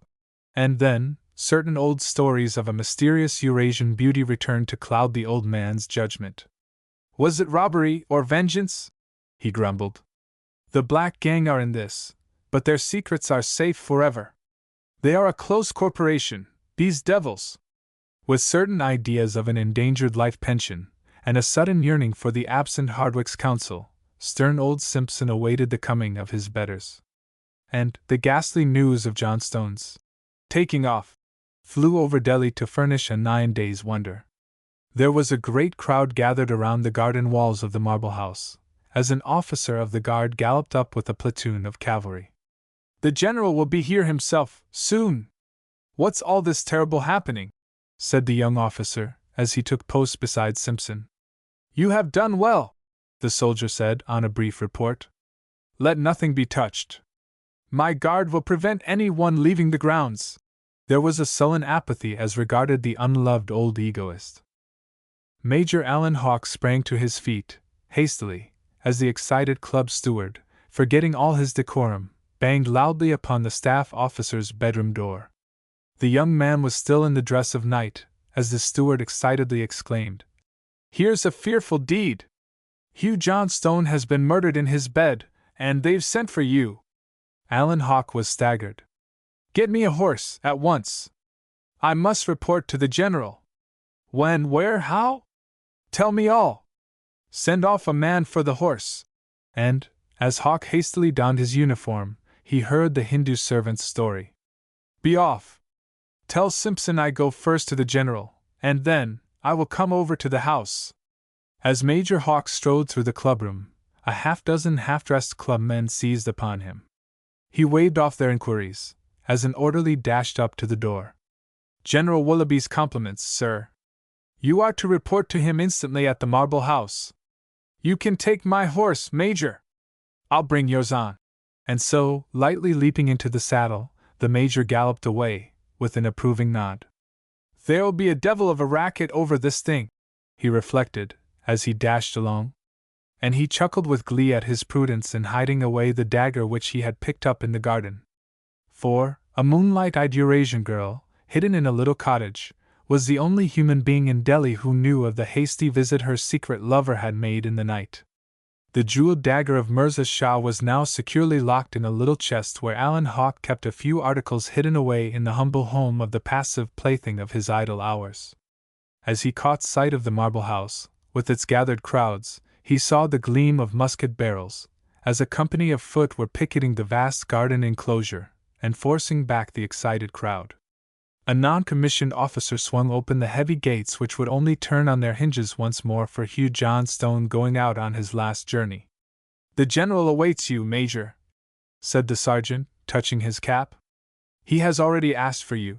And as Hawke rode up to the front door he was suddenly reminded of his imperiled interests. The drafts. They may be stopped now. By God! I must see Ram Lal. I need him now and he needs me. With an unruffled professional calm, however, Major Hawke reported to the visibly disturbed General Commanding. With a single warning gesture of silence, General Willoughby drew the Major aside. I shall put you in entire charge here. I have seen all the civil authorities. This is your affair. It touches your mission. The Viceroy has been telegraphed, and you are to guard the whole property here till we have his pleasure. Now come with me and let us question Simpson. The rest are merely a lot of apes. And so Major Alan Hawke had ample time to arrange his private plan of campaign as he guarded a respectful silence during Simpson's long relation, for his thoughts were now far away with Bert Leeson, and the lovely orphan, whose only confidant was his tender-hearted dupe Justine Deland. But the acute adventurer's mind returned to fix itself upon Ram Lal Singh, now blandly smiling in his jewel shop, where the morning gossips babbled over Johnstone Sahib's tragic death. I must telegraph to Euphrosyne, thought the Major, and to 9 Rue Berlioz, Paris, for my will-o'-the-wisp employer. But Mr. Ram Lal Singh, you shall pay me for what ruin Mirza Shah's dagger has wrought. The mantle of silence had fallen forever over the last night's rencontre in the garden. With dreaming eyes, Hawk mused. It would never do to tell any part of that story. What business had I there? And without a tremor, he stood by the general's side as they gazed on the dead millionaire's body still lying on the floor. I will now send for the civil authorities, and you, Major Hawk, will represent me in the investigation. Your military future hangs on this. Remember, now, that the Viceroy looks to you alone. I will return here after tiffin. I will have some personal instructions for you. And Alan Hawke now saw the farther shore of his voyage of life gleaming out as General Willoughby left him to confer with the arriving magistrates and civil police. I shall marry you, my veiled Rose of Delhi, and be master here yet, in this marble house, and by God I'll die a general, too, he swore, with which pleasing prophecy Major Alan Hawke calmly took up the varied secret duties which joined the Viceroy's secret orders to the will of the General commanding. I am a devil for luck, he mused as he gazed down on the old man's shrunken and withered dead face. I will do the honors alone for you, my departed friend, he sneered, for I am the master here now.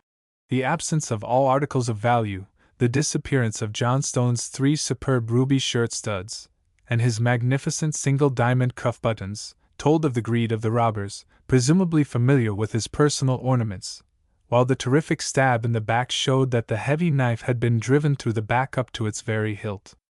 We must find the dagger, pompously said the civil magistrate. Major Hawke, will you give orders to have the whole house and grounds searched? And with a faint smile the Major politely rose and set all his myrmidons in motion. Even then the telegraph was clicking away a message to Johnstone's lawyer and bankers in Calcutta, and to his young relative, Douglas Fraser, of the great P&O steamship service. Before night the crafty Calcutta lawyer had notified Professor Andrew Fraser, in the faraway island of Jersey, and before Major Hawke himself received the Viceroy's orders, through General Willoughby, Mademoiselle Euphrosyne de Land, of Geneva, and the household at No. 9 Rue Berlioz, Paris, both knew that the defiant old nabob had sailed the dark sea without a shore. Most of all surprised was Captain Anson Anstruther in London, who pondered long at the United Service Club over an official message from the Viceroy, telling him of the startling murder. The young gallant's heart beat in a strange agitation as he examined the previous dispatches of both Berthe Louison and the Viceroy. She had no hand in it, thank God, mused the young aide-de-camp. Perhaps he was paid off for some of his old Shylock transactions, some local intrigue, or the jealous lover of some Eurasian beauty, dragged to his lair, has finished all, and revenged the accumulated brutalities of 30 years. There was a loud outcry of horror and surprise sweeping on now from the social circles of Delhi to the clubs of Lucknow, Cawnpur, Allahabad, Benares, and Patna to Calcutta. In a day or two, men from Lahore to Hyderabad, from Bombay to Nagpur and Madras, and in all the clubs from Calcutta to Simla, had paused over their brandy pony to murmur, "Well, the poor old beggar is gone, and now he'll never get his baronetcy. Some of the niggers did the trick neatly for him at last. They must have got a jolly lot of loot." In which general verdict the glittering-eyed Ram Lal, hidden in his zenana, did not share. For, when he had rifled and destroyed the 2 mahogany boxes, he summed all up his pickings with baffled rage. A couple of £1,000 of notes, a few scattered jewels, the sly old dog has spirited away his vast stealings. My work was all in vain, save the vengeance. And the oily Ramlal, in the zenana, drew a willing beauty of Kashmir to his bosom, and hid his face from the chatterers of street and shop. He was safe from all prying eyes in the harem. But while the triumphant English M.E.M. Sahibs, of Delhi, shuddered at the bloody details of old Hugh Johnstone's taking off, they found abundant reason to point a moral and adorn a tale. While the anxious Viceroy was busied at Calcutta, and General Willoughby and Hawke were engrossed with the pompous funeral preparations at Delhi, the ladies of the whole station unanimously condemned the departed. For a cold and brutal foe of womanhood had died unhonored in their midst, and none were left to mourn. With much pretentious wagging of shapely heads, and much mysterious innuendo, they spoke lightly of the departed one, and failed not to mentally unroof the silver bungalow. The baffled ladies scented a social mystery. Wild rumors of splendid orgies, strange tales of a wronged woman's vengeance, lurid romances of the flight of the French countess with a younger lover, after despoiling her aged admirer, all these things were put in commission and vigorously circulated. The principal party interested in these slanders was, however, now calmly gliding on toward Aden, while the dead millionaire was alike oblivious to the lovely daughter whom he had crushed as a bruised flower, the haughty woman who had defied him in his wrath, and the administration of the £1,000,000 which was the golden monument over his yawning grave. The silk petticoat council of notables in Delhi decided by a tidal wave of womanly intuition that the gallant and debonair Major Alan Hawke would marry the lovely and accomplished heiress. And so the white-bosomed beauties of the capital avowed turned again lazily to their respective sins of omission and commission, and to the glitter of their respective booths in Vanity Fair. The club gossips waited in vain for the reappearance of Major Alan Hawke, whose entire personal effects were bundled hastily away to the Marble House, where the adventurer now ruled pro tempore. It was late in the night when Major Hawke had achieved all the preparations for the funeral of the murdered man. Upon the following day, Simpson and a squad of non-commissioned officers watched where the flickering lights gleamed down upon the dead nabob. Making his last rounds for the night, Major Hawke, with a soldier's cynical calmness, enjoyed a cheroot upon the veranda, as he bade his captain of the guard take charge until his return. The Major had most carefully examined the 5 bills of exchange which now occupied his attention, and his mind was now busied with the dead man's golden store. He now contemplated a visit to a man whose conscience bothered him not, but whose bosom quaked in fear when Hawke's letter, sent by a messenger, bade Ram Lal await him at midnight. "Does he know?" gasped Ram Lal, with chattering teeth, and yet he dared not fly. An early evening interview with General Willoughby had disclosed to the Major the inconvenient fact that the dead nabob had left a carefully drawn will, whereof Andrew Fraser, of St. Heliers, Jersey, and Douglas Fraser, of Calcutta, were executors. "There is a duplicate will here in the Bengal Bank," so telegraphed the solicitor, "and I have now notified both the executors. I presume that Mr. Douglas Fraser will return here at once, as he is absent in Europe on leave. It may be a week or more until he receives the sad intelligence." Alan Hawke softly smiled at those touching words. Sad intelligence. It was only the perfunctory regret of the shark-like lawyer, and the secretly rejoicing heirs. "This is not a case where the one who goes is happier than the one that's left behind," mused Hawke. "I must settle matters rapidly with Ram Lal, for if the will leaves the property to Nadine, she must be mine at all costs." "Shall I not send a well-armed man with you, Major?" asked the captain. "It is very late." "Thanks, Jordan," lightly said the Major. "I've a good revolver and my service sword, a priceless old wood steel tulwar. I'm good for a dozen pandies. I'm used to thug and dacoit, to bandit and ruffian. I have a little private business to attend to, and I'll come home in a trap." By a strange chance, Major Alan Hawke, the distinguished favorite of fortune, slunk along in byway and shadow till he reached the cottage, where a lovely woman, flower-wreathed, with childlike face and timid, mournful eyes, anxiously awaited him. "I'll be back in 2 or 3 hours," he carelessly said, as he tossed her a roll of rupees. Then, with a long, slender package hidden in his bosom, he stole out after a long circuit and entered Ram Lal's compound by the rear entrance, always at his use. "It is just as well not to make any little mistake just now," mused Hawke, as with cat-like tread he sped through the old jeweller's garden. And the prevention of mistakes consisted in the heavy Adams revolver which he carried slung around his neck and shoulder by a heavy cord, in the handy Russian fashion. His left hand steadied the peculiar parcel which he had so carefully hidden. An amused smile flitted over his face when old Ram Lal opened the door of the snuggery, where Justine had first listened to a lover's sighs. "Poor girl!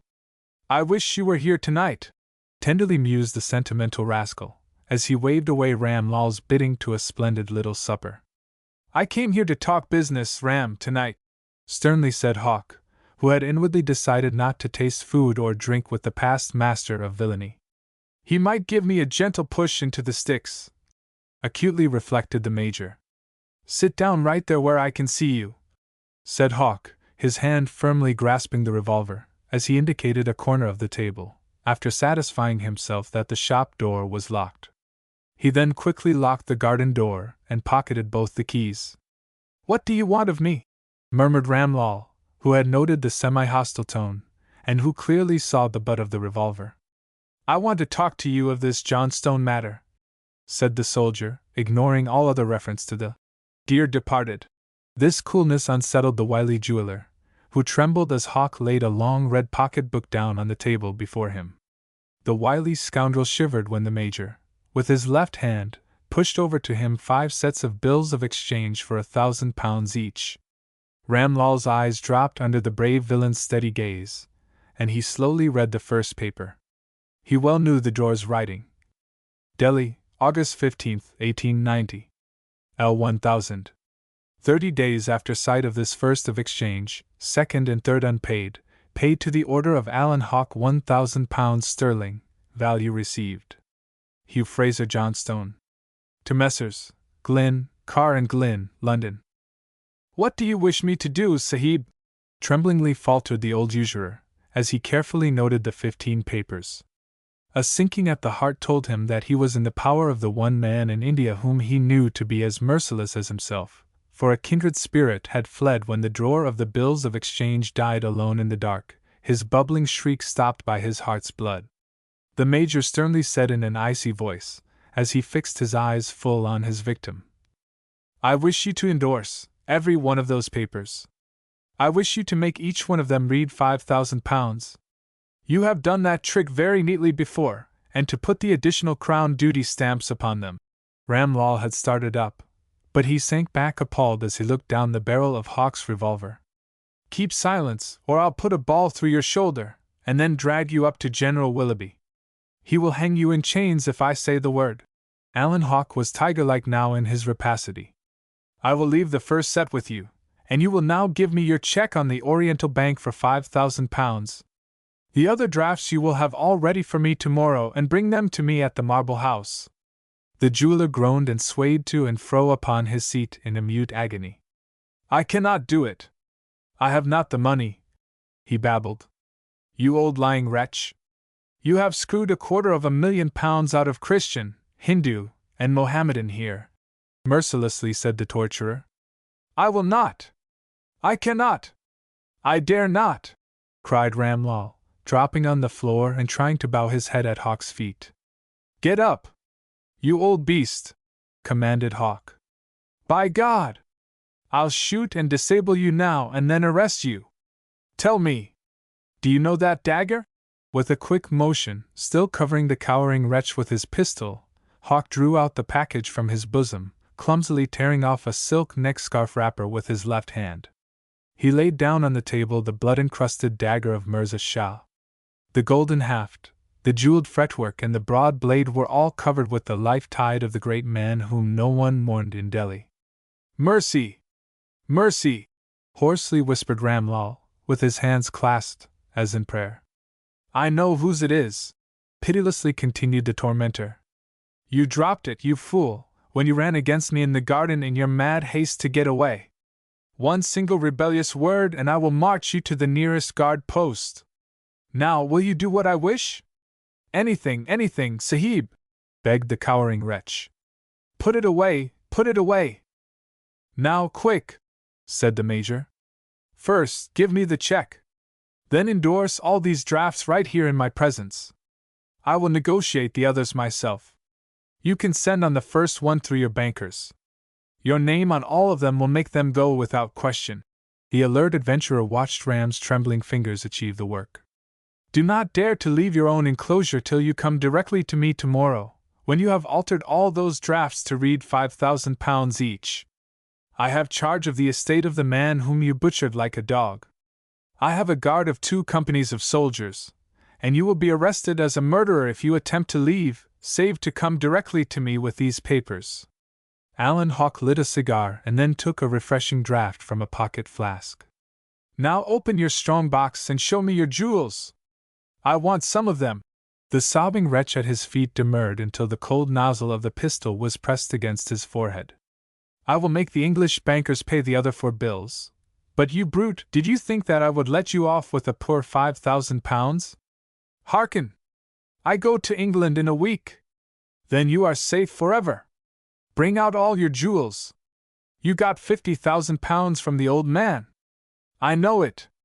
Begging and beseeching in vain, Ram Lal crawled to his great iron strong box studded over with huge knobs, and, after a half an hour's critical selection, Alan Hawke had concealed on his person 4 little bags, in which he had made the shivering wretch place the choicest of his treasures. Call up your man now. Do not stir for an instant from my side. If the drafts are not with me before sundown tomorrow, you will be hung in chains, and the ravens will finish what the hangman leaves. Remember, my boy, the rail and telegraph will cut off any little tricks of yours. And, he laughed, you will not run away. You have too much here to leave. It would be a fat haul for the Crown authorities. I will keep my eye on you near or far. I will be with you always. We have our own little secret, now. I will obey, only save me.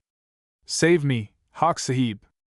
I will do all upon my head, I will, pleaded Ram Lal, whose vast fortune was indeed at the mercy of the law. Call up your servants. Get out the carriage. Go back to your women. Make merry. You are perfectly safe, but only if you obey me, was the last mandate of the triumphant Bravo. When he stepped out of the house, attended by the frightened murderer, Alan Hawke whispered from the carriage, Your house is under a close watch, even now. Remember, I give you till sundown, and if you fail, I will come with the guard. I shall seal up the dagger and leave it here with a message to the General Willoughby Sahib to be given to him, at once, by one who knows you. So I can trust you. Nothing must happen to your dear friend, you know, he smilingly said in adieu, as Ram Lal groaned in anguish.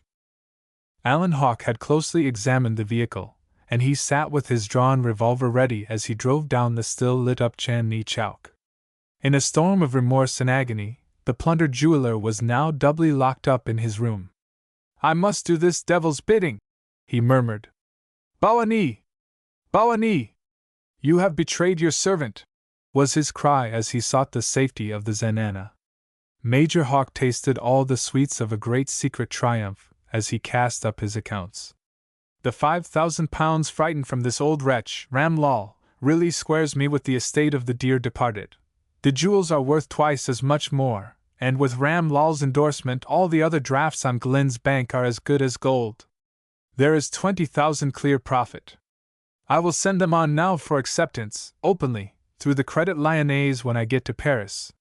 For Bert Louison will give me, also, a good character. Old Ram's endorsements make them perfectly good anywhere. I had better hide the details of this windfall out here. And now, thank heaven, I am fixed for life, and I can go in boldly and play the Prince Charming to Miss Moneybags, the fair Nadine. He tossed a double rupee to the driver, as the sentry swung the gate, but hastily called him back as Captain Jordan said, hastening from the house. Orders are waiting for you now, with the general. Let me give you a trusty sergeant. Drive right up there, Major. The general sent word that he awaits you. And so the Major sped away to his chief. No human being in Delhi ever knew the purport of the orders which General Willoughby handed to Major Hawke on this eventful evening, but much marveled all Delhi that the favourite of fortune was absent from the funeral of the late Hugh Fraser Johnstone, Esq., of Delhi and Calcutta. He had vanished, with no PPC calls, and £100 note tossed to the poor little Eurasian girl in the cottage was her whole fortune in life now. But a grave-faced civilian public official, with Major Williamson, of the Viceroy's General Staff, a late arrival from Calcutta, ruled over the Marble House in place of Major Alan Hawke. Absent upon special duty, only Ram Lal knew of the real destination of the lucky man, who was only free from care when he had sailed from Bombay direct for Brindisi, on the fleet steamer Ramchunder. I am safe now, laughed Alan Hawke, who rejoiced in the easy tour of duty before him. To repair to London and to report to Captain Anson Anstruther, ADC, for special duty. Such were the Viceroy's secret orders. It was General Willoughby who had absolutely invoked secrecy. Wear a plain military undress, and you must avoid most men, and all women. Keep your mouth shut and you may find your provisional rank confirmed. To Bert Louison's secret agents, the Grinley Bank at Delhi, Major Hawke had delivered a sealed envelope. Use this only at your sorest need. I will see Madame Louison probably before she has any orders for me, as to her private affairs. When the envelope was opened, the words, Major Alan Hawke, Hotel Faucon, Lausanne, Switzerland, gave the only address which the adventurer dared to leave. And it was that which the cowering Ram Lal Singh copied when he brought to Alan Hawke the 4 sets of altered bills of exchange, and the Bank of England notes, for the cheque of £5,000. Major Hawke surveyed the skillfully raised bills of exchange, and carefully examined them in a dark room with a light, and also before the glaring sun rays. A splendid job, Ram Lal, he gaily said. You must have given them a coat of size and then moistened and ironed them. The old rascal gloomily accepted the professional compliment. I observe that you have labored to protect your own endorsement, sportively remarked the Major. And now you will return to me my jewels? Timidly demanded Ram Lal. Do you wish me to send the dagger of Mirza Shah to General Willoughby? It is deposited here, with a sealed letter, coldly sneered Hawke. Should anything happen to me or to these drafts, it would be sent to the General, and you would hang. No, I will keep the jewels. And then Major Hawke thrust the shivering wretch out, having liberally paid to him, through Grinley, the balance due by Bert Louison. I swear that I did not get a single jewel from him.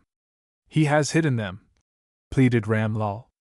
Ah, I must look to this, mused Hawke, when Ram Lal had been frightened away with a last stern injunction. Obey my slightest wishes or you will hang. I will have you watched till I return. There are eyes upon your path that never close in sleep. Ram Lal shuddered in silence. Delhi soon forgot the man whom the great stone now covered in the English cemetery, and only General Willoughby and the easy-going civil authorities knew of the cablegram. Coming on with full power from Senior Executor Douglas Fraser, Junior Executor. The cablegram was dated from Milan, for 2 keen Scottish brains were now busied with plans to save and care for the worldly gear so suddenly abandoned to their care by Hugh Johnstone. Though Delhi was swept as with a besom, no trace of the cowardly assassins was ever found, and only old Simpson, waiting, in final charge as household major domo for Douglas Fraser's arrival, could enlighten the perturbed commanding general with certain vague suspicions. But Ram Lal slept now in a growing security. It is clear that the master was watched in his secret preparations for the voyage home, said Simpson, and some outsiders, with the help of some traitor among the blacks, paid off an old score.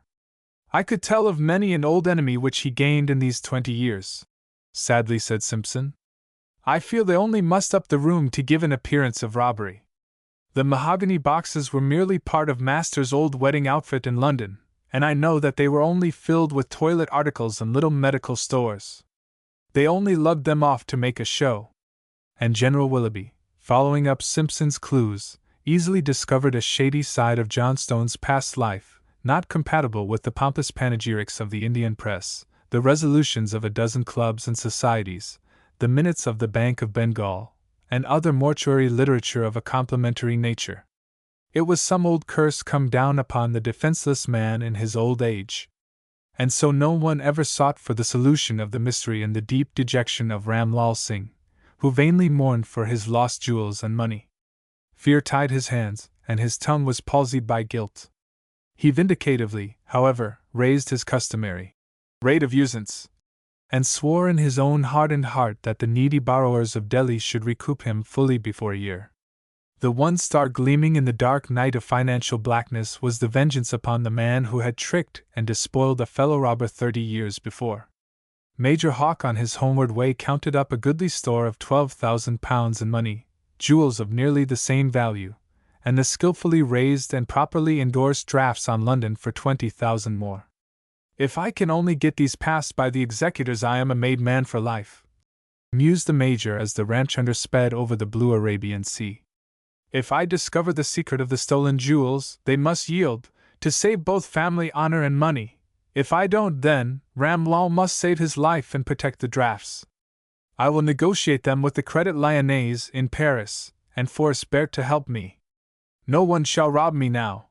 Somewhat illogically mused the brilliant adventurer, proud of his life work. At Calcutta, the noble viceroy had already given to Major Harry Hardwicke and Captain Eric Murray his orders for the performance of a delicate duty. You will find Captain Anstruther to be my personal as well as official representative in London, and Her Majesty's service demands prudence in this grave affair. So but one set of confidential cipher dispatches have been sent on, and Captain Anstruther will have charge of the whole delicate affair. Should either of you meet Major Alan Hawke in London, or out of India, your commissions will depend on guarding an absolute silence as to the whole Johnstone affair. You are trusted, and not watched, gentlemen, said the great noble. And he is watched, and not trusted.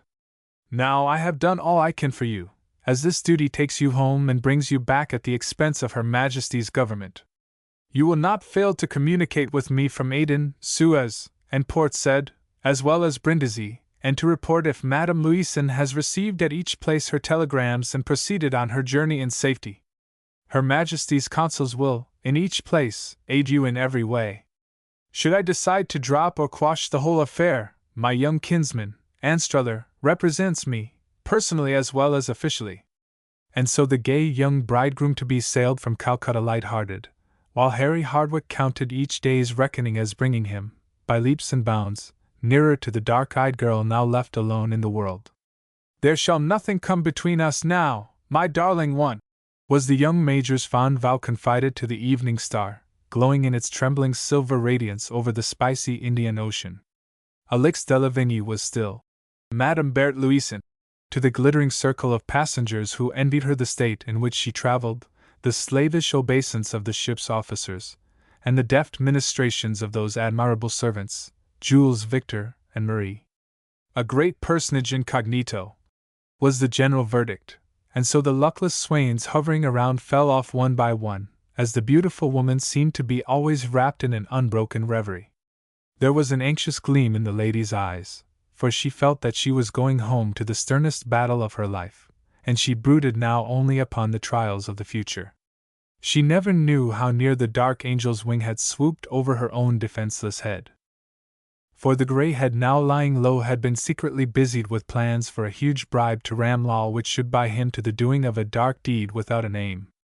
Only Bert's determined attack on the granting of the baronetcy in London, and her own lightning disappearance, had saved her from Ramlal's cupidity. Master of the secrets of a dozen Eastern poisons, the artful confederate of her dark retinue in the silver bungalow, Ramlal would have gladly worked Hugh Johnstone's will for his red gold. But the fierce quarrel and the precipitate flight of Berthe Louison had balked Johnstone, who fell by the very hand of the sly wretch whom he had designed to buy, as the murderer of another. The engineer hoist by his own petard. But steadfastly looking to Valerie's child alone, she knew not the dangers which she had escaped. I was afraid they would kill you, madam. Thank God, we are now safe at sea, said Jules Victor. Who? Cried the startled woman. Why, that old wretch, he had money, and his spies were all around you, said Jules. Yes. Thank God. We are safe now, mused Berthe Louison, and she bade a long adieu to the strange scenes of her pilgrimage. I shall never see India again, she reflected, when she passed, in a mental review, Calcutta, holy Benares, smoky Patna, brisk Allahabad, Kanpur, where the white-winged angel broods over the innocent dead, heroic Lucknow, and crime-haunted Delhi. All these rose up in a weird panorama of the mind. Strange tales of wild adventure told by Alan Hawke returned to her now, the mysteries of Thibet, the weird ferocity of Botan, the quaint tales of the polyandrous Todas, and the strange story of Vijayanagar, the desecrated city whose streets are peopled but 10 days in the year. A lotus land where crime broods, where the cobra hides under the painted blossoms of death. Glittering palaces of Agra, gloomy caves of Elephanta, the light and lovely Mohammedan architecture, the dark haunts of Kali and Bawani, the thronged ghats of the sacred rivers, the color medleys of the vast cities. All these busied her as she passed her days alone in study over the secretly gathered-up collection of polychrome views which had taken her from the Nilgiris to Cape Comorin. Her dreams of all her subtle plans to counteract all of Johnstone's schemes, her tender intrigues to silently entrap Nadine Johnstone's girlish heart, her carefully plotted line of future action, all of these things vanished in a moment, at Aden, when a government launch steamed out, and an officer of the vessel led up Her Majesty's consul to address the mysterious lady passenger. There was a rush of volunteers when the woman, always brave in sorrow and ever fate-defying, fainted away in a deathly trance as her eyes eagerly scanned the brief dispatch of the Viceroy. They were under way again when she realized the fearful decrees of a merciless fate. She read with a shudder the lines again and again, whispering, "Can it be? Hugh Johnstone murdered by persons unknown at Delhi? Hasten on to London. Anstruther will have full details. Please acknowledge." And it was half an hour before the beautiful nemesis who had clouded Hugh Johnstone's life had penned her simple answer. Only at night, on the voyage afterward, did she ever leave her splendid staterooms, and when Brindisi was reached she vanished with her loyal servants so quickly that even the veriest fortune hunter could not follow on her trail. "Some terrible row, some sad family happening," was the general smoking-room verdict. But with a heart strangely yearning to the orphaned child, Berthe Louison hastened, without stopping, by Venice to lovely Munich and on to gay Paris. "She shall be mine now, mine to love, to cherish, my poor darling," vowed the woman whose eyes shone out in an infinite pity. The cup of vengeance was dashed away from her lips for, behind the heiress, the waiting headsman of fate had struck in the night, and laid low the man who would have compassed her death. Madame Alix de Lavigny was only a gracious memory to the sympathetic men passengers who hastened on to London via Mont Cenis, but the chattering gossips of the Rue Berlioz noted, with an eager Gallic curiosity, the return of the mysterious occupant of number 9. Jules Victor and his wife were seen, however, for only one day, busied about their usual household avocations, and then the returning travelers vanished once more to baffle the chatterers. "Diantre! Come ils sont de voyageurs!" cried the coachman who took the wanderers to the Gare St. Lazare. There was need of haste now, for Madame Louison had received 3 foreign dispatches, besides a letter from Captain Anstruther, now waiting impatiently at London, and chafing over his unsuccessful queries at Morley's Hotel. The gallant captain's letter was pregnant with governmental mysteries, and yet the beautiful woman sighed as she saw the vein of personal interest but too clearly evident in the long communication. A single glance at her telltale mirror reassured her, and she blushed as she murmured, "He believes me younger than I am." But her brow was grave as she revolved the situation. "There will be a long struggle, a fight of love against craft and greed. Who will win?" The fact that the government secret service had already traced the delivery of the heavily insured shipment ex-Str Lord Roberts to Professor Andrew Fraser was a first victory for the enemy. If the old nabob rode directly via Brindisi to his brother, then the acute old Scotch professor may be on his guard now. And the will? What does it provide for Nadine's future? If he had already taken the alarm, then I may have yet to fight my way to my darling's side. The black curtain of the past shall never be lifted by my hand unless Andrew Fraser forces me to strike hard at his dead brother's paper-card house of honorable deeds. As Madame Louison watched the rich moonlight silvering the broken wake of the Channel steamer, she pondered over the telegrams. Major Hardwicke and Alan Hawke are both en route to London, charged with different missions. And I am to beware of Hawke. They have only sent him away, perhaps, to veil the official game of the Indian authorities. And Alan Hawke truthfully warns me of his coming by private dispatch. Is he trying to regain his lost status? Douglas Fraser, the second executor, on his way back to India. He has passed Brindisi already. Ah! The sorrows for the dead are quickly assuaged when the property interests furnish a fat picking to solicitors and the holders of dead men's gear. Nadine is only 18. She has 3 years to remain under legal tutelage. Perhaps Andrew Fraser may have been already coached upon his course by his unrelenting kinsman. And there is a fortune waiting for father and son in the perquisites. Madame Louison fell asleep in a vain quandary as to the precise age when men cease to value wealth and to sell their souls for gold. That question was still undecided when the steamer Sparrow Hawk sped into Dover Harbor.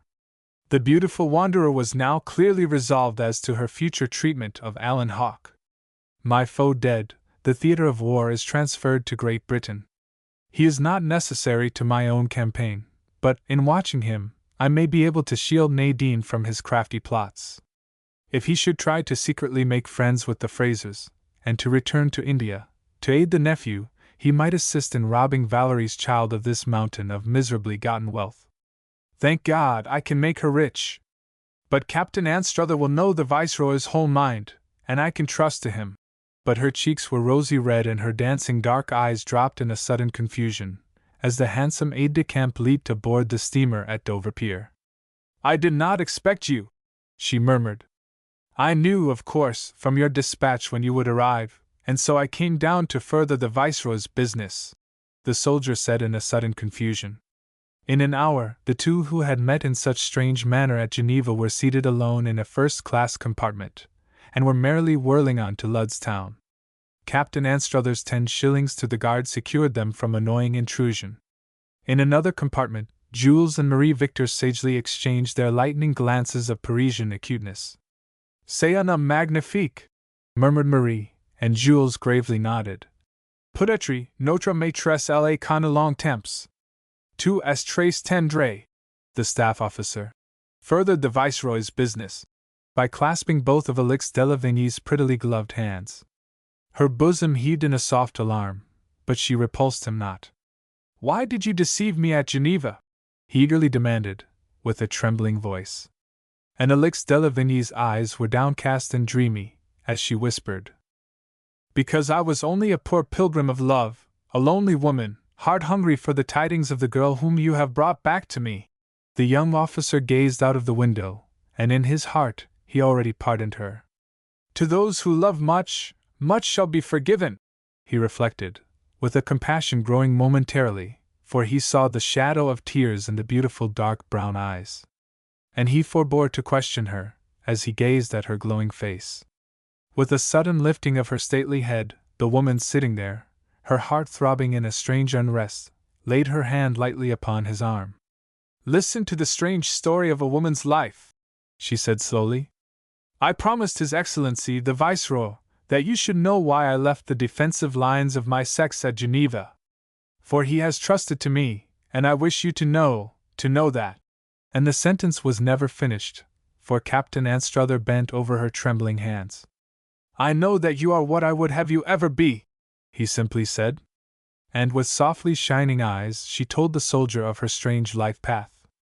It was strange that they had neared London before the whole story was concluded, and their voices had sunk into softened whispers. You may rely upon me to the death. You may depend upon me whenever you may wish to call upon me, he said, as the train rolled into Charing Cross station. Major Hardwick, of the Engineers, will be my chosen ally, and I alone am to trace out this mystery of the vanished jewels. You shall conquer. I will aid you. Amor omnia vincit. You are the only heart in the world now throbbing for that sweet girl. But when they drove to Morley's Hotel, far away on the sea, Harry Hardwick's heart was beating fondly in all a lover's expectancy for the same friendless Rose of Delhi, and the debonair Alan Hawke, in sight of Brindisi, mused in his deck pacings. I will placate Euphrosyne de land. Justine, too, shall do my bidding, and my employer shall give me the key to this girl's heart. For I will marry Nadby Johnstone. I am a devil for luck. Chapter 12. On the Cliffs of Jersey. Captain Anson Anstruther, A.D.C., was the very happiest of men 3 days later, when he watched Madame Alix de Lavigny gracefully presiding over a pretty tea-table, a la Russe, in the quaint old mansion, bowered in a garden sloping down to the Thames, where Miss Mildred Anstruther, a venerable maiden aunt, had her local habitation and a name. A lonely woman of colossal wealth and blue blood, high in rank, and decidedly of riper years. By Jove! Dear old Aunt Mildred is a tower of strength to me, just now, reflected the gallant captain, when, as the soft shadows deepened on lawn and river, he lingered tenderly there in explanation of his official business. It was hardly official that Anson Anstruther had fallen into the habit of furtively addressing the now unveiled Madame Berthe Louison as Alix, but it was even so. Acquaintance can ripen as rapidly on the Thames as by the Arno, given a certain impetus. And the pilgrim of love, though still Madame Berthe Louison in France, was Alix de Lavigny in the retreat chosen by the Viceroy. Pazienza! Pazienza! Smiled the young soldier, as the impassioned Alix eagerly demanded to be allowed to approach the orphan Nadine at St. Heliers. You have been so noble, so untiring, do not ruin all by precipitancy now. You see, I am already secretly watching over her. I now represent the whole interests of Her Majesty's service. And you, only your own loving heart. I must first meet Major Alan Hawke, and send him away to be busied on some apparently important duty, which will keep him away from old Andrew Fraser. We know the old professor's cunning character. Miser and pedant, he is but a shriveled parchment edition of his heartless, dead brother. We must not alarm him. We have already traced the insured packet to his hands. Now, he properly has the custody of the dead nabob's will. He may soon have to bring the girl on to London, for the legal formalities of proving it. We do not wish him to send the stolen jewels away in a sudden fright, and so hide them from us forever. If he qualifies duly as executor, and then files the will, then the estate is responsible, through him. We will soon know who controls your niece for the 3 years of her long minority. Hawke must be got out of the way. I will hoodwink him, and every British consul in the continental towns which he visits will secretly watch him for me. Besides, Major Hardwicke and Murray will be here very soon, to aid me, and to watch Hawke. I wish Alan Hawke to blunder around, hunting for Major Hardwicke, and so give me an opportunity to do my duty secretly, and to aid you in your own labor of love. In the meantime, you must be content to rest tranquilly here, cultivate my dear old aunt, and I will come to you daily so that your quiet life in this moated grange will be brightened up a bit.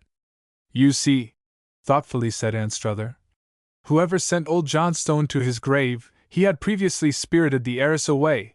All his plans for the future were perfectly matured with all the craft of a man well versed in intrigue for 40 years. His bitter hatred of you did not die with him. You may be assured that he has laid out a plan, both in his private letters and in the will, to fence you forever out of this girl's life. So your work must be done in secret. If I can ever effectively help you, I must work on Andrew Fraser and not needlessly alarm both his greed and fear. As soon as it is safe, you shall take up your post near to her, but Hawke must come and go first. He must find no sign of your presence here.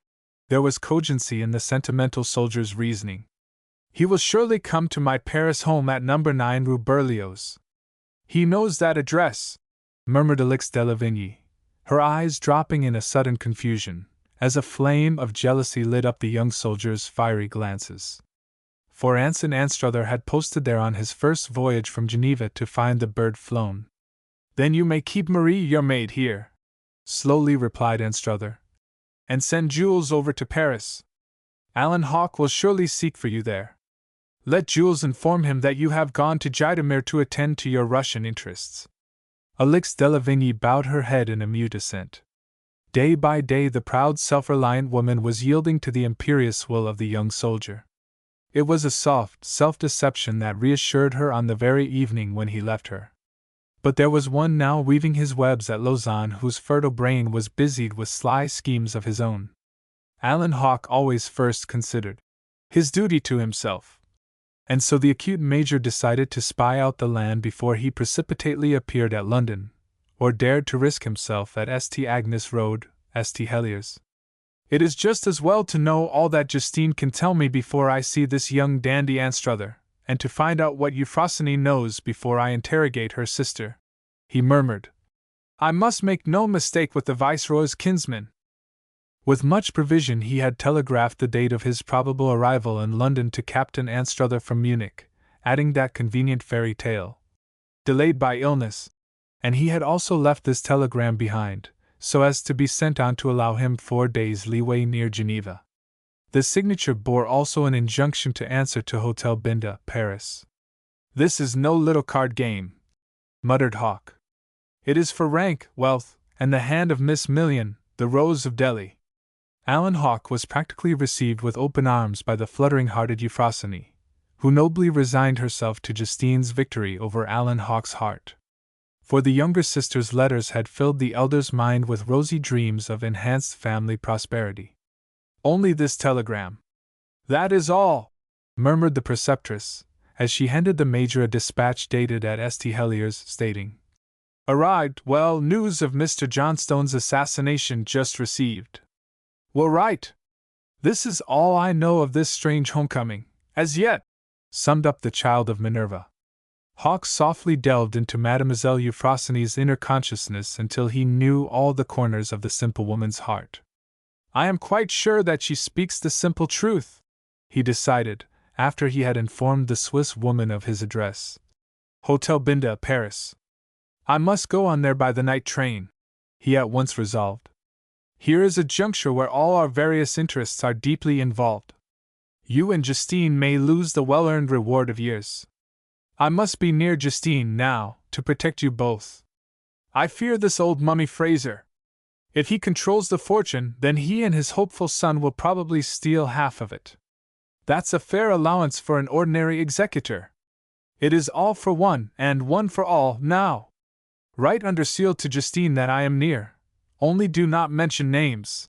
With an affected tenderness, Hawk kissed the pallid lips of the daughter of Minerva, and slipped away to Lausanne, whence he took the midnight train for Paris. "I might look around and dispose of my jewels in Paris," he thought as he neared that gay and festive city. But his serious business with the Credit Lyonnais as to the negotiation of the raised bills of exchange, and his desire to at once come to terms with Madame Berthe Louison, caused him to postpone the vending of the jewels so neatly extorted from Ramlal. "I have lots of ready money now, too much, even, for safety in travel, and the jewels will keep." With a strange anxious craving to see his fair employer, he drove directly to No. 9 Rue Berlioz on his arrival in Paris. The impassive face of Jules Victor met his gaze at the door. Madame, suddenly summoned to Poland, had begged Monsieur le Major to address her by letter, as telegrams were most unreliable in Russian Poland. Monsieur would, however, surely find letters at his London address, and it was true that Madame had not expected Monsieur's arrival for a fortnight. "I don't believe a damned word of this fellow's yarn. There is some sly juggling here," ejaculated the Major as he drove back to the Hotel Binda. His brow was black as he descended, and it grew blacker still when he read a telegram from Euphrosyne de Land. He studied over the unwelcome news while he made a careful business toilet to visit the Credit Lyonnais. And a white rage shone out upon his handsome face as he learned that Justine was useless to him now. Discharged without even a reward. Thrust out like a beggar without a word of warning. Justine on her way home. Passed through Paris last night. Can you not return? The signature, Euphrosyne, was a guarantee of the unwelcome truth. Major Hawks swore a deep and bitter oath as he penned a telegram to the Swiss preceptress. Coming tonight. Arrive tomorrow at 10 o'clock. Keep all secret. And he boldly signed the name, Alan Hawke, to that and to a message to Captain Anson Anstruther. Delayed 4 days here by private business. He raged as he hastily soliloquized. I will at once present these drafts regularly through the Credit Lyonnais. I will go and get the whole story from Justine. I will pay off that tiger cat, Madame Louison, for her sneaking away. She fancies she has done with me now. By God! She thinks so? Wait. And this old Scotch sawfile. I'll break him up.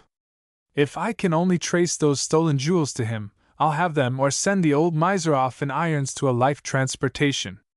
I begin to see the whole game at last. And I swear that I'll get to the girl if I have to carry her off. He went down to the Credit Lyonnais in an elegant, mufti garb, and depositing £1,000 sterling to his credit, left the 4 drafts for £5,000 each for collection, carelessly referring to Messrs. Grinley and Company, of Delhi, London, and many other places, and mentioning the name of that eminent private native banker, money-lender, and jeweler, the well-known Ram Lal Singh. He shall back his endorsement, laughed Alan Hawke. With a lordly insouciance, Major Alan Hawke then strolled out of the great bank and deliberately arranged his line of future action while he was taking his ease at his inn. First, to pick up all the threads of this queer intrigue through Justine. I must go back to her at Geneva. Then, to be sure that Bert Louison is not repeating her cunning deli tricks with the dead man's brother. She might frighten him. Then, armed at all points, I must hasten on to report to Anstruther. I must have him give me a short leave as soon as I can get it, but before I open my siege trenches I must develop all the enemy's strength. What the devil is Bert Louison up to now? In the night train, speeding back to Geneva, Major Hawke remembered some old desperate associates of an enforced social eclipse at Granville-sur-Mer. With a half a dozen resolute fellows I might hang around Jersey and, perhaps, force my way into the stronghold. It depends on where the mansion is located. If the jewels are there, I will either have them or else bend the old man to my will by threatened disclosures. But I must first fool Anstruther and my pretty employer. If Justine had only remained at Jersey I might have easily won my way to the girl's side. And yet she will be under a long 3 years' guardianship, some busy devil at his side whispered. She would be helpless if she were carried off. And as the enraged schemer finished the last of a dozen cigars and took a pull at his pocket flask, he disposed himself to sleep, grumbling. They have upset all the chessmen. Old Fraser and the Louison, too, are playing at cross purposes, evidently. They have, however, spoiled my little game. I will spoil theirs. He grinned as he decided. I will do a bit of the Romeo act with Justine, and come back by Granville to Boulogne. If the old gang is to be found there, I may get one of them to spy the whole thing out. All these Jersey people are half French in their birth and ways. I can sneak some fellow in from Granville. There might be a chance. I'll get to the old fellow, or the girl, or the jewels, by God! I will! For I hold the trump cards. And yet his flattering hopes of gaining a permanent rank returned to affright him in planning such a bold deed. Ah! I must get some trusty fellow, perhaps, in London, he muttered as his head dropped, and the train bore him on to the halls of learning, where poor Justine was now weeping on her sister's bosom, and unveiling all the secrets of a hungry heart to the sympathetic Euphrosyne. But saddest of all the coterie who had trodden the tessellated floors of the marble house at Delhi, was a lonely girl sobbing herself to sleep, that very night, in a grey castellated mansion house perched upon a sunny cliff of Jersey. The fair gardens and splendid halls of the luxurious home seemed but the limits of a cheerless prison to the broken-hearted girl who had been astounded when her one friend, Douglas Fraser, the companion of a 35 days' journey, left her without a word. Nadine Johnstone had opened her heart, shyly, to her manly young kinsman, Douglas Fraser. And yet she guarded, as only a maiden's heart can, the secret of the blossoming love for Hardwick, the man who had saved her life. She asked her hungry heart if he would follow on her way, led by the appeal of her shining eyes. Worn, harassed, and wearied out by travel, she had sought a refuge in Justine Deland's clinging arms, on the night of their arrival from Boulogne, for the path from India had been but a series of shadow-dance glimpses of strange scenes. The ashen face of the tottering old pedant had offered her no welcome to a happy home. "How hideously like my father, this old bookworm!" murmured the frightened girl in a strange repulsion, as she fled away to her room. It was a grateful relief when the servant maid announced that the travelers would be served in their rooms. "The master lives entirely alone," the girl said shortly. Late that first night the lonely girl sat gazing at the windows rattling under the flying rack, while Douglas Fraser and his father communed below her until the midnight hour. Suddenly Justine Deland was summoned to join them, on urgent business, and the heiress of a million sat with clasped hands, murmuring, "Will he ever find me out here? This is only a cheerless prison. I am, forever, lost to the world." There was that in Justine Deland's face on her return which startled the heart-sick wanderer. "Ask me nothing, nothing tonight. Only sleep, my darling," murmured the devoted Swiss. The shadows deepened over Nadine Johnstone as she fell asleep dreaming of her mother, the gentle vision, and the absent lover of her girlish heart. Sunny gleams came with the dawn, and Nadine was already wandering in the beautiful gardens of the Banker's Folly, as the home perched on the hill was termed. It was there that Douglas Fraser suddenly came upon her, walking with the white-faced Justine. Both women could see that he bore tidings of grave import, and another shadow settled on Nadine's heart, as she clasped Justine's hand. Her cousin's face was grave as he said, in a broken voice, "I must hasten away instantly to catch the boat, and I have to return immediately to India. There's no time for a word. My father will tell you all. It is a matter of life and death to our whole family interests. May God keep you, Nadine," the young man kindly said, as he bent and kissed her hand. "I have tried to make your long journey bearable." And then, a wrinkled face at a window appeared to end the coming disclosure, for Douglas was softening. A harsh voice rose up in a half-shriek. "Douglas! Douglas!" And the young man turned back, without another word, springing away, over the gravelled walks. Nadine's face grew ashen white, as the presage of coming disaster chilled her heart. Without a word, Justine Deland led the startled girl into the house. "You are to see your uncle at once, after our breakfast, and I will be with you," faltered Justine, with an averted face. The orphan girl was now dimly conscious of some impending blow. She had been frightened at the solemnity of Douglas Fraser's hasty farewell, and while Justine Deland affected to touch the breakfast spread in their rooms by the Swiss lady's maid, now gloomy in an attack of Heimweh, Nadine saw a four-wheeler rattle away over the lawn, while old Andrew Fraser grimly watched it until the gates clanged behind the departing Anglo-Indian. Over the low wall, on the road, Douglas Fraser caught a last glimpse of the graceful girl standing there. He sadly waved an adieu, and Nadine Johnstone was left with but one friend in the world, save the silent Swiss governess. Though the two women were sumptuously lodged in fair upper chambers, opening east and south, with their maid near at hand, the gloomy chill of the silent household had already penetrated the lonely girl's heart. No single sign of the warmer amenities. Only books, books, dusty books, by the thousand, piled helter-skelter in every available nook and cranny. The servants were slouching and sullen, and they moved about their duties with gloomy brows. Even the gardener and his two stout boys struck sadly away with mattock and spade as if digging graves. No chirp of bird, no baying of a friendly dog, no burst of childish merriment broke the droning silence. And this was the home to which a father had doomed his only child. When the frightened maid tapped at the door to summon her mistress, her feeble rapping sounded like a hammer falling sadly on the hollow coffin lid. The girl stammered, "The master would like to see you both in the library," and with a sinking heart Nadine Fraser Johnstone descended the stair.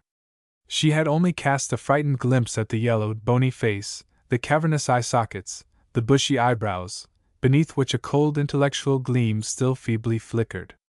Andrew Fraser had bent his tall form over her, and peering down at her had whispered after their few words of greeting, "Did ye gain aught in knowledge of Thibbet in your Indian life?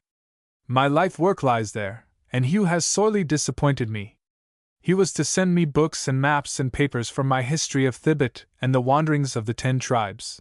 With a confused negation the girl had fled away to the cheerless shelter of the great rooms whose drab and grey arrangements bespoke the reformatory or a refuge for the friendless. And the stern old scholar waited for the fluttering bird whom adverse fate had driven into his dismal lair with all the pompous severity of a guardian and trustee. Seated at a long desk littered with a multitude of papers, Professor Andrew Fraser coldly bowed the two women to convenient seats. The parvenu banker who had fled away after a bankruptcy due to the erection and embellishment of the Folly had approved a semi-medieval plan of construction which suggested a Norman stronghold or a Corsican mansion arranged for a stubborn defense. Books, globes, maps, and papers littered the floors, and were piled nearby in convenient heaps with telltale flying signals of copious note-taking. It was a bristling redoubt of learning. But on this sunny morning the retired professor of Edinburgh University held sundry letters, dispatches, and legal papers clutched in his claw-like hands.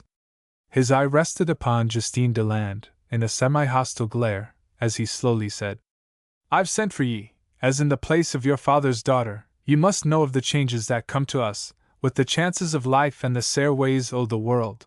He was nervously fumbling with the selection of the papers and he paused and coughed ominously. "There has come to us news which has posted my son Douglas hastily back to India, to do your father's last bidding."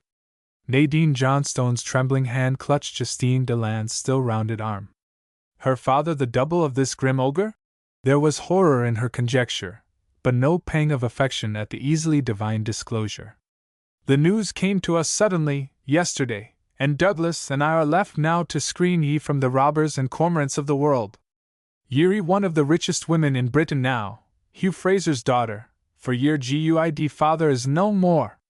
A sudden death, a sudden death! And his will leaves you to me as a legal charge, for your body and your estate, till ye come o' the legal age. T half's the next 3 years. With a single glance of stern deprecation, Andrew Fraser saw the girl totter and her head fall upon the bosom of the woman who had sorrowed of her sorrows. In all the years of the lonely colorless infancy, childhood, and budding womanhood. The old bookworm clung to the papers as if that documentary evidence was an absolute guarantee, and he held it ready to proffer in support of his theorem. His toughened heartstrings were silent at natural affection's touch, and only twanged to the never-dying greed for gold, useless gold. In an unmoved wonder, the senile scholar listened to the broken sobs of the child of Valerie de Lavigny.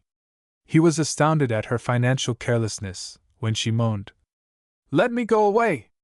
Let me go!" And then she cried, "What care I for all this money, this useless wealth? He is gone! I am now alone in the world! And now I never will know the story of the past!" There was a stony gleam on the old Scotchman's face as the girl sobbed, "Mother! Mother! Lost to me forever now!" The cunning old Scotchman's face darkened at the mention of that long-forbidden name. The woman who had deserted the rich nabob. With uneasy, tottering steps the old scholar paced the room, watching the two women in a grim silence, until Justine Deland, with a woman's questioning eyes, pointed to the rooms above. "Before ye go, and I'll now give ye these whole papers and documents, I would say that my dead brother Hugh has here in his will laid out your whole life for the 3 years of the minority. He has put on me the thankless labor and care of watching over your worldly gear, and of keeping ye safely to the lines of prudence and of a just economy. And my duty to my dead brother, I will do just as his own words and hand and seal lay it down.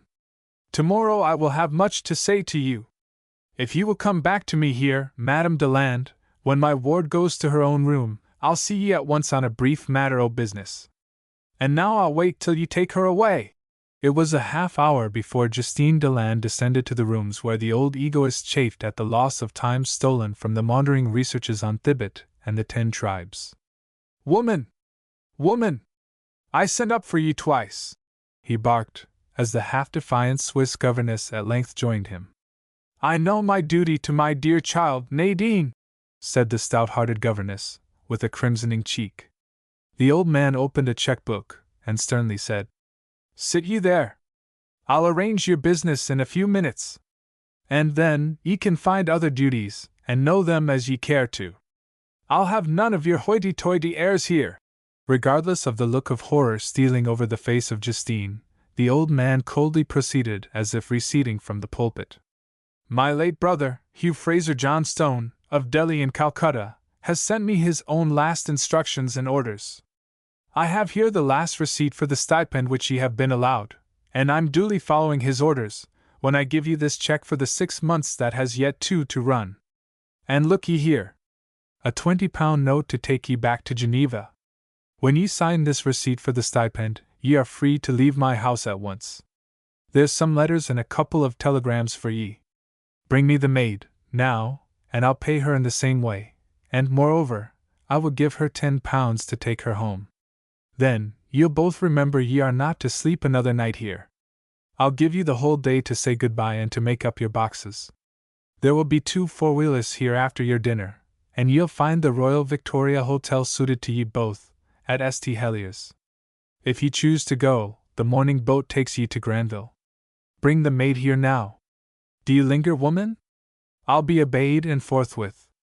With flashing eyes, Justine Deland sprang up, facing the flinty-hearted old Scotsman. "I will never abandon Nadine here. She will die in your cheerless prison," she cried. But the old pedant glowered pitilessly at the startled woman, who cried, "To turn me away like a dog, after these many years," and her sobs woke the echoes of the vaulted room. "Hearken, my leddy!" barked old Fraser. "One more word, and I'll have the gardener put ye off the premises. The girl ye speak of is young and strong. She'll have just what the court gives her, and what her father laid out for her, and I'll work my will, and I'll do his will. Ye're speaking to no fuel, here now! Take your money and your letters, and bring me the maid, or I'll bundle ye both in a jiffy into the Queen's highway. I'll have none but my own servants here, now!" Then Justine Deland, without another word, stepped forward, and seizing the pen, signed her receipt for wages due, in silence. She defiantly gathered up her withheld letters and papers. She returned in a few moments with the maid, whose ox-like eyes glowed in the sudden joy of a return to Switzerland. For the Ranz de Vaches was now ringing in the stout peasant girl's ears. "There, that's all, now," rasped the old man, when the maid had gathered up her dole. "The butler will go down to town with ye and see ye safe, and he will leave word at the bank to pay your checks. I keep no siller here. It's a lonely house." And the dead tyrant worked his will through the living one, as his stony heart had laid out the future. Justine Deland faced the old miser pedant as she indignantly cried, "God protect and keep the poor orphan who has drifted out of one hell on earth into another! Your dead brother robbed her of a mother's love, and you old vampire, you would bury her alive! She shall know yet her dead mother's love, and her brutal father's shame." Before the excited woman could select another period of flowing invective from her thronging emotions, the gaunt old scholar had pushed her out into the hall and slid a bolt upon his door, with a vicious click. There were certain qualms of fear already unsettling his triumphant calmness. While Justine Deland, with flaming cheeks, sprang up the stair, and barricaded herself with the sobbing heiress, the old man, his eyes gleaming with all the conscious pride of tyranny, seated himself and indited a note directed to Professor Alaric Hobbs, of Waukesha University, U.S.A., Royal Victoria Hotel, St. Heliers, Jersey. He had already dismissed from his mind the sorrows of the orphan niece. He cared not for the spirited onslaught of the Swiss woman, and he rejoiced in his heart at the fact of Douglas Fraser's departure to gather up the loose ends of his dead brother's great fortune. "It's a vixenish baggage, this Swiss teacher. He was right to bid me cut those cords at once and forever between them. The girl shall have discipline, and that baggage, her mother, is well out of the world. I'll work Hugh's will. She shall come under." With a secret glee he ran over a schedule of chapter headings upon Thibet, Tibet, Tubit, the land of Bod, Bodial, or Alassa. He was drifting back into the dreamland of the pedant, but a few hours deserted. "This Yankee fellow has a keen wit. His ideas on the 10 tribes are wonderful. His life has been a study of the Mongolians, the Tartars, and the history of the American Indians. I will be a bit decent to the fellow, and I'll get at the meat of his knowledge. He's young and a great chatterer maybe, but a help to me. Body o' me! But to get there myself, to Thibet. Ah," sighed the old misanthrope, "I'm too old now. And Hugh has failed me. Nothing from him. This there blow cuts off the last hope. And no educated men of Thibet ever travel. Blindness, blindness everywhere." He babbled on, while above him, 2 women, in an agonized leave-taking, were silently sobbing in each other's arms, while the happy Swiss servant made her boxes. Nadine Johnstone's utter wretchedness gave her no sense of a loss by the hand of death. For a father's love she had never known, and her mother, a mystery. The 2 women cowering together above the old pedant's den with sorrowing hearts communed while Justine Deland directed the packing of her slender belongings. There was a new spirit of revolt stirring in Nadine Johnstone's breast, and her face glowed with the resentment of an outraged heart. When all was ready for Justine's flitting, the heiress of £1,000,000 finished a little memorandum, which she calmly explained to the Swiss preceptress. The sense of her future rights stirred her like a bugle blast, and with clear eyes she looked beyond the 3 years toward freedom. "It rests with you, Justine, as to whether I am left friendless for 3 years of a gloomy captivity. First you are to telegraph to Major Harry Hardwick, Royal Engineers, Delhi, and if you receive no reply, then telegraph to General Willoughby for the Major's address. When at Granville, and not before, send this letter to Major Hardwick at the Junior United Service Club, London. The beautiful girl was blushing rosy red as the sympathetic Swiss folded her to her breast. Then, when you get to Paris, go to number 9 Rue Berlioz, and leave this letter there for Madame Berthe Louison. Go yourself. Trust no one. When you have conferred with dear Euphrosyne, you can send all your letters to Madame Louison at Paris under cover. She will find out a safe way to get them to me, even if she has to send her man, Jules, over here. He is quick-witted, and he will find a way to reach me. There was a dawning wonder in Justine's eyes. Who is this strange Madame Louison? Can you trust her? Ah! Justine, murmured Nadine. She is only one who loves me, for love's own sake, but I know I can trust her. She knows something of my mother's past life, something that I do not know. This old tyrant will now try to cut me off from all the outside world. He has had some strange power given to him by the father who is only my father in name. I will obey you. I swear it! Cried Justine. And old Simpson will probably be coming on soon. He loves you. He will serve you. Yes, joyously exclaimed Nadine, with a glowing face. And he adores Major Hardwick, whose father saved his life at Lucknow. There is one dawning hope. You are not to write one word till you hear from me. I know that Madame Louison will manage to send Jules to me in some safe disguise, she proudly cried. And remember, I shall not be always a poor prisoner with her hands tied. The day of my deliverance comes. When I am 21, I can reward both you and Euphrosyne. She shall have a home to live in ease. And you shall go out into the world with me, and aid me to find my mother. Even in the tomb I shall find her. I shall know of her love. For I shall see her loving face, even only in a picture. The face that has blessed me in my dreams. Justine Deland saw a future reward awaiting the two faithful guardians of the childhood of Miss Million. With a sudden impulse, she cried, There is one to aid even nearer to us now than Major Hardwick. For I have a telegram from Euphrosyne, that Major Hawke is at Geneva. Nadine Johnstone rose and seized both of Justine's hands. Promise me now, by my dead mother's grave, that you will never tell that man anything of our secret compact of today. I fear him. I disliked him from the first. He had strange dealings with the dead. The girl's face was stern. If I am approached by him in any way, I will cease every communication with you forever. I will have no aid of Alan Hawke. And when the parting hour came, Justine Deland was amazed at the cold dignity with which Nadine Johnstone faced the grim old uncle. It was only at the gate of the Banker's Folly that the heiress for the last time kissed her friend in adieu. Fear not for me. I have learned the lesson of life. Remember, she whispered. Keep the faith. Guard my trusts. And then Justine sobbed. Loyal à la mort. The evening shades were darkening the sculptured shores of Rosal Bay, where clumsy luggers lay far below, high and dry on the beach, behind the great masonry pier. Skiffs and fishing boats lined the shores, and the soft breeze moved the foliage of the luxuriant garden. The white stars were peeping out and twinkling in the grey and lonely sea, as Nadine shivered and walked firmly back to the portico, where the old recluse awaited her. With a stiff motion of perfunctory courtesy, he motioned the heiress into the frosty-looking drawing-room, now lit up with spectral gleams of wax candles. For he would treat his ward with a frozen dignity. Andrew Fraser coughed in a hollow warning and wasted no words in his first bulletin of General Orders. I have here a certified copy of your late father's will, he said, for your perusal. You will see all the conditions of life which he has wisely laid down for you.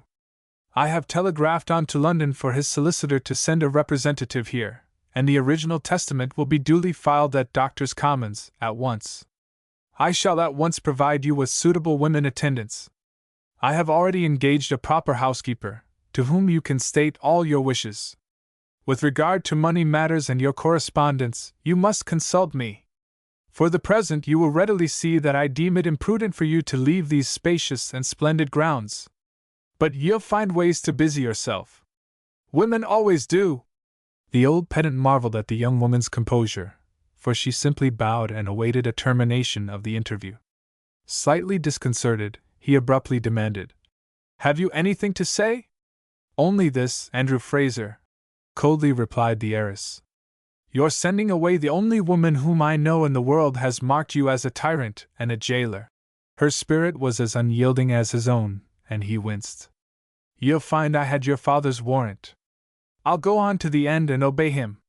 There are to be no old associations kept up, and when ye come to your own ye can do all you will. I'll go my way in my duty and do it as it seems right. When he finished he was alone, for the daughter of Valerie Delavigne had passed him with a glance of unutterable contempt.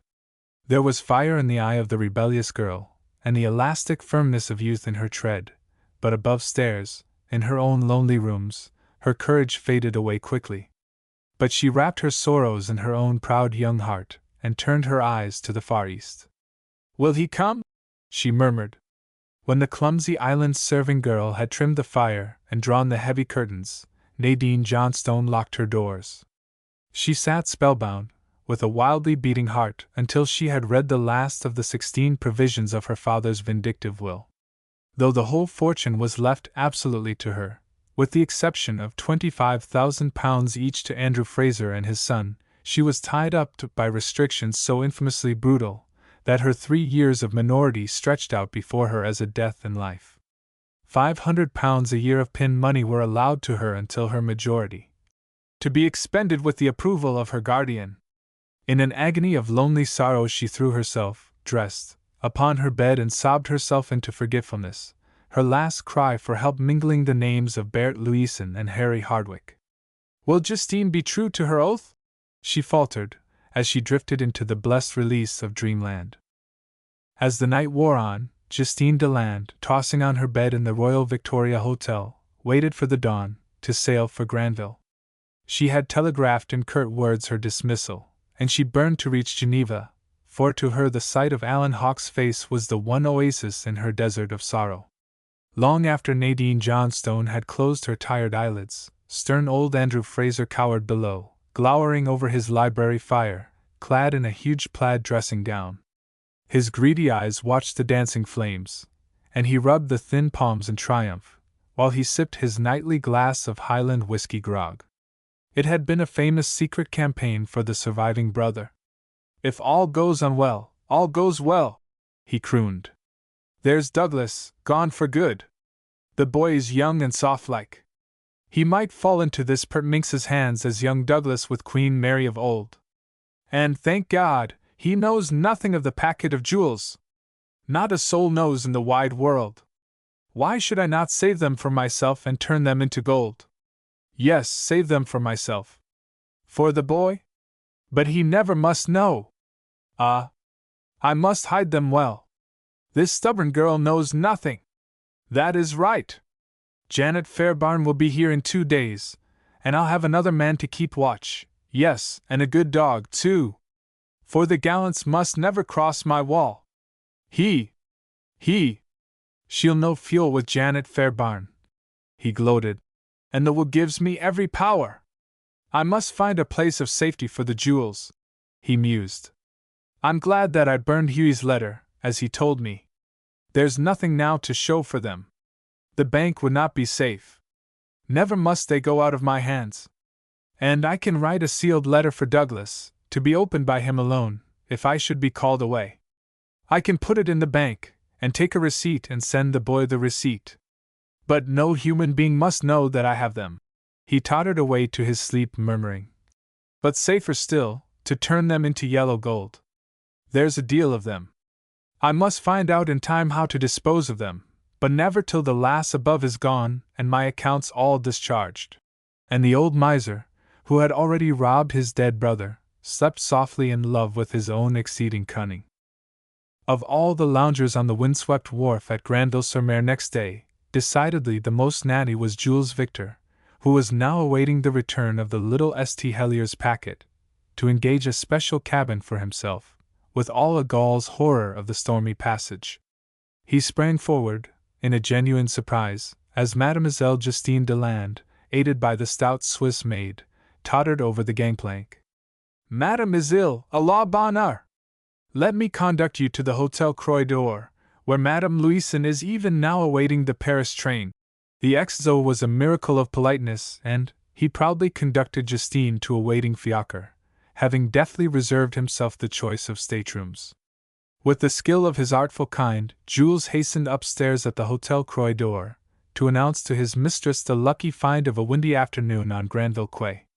That night, when Justine Deland reached Paris, she was assured in her heart that her own future fortunes were safe, and that her sister would surely be the recipient of Nadine Johnstone's future bounty. For Madame Berthe-Louison, ever armed against possible treachery, announced her own instant departure for Poland. "But I leave Jules in charge in Paris, and he will find the way to deliver your letters to your young friend." When Justine Deland was safely escorted to the train by the smiling Madame Berthe-Louison, she proceeded to register a packet for London, addressed to Major Harry Hardwicke.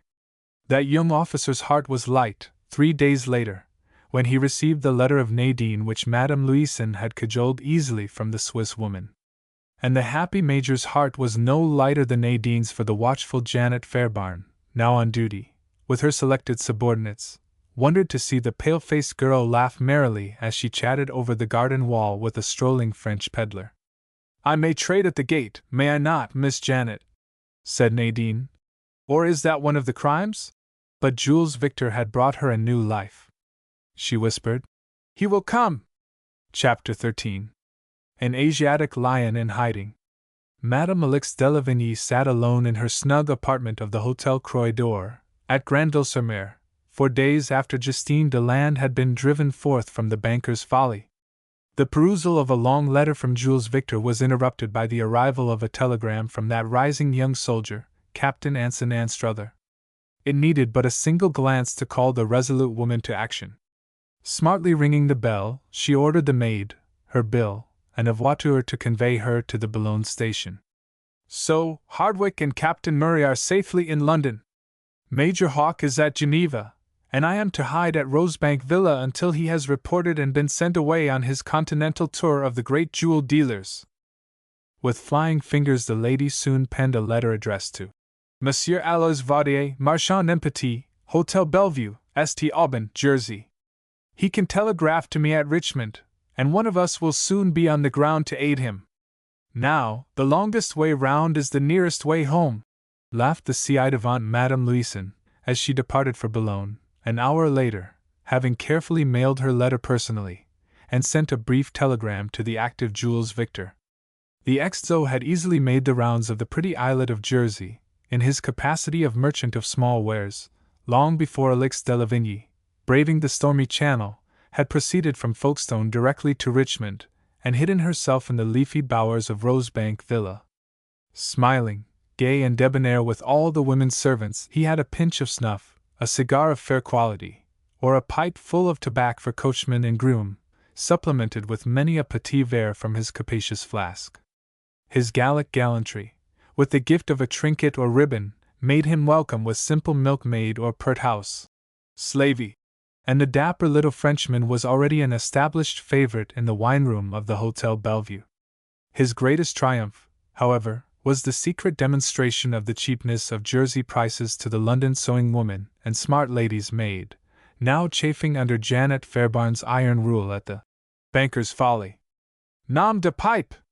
But I have to make shameful ravishments to prix," muttered Jules, as he adroitly worked upon the susceptibilities of the 2 new maid-servants. While one or the other of these women always accompanied Miss Nadine Johnstone in her daily wanderings through the splendid gardens of the Folly, the merry voice of Jules Victor was often heard by them singing on his way down the road. The gift of a famous Brule gull had propitiated the simple Jersey gardener, whose stout boy rejoiced in a new leather jacket, almost a gift, and the second man, Andrew Fraser's reinforcement, a famous drinker, was soon a nightly companion of Alois Vaudier at the one little public down under the scarped hill at Rizzle Bay. Andrew Fraser, closeted with the London lawyer, had almost forgotten the existence of Nadine Johnstone. A formal interview as to the filing of her father's will, a mere mute exhibition of perfunctory courtesy, released Nadine to her own devices, while Professor Andrew Fraser returned to his afternoon studies with that famous young Yankee savant, Professor Alaric Hobbs, of Waukesha University. The beautiful captive was now happy in dissembling her contentment, for, though the sharp-featured Scotch housekeeper, Janet Fairbairn, keenly watched all her outgoings, sending always one of the women as an outside guard, the heiress had learned some of woman's secret arts quickly. The peddler, Alois Vaudier, brought to her letters and messages which made her lonely heart light, even in her stately semi-durance. And the epistles of Major Harry Hardwicke left her with a heart trembling in delight after their perusal. And so it fell out that 4 days after Alix de Lavigny had returned to Rosebank Villa, that a packet of important letters was smuggled past the droning professor's picket line, one of which caused Nadine Johnstone to hide her telltale blushes in her room. "Tomorrow I will come by, to deliver some little purchases of the maids. Have your answers all ready. I will be here at 10, at the garden gate." Long after the Yankee professor had left the Folly for St. Heliers that night, the lonely girl bent her beautiful head over the pages, destined to safely reach her lover's eyes in fair London town. And to Bert Louison she now poured out her loving heart, for she knew that her protecting friends would soon be near her. "We are waiting, watching, and planning," wrote Alix de Lavigny. "Be cheerful, silent, watchful. I must be near you, I must see you, face to face, to tell you all the story of the past. I will then tell you, my own darling child, of the mother whom you have never known. But first, Major Hardwicke must open a way to your side. Beware of the schemes of Alan Hawke. He will be here tomorrow, and he may steal over to Jersey, though his duty takes him for a month to the continent. You will surely see Major Hardwicke before you see me, for Andrew Fraser might take alarm at a sight of my face, and so hide you away from us all." Miss Mildred Anstruther was a delicate symphony in grey, as she gracefully presided the next evening over the dinner table at which Alix de Lavigny, Captain Anstruther, Major Hardwicke, and Captain Murray merrily discussed the sudden hastening of Captain Eric Murray's nuptials. Hardwicke's duty as best man was now the only bar to the beginning of a campaign destined to foil Andrew Fraser's Loch-Laven tactics of imprisoning his niece and ward. "You will have but a brief honeymoon, Eric," laughed Hardwicke. "You have promised to stand by me, Harry," replied his friend. "See me married tomorrow, then a week's honeymoon at Jersey is all that I ask. I can bestow my wife there with a dear friend, who has the prettiest old Norman chateau maison on the island, and after that be near you there at Rosal Bay to work up the final discomfiture of this old vampire. I only claim the attendance of the whole party at my wedding, then I will disappear and spy out the ground for you long before you are ready to astonish the dreamy old bookworm. I have made my own plans, and Flossie has agreed to our runaway trip in the interests of the service. She is a soldier's daughter, remember." Miss Mildred, wreathed in her soft laces, shimmering in her grey poplin, and bending her stately head in salutation, extended a delicate hand, loaded down with quaint old Indian rings, to each, when the coffee was served. "I will leave you now to the hatching of your famous conspiracy for the invasion of the island of Jersey."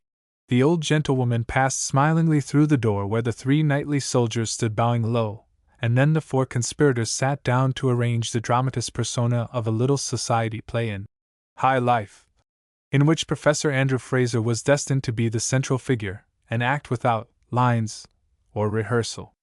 The leading lady was at the present moment dreaming of a golden future in her own rooms at the Banker's Folly. Nadine Johnstone had been allowed to make her apartments as bright and cheery as her buoyant nature suggested. For Andrew Fraser, after much discussion with Janet Fairbairn, had convoyed the heiress to St. Heliers for a day. The resources of all the local furnishers were taxed by the young prisoner's taste, and the old executor, unbending a little, grimly vaunted his dangerous liberality. "I'll be bailed for the expenditure of £500 as an extra allowance," he said.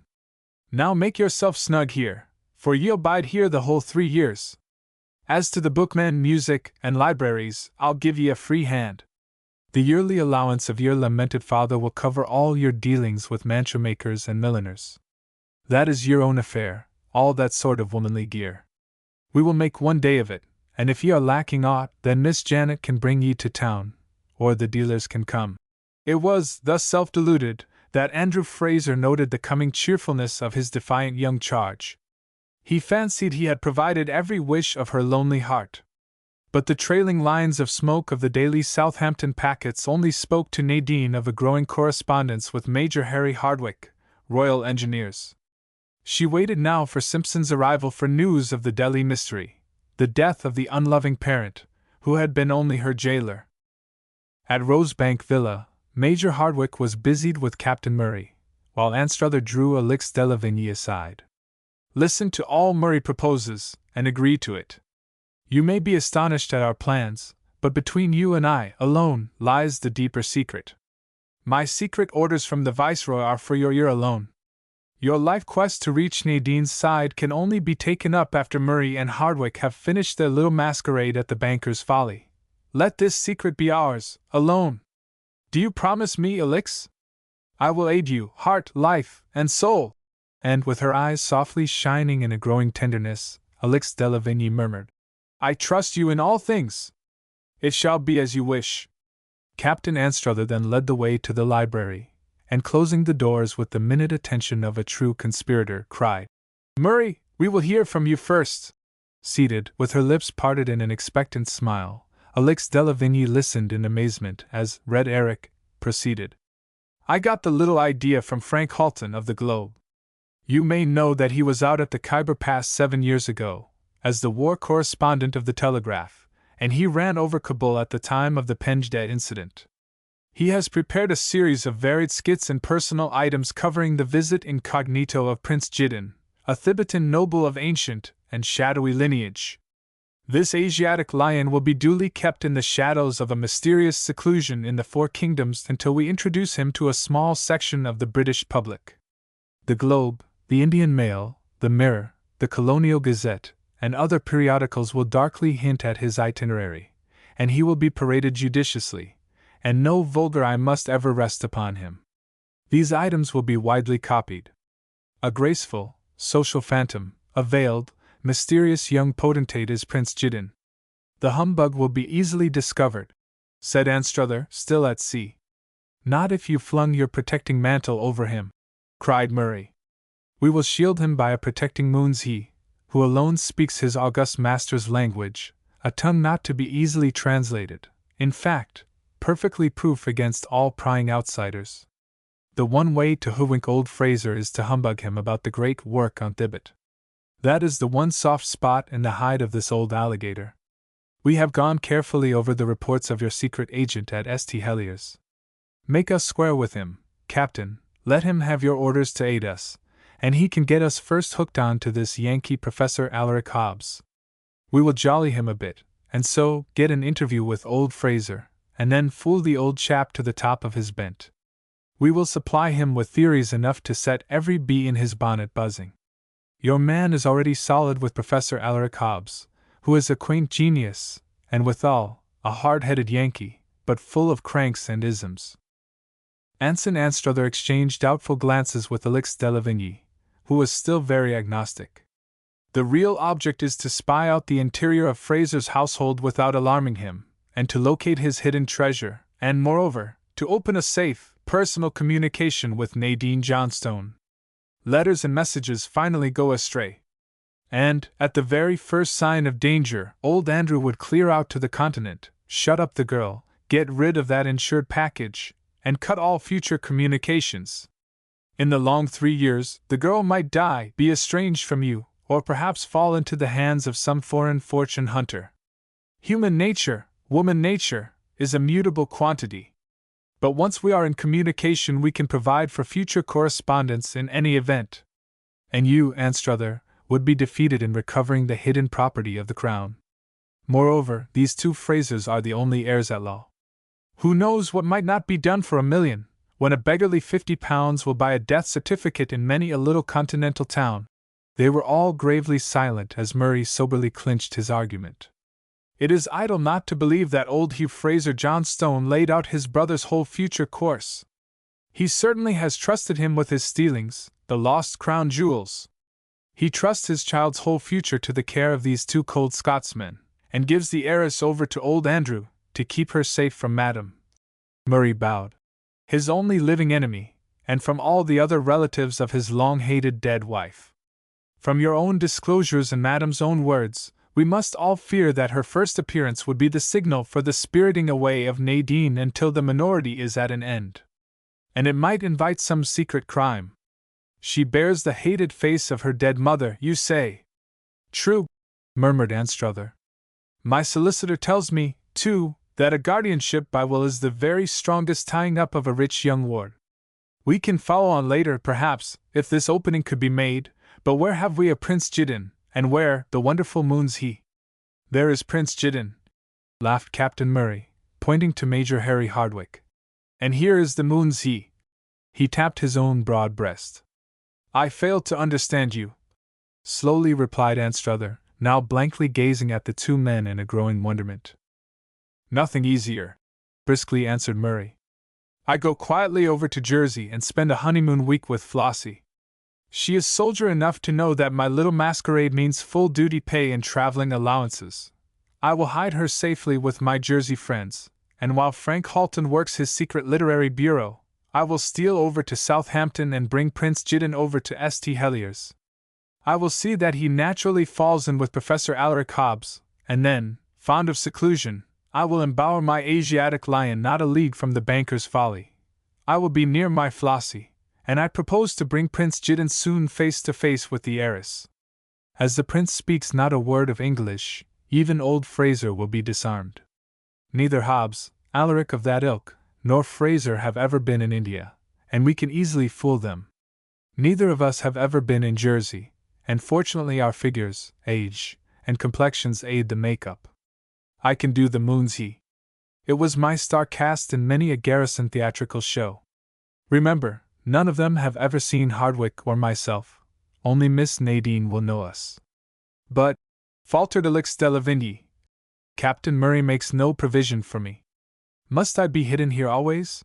Her voice was trembling with the surging love of her longing heart. Ah, dear madam, replied Murray. Place aux dames. You can be later quietly escorted to St. Heliers. Old bookworm Fraser does not leave the Folly once in 6 months. You shall, on tomorrow, arrange with Mrs. Flossie Murray to share those days of absence with her, while I am playing the moon he to Prince Jiddin's leading part. With your own sly man of all work, then how easy for the acute Jules Victor to lead you into the extensive grounds, where you may often meet Nadine Johnstone when all is safe. He has the friendly entree, and can hoodwink the attendants of the garden, while your own ingenuity will enable you to have stolen interviews in the splendid rambles of the banker's folly. Old Andrew never quits his study, and all we have to do is to watch Miss Janet Fairbairn. Jules Victor can guard against a surprise by her. It is an ingenious plan, but a dangerous one, mused Anstruther. Not so, boldly replied Murray. Remember that old Fraser is crazy on his bookwork. Hobbs is his only male visitor.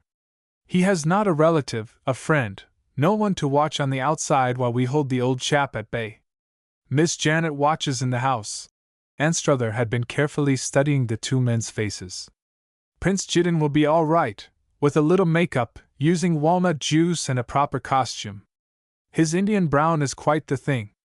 But you, my boy, must be an Eurasian, the son of a high English official and a native woman of rank. You were carried away to Thibet by your beautiful Kashmir mother when she was abandoned.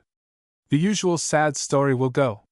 She driven out by her family, refuges finally in Lhasa, and your English was, of course, learned before the death of your father, when you were 18. Your usefulness as interpreter caused you to attach yourself to Prince Jiddin's noble family. Yes, said Hardwick. A couple of days spent in the British Museum, and with your fertile imagination, Eric, you will be enabled to describe the mysterious, lonely city on the Zangstu, and even the gilded temples of Mount Baala. You can easily book up all about the Dalai Lama. Make a voyage a la Tom Moore to Kashmir. Right you are, laughed Eric Murray. Frank Halton stole into the town of Lhasa, and he now offers to me his sketchbooks and private notebooks. Foreigners from the south have occasionally been allowed to go into Thibet since the Nepalese were driven out, but only very rarely. I will have all the rig and quaint outlandish gear that Halton brought away. So you see we are the ever-victorious army, yes. Prince Jiddin will be a go. And the others were fain to agree in the plausibility of the scheme. It was midnight when the quartet separated to meet at the quiet wedding of the morrow. Alix de Lavigny had finally approved the plan, when Anson Anstruther drew her away to confer upon the risk. "You see," he pleaded, "Murray will never even speak to Miss Johnstone. All that pleasing task is left to Prince Jiddin, who can and will, of course, choose any unguarded moment. Captain Murray will hold old Fraser personally in limbo, while you and Prince Jiddin can meet the pretty captive in alternation. At any danger signal, the prince and moons he can quit Jersey at once." Then the lightning thought came to the lady. She already loves him. It must be so. He is the only young officer who was ever allowed to enter the marble house in that long year of golden bondage. It shall be so. I can trust to him for her sake, if he loves her for love's own sake. I can remain near Nadine then, even if they have to disappear, for Jules will keep the pathway open. And yet, shamefaced in her own growing tenderness for her mentor, Anstruther, she took these wise counsels away to hide them in her own happy heart. "It will make us then, Captain Murray," she said, as she extended her hand in good night. "A little circle of 5, gathered around this motherless and fatherless girl to save her from the secret schemes of tyrant and fortune hunter." "Precisely so, madam," laughed Murray. "When I have sworn in my beautiful recruit tomorrow, then we will be 5 in very truth." There was a flying early morning visit to Hunt and Roscoe's on the morrow, which greatly astonished Captain Anstruther, who had escorted Madame Alix de Lavigny down on her way to the pretty chapel at Kew, where Captain Murray duly swore in his beautiful recruit, with bell, book, and candle. The parure of diamonds which the Lady of Jidamere gave to Mrs. Flossie Murray caused even the eyes of the moons he to open in wonder at the little campaign breakfast of the leaders of this crusade of love. "Only suited to the wife of Prince Jiddin's High Chamberlain," laughed Alix de Lavigny, as the happy captain departed on his honeymoon tour, escaping showers of rice, to move upon the enemy's works in Jersey.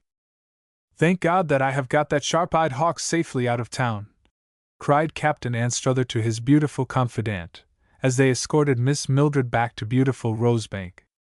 The lass o' Richmond Hill was no fairer than the happy woman who had seen Major Hardwick depart for a long conference with that all-powerful sprite of the magic pen, Frank Halton, who was now busied in launching his creation, Prince Jiddin. "A single word at the F.O. will legalize our useful myth, Prince Jiddin, and I hope that Hardwick and Murray will succeed. They can surely lose nothing by the attempt. I am known to be the Viceroy's aide-de-camp on leave, a near kinsman, and I am sure that old Fraser would take alarm at the first visit or written communication from me.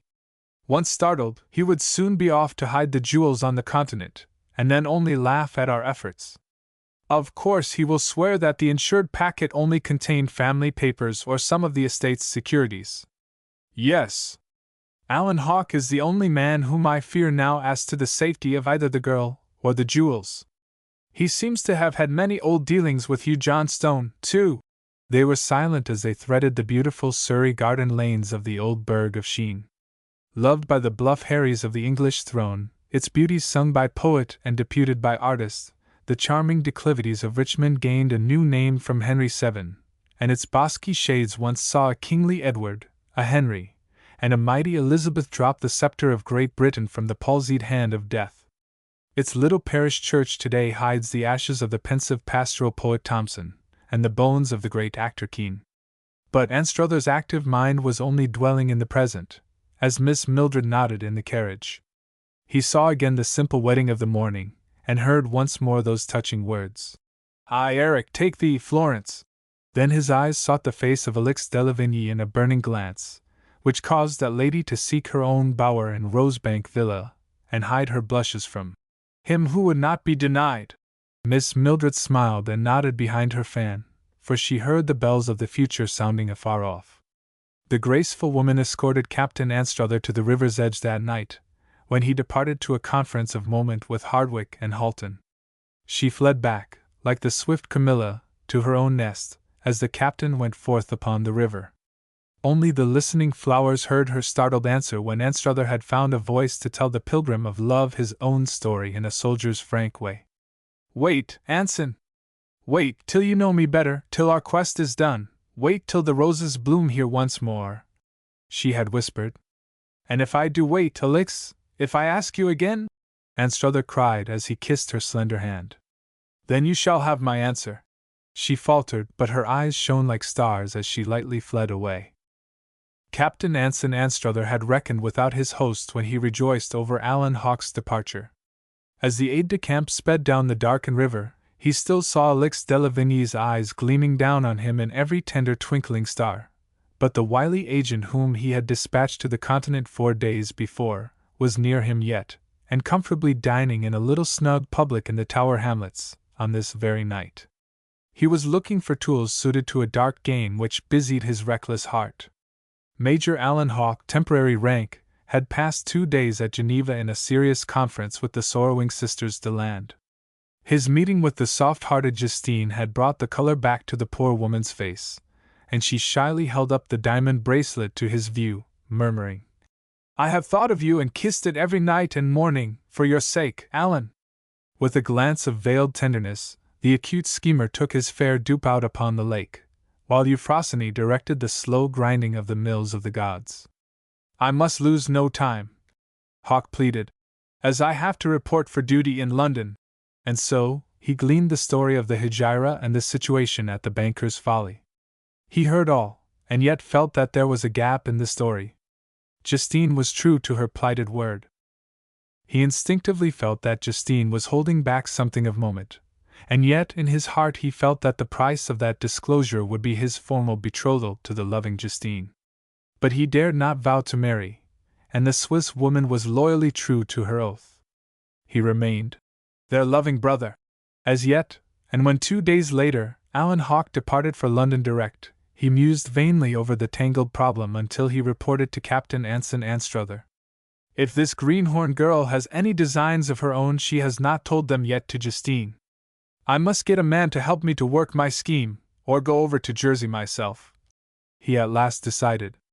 He was secretly happy at Captain Anstruther's prompt injunctions to make ready for a tour of 2 months upon the continent. "I shall have all your detailed instructions prepared tomorrow, Major Hawke," said the young aide-de-camp. "Meet me, therefore, at the Junior United Service at 10 o'clock. You can take a couple of days to look over London, and then proceed at once to the delicate duty which I will give to you. And remember, the Viceroy's orders are that you are to report to me alone, and also to preserve an absolute secrecy. Your future rank will depend upon your discretion." Major Alan Hawke was not as cheerful, however, when he opened his private mail at Morley's Hotel, as when he had bade adieu to Captain Anstruther. A formal communication from the Credit Lyonnais informed him that Monsieur le Professeur Andrew Fraser had formally forbidden Messrs.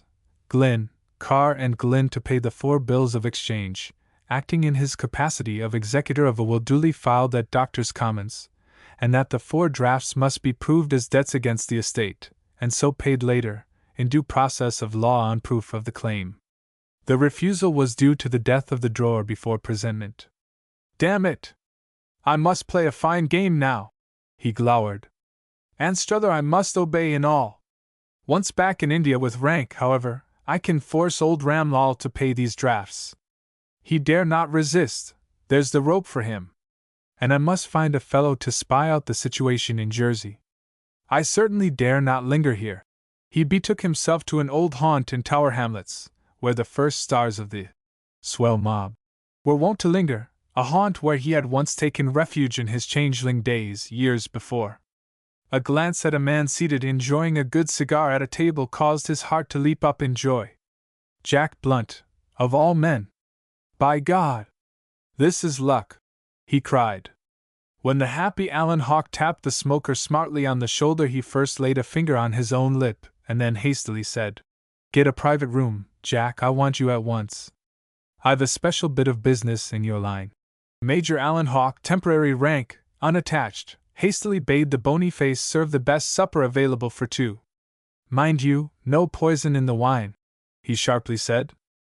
"We've the best vintages of London ducks," grinned the happy host, as he sped away and left the 2 scoundrels alone. "What are you doing now, Jack?" queried Hawke. "Nothing," sullenly replied the middle-aged star of the swell mob. My eyes! You are in great form, he admiringly commented. Can you leave town for a week or so, on a little job for me? Briskly continued the Major. Ready money? Said Gentleman Jack Blunt, stroking out a pair of glossy side whiskers. Yes, cash and plenty on hand, and lots more in sight, imperatively replied the Major. Do I work with you or alone? Asked Blunt. It's a little private investigation, replied Hawk. And as I have to leave town tonight, and spend a couple of months on the continent, you are the very man. I am afraid to appear in the thing myself, as I am well known to the other parties, and so I fear being followed over the channel. I'm back again in the army. Jack's eyes grew larger in a trice. Here comes the grub, gaily said Blunt. You can trust the wine here. The crib is square, too. Now, my boy, fire away. We are alone, and no listeners here. Before Jack Blunt had put away a pint of best beeswing sherry, he was aware of all Alan Hawke's intentions. His keen brain was working all its cylinders. Give me just 5 minutes to think it over, Governor, said the sparkling-eyed, dark-faced, swell-cracks man. I know Jersey like a book. I worked the summer racket there once. The excursion boats, the farmers' races, the casino balls, the military games, and the whole lay. I think I can cook up a plan. You don't show up just yet. I am to do the Downy Cove. Not till I can double on my track, and you have piped the whole situation off, said Hawke. The game is a queer one. I may want to come over later and show up and make a little society play on the girl. I may, however, join you and help you secretly, or I may have to stay away altogether. But I must act at once. There's money in it. If you have to make the running yourself, you can get your own help. And you have the real stuff? Agnostically demanded Jack Blunt. What do you want for a starter as your pay for the report to be sent to me at the Hotel Falcon, Lausanne, Switzerland? Hawke was eager and disposed to be liberal. Oh, 100 sovs for the job, as you lay it out, and 50 for my little incidentals, laughed Jack Blunt. Of course, if it goes on to anything serious, you'll have to put away the Rio Boodle, where I have something to run with, if I have to cut it. I might run up a dangerous plant. Bah! Decisively said Hawke. Only an old fool to dodge, who is over 70, a dotard, and a foolish girl of 18, a simple boarding school miss. Yes, but she has $1 million, you say. There's always someone to love a girl with that money. Love comes in by the door, and the window, too, you know. She has never been 5 minutes alone with a man in her life, cried Hawke. You are safe, dead sure safe. Blunt's roving black eyes rested on Hawke's eager face as he laughed. And you want to marry her, to keep others from her, or run her off at the worst, you say? That's your little game. I will have either the girl, or those jewels. By God! I will. I've got money to work with, plenty of it, not here, cautiously said Hawke. But there's your 150. Do you stand in? To the death, if you do the handsome thing, my boy, said the handsome ruffian, pocketing the notes. When do I start? Take the midnight train to Southampton, and go at work at once. I fear they may send some damned spies over there. Now, what's your plan? Major Hawke watched his old pal in a brown study. Jack Blunt had smoked half his cigar, when he brought his white hand down with a whack. I have it! A combination of gentleman artist and literary gent. The mansion homes of Jersey, to illustrate a volume for the use of tourists, London and South Western Railways enterprise. I'll sneak in and do the grand. You want a correct sketch and map of house and grounds, and the whole layout? Artist Blunt was delightfully interested in his Jersey tour now. Yes, cried Alan Hawke, his eyes growing wolfish, and he leaned over to his companion and whispered for a few moments. That's the trick, Governor, nodded Jack Blunt. You work on the double event. And I get my money, play or pay? Yes. Put up in good notes, only you are not to bungle. Do you think I would fool around with a previous conviction against me? The next is a lifer, and I've got to use the knife or a barker, if I run up against trouble, for I'll never wear the Queen's jewelry again. I've sworn it! The man's eyes were gleaming now like burning coals. I'll do the grand, and then take off my beard and change my garb. I look 20 years older in a stubble chin. I can watch them from the public at Rosal Pier. I used to do a neat little bit of cognac, silk, and cigar smuggling. I know every crag of Corbière Rocks, every shady joint in St. Heliers, every nook of St. Albans Bay. Oh, I'm fly to the whole game. Could you not get a good boat's crew there? Anxiously demanded Major Hawk. Ah, my boy. I am king high with a set of daring fishermen, who can smell out every rock from Dover to Land's End, and from Calais to Brest, in the blackest night of the Channel, if it pays. Then, Jack, your fortune is made, if you stand in. We'll pull it off, in one way or the other. You've got an easy job for a man of your ability. I'll meet you at Granville. Now get over to St. Heliers, and work the whole trick in your own way. Send me your secret address in Jersey at once to Hotel Faucon, Lausanne, and run over to the French coast at Granville and find a safe nest there for us. There we are within 17 miles of each other, with 2 mails a day, and the telegraph. It's a wonderful plant, so it is. Yes, Governor. And old Etienne Garcia, at the Cor d'Abondance in Granville, is the very slyest rogue in France. When you find a crapeau who is dead to rights, he is always an out-and-outer. I'll square you with my old pal, Etienne, who slyly makes floaters and then gets the government cash reward for towing them in. He has always a half-dozen pretty girls hanging around there, and many a good-looking stranger has ended his tour by a sudden drop through the flow of the drinking room over the wharf where Etienne keeps his boats to let. How does he do it? Mused Alan Hawke. It's a risky game in France. Jack Blunt laughed. A few puffs of smoke in a cognac glass, and the subject is knocked out for an hour after drinking from the nicotine-filmed crystal, bless you, laughed Blunt. There's never a mark on Etienne's victims. He is too fine for that, only cases of plain, simple, accidental drowning. You may as well address me as Joseph Smith, Jersey Arms, Rosal Pier, Jersey. I am solid with Mrs. Floyd, the landlady there, said the scoundrel mob's man, anxious to spend some of his cash. All right then, Jack. Go ahead, cheerfully cried Major Hawke. Don't overgo my instructions a single hair. I'll either join you in the grand stroke, or else meet you at Granville and there tell you what to do. Remember that I'll settle all your Jersey bills, and I will send a post order for £10 extra to you at the Jersey Arms, to give you a local standing with the postman. That you can spend on the underlings around the Banker's Folly. But beware of an old body servant named Simpson, an old redcoat who may turn up any day now from India. He was Johnstone's own man, and he hates me, at heart I know. Now, if you can do the artist act, you must find out where the old man keeps his stuff. I don't know yet whether we want him first or the girl, or to crack the whole crib.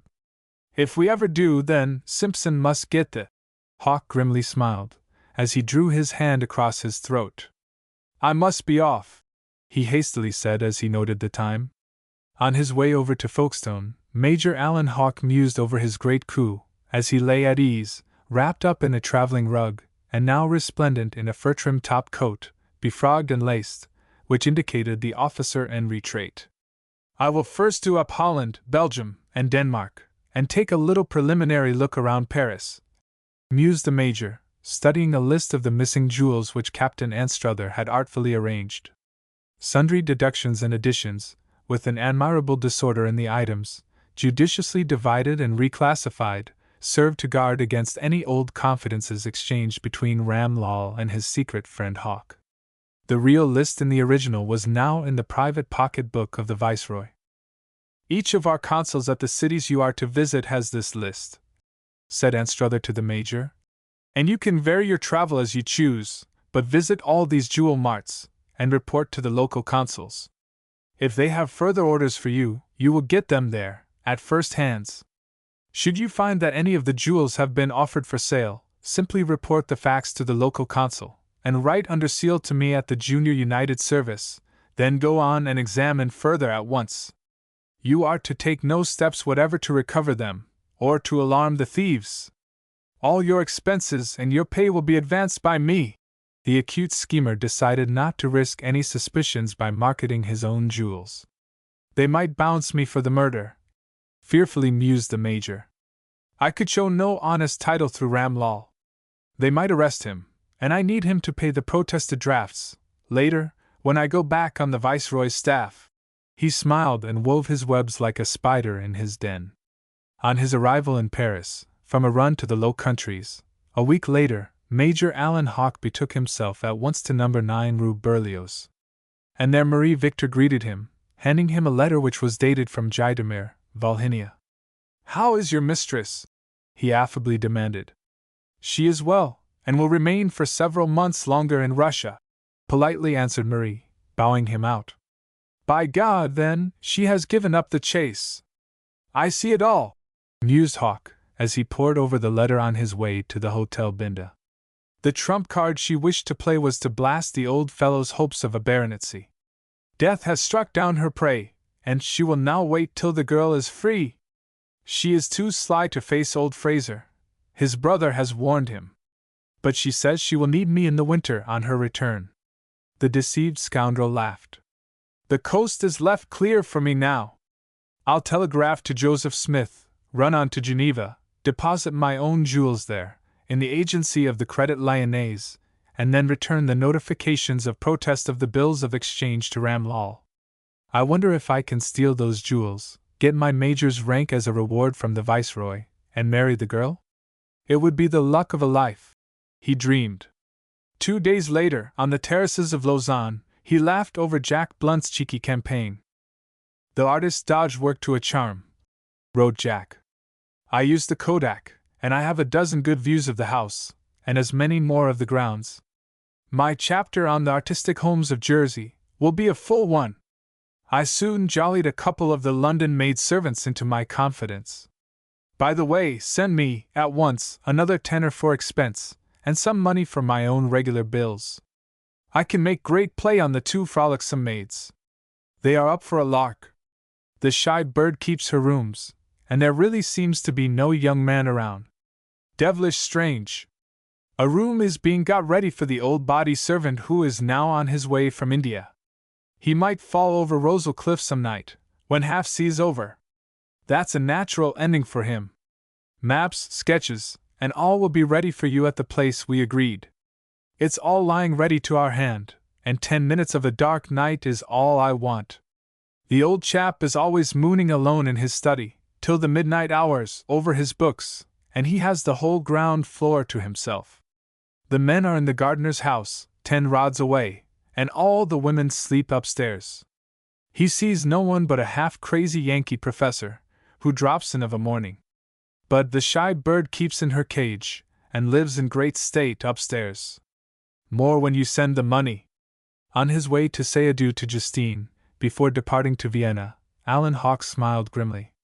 "I can strike now, when I will, and as I will. But first to race around a little, and then, having fulfilled my mission, to get a couple of weeks' furlough, to go about my own affairs. The coast is clear. Jack Blunt's plan is right. Simpson must be first put out of the way. He would fight like a rat on general principles." At Rosebank Villa, Madame Alix de Lavigny was nightly busied now in official conferences with Major Harry Hardwicke, who had lingered in the concealment of Anstruther's home. The captain found abundant time to prosecute his official business, with his lovely aide in the Secret Service. And he had learned all of Alix de Lavigny's lessons now, save to acquire the patience to wait. But a growing album of newspaper clippings was daily augmented by Frank Hatton's artfully disseminated items regarding Prince Gideon of Thibet, the first visitor of rank from that land of shadows.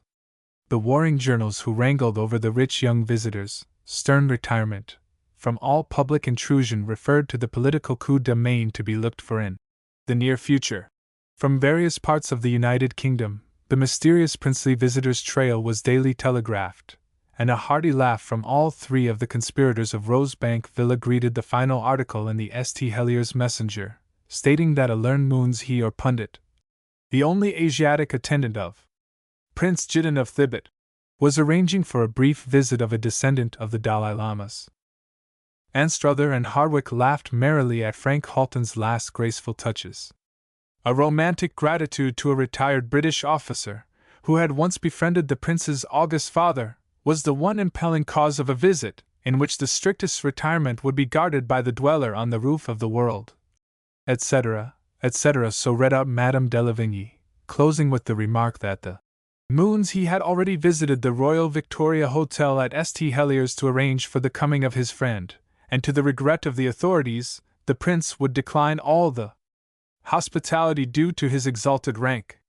Captain Murray must be even now at work, anxiously said the fair reader.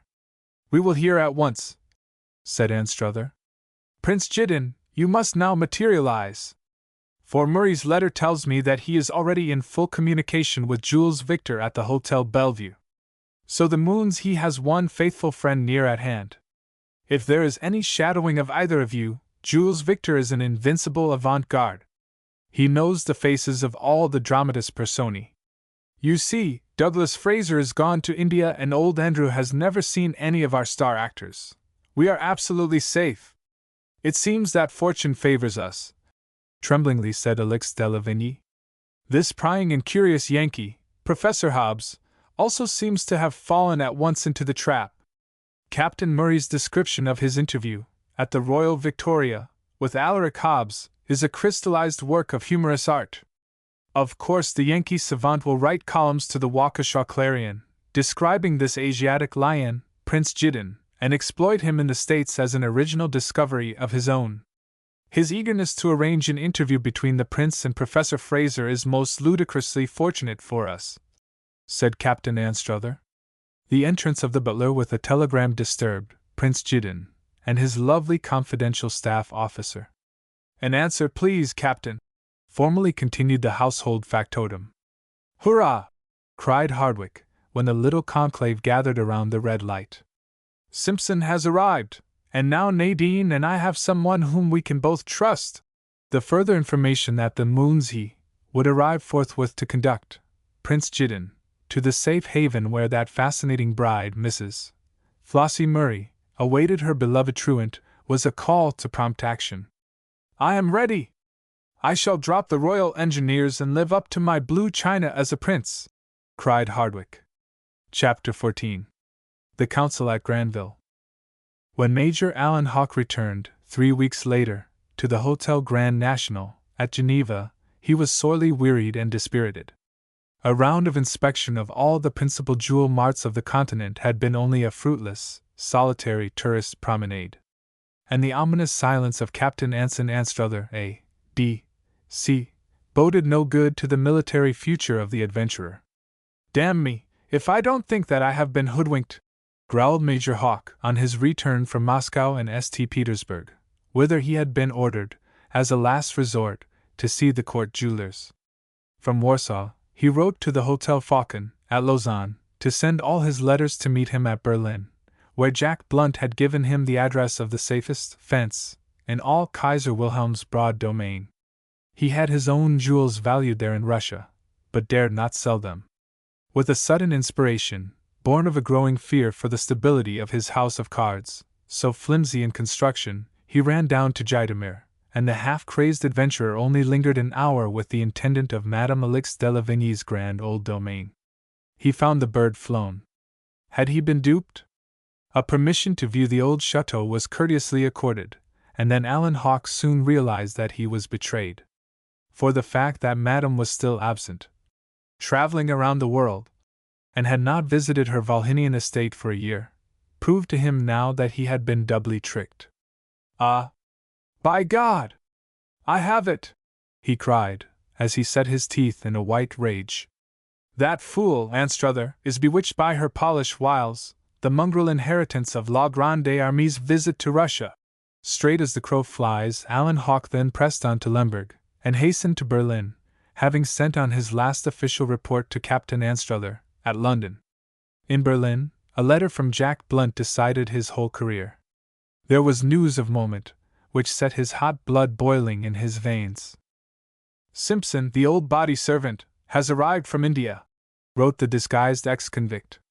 And he's mighty thick with your shy bird, too. There's some strange game going on here, which I can't make out. The cute Yankee professor is furious, for old Fraser has temporarily given him the dead cut. The American is totally neglected, for the old idiot spends half his time, now, shut up in his study with the visiting nigger prince from India, and the yellow fellow's half-breed interpreter. I send you a dozen cuttings from the papers. The prince, however, seems to be all O.K. He never even notices the shy bird. He probably buys his women at home. How could he, for he does not speak a single damned word of English. But I've caught sight of this moonsy fellow trying to do the polite to the heiress. Old Simpson keenly watches the whole goings-on, and I've tried to pull him on. No go! But he sneaks off himself, gets roaring full, down at Rosal Pier, with a little French peddler fellow that he has picked up. And I don't like this French chap's looks. Too fly, and far too free with his money. There's no one else who has, as yet, showed up here. Not a woman, no other human being but a London lawyer. And I'm told now the Guardian and Nice are soon going over to London to deposit all the papers that Simpson brought home and to do a turn at Doctors' Commons. Now's your very time, the dark of the moon. Better cut your job and come over to me at Granville. And why can we not turn the place up while they are away? To do that, we must do Simpson for fair, and I now know his nightly trail. Send money, plenty of it, and come on. I am on the Beachcombers' Lay, now, down at the Jersey Arms, Rosal Pier. Write or telegraph me a line, and I'll instantly meet you at Granville, at the Cord Abondance. A loving letter from Justine Deland enclosed a notice of a registered letter waiting at the agents du Credit Lyonnais, Geneva. It is marked Trace Important, she wrote, and then added, I have received a letter from Nadine, who says that her guardian is now half crazy with excitement over the finishing of his History of Thibet, and Memoir upon the Lost 10 Tribes, for he has an Indian visitor of princely rank, and he even proposes to take this Prince Jidin and his moonsey into the house, so as to shut the world out from the wonderful disclosures of the only visitor of rank who ever left Thibet. Alan Hawke's brow was gloomy when he read the last letter, which was a brief note from Captain Anstruther, informing him that his final instructions would be forwarded in a week. The ominous silence of Madame Berthe Louison, the living lie of her pretended visit to Russia, the trick of the letters sent on from Jaitamir to his Parisian address, now only confirmed his jealous rage. They are living in a fool's paradise together, this dapper aide and the wily woman, hiding in England. One has betrayed me, and the other will now coldly abandon me. I'll soon raise a hornet's nest about their ears. So, with a simple telegraphed word, coming, dispatched to Joseph Smith, he sped on to Geneva from his Leipzig defeat at Berlin, but only to meet a ghastly Waterloo at the Grand Hotel National. He had ordered the letters from the Hotel Falcon to be sent on there to Miss Justine, and when he had freed himself from her clasping arms he read a curt official note from the Viceroy's aide-de-camp which left him livid in a paroxysm of fury. On his way from the station he had only stopped long enough at the agents du Credit Lyonnais to receive an official-looking document. My accounts, I presume, he had muttered, thrusting them in his pocket.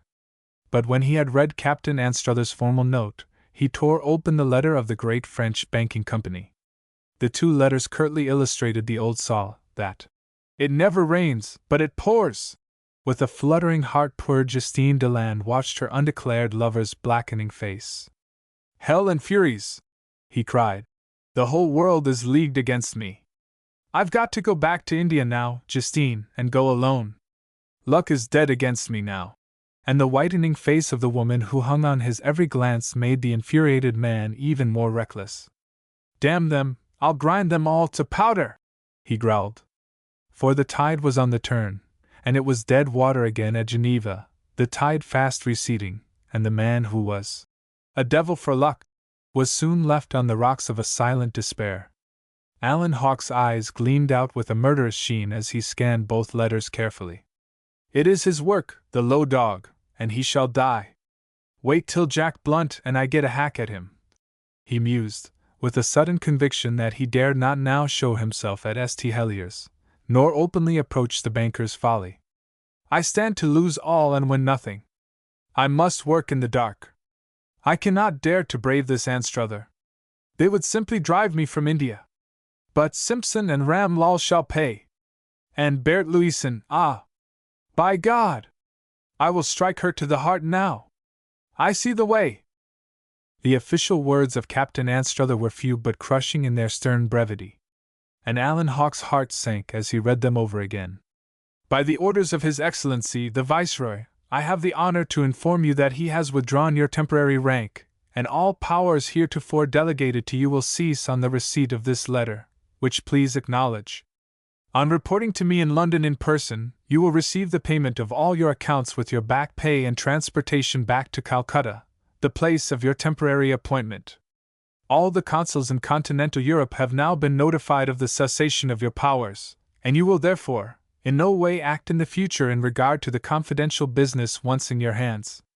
The inquiry has been finally abandoned by the order of the Indian government. Please do report as soon as possible, and deliver over all papers and vouchers now remaining in your hands. With assurance of my consideration, yours, Anson Anstruther, Captain N.A.D.C. Official. Confidential. The letter of the Credit Lyonnaise was even more menacing in its tone.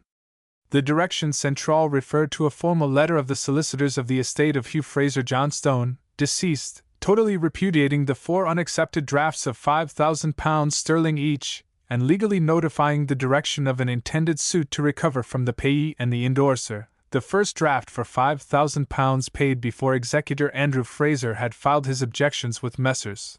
Glynn, Carr and Glynn. The arrival from India of the papers of the deceased, and the testimony of his body servant Simpson, as well as the Calcutta banker and solicitors, proves that no such considerable withdrawals as £25,000 were ever contemplated by the deceased, who had sent the most minute business instructions to his agent and later executor. I shall have to throw this all back on Ramlall, mused Alan Hawke, who hastily bade Justine an adieu, until he could conjure up an explanation for the Geneva agents of the Credit Lyonnaise.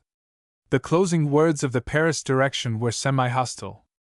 Be pleased, Monsieur, to call at once upon our Geneva branch and explain these imputations.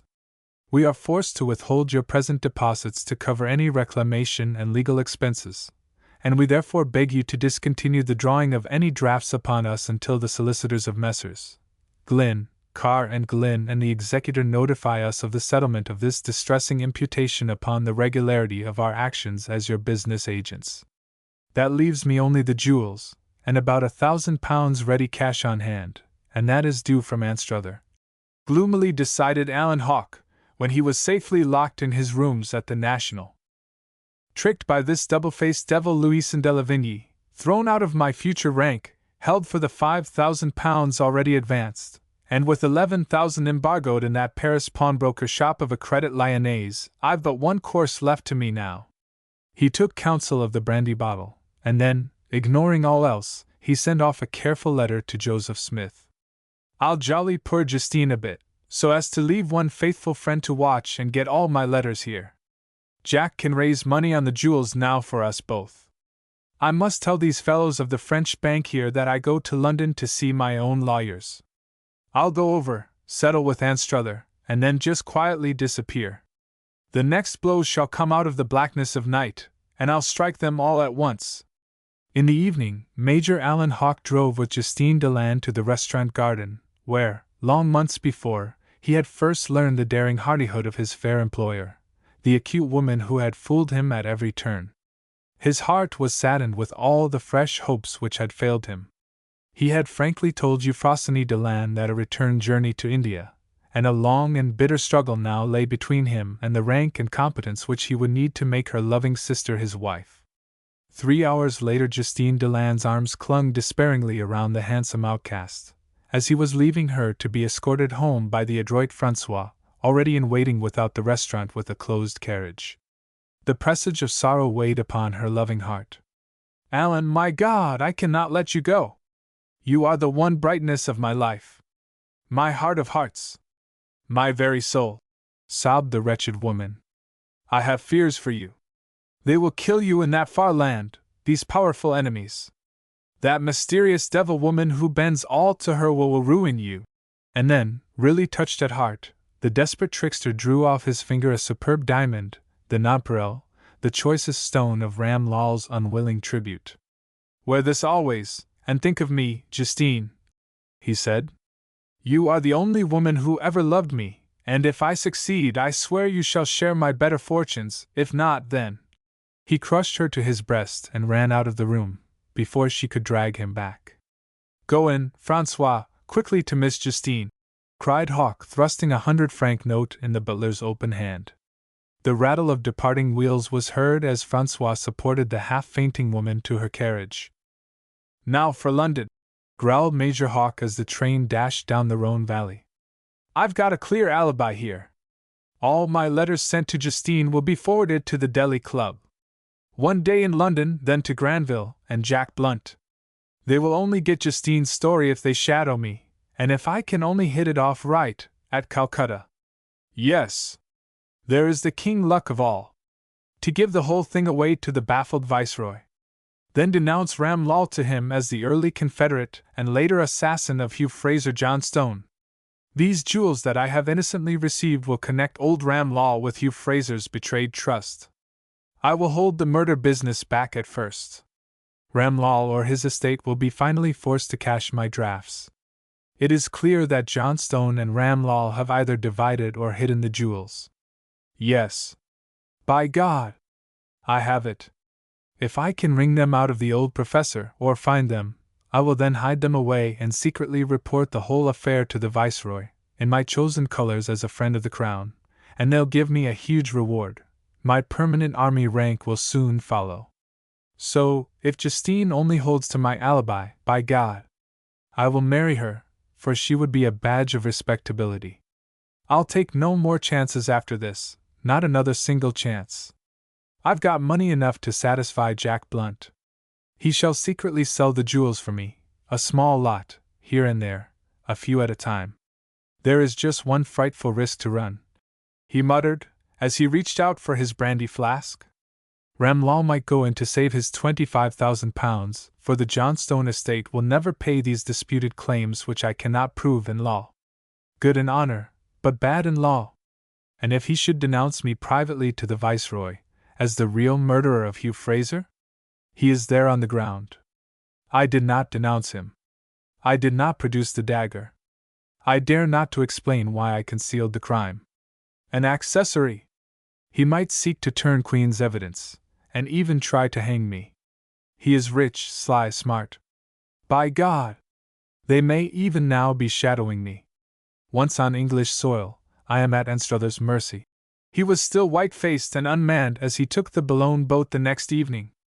I must face Anstruther, get my money, and then telegraph to Justine my departure for India from London. I'll wire the poor woman from here now. A few loving words will cheer her. Her true heart is the only jewel I have that I have not stolen. Poor girl! She will miss me sorely. And the handsome blackguard sighed over the ruin he had wrought, an honest woman's shattered peace of mind. It weighed heavily upon him now. For there came back to him now strange shadowy glimpses of his own stormy past. Dashing on, to face unknown dangers, the dauntless adventurer, with a softened heart, recalled the days when he could gaze, without a secret shudder, upon the battle-torn colors of the regiment from which he had been chased by that suddenly discovered sin, once so sweet.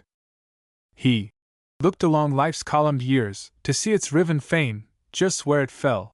And sadly alone in life now, his heart gnawed with a growing remorse, he saw in the mirror of memory, once more, the bright-faced boy who had filled the cup, to toast his flag and land.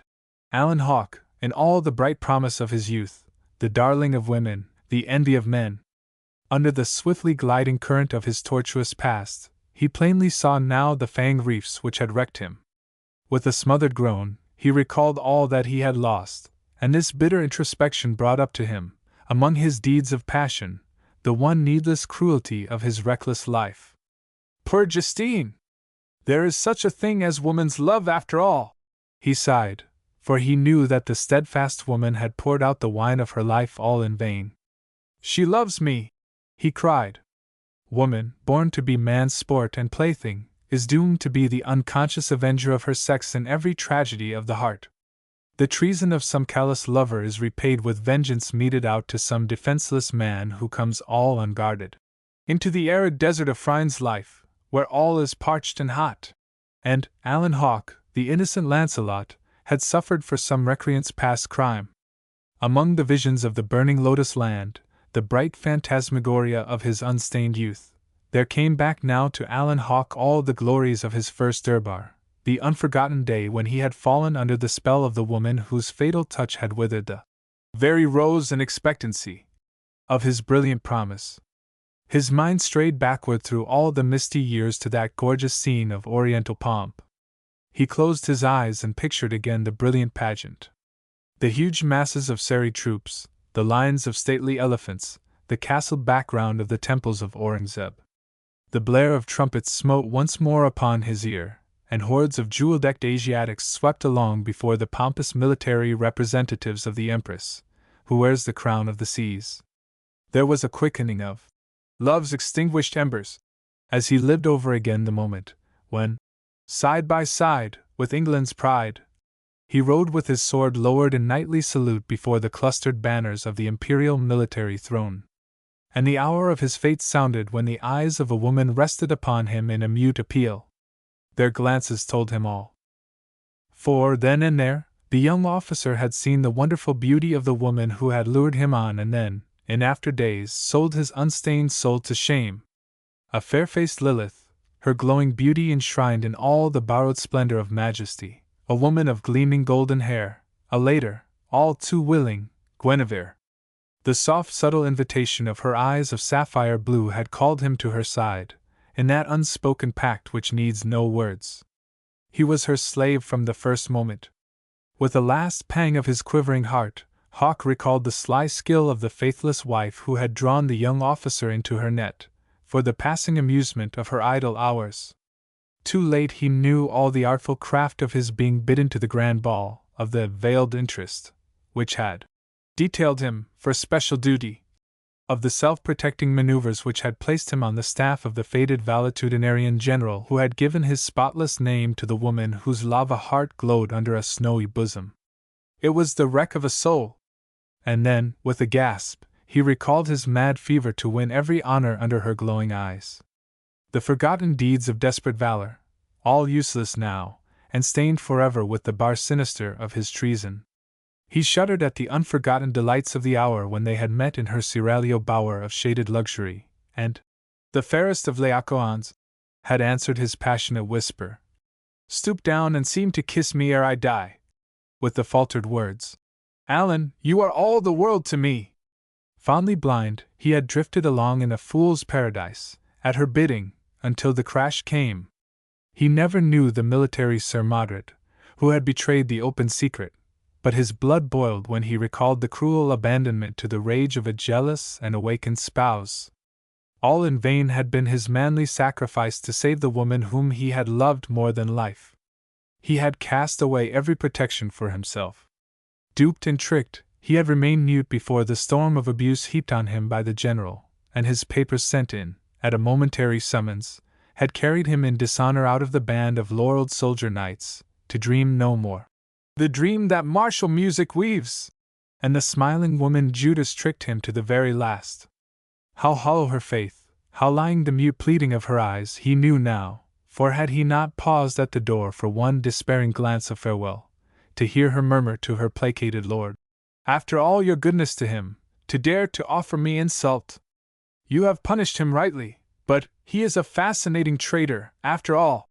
Deprived of his sword, shunned by his associates, and lingering near her in hopes of the last interview pledged him by her lying eyes, he had only been undeceived when he vainly tried to reach her carriage for a last farewell on a starlit lonely drive.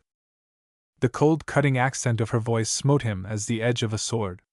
"Drive on, Johnson!" she sharply cried. "These vagabond people must face the general himself." Then came the insane self-sacrifice of his reckless downfall, but he had spared her to the very last. He bowed his head in his hands, and a storm of agony swept over him as he recalled the word "traitor," branded upon his brow as a badge of shame, and again he wandered along that devious path which had led him year by year downward.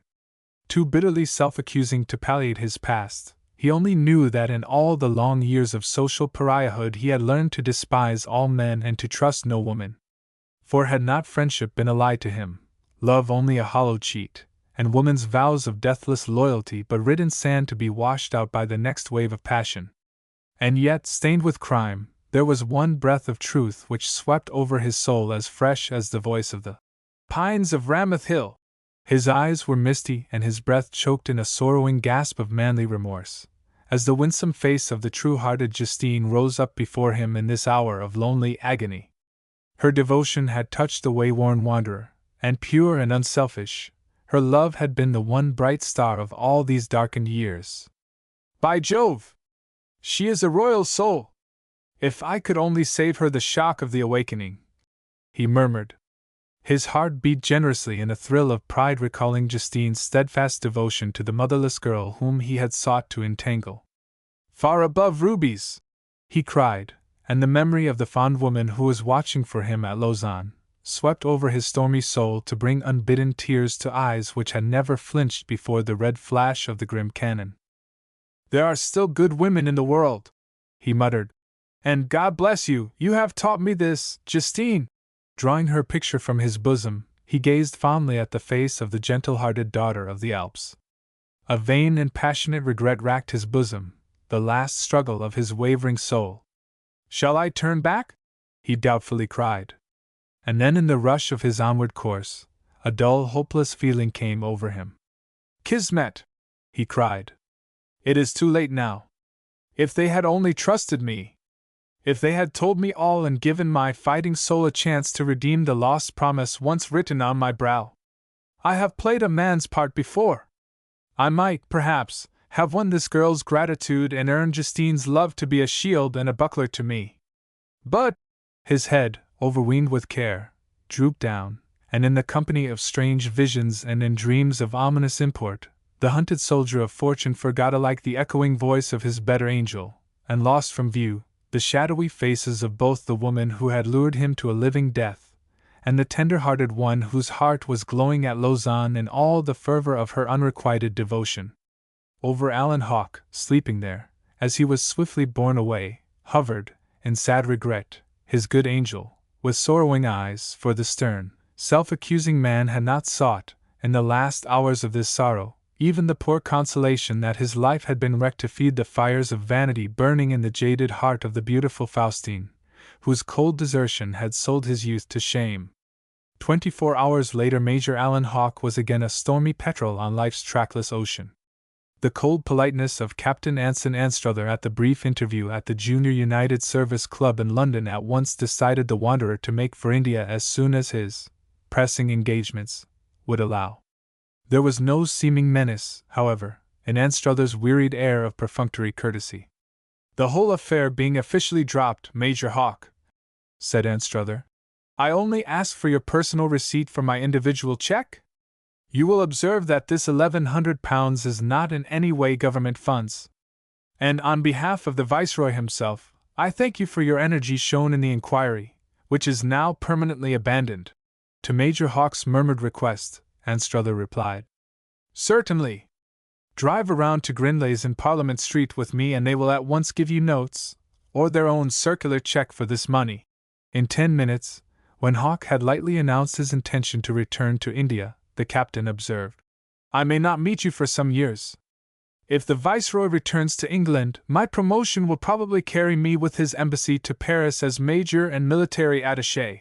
And then they parted as mere casual acquaintances.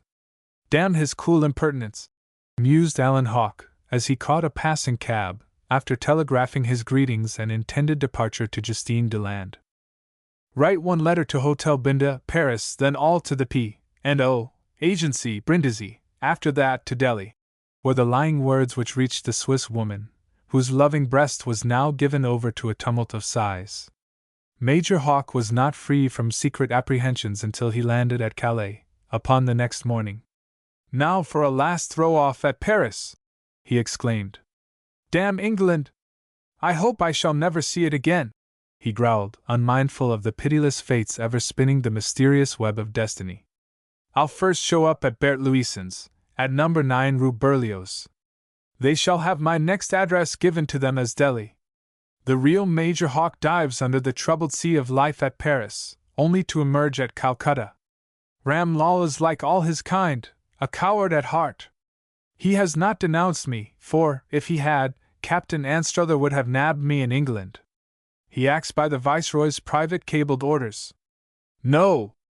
The coast is all clear for my dash at the enemy's works. Before the morning dawned on the sea-girt coast of La Manche, Marie Victor had duly telegraphed Major Hawk's impending departure for India to the beautiful recluse who now cheered the lonely bride of the moon's he. At the old Norman chateau, embowered in its splendid gardens, within a league of the banker's folly. Alan Hawk, closely shaven, and masquerading in a French commis voyageur's modest garb, was seated at ease in Etienne Garson's death trap at the Sieur d'Abondance, in foggy Granville. His darkened locks and nondescript garb thoroughly effaced the officer and gentleman. One of the old French villain's wickedest and prettiest woman decoys was coquettishly serving Hawk's breakfast as he read the burning words of Justine Deland's message from the heart. The last greeting, tear-blotted, and promptly sent to the Hotel Binda. "It's a wild day, a wild-looking place, and a wild enough sea," grumbled Major Hawk, gazing out of the grimy window at the rolling green surges breaking, white-capped, far out beyond the new pier, where the black cannon were drenched and crusted with the salty flying scud. Far away, a little side-wheel steamer was laboring along over the strait from the blue island of Jersey, rising and dipping half out of sight, with a trail of intermittent puffs of dense black smoke. "There is the enemy's stronghold, and now for Jack Blunt's plan of campaign. I wonder if he'll come over today or tomorrow? He must have had my telegram last night." Alan Hawk amused himself with the bold, black-eyed French girl's vicious stories of olden deeds done there in Etienne Garson's gloomy spider's den. He even laughed when the red-bodiced she-devil laughingly pointed down at the loosened floor planks in the back room, underneath which man-trapped the swish of the throbbing waves could be heard. Then the sheeted, cold driving rain hid the promontory, with its heavy, lumpy-looking fort, the old grey granite parish church, and the clustered ships of the harbor, now dashing about and tugging wildly at their doubled moorings, soon to be left high and dry on the soft ooze when the 30-foot tide receded. "There's where we find our best customers," laughed the French wanton, as Alan Hawk drew her to his knee, and they laughed merrily over the golden harvest of the sea, the price of the recovered dead. Through the narrow stone-fanged streets lumbered along the heavy French hooded carts, driven by squatty men in oilskins and sou'westers, and laden down with the spoils of the whale, cod, and oyster fisheries. Stout women in huge blue aprons, with baskets on their rounded arms, gossiped at the protecting corners, while the shouts of landlord Etienne Garson's drunken band of sea-wolves now began to ring out in the smoky salle à boire. It was 2 o'clock when the burly form of Etienne Garson was propelled unceremoniously into Alan Hawk's room. A grin of satisfaction spread over the bullet-headed old ruffian's face, and his round grey pig eyes twinkled, as he noted the already established entente cordiale between Jack Blunt's pal and the wanton spy who was the absent Jack's own especial pet. But Alan Hawk was temporarily blind to the universally offered charms of the soubrette as he read Joseph Smith's careful report. "That's the talk!" joyously cried Hawk. His heart bounded in a fierce thrill. "By God! Simpson shall be done up in short order. The drunken old dog. He cut off the payment of my drafts with his blabbing tongue. Yes, over the cliffs he goes, and we will make sure of him, forever, before he takes his last tumble. Jack! Jack! You are a hero!" he mused, as the triumphant words of Jack Blunt's great discovery were read again and again. And then, he carefully burned the letter, before the astonished eyes of the tempting companion of his waiting hours. "These fools of employers!" cheerfully muttered Alan Hawk. "They always think that servants' hall has no eyes. That the maid in her cap and apron has not the same burning passions as idle madam in her silks and laces. That the man has not his own easy-going vices just as alive and masterful as the base appetites of the swell master." While Alan Hawk thus exulted at Granville, there was gloom and jealousy in the heart of Professor Alaric Hobbs, of Waukesha University, Wisconsin, U.S.A. A tall, lank, bespectacled, Westerner. Nearly 35 years of age, the blue-eyed country boy had dragged himself up from the obscurity of a frontier American farm into the higher life.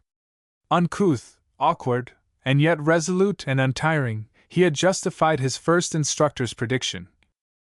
He has the head of a horse, and will make his mark.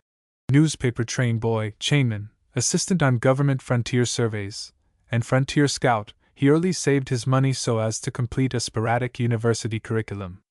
A trip to Liberia, a dash down into Mexico, and a desert jaunt in Australia had not satisfied his craving for adventure. With the results of 2 years of professional lectures, he was now imbibing continental experiences and plotting a bicycle scientific tour of the world. Hard-headed, fearless, devoted, and sincere, he was a mad theorist in all his mental processes, and had tried, proved, and rejected free love, anarchy, Christian Science, and a dozen other feverish fads, which for a time jangled his mental bells out of tune. A cranky tracing of the lost 10 tribes of Israel down to the genial scalpers of the American plains had thrown him across the renowned Professor Andrew Fraser, who had, on his part, located these same long-mourned Hebrews in Thibet, ignoring the fact that they are really dispersed in the United States of America as eaters of other men's hard-made honey, in the dry goods, clothing, and cent per cent line. For a glance at the signs on Broadway will prove to anyone that the lost have been found in Gotham. Smoking his corncob pipe, the professor paced his rooms at the Royal Victoria, and mentally consigned Prince Jiddin and his indefatigable moons he to Eblis, the Inferno, Sheol, or some other ardent corner of limbo. How long will these 2 yellow fellows keep poor old Fraser enchanted? Mused the disgruntled American, mindful of his hotel bill running on. The old man is crazy after the 2 Thibetans, and I can't see his game. He does not wish me to publish my own volume first. That is why he has given me the Marble Heart, and taken them into his house. Their wing of the banker's folly is now an Eastern idolater's temple. If I could only hook onto the moons I might make a scoop, a clean scoop, on old Fraser. God! How my book would sell if I could only get it out first. And yet I dare not offend this old scholar, Andrew Fraser. He must be true to me. He has read to me all the original manuscript of his own half-finished work. He must trust to me, and he has promised to give me a resume of their disclosures also after they leave. The Thibetan prince will only be here 2 weeks longer. Then old Fraser will take me to his heart again. Alaric Hobbs reflected on his vain attempt to try the tongue-use, Chinook, Zuni, Apache, Sioux, and Eskimo dialects on the handsome Prince Jiddin, whose oriental magnificence was even now the despairing admiration of the 2 pretty housemaids. My august master cannot speak to anyone but the great scholar whom he came here to see. He soon returns to his retirement in his palace in the Karakoram Mountains. And he never will emerge thence, solemnly said the moons adding in a whisper. He may, by the grace of Buddha, be reincarnated as the Dalai Lama. He springs from the loins of kings. I dare not break in upon his awful silence. The Munchi's significant gesture of drawing a hand across his own brown throat had silenced the pushing American professor. By hokey, he groaned, it is hard to have to play second fiddle to this purblind old Scotchman. Alaric Hobbs had been a reporter upon that dainty sheet, the New York Whirl, in one of his emergent periods, and so he writhed in agony at being left at the post. I must be content to tap old Fraser when he comes back from London with that embarrassing lump of beauty, his millionaire niece. She would make a fitting spouse for this Prince Jiddin, for she never speaks a word, at least to me. And this swell prince, who comes only one in a box, gets the same frozen hand. Funny girl, that. But I must yield to old Fraser's moods. Alaric Hobbs then descended to the taproom and instructed the pretty barmaid in the manufacture of his own favorite cocktail, an American drink of surpassing fierceness and innate power, which had once caused Bald-Headed Wolf, a Kiowa chieftain, to slay his favorite squaw, scalp a peace commissioner, and chase a fat army paymaster till he died of fright in his ambulance, after Alaric Hobbs had incautiously left a bottle of this red-dye mixture with his aboriginal host on one of the exploring tours. a powerful disturbing agent, the American cocktail. But for all Miss Nadine Johnstone's seeming aversion to men, and in spite of Prince Jidden's inability to utter a word of any jargon save 95° Thibetan, far above proof, on this very morning while the moons he was transcribing under the watchful eyes of the excited Andrew Fraser the disclosures of the evening before, the young millionairess was getting on very well in exhibiting the glories of the tropical garden to the august tourist from the lacustrine Himalayas. Jules Victor adroitly busied the maid whom Janet Fairbairn had dispatched to play propriety, and the other London girl had quietly stolen away to her own last rendezvous with her mysterious London lover, Mr. Joseph Smith, otherwise Jack Blunt, Esq., of the swell mob of the Thames. The whispers of the stately young prince brought crimson blushes to the face of the glowing girl, whose answering murmurs were as low as the siren voice of Swinburne's small serpents with soft, stretching throats. They had a double secret to keep now. A momentous, a dangerous one, for in the depths of the tropical gardens of Rosal, the passionate-hearted Alix de Lavigny was hidden, waiting this very morning to clasp again the beautiful orphan to a bosom throbbing in wildest love. Prince Jidden, always on his guard, artfully turned back and busied the maid, when she was released from Jules Victor's vociferous bargaining, with a half-hour's choosing her faring out of the lively peddler's pretty stock. The woman's vanity made her an easy victim. The descendant of Thibetan kings could not, of course, speak intelligibly, but the yellow sovereigns which he carried were the magic talisman which opened at once the pretty maid servant's softened heart. It was a long half-hour before the happy Nadine Johnstone returned to join the kinsman of the Maharaja of Kashmir. Her eyes were gleaming in a tender, dawning love-light, her lips still thrilling with Alix de Lavigny's warm kisses. In her heart, there still rang out her mysterious visitor's last words. "Wait, darling! My own darling! Before another month the secret government agent will have officially visited Andrew Fraser. We are all ready to act with crushing power when the happy moment safely arrives. And you shall then hear all the story of the past on my breast. You shall know how near you have been to my loving heart in all these weary years. The story of your own dear mother's life shall be my wedding present to you. Yet a few days more of watchful patience," softly sighed Alix. "For we must not let Andrew Fraser wake for a moment from his frenzy of Thibetan study until we can force from him the permission which we will demand to visit you, and to free you from his control." Prince Jidden paced solemnly back toward the banker's folly, leaving the overjoyed maid to bundle up all her many gifts. A grateful wink to Jules Victor from the prince rewarded the disguised valet, as he gaily sped away to meet his mistress, and to obtain her orders for the next day. This artful game of mingled literature and love had so far been safely played, but Jules Victor had secretly warned Nadine Johnstone against any confidences with her pretty London sewing woman. "She has found a sweetheart here. He is a curious-looking fellow, he has money and is liberal, and so, what you tell her she will surely tell her sweetheart. Trust to no one but the other maid, who is devoted to me," proudly said the dapper little Frenchman. Nearing the mansion, on this eventful morning, Prince Jidden, at a hidden bend of a leafy path, whispered to his fair conductress, "For God's sake, darling Nadine, do not betray yourself. Those sweetly shining eyes are telltale stars. Your heart happiness will struggle for expression. Go to your rooms at once. Pour out your happy heart in song, lift up your voice. But watch over your very heart throbs. Only a single fortnight more, darling, and we will clip the claws of this old Scottish lion who has you in his clutches. Anstruther will soon make his coup de main, for Hawke has at last gone back to India, and we will have a deadly grasp soon on the frightened Andrew Fraser. He must either give up his legal tyranny and yield you to us, or else face a future which would appall even a braver man. I dare not to tell you our secret yet. Only the Viceroy and Anstruther know it. And now, darling, above all, be sure not to betray yourself, in London. Remember that Anstruther will have you secretly watched, from this gate to the very moment when you return to it.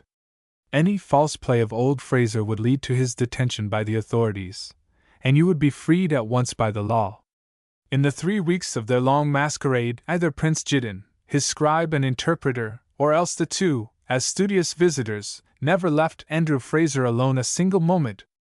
The old scholar was thrilled at heart with Eric Murray's solemn rehearsing of Frank Halton's valuable notebooks and ingenious theories. He eagerly enforced Prince Jiddin's request that no curious strangers should be allowed to force themselves on him, no matter of what lofty rank. Prince Jiddin was wrapped in the veil of a solemn personal seclusion. And to this end Simpson, now the butler of the Banker's Folly, was especially assigned to wait upon the austere Prince Jiddin as his body servant. Only one visit of state was exchanged between Prince Jiddin and General Ragg, Her Majesty's commander of the Channel Islands. The Moonsey, with a sober dignity, had interpreted for the British commander of the Manche, and in due state, a return visite de ceremony to General Wagg's mansion and headquarters strangely found Captain Anson Anstruther, ADC of the Viceroy of India, a pilgrim to St. Heliers, to arrange secretly for Prince Jiddin's safe conduct and return to Thibet. The curious society crowd and St. Heliers's beautiful women envied Captain Anstruther his 3 hours' conference with the Asiatic lion. By day, in the vaulted library, Andrew Fraser pored over the weird stories of Ranjit Singh, of Aurangzeb, of King Dharma, and the Kashmirian priest who came with Buddha's first message to Thibet. The story of the marvelous royal babe found floating in the Ganges, in a copper box, a century before Christ, the tales of the Kanchagsam, the Buddha jewel, the doctrine jewel, and the priesthood jewel, fed the burning fever of old Fraser's senile mind. He now felt that he lived but only in the past. At night, he labored alone till the wee SMA hours, depositing his precious manuscript in a secret hiding place, where he now scarcely glanced at the insured packet, which had been such a dangerous legacy of his dead brother. He had forgotten all his daily life and even his fears for the future in the fierce exultation of concealing his strangely gotten Thibetan lore from his rival, Alaric Hobbs. A remarkable mind, growled old Fraser. But a Yankee, and so untrustworthy. At last, unwillingly, with a quaking heart, lest Prince Jiddin should decamp in his absence, he obeyed an imperative legal summons and proceeded to London with Nadine Johnstone, leaving his house under the charge of that sphinx-eyed Scottish spinster, Janet Fairbairn.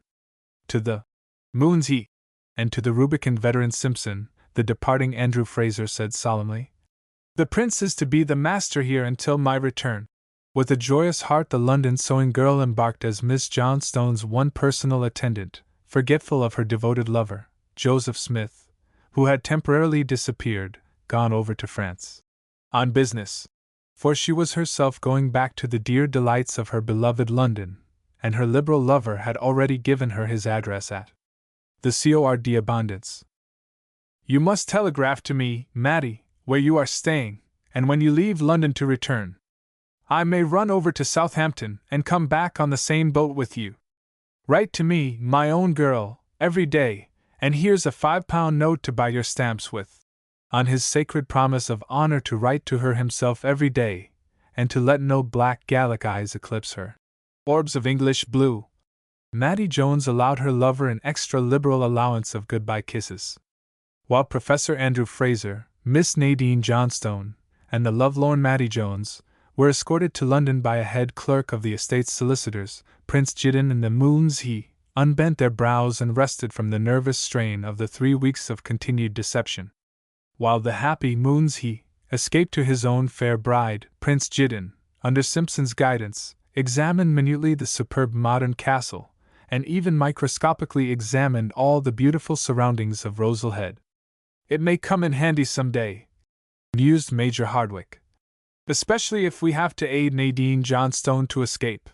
The pseudo-prince was glad to often steal out alone to the headland overlooking Rosal Pier, and there watched the French luggers beating to seaward, sailing like fierce cormorants along the wild coast of St. Malo. He was glad to fill his lungs with the fresh, crisp, salt air, and to commune in safety at length with the faithful Simpson. Securely hidden in an angle of the cliff, they talked over all the mystery of Hugh Fraser's bloody taking off, and of the dreary 3 years of death and life left before Nadine. As for the old master, he was an out-and-out hard-on, stolidly said Simpson. "Who killed him, Nobody knows and nobody cares. I've always suspicioned that they're Ramlal and your fancy friend, this Major Alan Hawke. Hardwick started in a sudden alarm. Why so? He demanded. I believe that they tried to blackmail him about some of his old Eurasian love affairs, or else some official secret they had spied out. You see, the niggers in the marble house were all Ramlal's friends, and any one of them could have left the murderers alone to do their work and then let him out of the house. I believe that Hawke did the job, and Ramlal got away with some of the missing crown jewels. I'll tell you, Major Harry, General Willoughby and the magistrates had me under fire there for many a day. See here, Simpson, said Major Hardwick. A man who would murder the father would rob the daughter. I'll give you £1,000 if you instantly notify me if Hawke ever is found creeping around here. There may be some ugly old family secrets, you know. I'm your man. Pay or no pay, cried Simpson. Only they think of giving me a 3 months' leave on pay to visit my people. Don't go! Don't go! Till I tell you, cried the Major. I am glad this fellow Hawke, whom you say has been dropped, is now on his way back to India, said Simpson. Yes, but he might show up here devilish strangely, mused Hardwick. He is just the fellow for a dirty fluke. Watch over Nadine, Simpson, cried Hardwick, for I've sworn to make her my wife, within 3 months, uncle or no uncle. I will, growled Simpson. I've an old grudge to settle with the Major, and I'll tell you some day, said the veteran. Let us go in. There are some curious people here. I'll tell you all when I'm your own man, and the young mistress is Mrs. Major Hardwick. On this very evening, as the grey mists hid the Jersey outline from the windows of Etienne Garson's den, Jack Blunt and Major Alan Hawke were seated in the Major's bedroom in the cabaret. They were cheerfully discussing 2 steaming grogs, but there was doubt and a shifty lack of thorough confidence between the 2 scoundrels as yet. So you think the boat will do? Flatly demanded Jack Blunt, offering some exceptional cigars. Just the thing, carefully replied the Major. And your terms for a 2 weeks' charter? 2,500 francs for the boat and outfit, the same sum for the gang, cash down. 2 weeks, with the privilege of renewal for 2 more at the same rate, doggedly said Blunt. Now you've got to make up your mind soon, Hawke, said Jack Blunt roughly. I've told you the whole lay, and so far have given you the worth of your money. If you can't come up, then I'm going to run a lugger load of brandy and bocce over to the Irish coast. She's a 60-tonner and by God, fit to cross the Atlantic. Old Garson, too, is getting impatient. Our being here stops his regular business, gloomily said Blunt. Hawke's impassive face angered Jack Blunt as he continued. And you say that I can trust Garson's brother Andre down at Aldile? Yes. Even if we had to stow one or both of these fools away down there. I am sure that Angelique and I could hide them away for a year or else safely forever there, cried Jack Blunt in a hoarse whisper. It's only a matter of money, and damn if I believe you've got any. If you fool us, you'll never get out of here alive. Major Hawke only smiled, and dropped his hands lightly on the butts of 2 heavy bulldog revolvers ready there in his velveteen trousers pockets. Jack! Don't be an ass, he said. I play this game to win. Do you think that I would bring my ready money into this murder pen? Now tell me what you will take in cash, to tell me where the old miser has hidden the stuff I want? And how much will you take to do the job? I want to know when they return, and I want your help and the aid of the gang. You are to crack the crib, alone, while they are away, and then we, perhaps, may meet them on their way home. The lugger lying off in that cove to the north of Roselhead, below the old Martello Tower. Have you been over there? Amazedly cried Blunt. Oh, I know every inch of the place of old, laughed Hawke, still with his hands on his revolvers. Well, Major, said Jack, pouring out a cognac, I'll take, first, £500 cash for the information. Another 500 for the job, with a quarter of what we get. And this second sum you can put up with Etienne Garson. You can pay him now the 200 for the men and the boat, out of that, and give me the rest of the odd change later. We'll never lose sight of each other after we start. For the Hirondelle will not leave me in the lurch. I've sworn never to wear the widow's jewelry again. Jack Blunt's eyes were devilish in their glare. So, it's £500 down now, and I can order the expedition on, after the payment. You'll give me on the instant all the news from Matty Jones of the intended return, for I propose to have some fun with the Professor. Honor bright, said Jack forcibly. For we will all hang or go to quat together, if there's a break once that we begin. We had better start when I get her next letter, for Matty is to write me to the Jersey Arms and then telegraph there too, from Southampton. I'll have one of the crew pipe them off from the pier home to the Tolly, and a half-dozen of the boys will be in hiding, ready for work. So you can work your scheme as you will. It's a go, then. Come on, now, and get your money, said Hawke, as he led the way to the nearest fiacre. In 10 minutes, Alan Hawke disappeared into the railway waiting room, and returned after a visit to the luggage storeroom. Jack Blunt was astonished at his pal's evident distrust. Here you are, Jack, the Major cordially cried, as they sought the rear room of the neat café opposite the Gare. Now count over your £500. I'll give Garson the other sum in your presence. Then I suppose that I am safe. He coldly smiled. Tell me now, where has old Fraser hidden the stuff? In his study on the first floor, in a secret hiding place. The girl Matty has watched the old fellow through the keyhole. I know just where to easily break in on the ground floor. These damned Hindus are far away in the other wing, so there's only Simpson to hinder. Now I'll have a couple of the boys pipe him off at the Jersey Arms. Old Janet Fairbairn's straight-laced ways make him sneak out late at night for his toddy. When he is well loaded and tired with climbing up the cliff, they will follow him and fix him, for good. One of the boys will come along with me, to my hiding place, and be outside fence while the 2 others will watch the road and the gardener's quarters. The 3 men are 200 yards away, in the porter's lodge. The old Scotchwoman sleeps like a post. Then I make my way, when I've done, at once to the Hirondelle, alone, and hide my plant. The men relieved can rally on your party at the old Martello Tower, and so we will be ready to sail when your part of the job is done. 2 on board, 3 with me, 9 with you, will be plenty. My work is a quiet job. I can do the whole trick in 5 minutes. Yours I leave for yourself. I know just where to lay my hand. But should any trouble occur, said Alan Hawke, any outcry, any pursuit? Then I will bury the stuff on the shore, saunter back openly to the Jersey Arms, and just stay there as friend Joseph Smith, till I can get over to Granville by the steamer. The Hirondelle will not be seen by anyone. There are 50 luggers always hovering around. She will first land us all in Belay Bay in the morning, or drop half the men off at St. Catherine's Bay in the early afternoon. They all know every inch of the ground. In half an hour the chums and Villainy dined gaily with Angelique, and a running mate, rejoicing in the cognomen of Petit Diable John.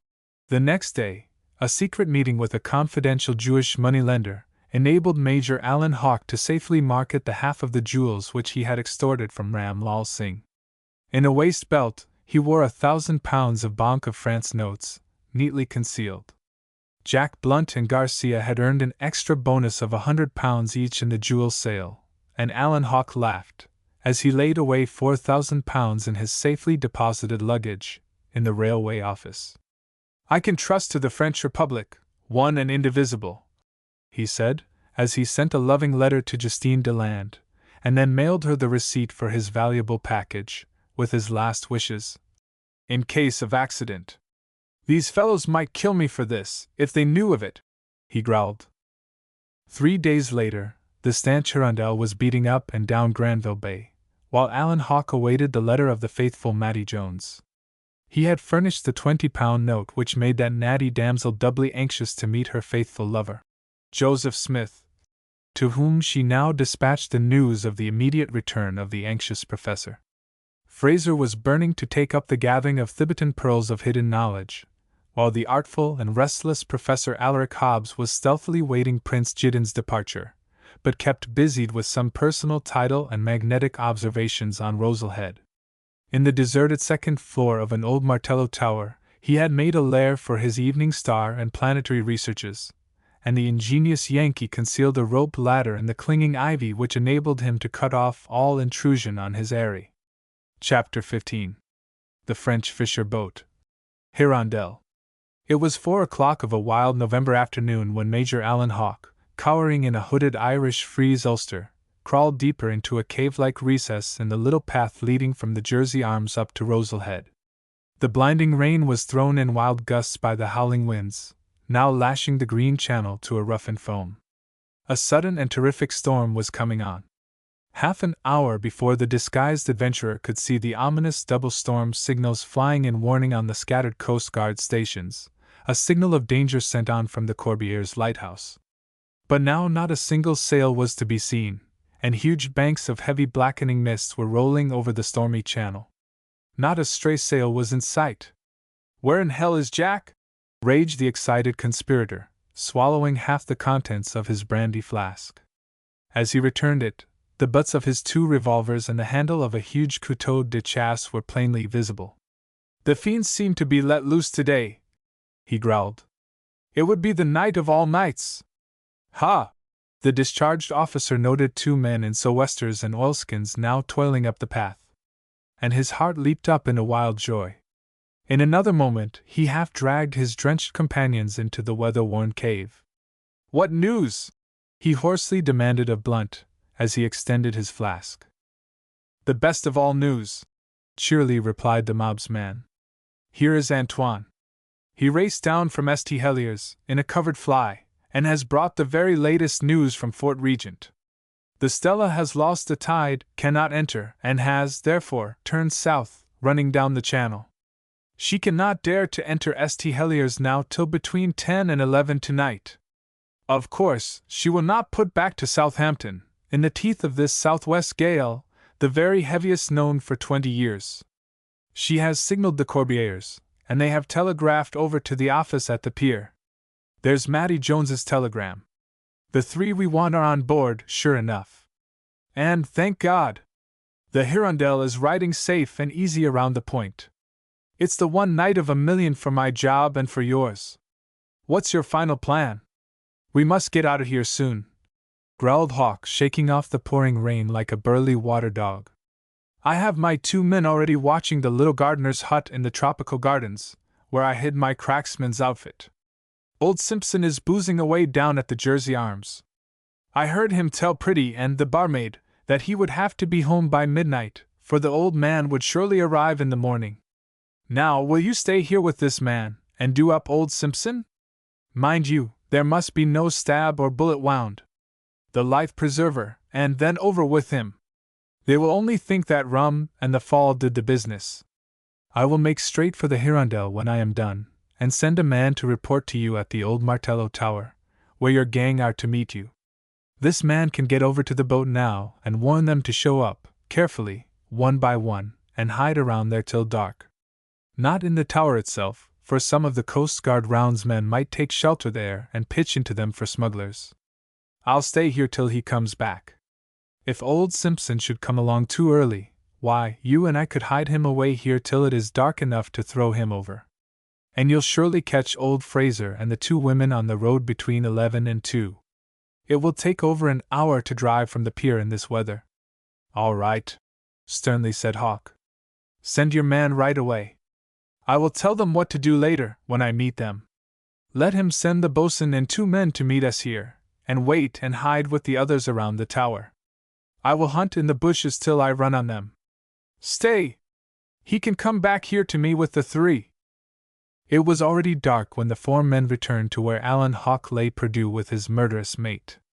Not a light was now to be seen but the one glimmer below in the public, on the Rosal Pier. And the very last words had been spoken between Gentleman Jack Blunt and his crafty employer. "Now remember," said Jack, "Antoine here goes down with orders to come up the cliff ahead of old Simpson. You'll surely be warned of his approach. You can give the boatswain his orders, there'll be 3 to 1. Your man leads you to your men at the tower.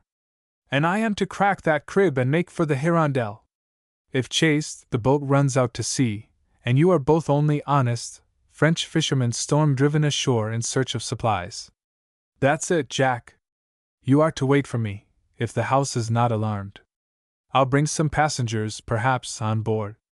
If I fail, You are just to run for Granville. We will all meet at Etienne's. I've got money to take care of all my men. You are to make no miss. I can wait and try again if I am disappointed. I'll take no chances.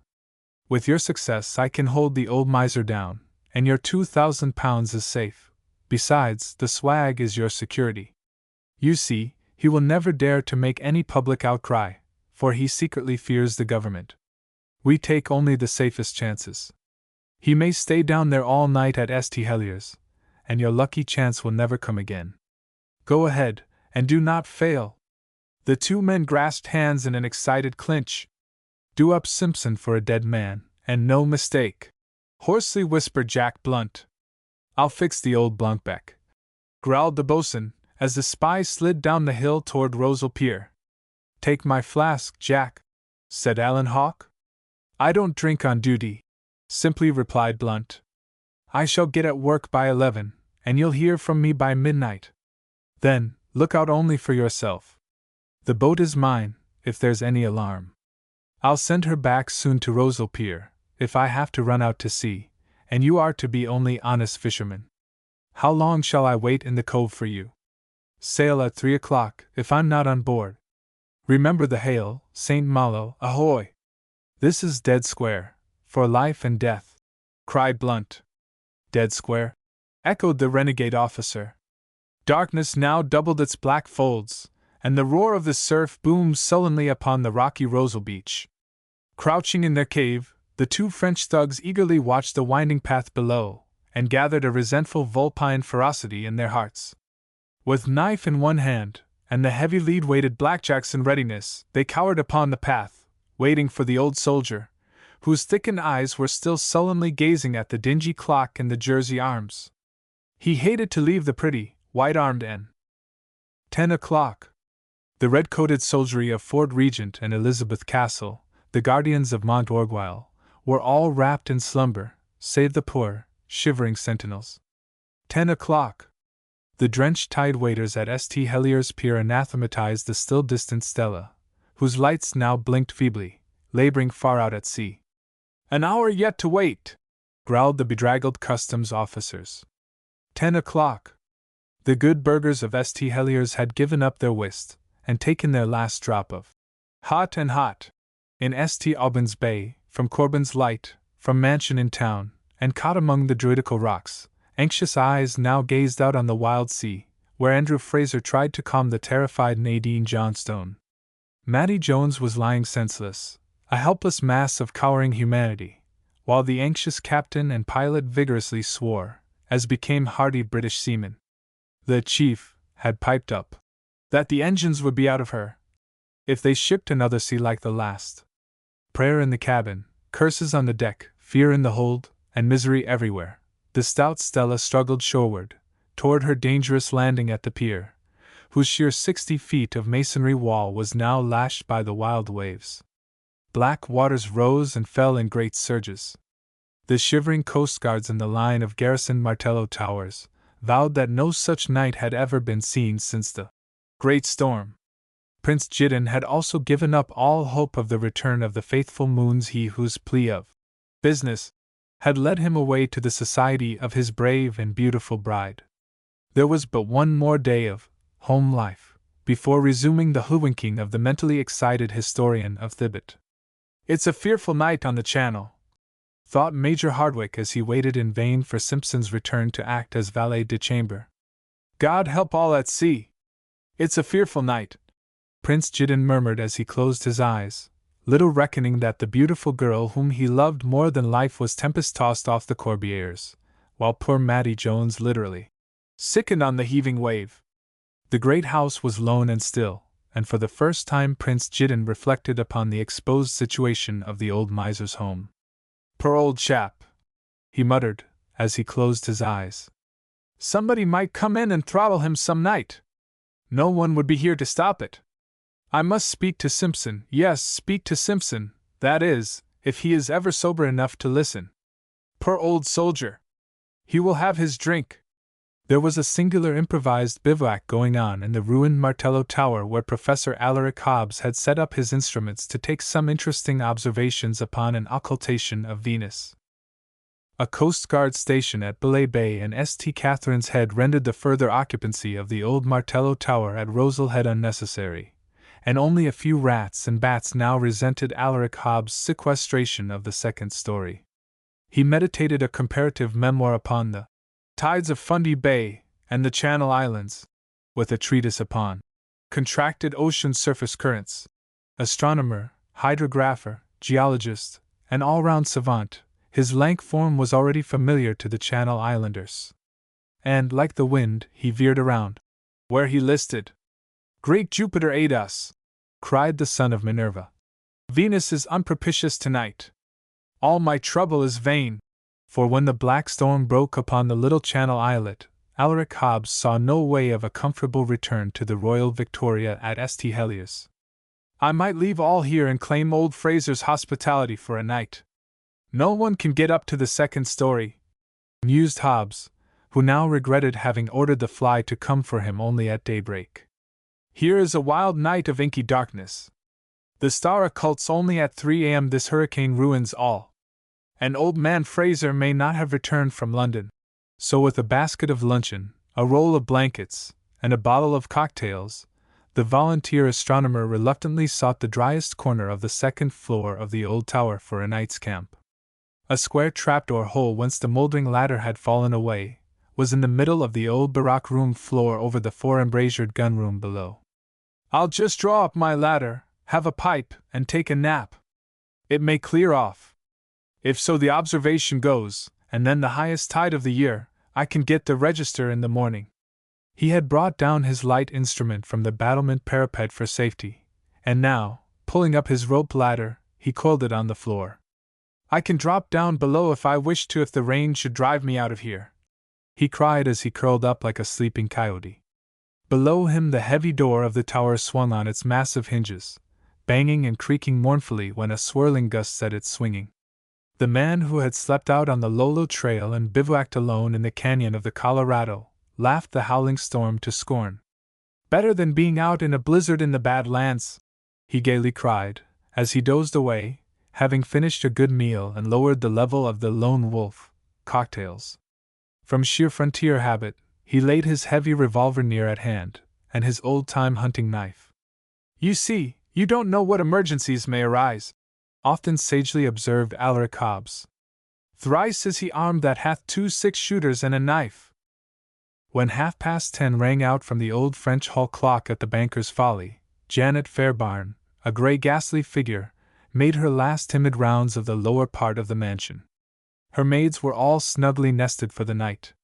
Simpson, the erring one, she believed to be in close attendance upon that foreign heathen, Prince Jidin, in their second-story wing. Miss Nadine and her maid had locked their apartments on departure. The professor's study was the only room open and vacant, and so with a last timid glance at the darkened halls and great salons of the main floor, the Scotch spinster retired to her rooms adjoining the master's study and bedrooms on the ground floor. Minded to read a chapter, and to compose herself for the night. The housekeeper sat late rocking alone in her rooms, while the hollow tick of the hall clock sounded doubly lonely in the cheerless night. The modern castle's walls were proof against the wildest rain and even the blows of a catapult, and so the dashing storm never even stirred the heavy leaded diamond panes. "Thanks be to God, Auld Andrew never ventured to cross on this raging sea. He'll no be here the morrow either. I must send down for telegrams in the morning," she mused when she had finally laid her spectacles across her Bible. It was nearing 11 o'clock when the 2 half-drowned thugs hiding on Rosal Head were roused by their returning mate stumbling wildly into the muddy cavern in the cliff. They sprang up as he muttered, "En vient, tout pres d'ici. Soyez tout prêts." A bottle extended was half drained by the 2 ruffians, who then eagerly loosened their black jaws with a mad desire to revenge their cheerless vigil. "Lay has," whispered the spy, pointing to a black object creeping unsteadily up the steep path, Simpson, dreaming still of pretty Anne's rounded white arms. It was indeed Simpson, with unsteady steps, breasting the hill. A fear of Andrew Fraser's arrival led the half-fuddled old veteran to hasten homeward now. "I can say the telegram was late," he chuckled. "They never will know." And then feeling for his pocket flask, filled by handsome men.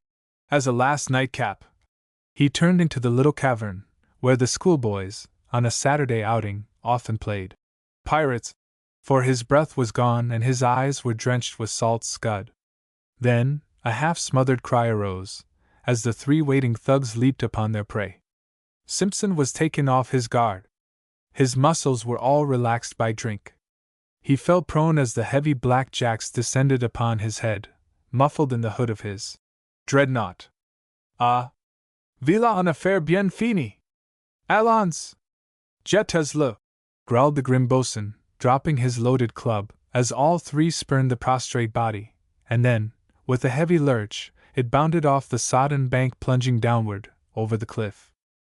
For a moment, there was no sound.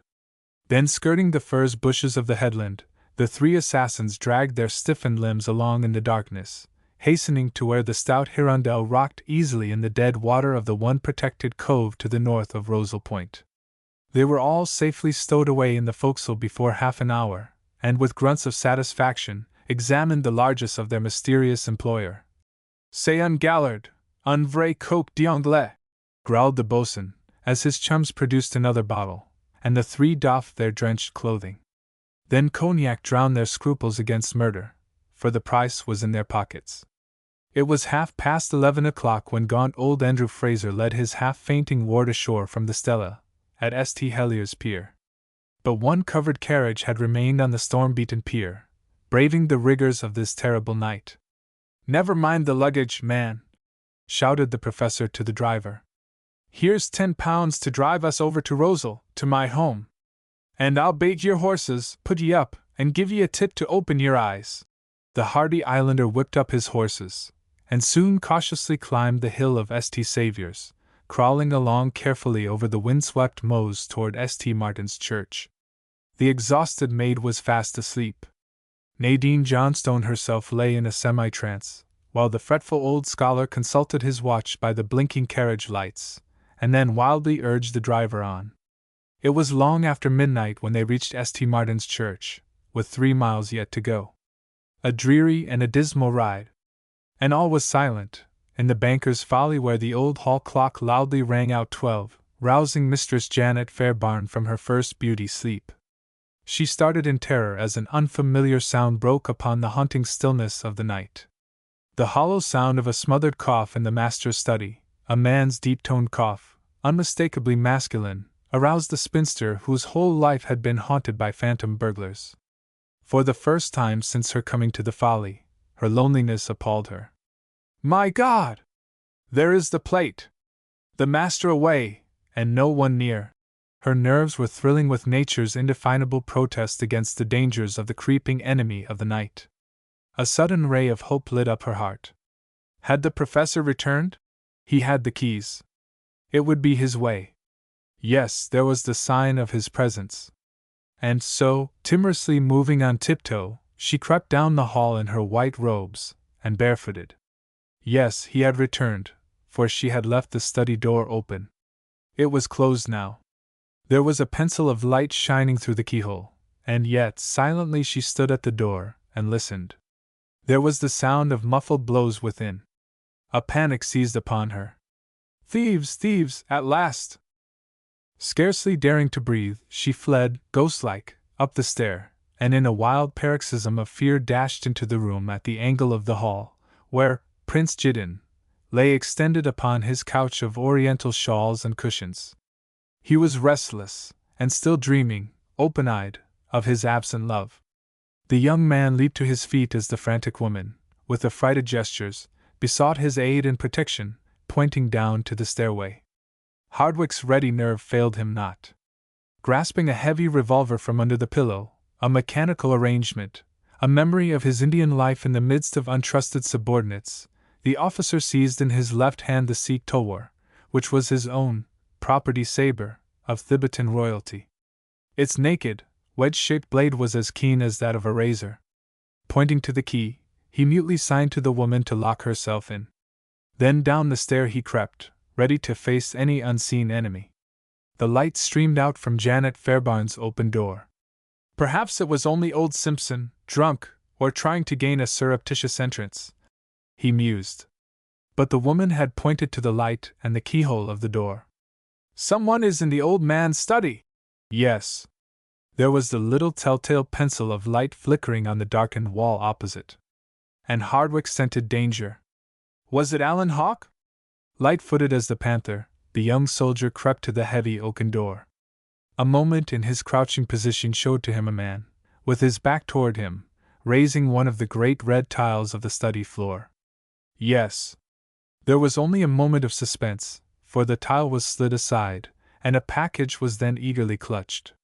With one mighty leap, the Major bounded to the man's side as the door swung open.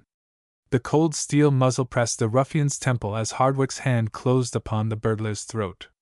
There lay the sealed canvas package, covered with official Indian seals.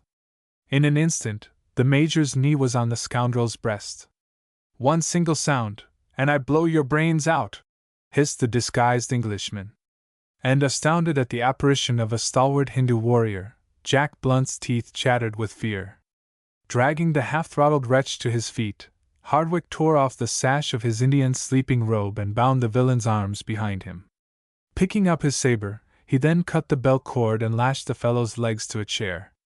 Then, giving the canvas package a closer glance of inspection, Hardwick pressed the edge of his tulwar to Jack Blunt's throat, when he had closed the window, half raised, and shut the shutter so neatly forced with a jimmy. "What's in that package?"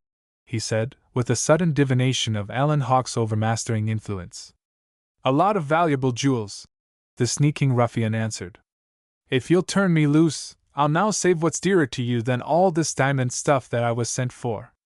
I've watched you here for 3 weeks. You're after the girl. By God! Hawke's got her now."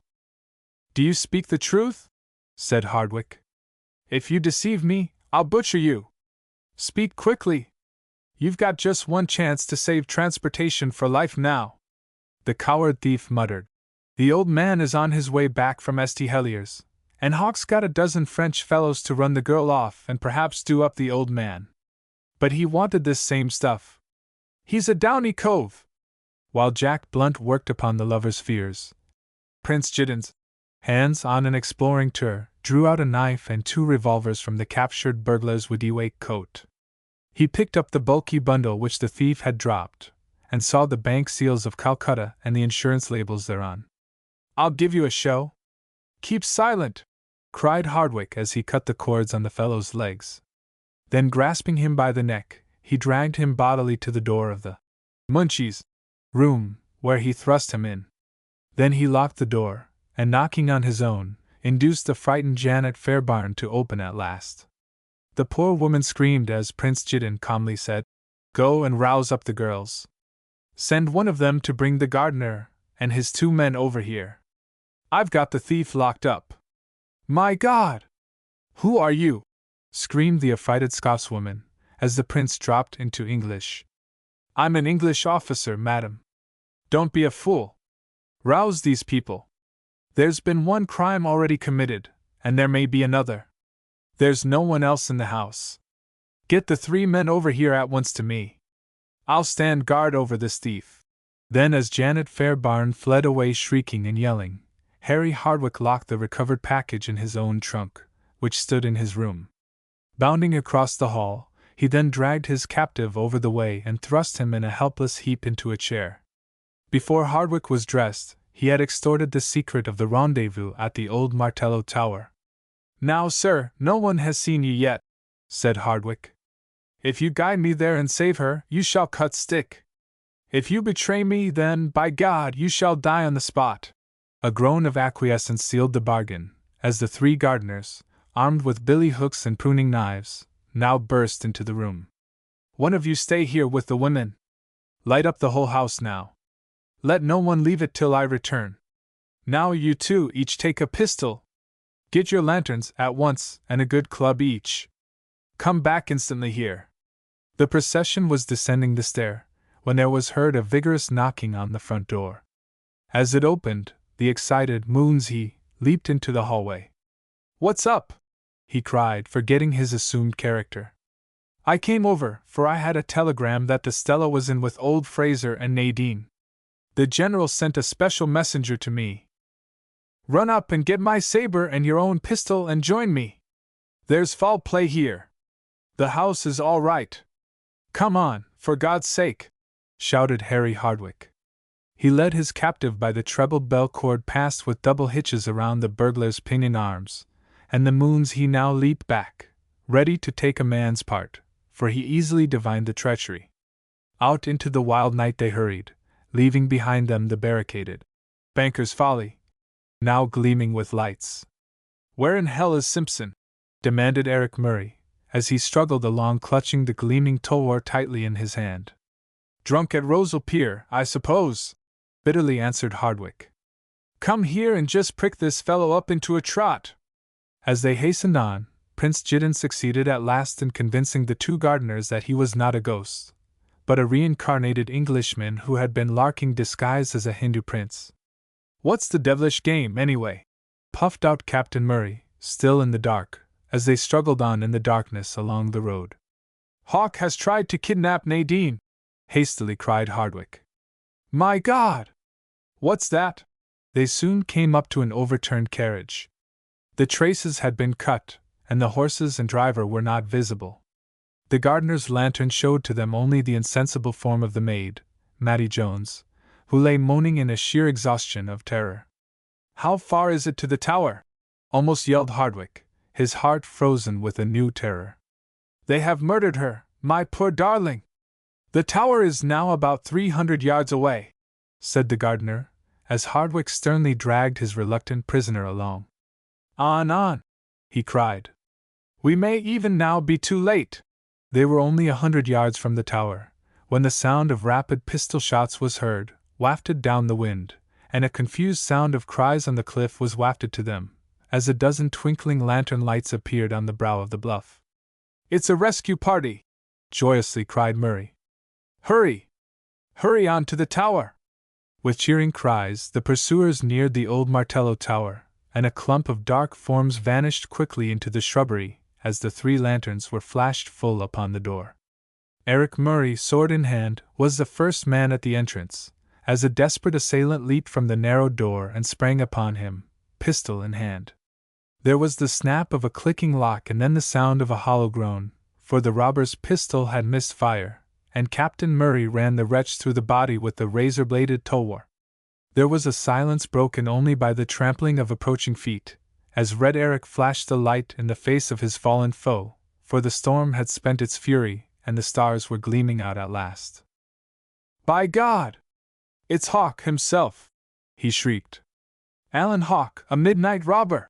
But Harry Hardwick, with the 2 men at his back, had dashed on into the gunroom of the old tower, leaving Murray with his prostrate foe, empty, not a sign of any human presence. With one wild cry Hardwick turned to the door. "Nadine! Nadine!" he yelled, and his voice sounded unearthly in the night winds. And then, from over their heads, a cheery hail replied, "All right, on deck. The lady is safe up here with me. I am Professor Hobbs, the American. Who are you?" "Friends! Friends!" cried Hardwick. "The house was attacked. Where is the professor?" "I reckon they have carried him off," the nasal voice of the American answered. "If they've killed him, it's a great loss to science, you bet. I'm coming down." And while the gunroom was soon filled with a motley crowd from Rosal Pier, Professor Alaric Hobbs' long legs dropped dangling down his rope ladder. He gazed, open-mouthed, at the anglicized Prince Jiddin. "Who are you, friends, also?" now demanded the astonished Prince Jiddin of the rescuers. "We are friends of Simpson," cried the nearest. "The smugglers bludgeoned him and then threw him off the cliff, but the banks were soft and wet, and his heavy coat saved him. He sent us up here to the rescue, for he crawled half a mile on his hands and knees.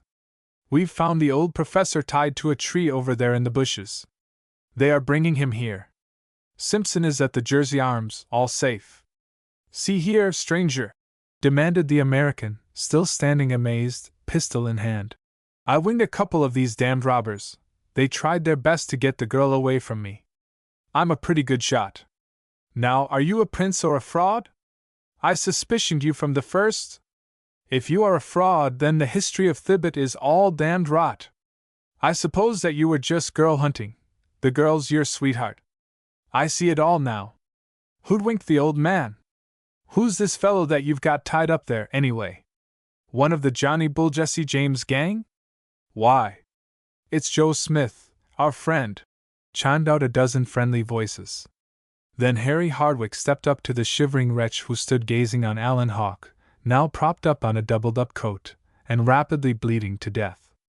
I'll keep your secret, and save you yet, if you will disclose the whole, and keep mum. Jack Blunt nodded, and hung his head in shame. But on his knees beside the dying man, Eric Murray bent down his head to listen to the final adieu of the dying wanderer, whose luck had turned at last. Justine Deland is to have all the drafts and my money at Granville. Murray, I'll tell you everything now.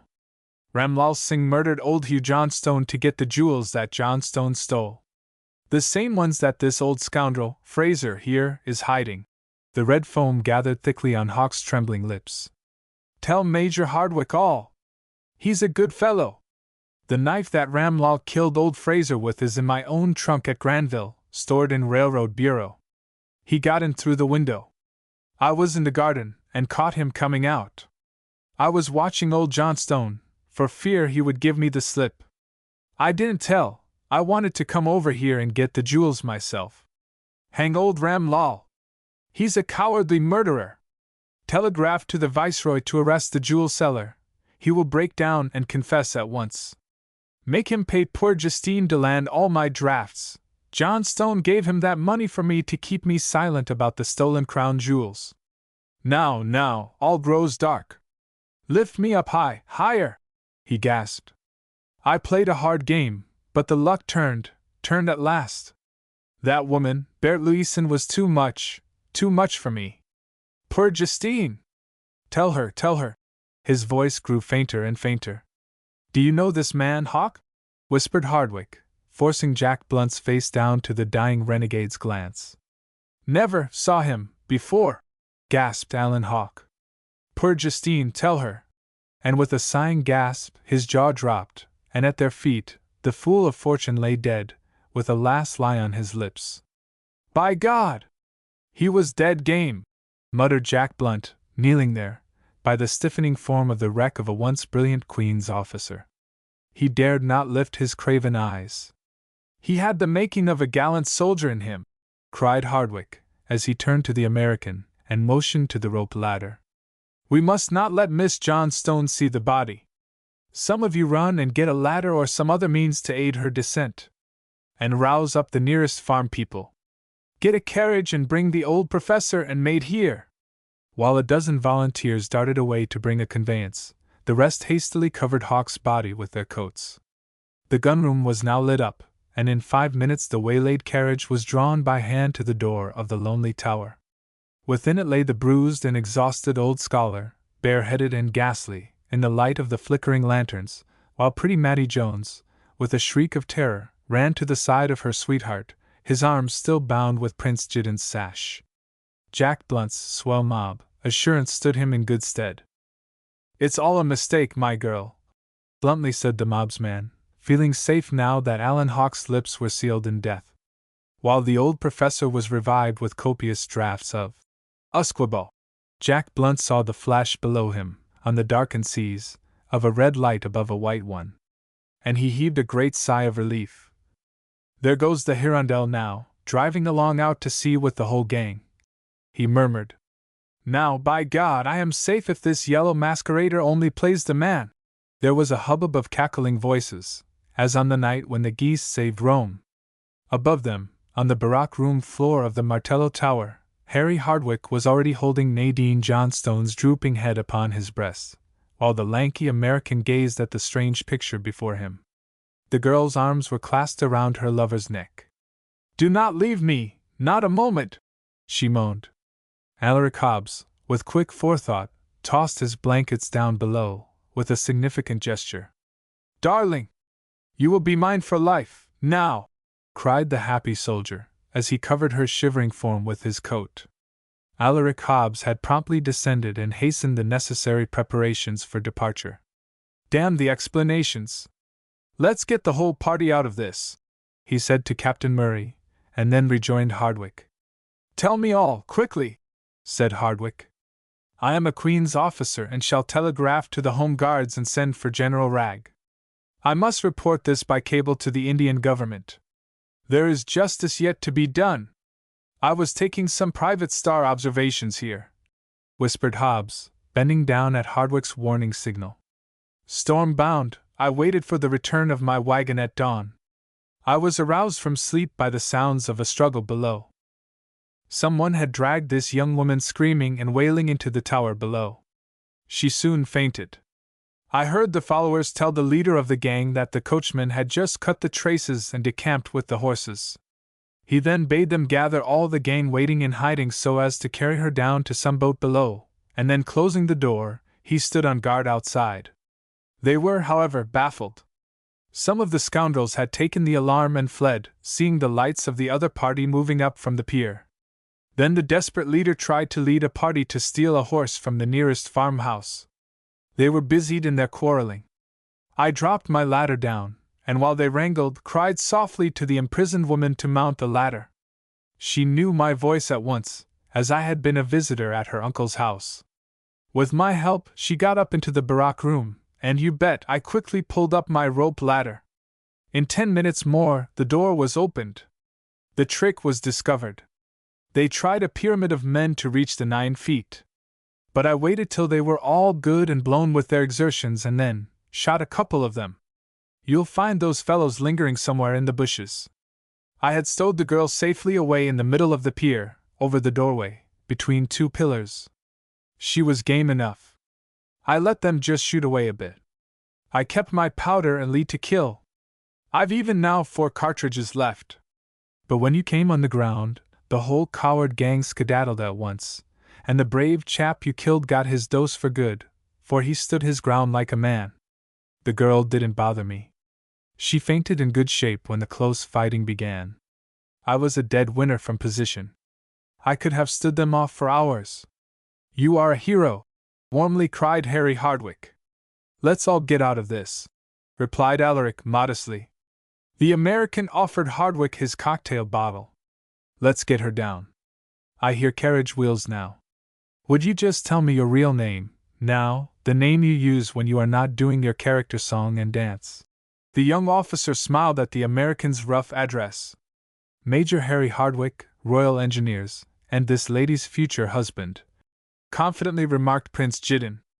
Oh, yes, grinned Alaric Hobbs. The last part I'll take for gospel truth. Well, Major, I'm glad to know you.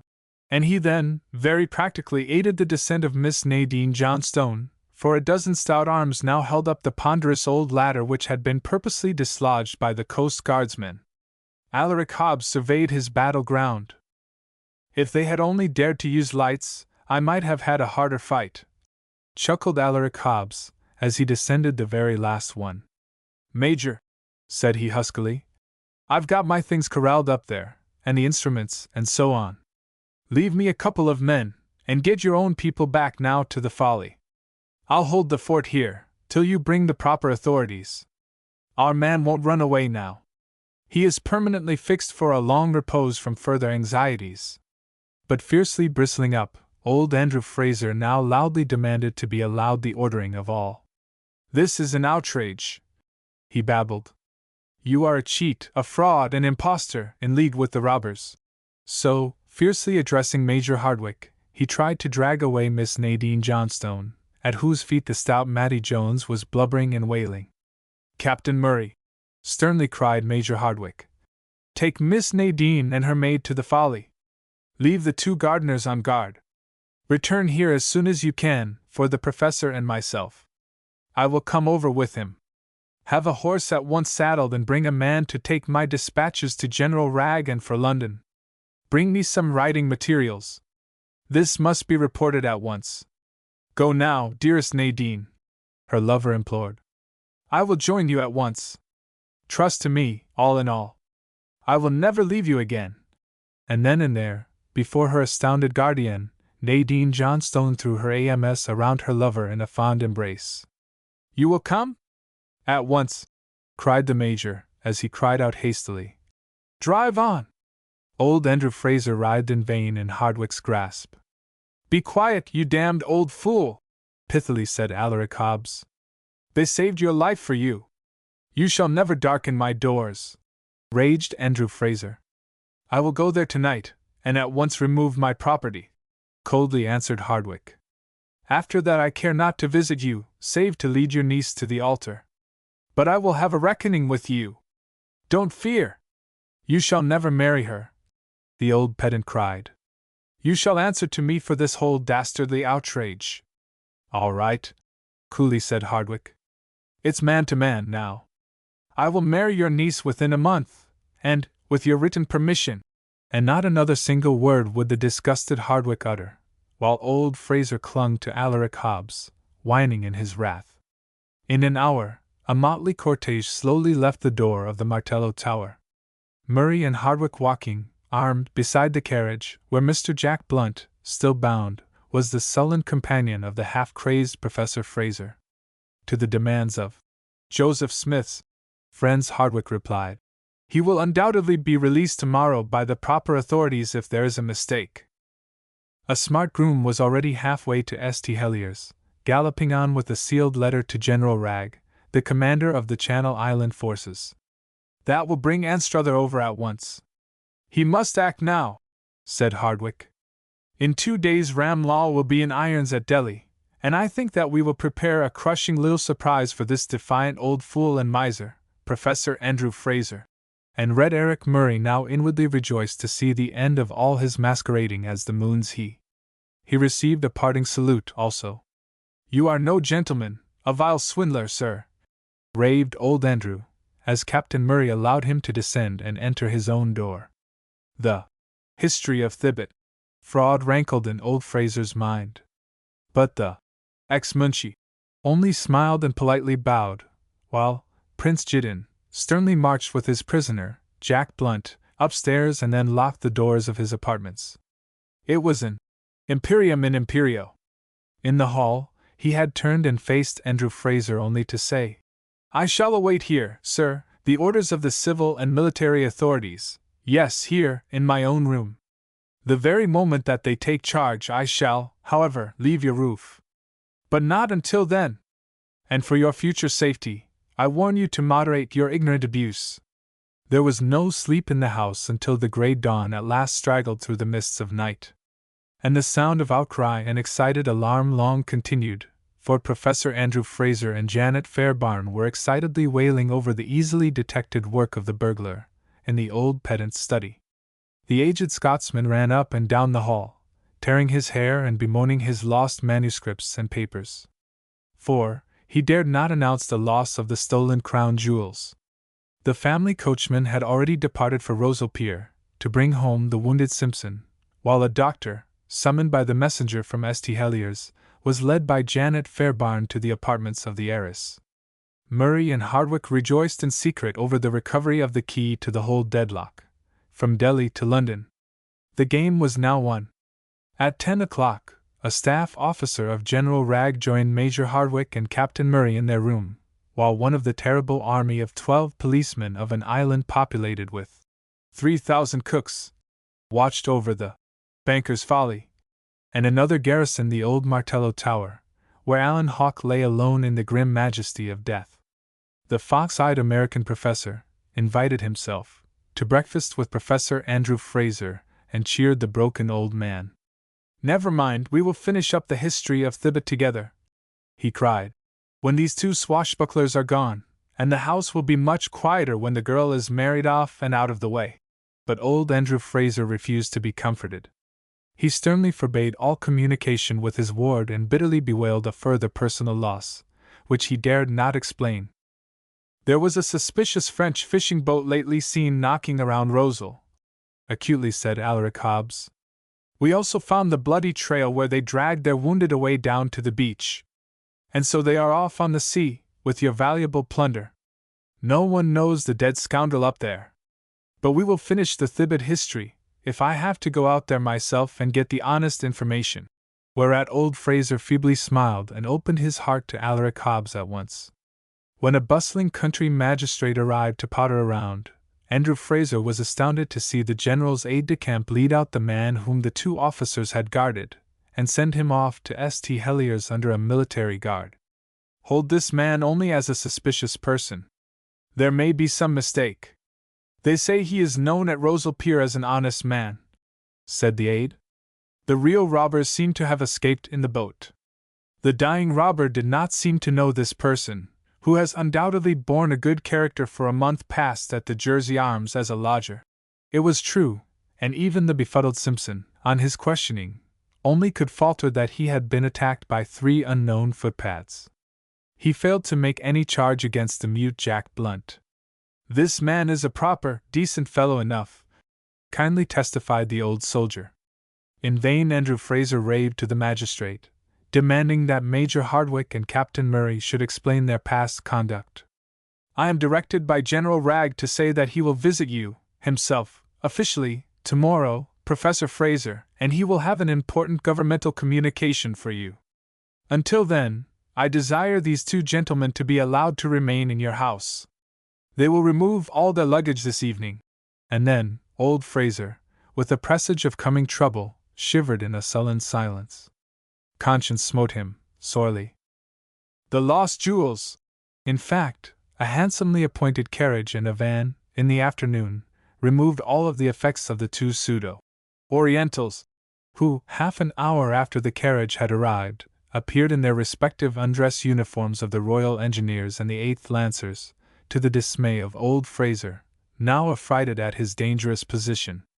There was gloom in the house now, for Miss Nadine Johnstone flatly refused to even see her guardian a single moment.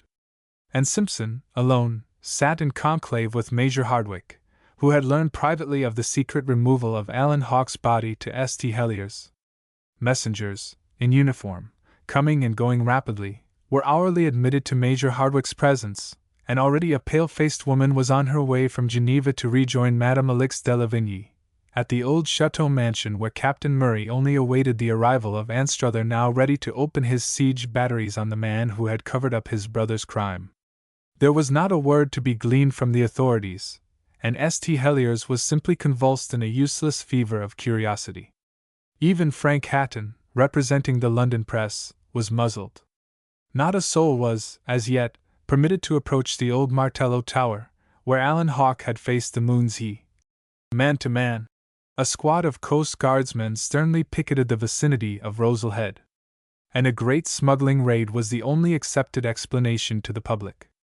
Captain Murray had duly reported the completion of all the Major's carefully matured preparations, and fled away to await the arrival of Justine Deland and Captain Anson Anstruther. It was a sunny morning, 2 days later, when Major Hardwick descended at Simpson's summons, dressed in his full uniform, to the great library, where several grave-faced visitors were now awaiting a formal interview with the agitated Professor Andrew Fraser.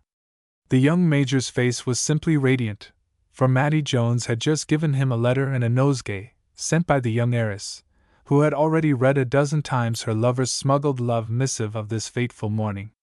Today will decide all, and you will be tomorrow as free as any bird of the air.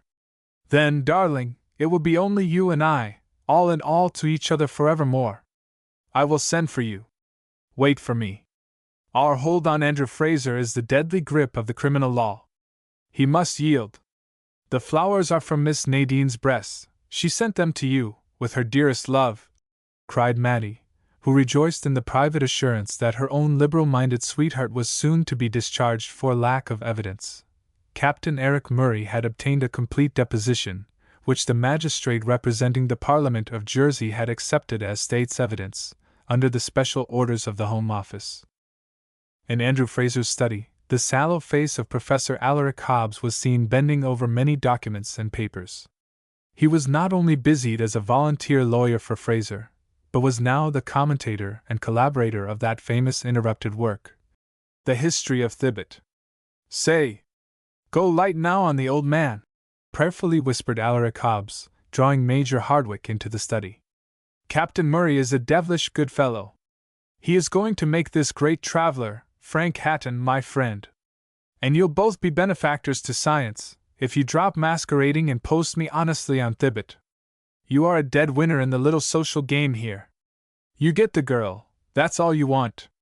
She's a nice girl, too. I'll make the old boy come down and be reasonable. I helped you out, you know. You owe me a good turn, you do. All right, Professor Hobbs. I believe I do owe you my wife-to-be. They would have carried her off or injured her in some way, said the now anxious Hardwick. You bet your sweet life they would, said the strange Western savant, more forcibly than elegantly.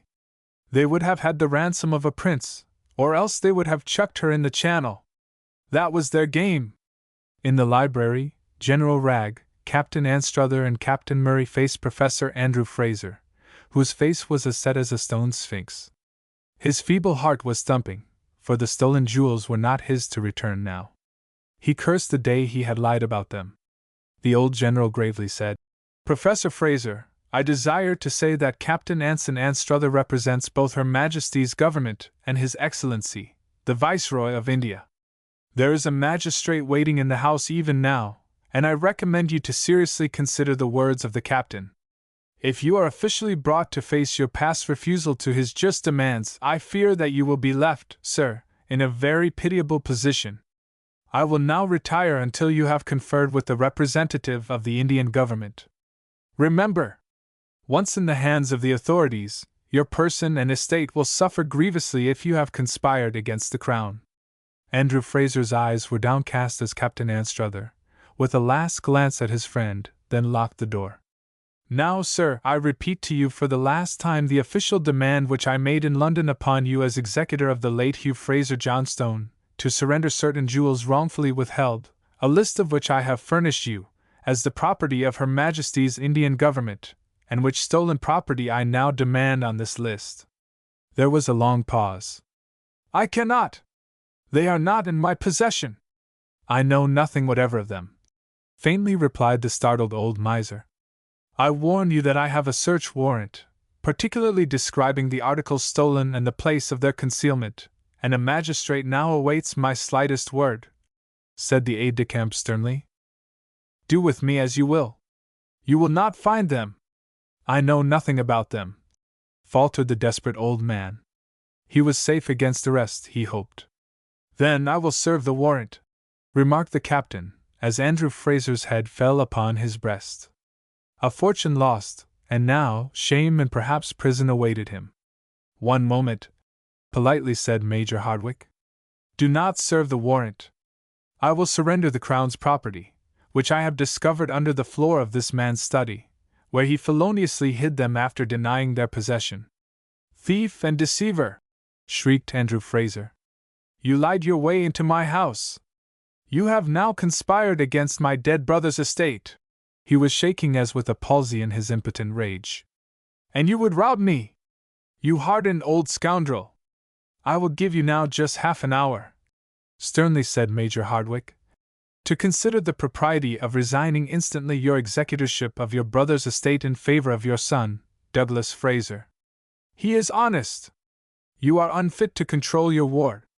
You can also first file your written consent to the immediate marriage of your ward, Nadine Fraser Johnstone, to myself, and apply to have your accounts passed and approved upon your discharge as guardian upon her marriage. This alone will save you from a felon's cell. She shall be free.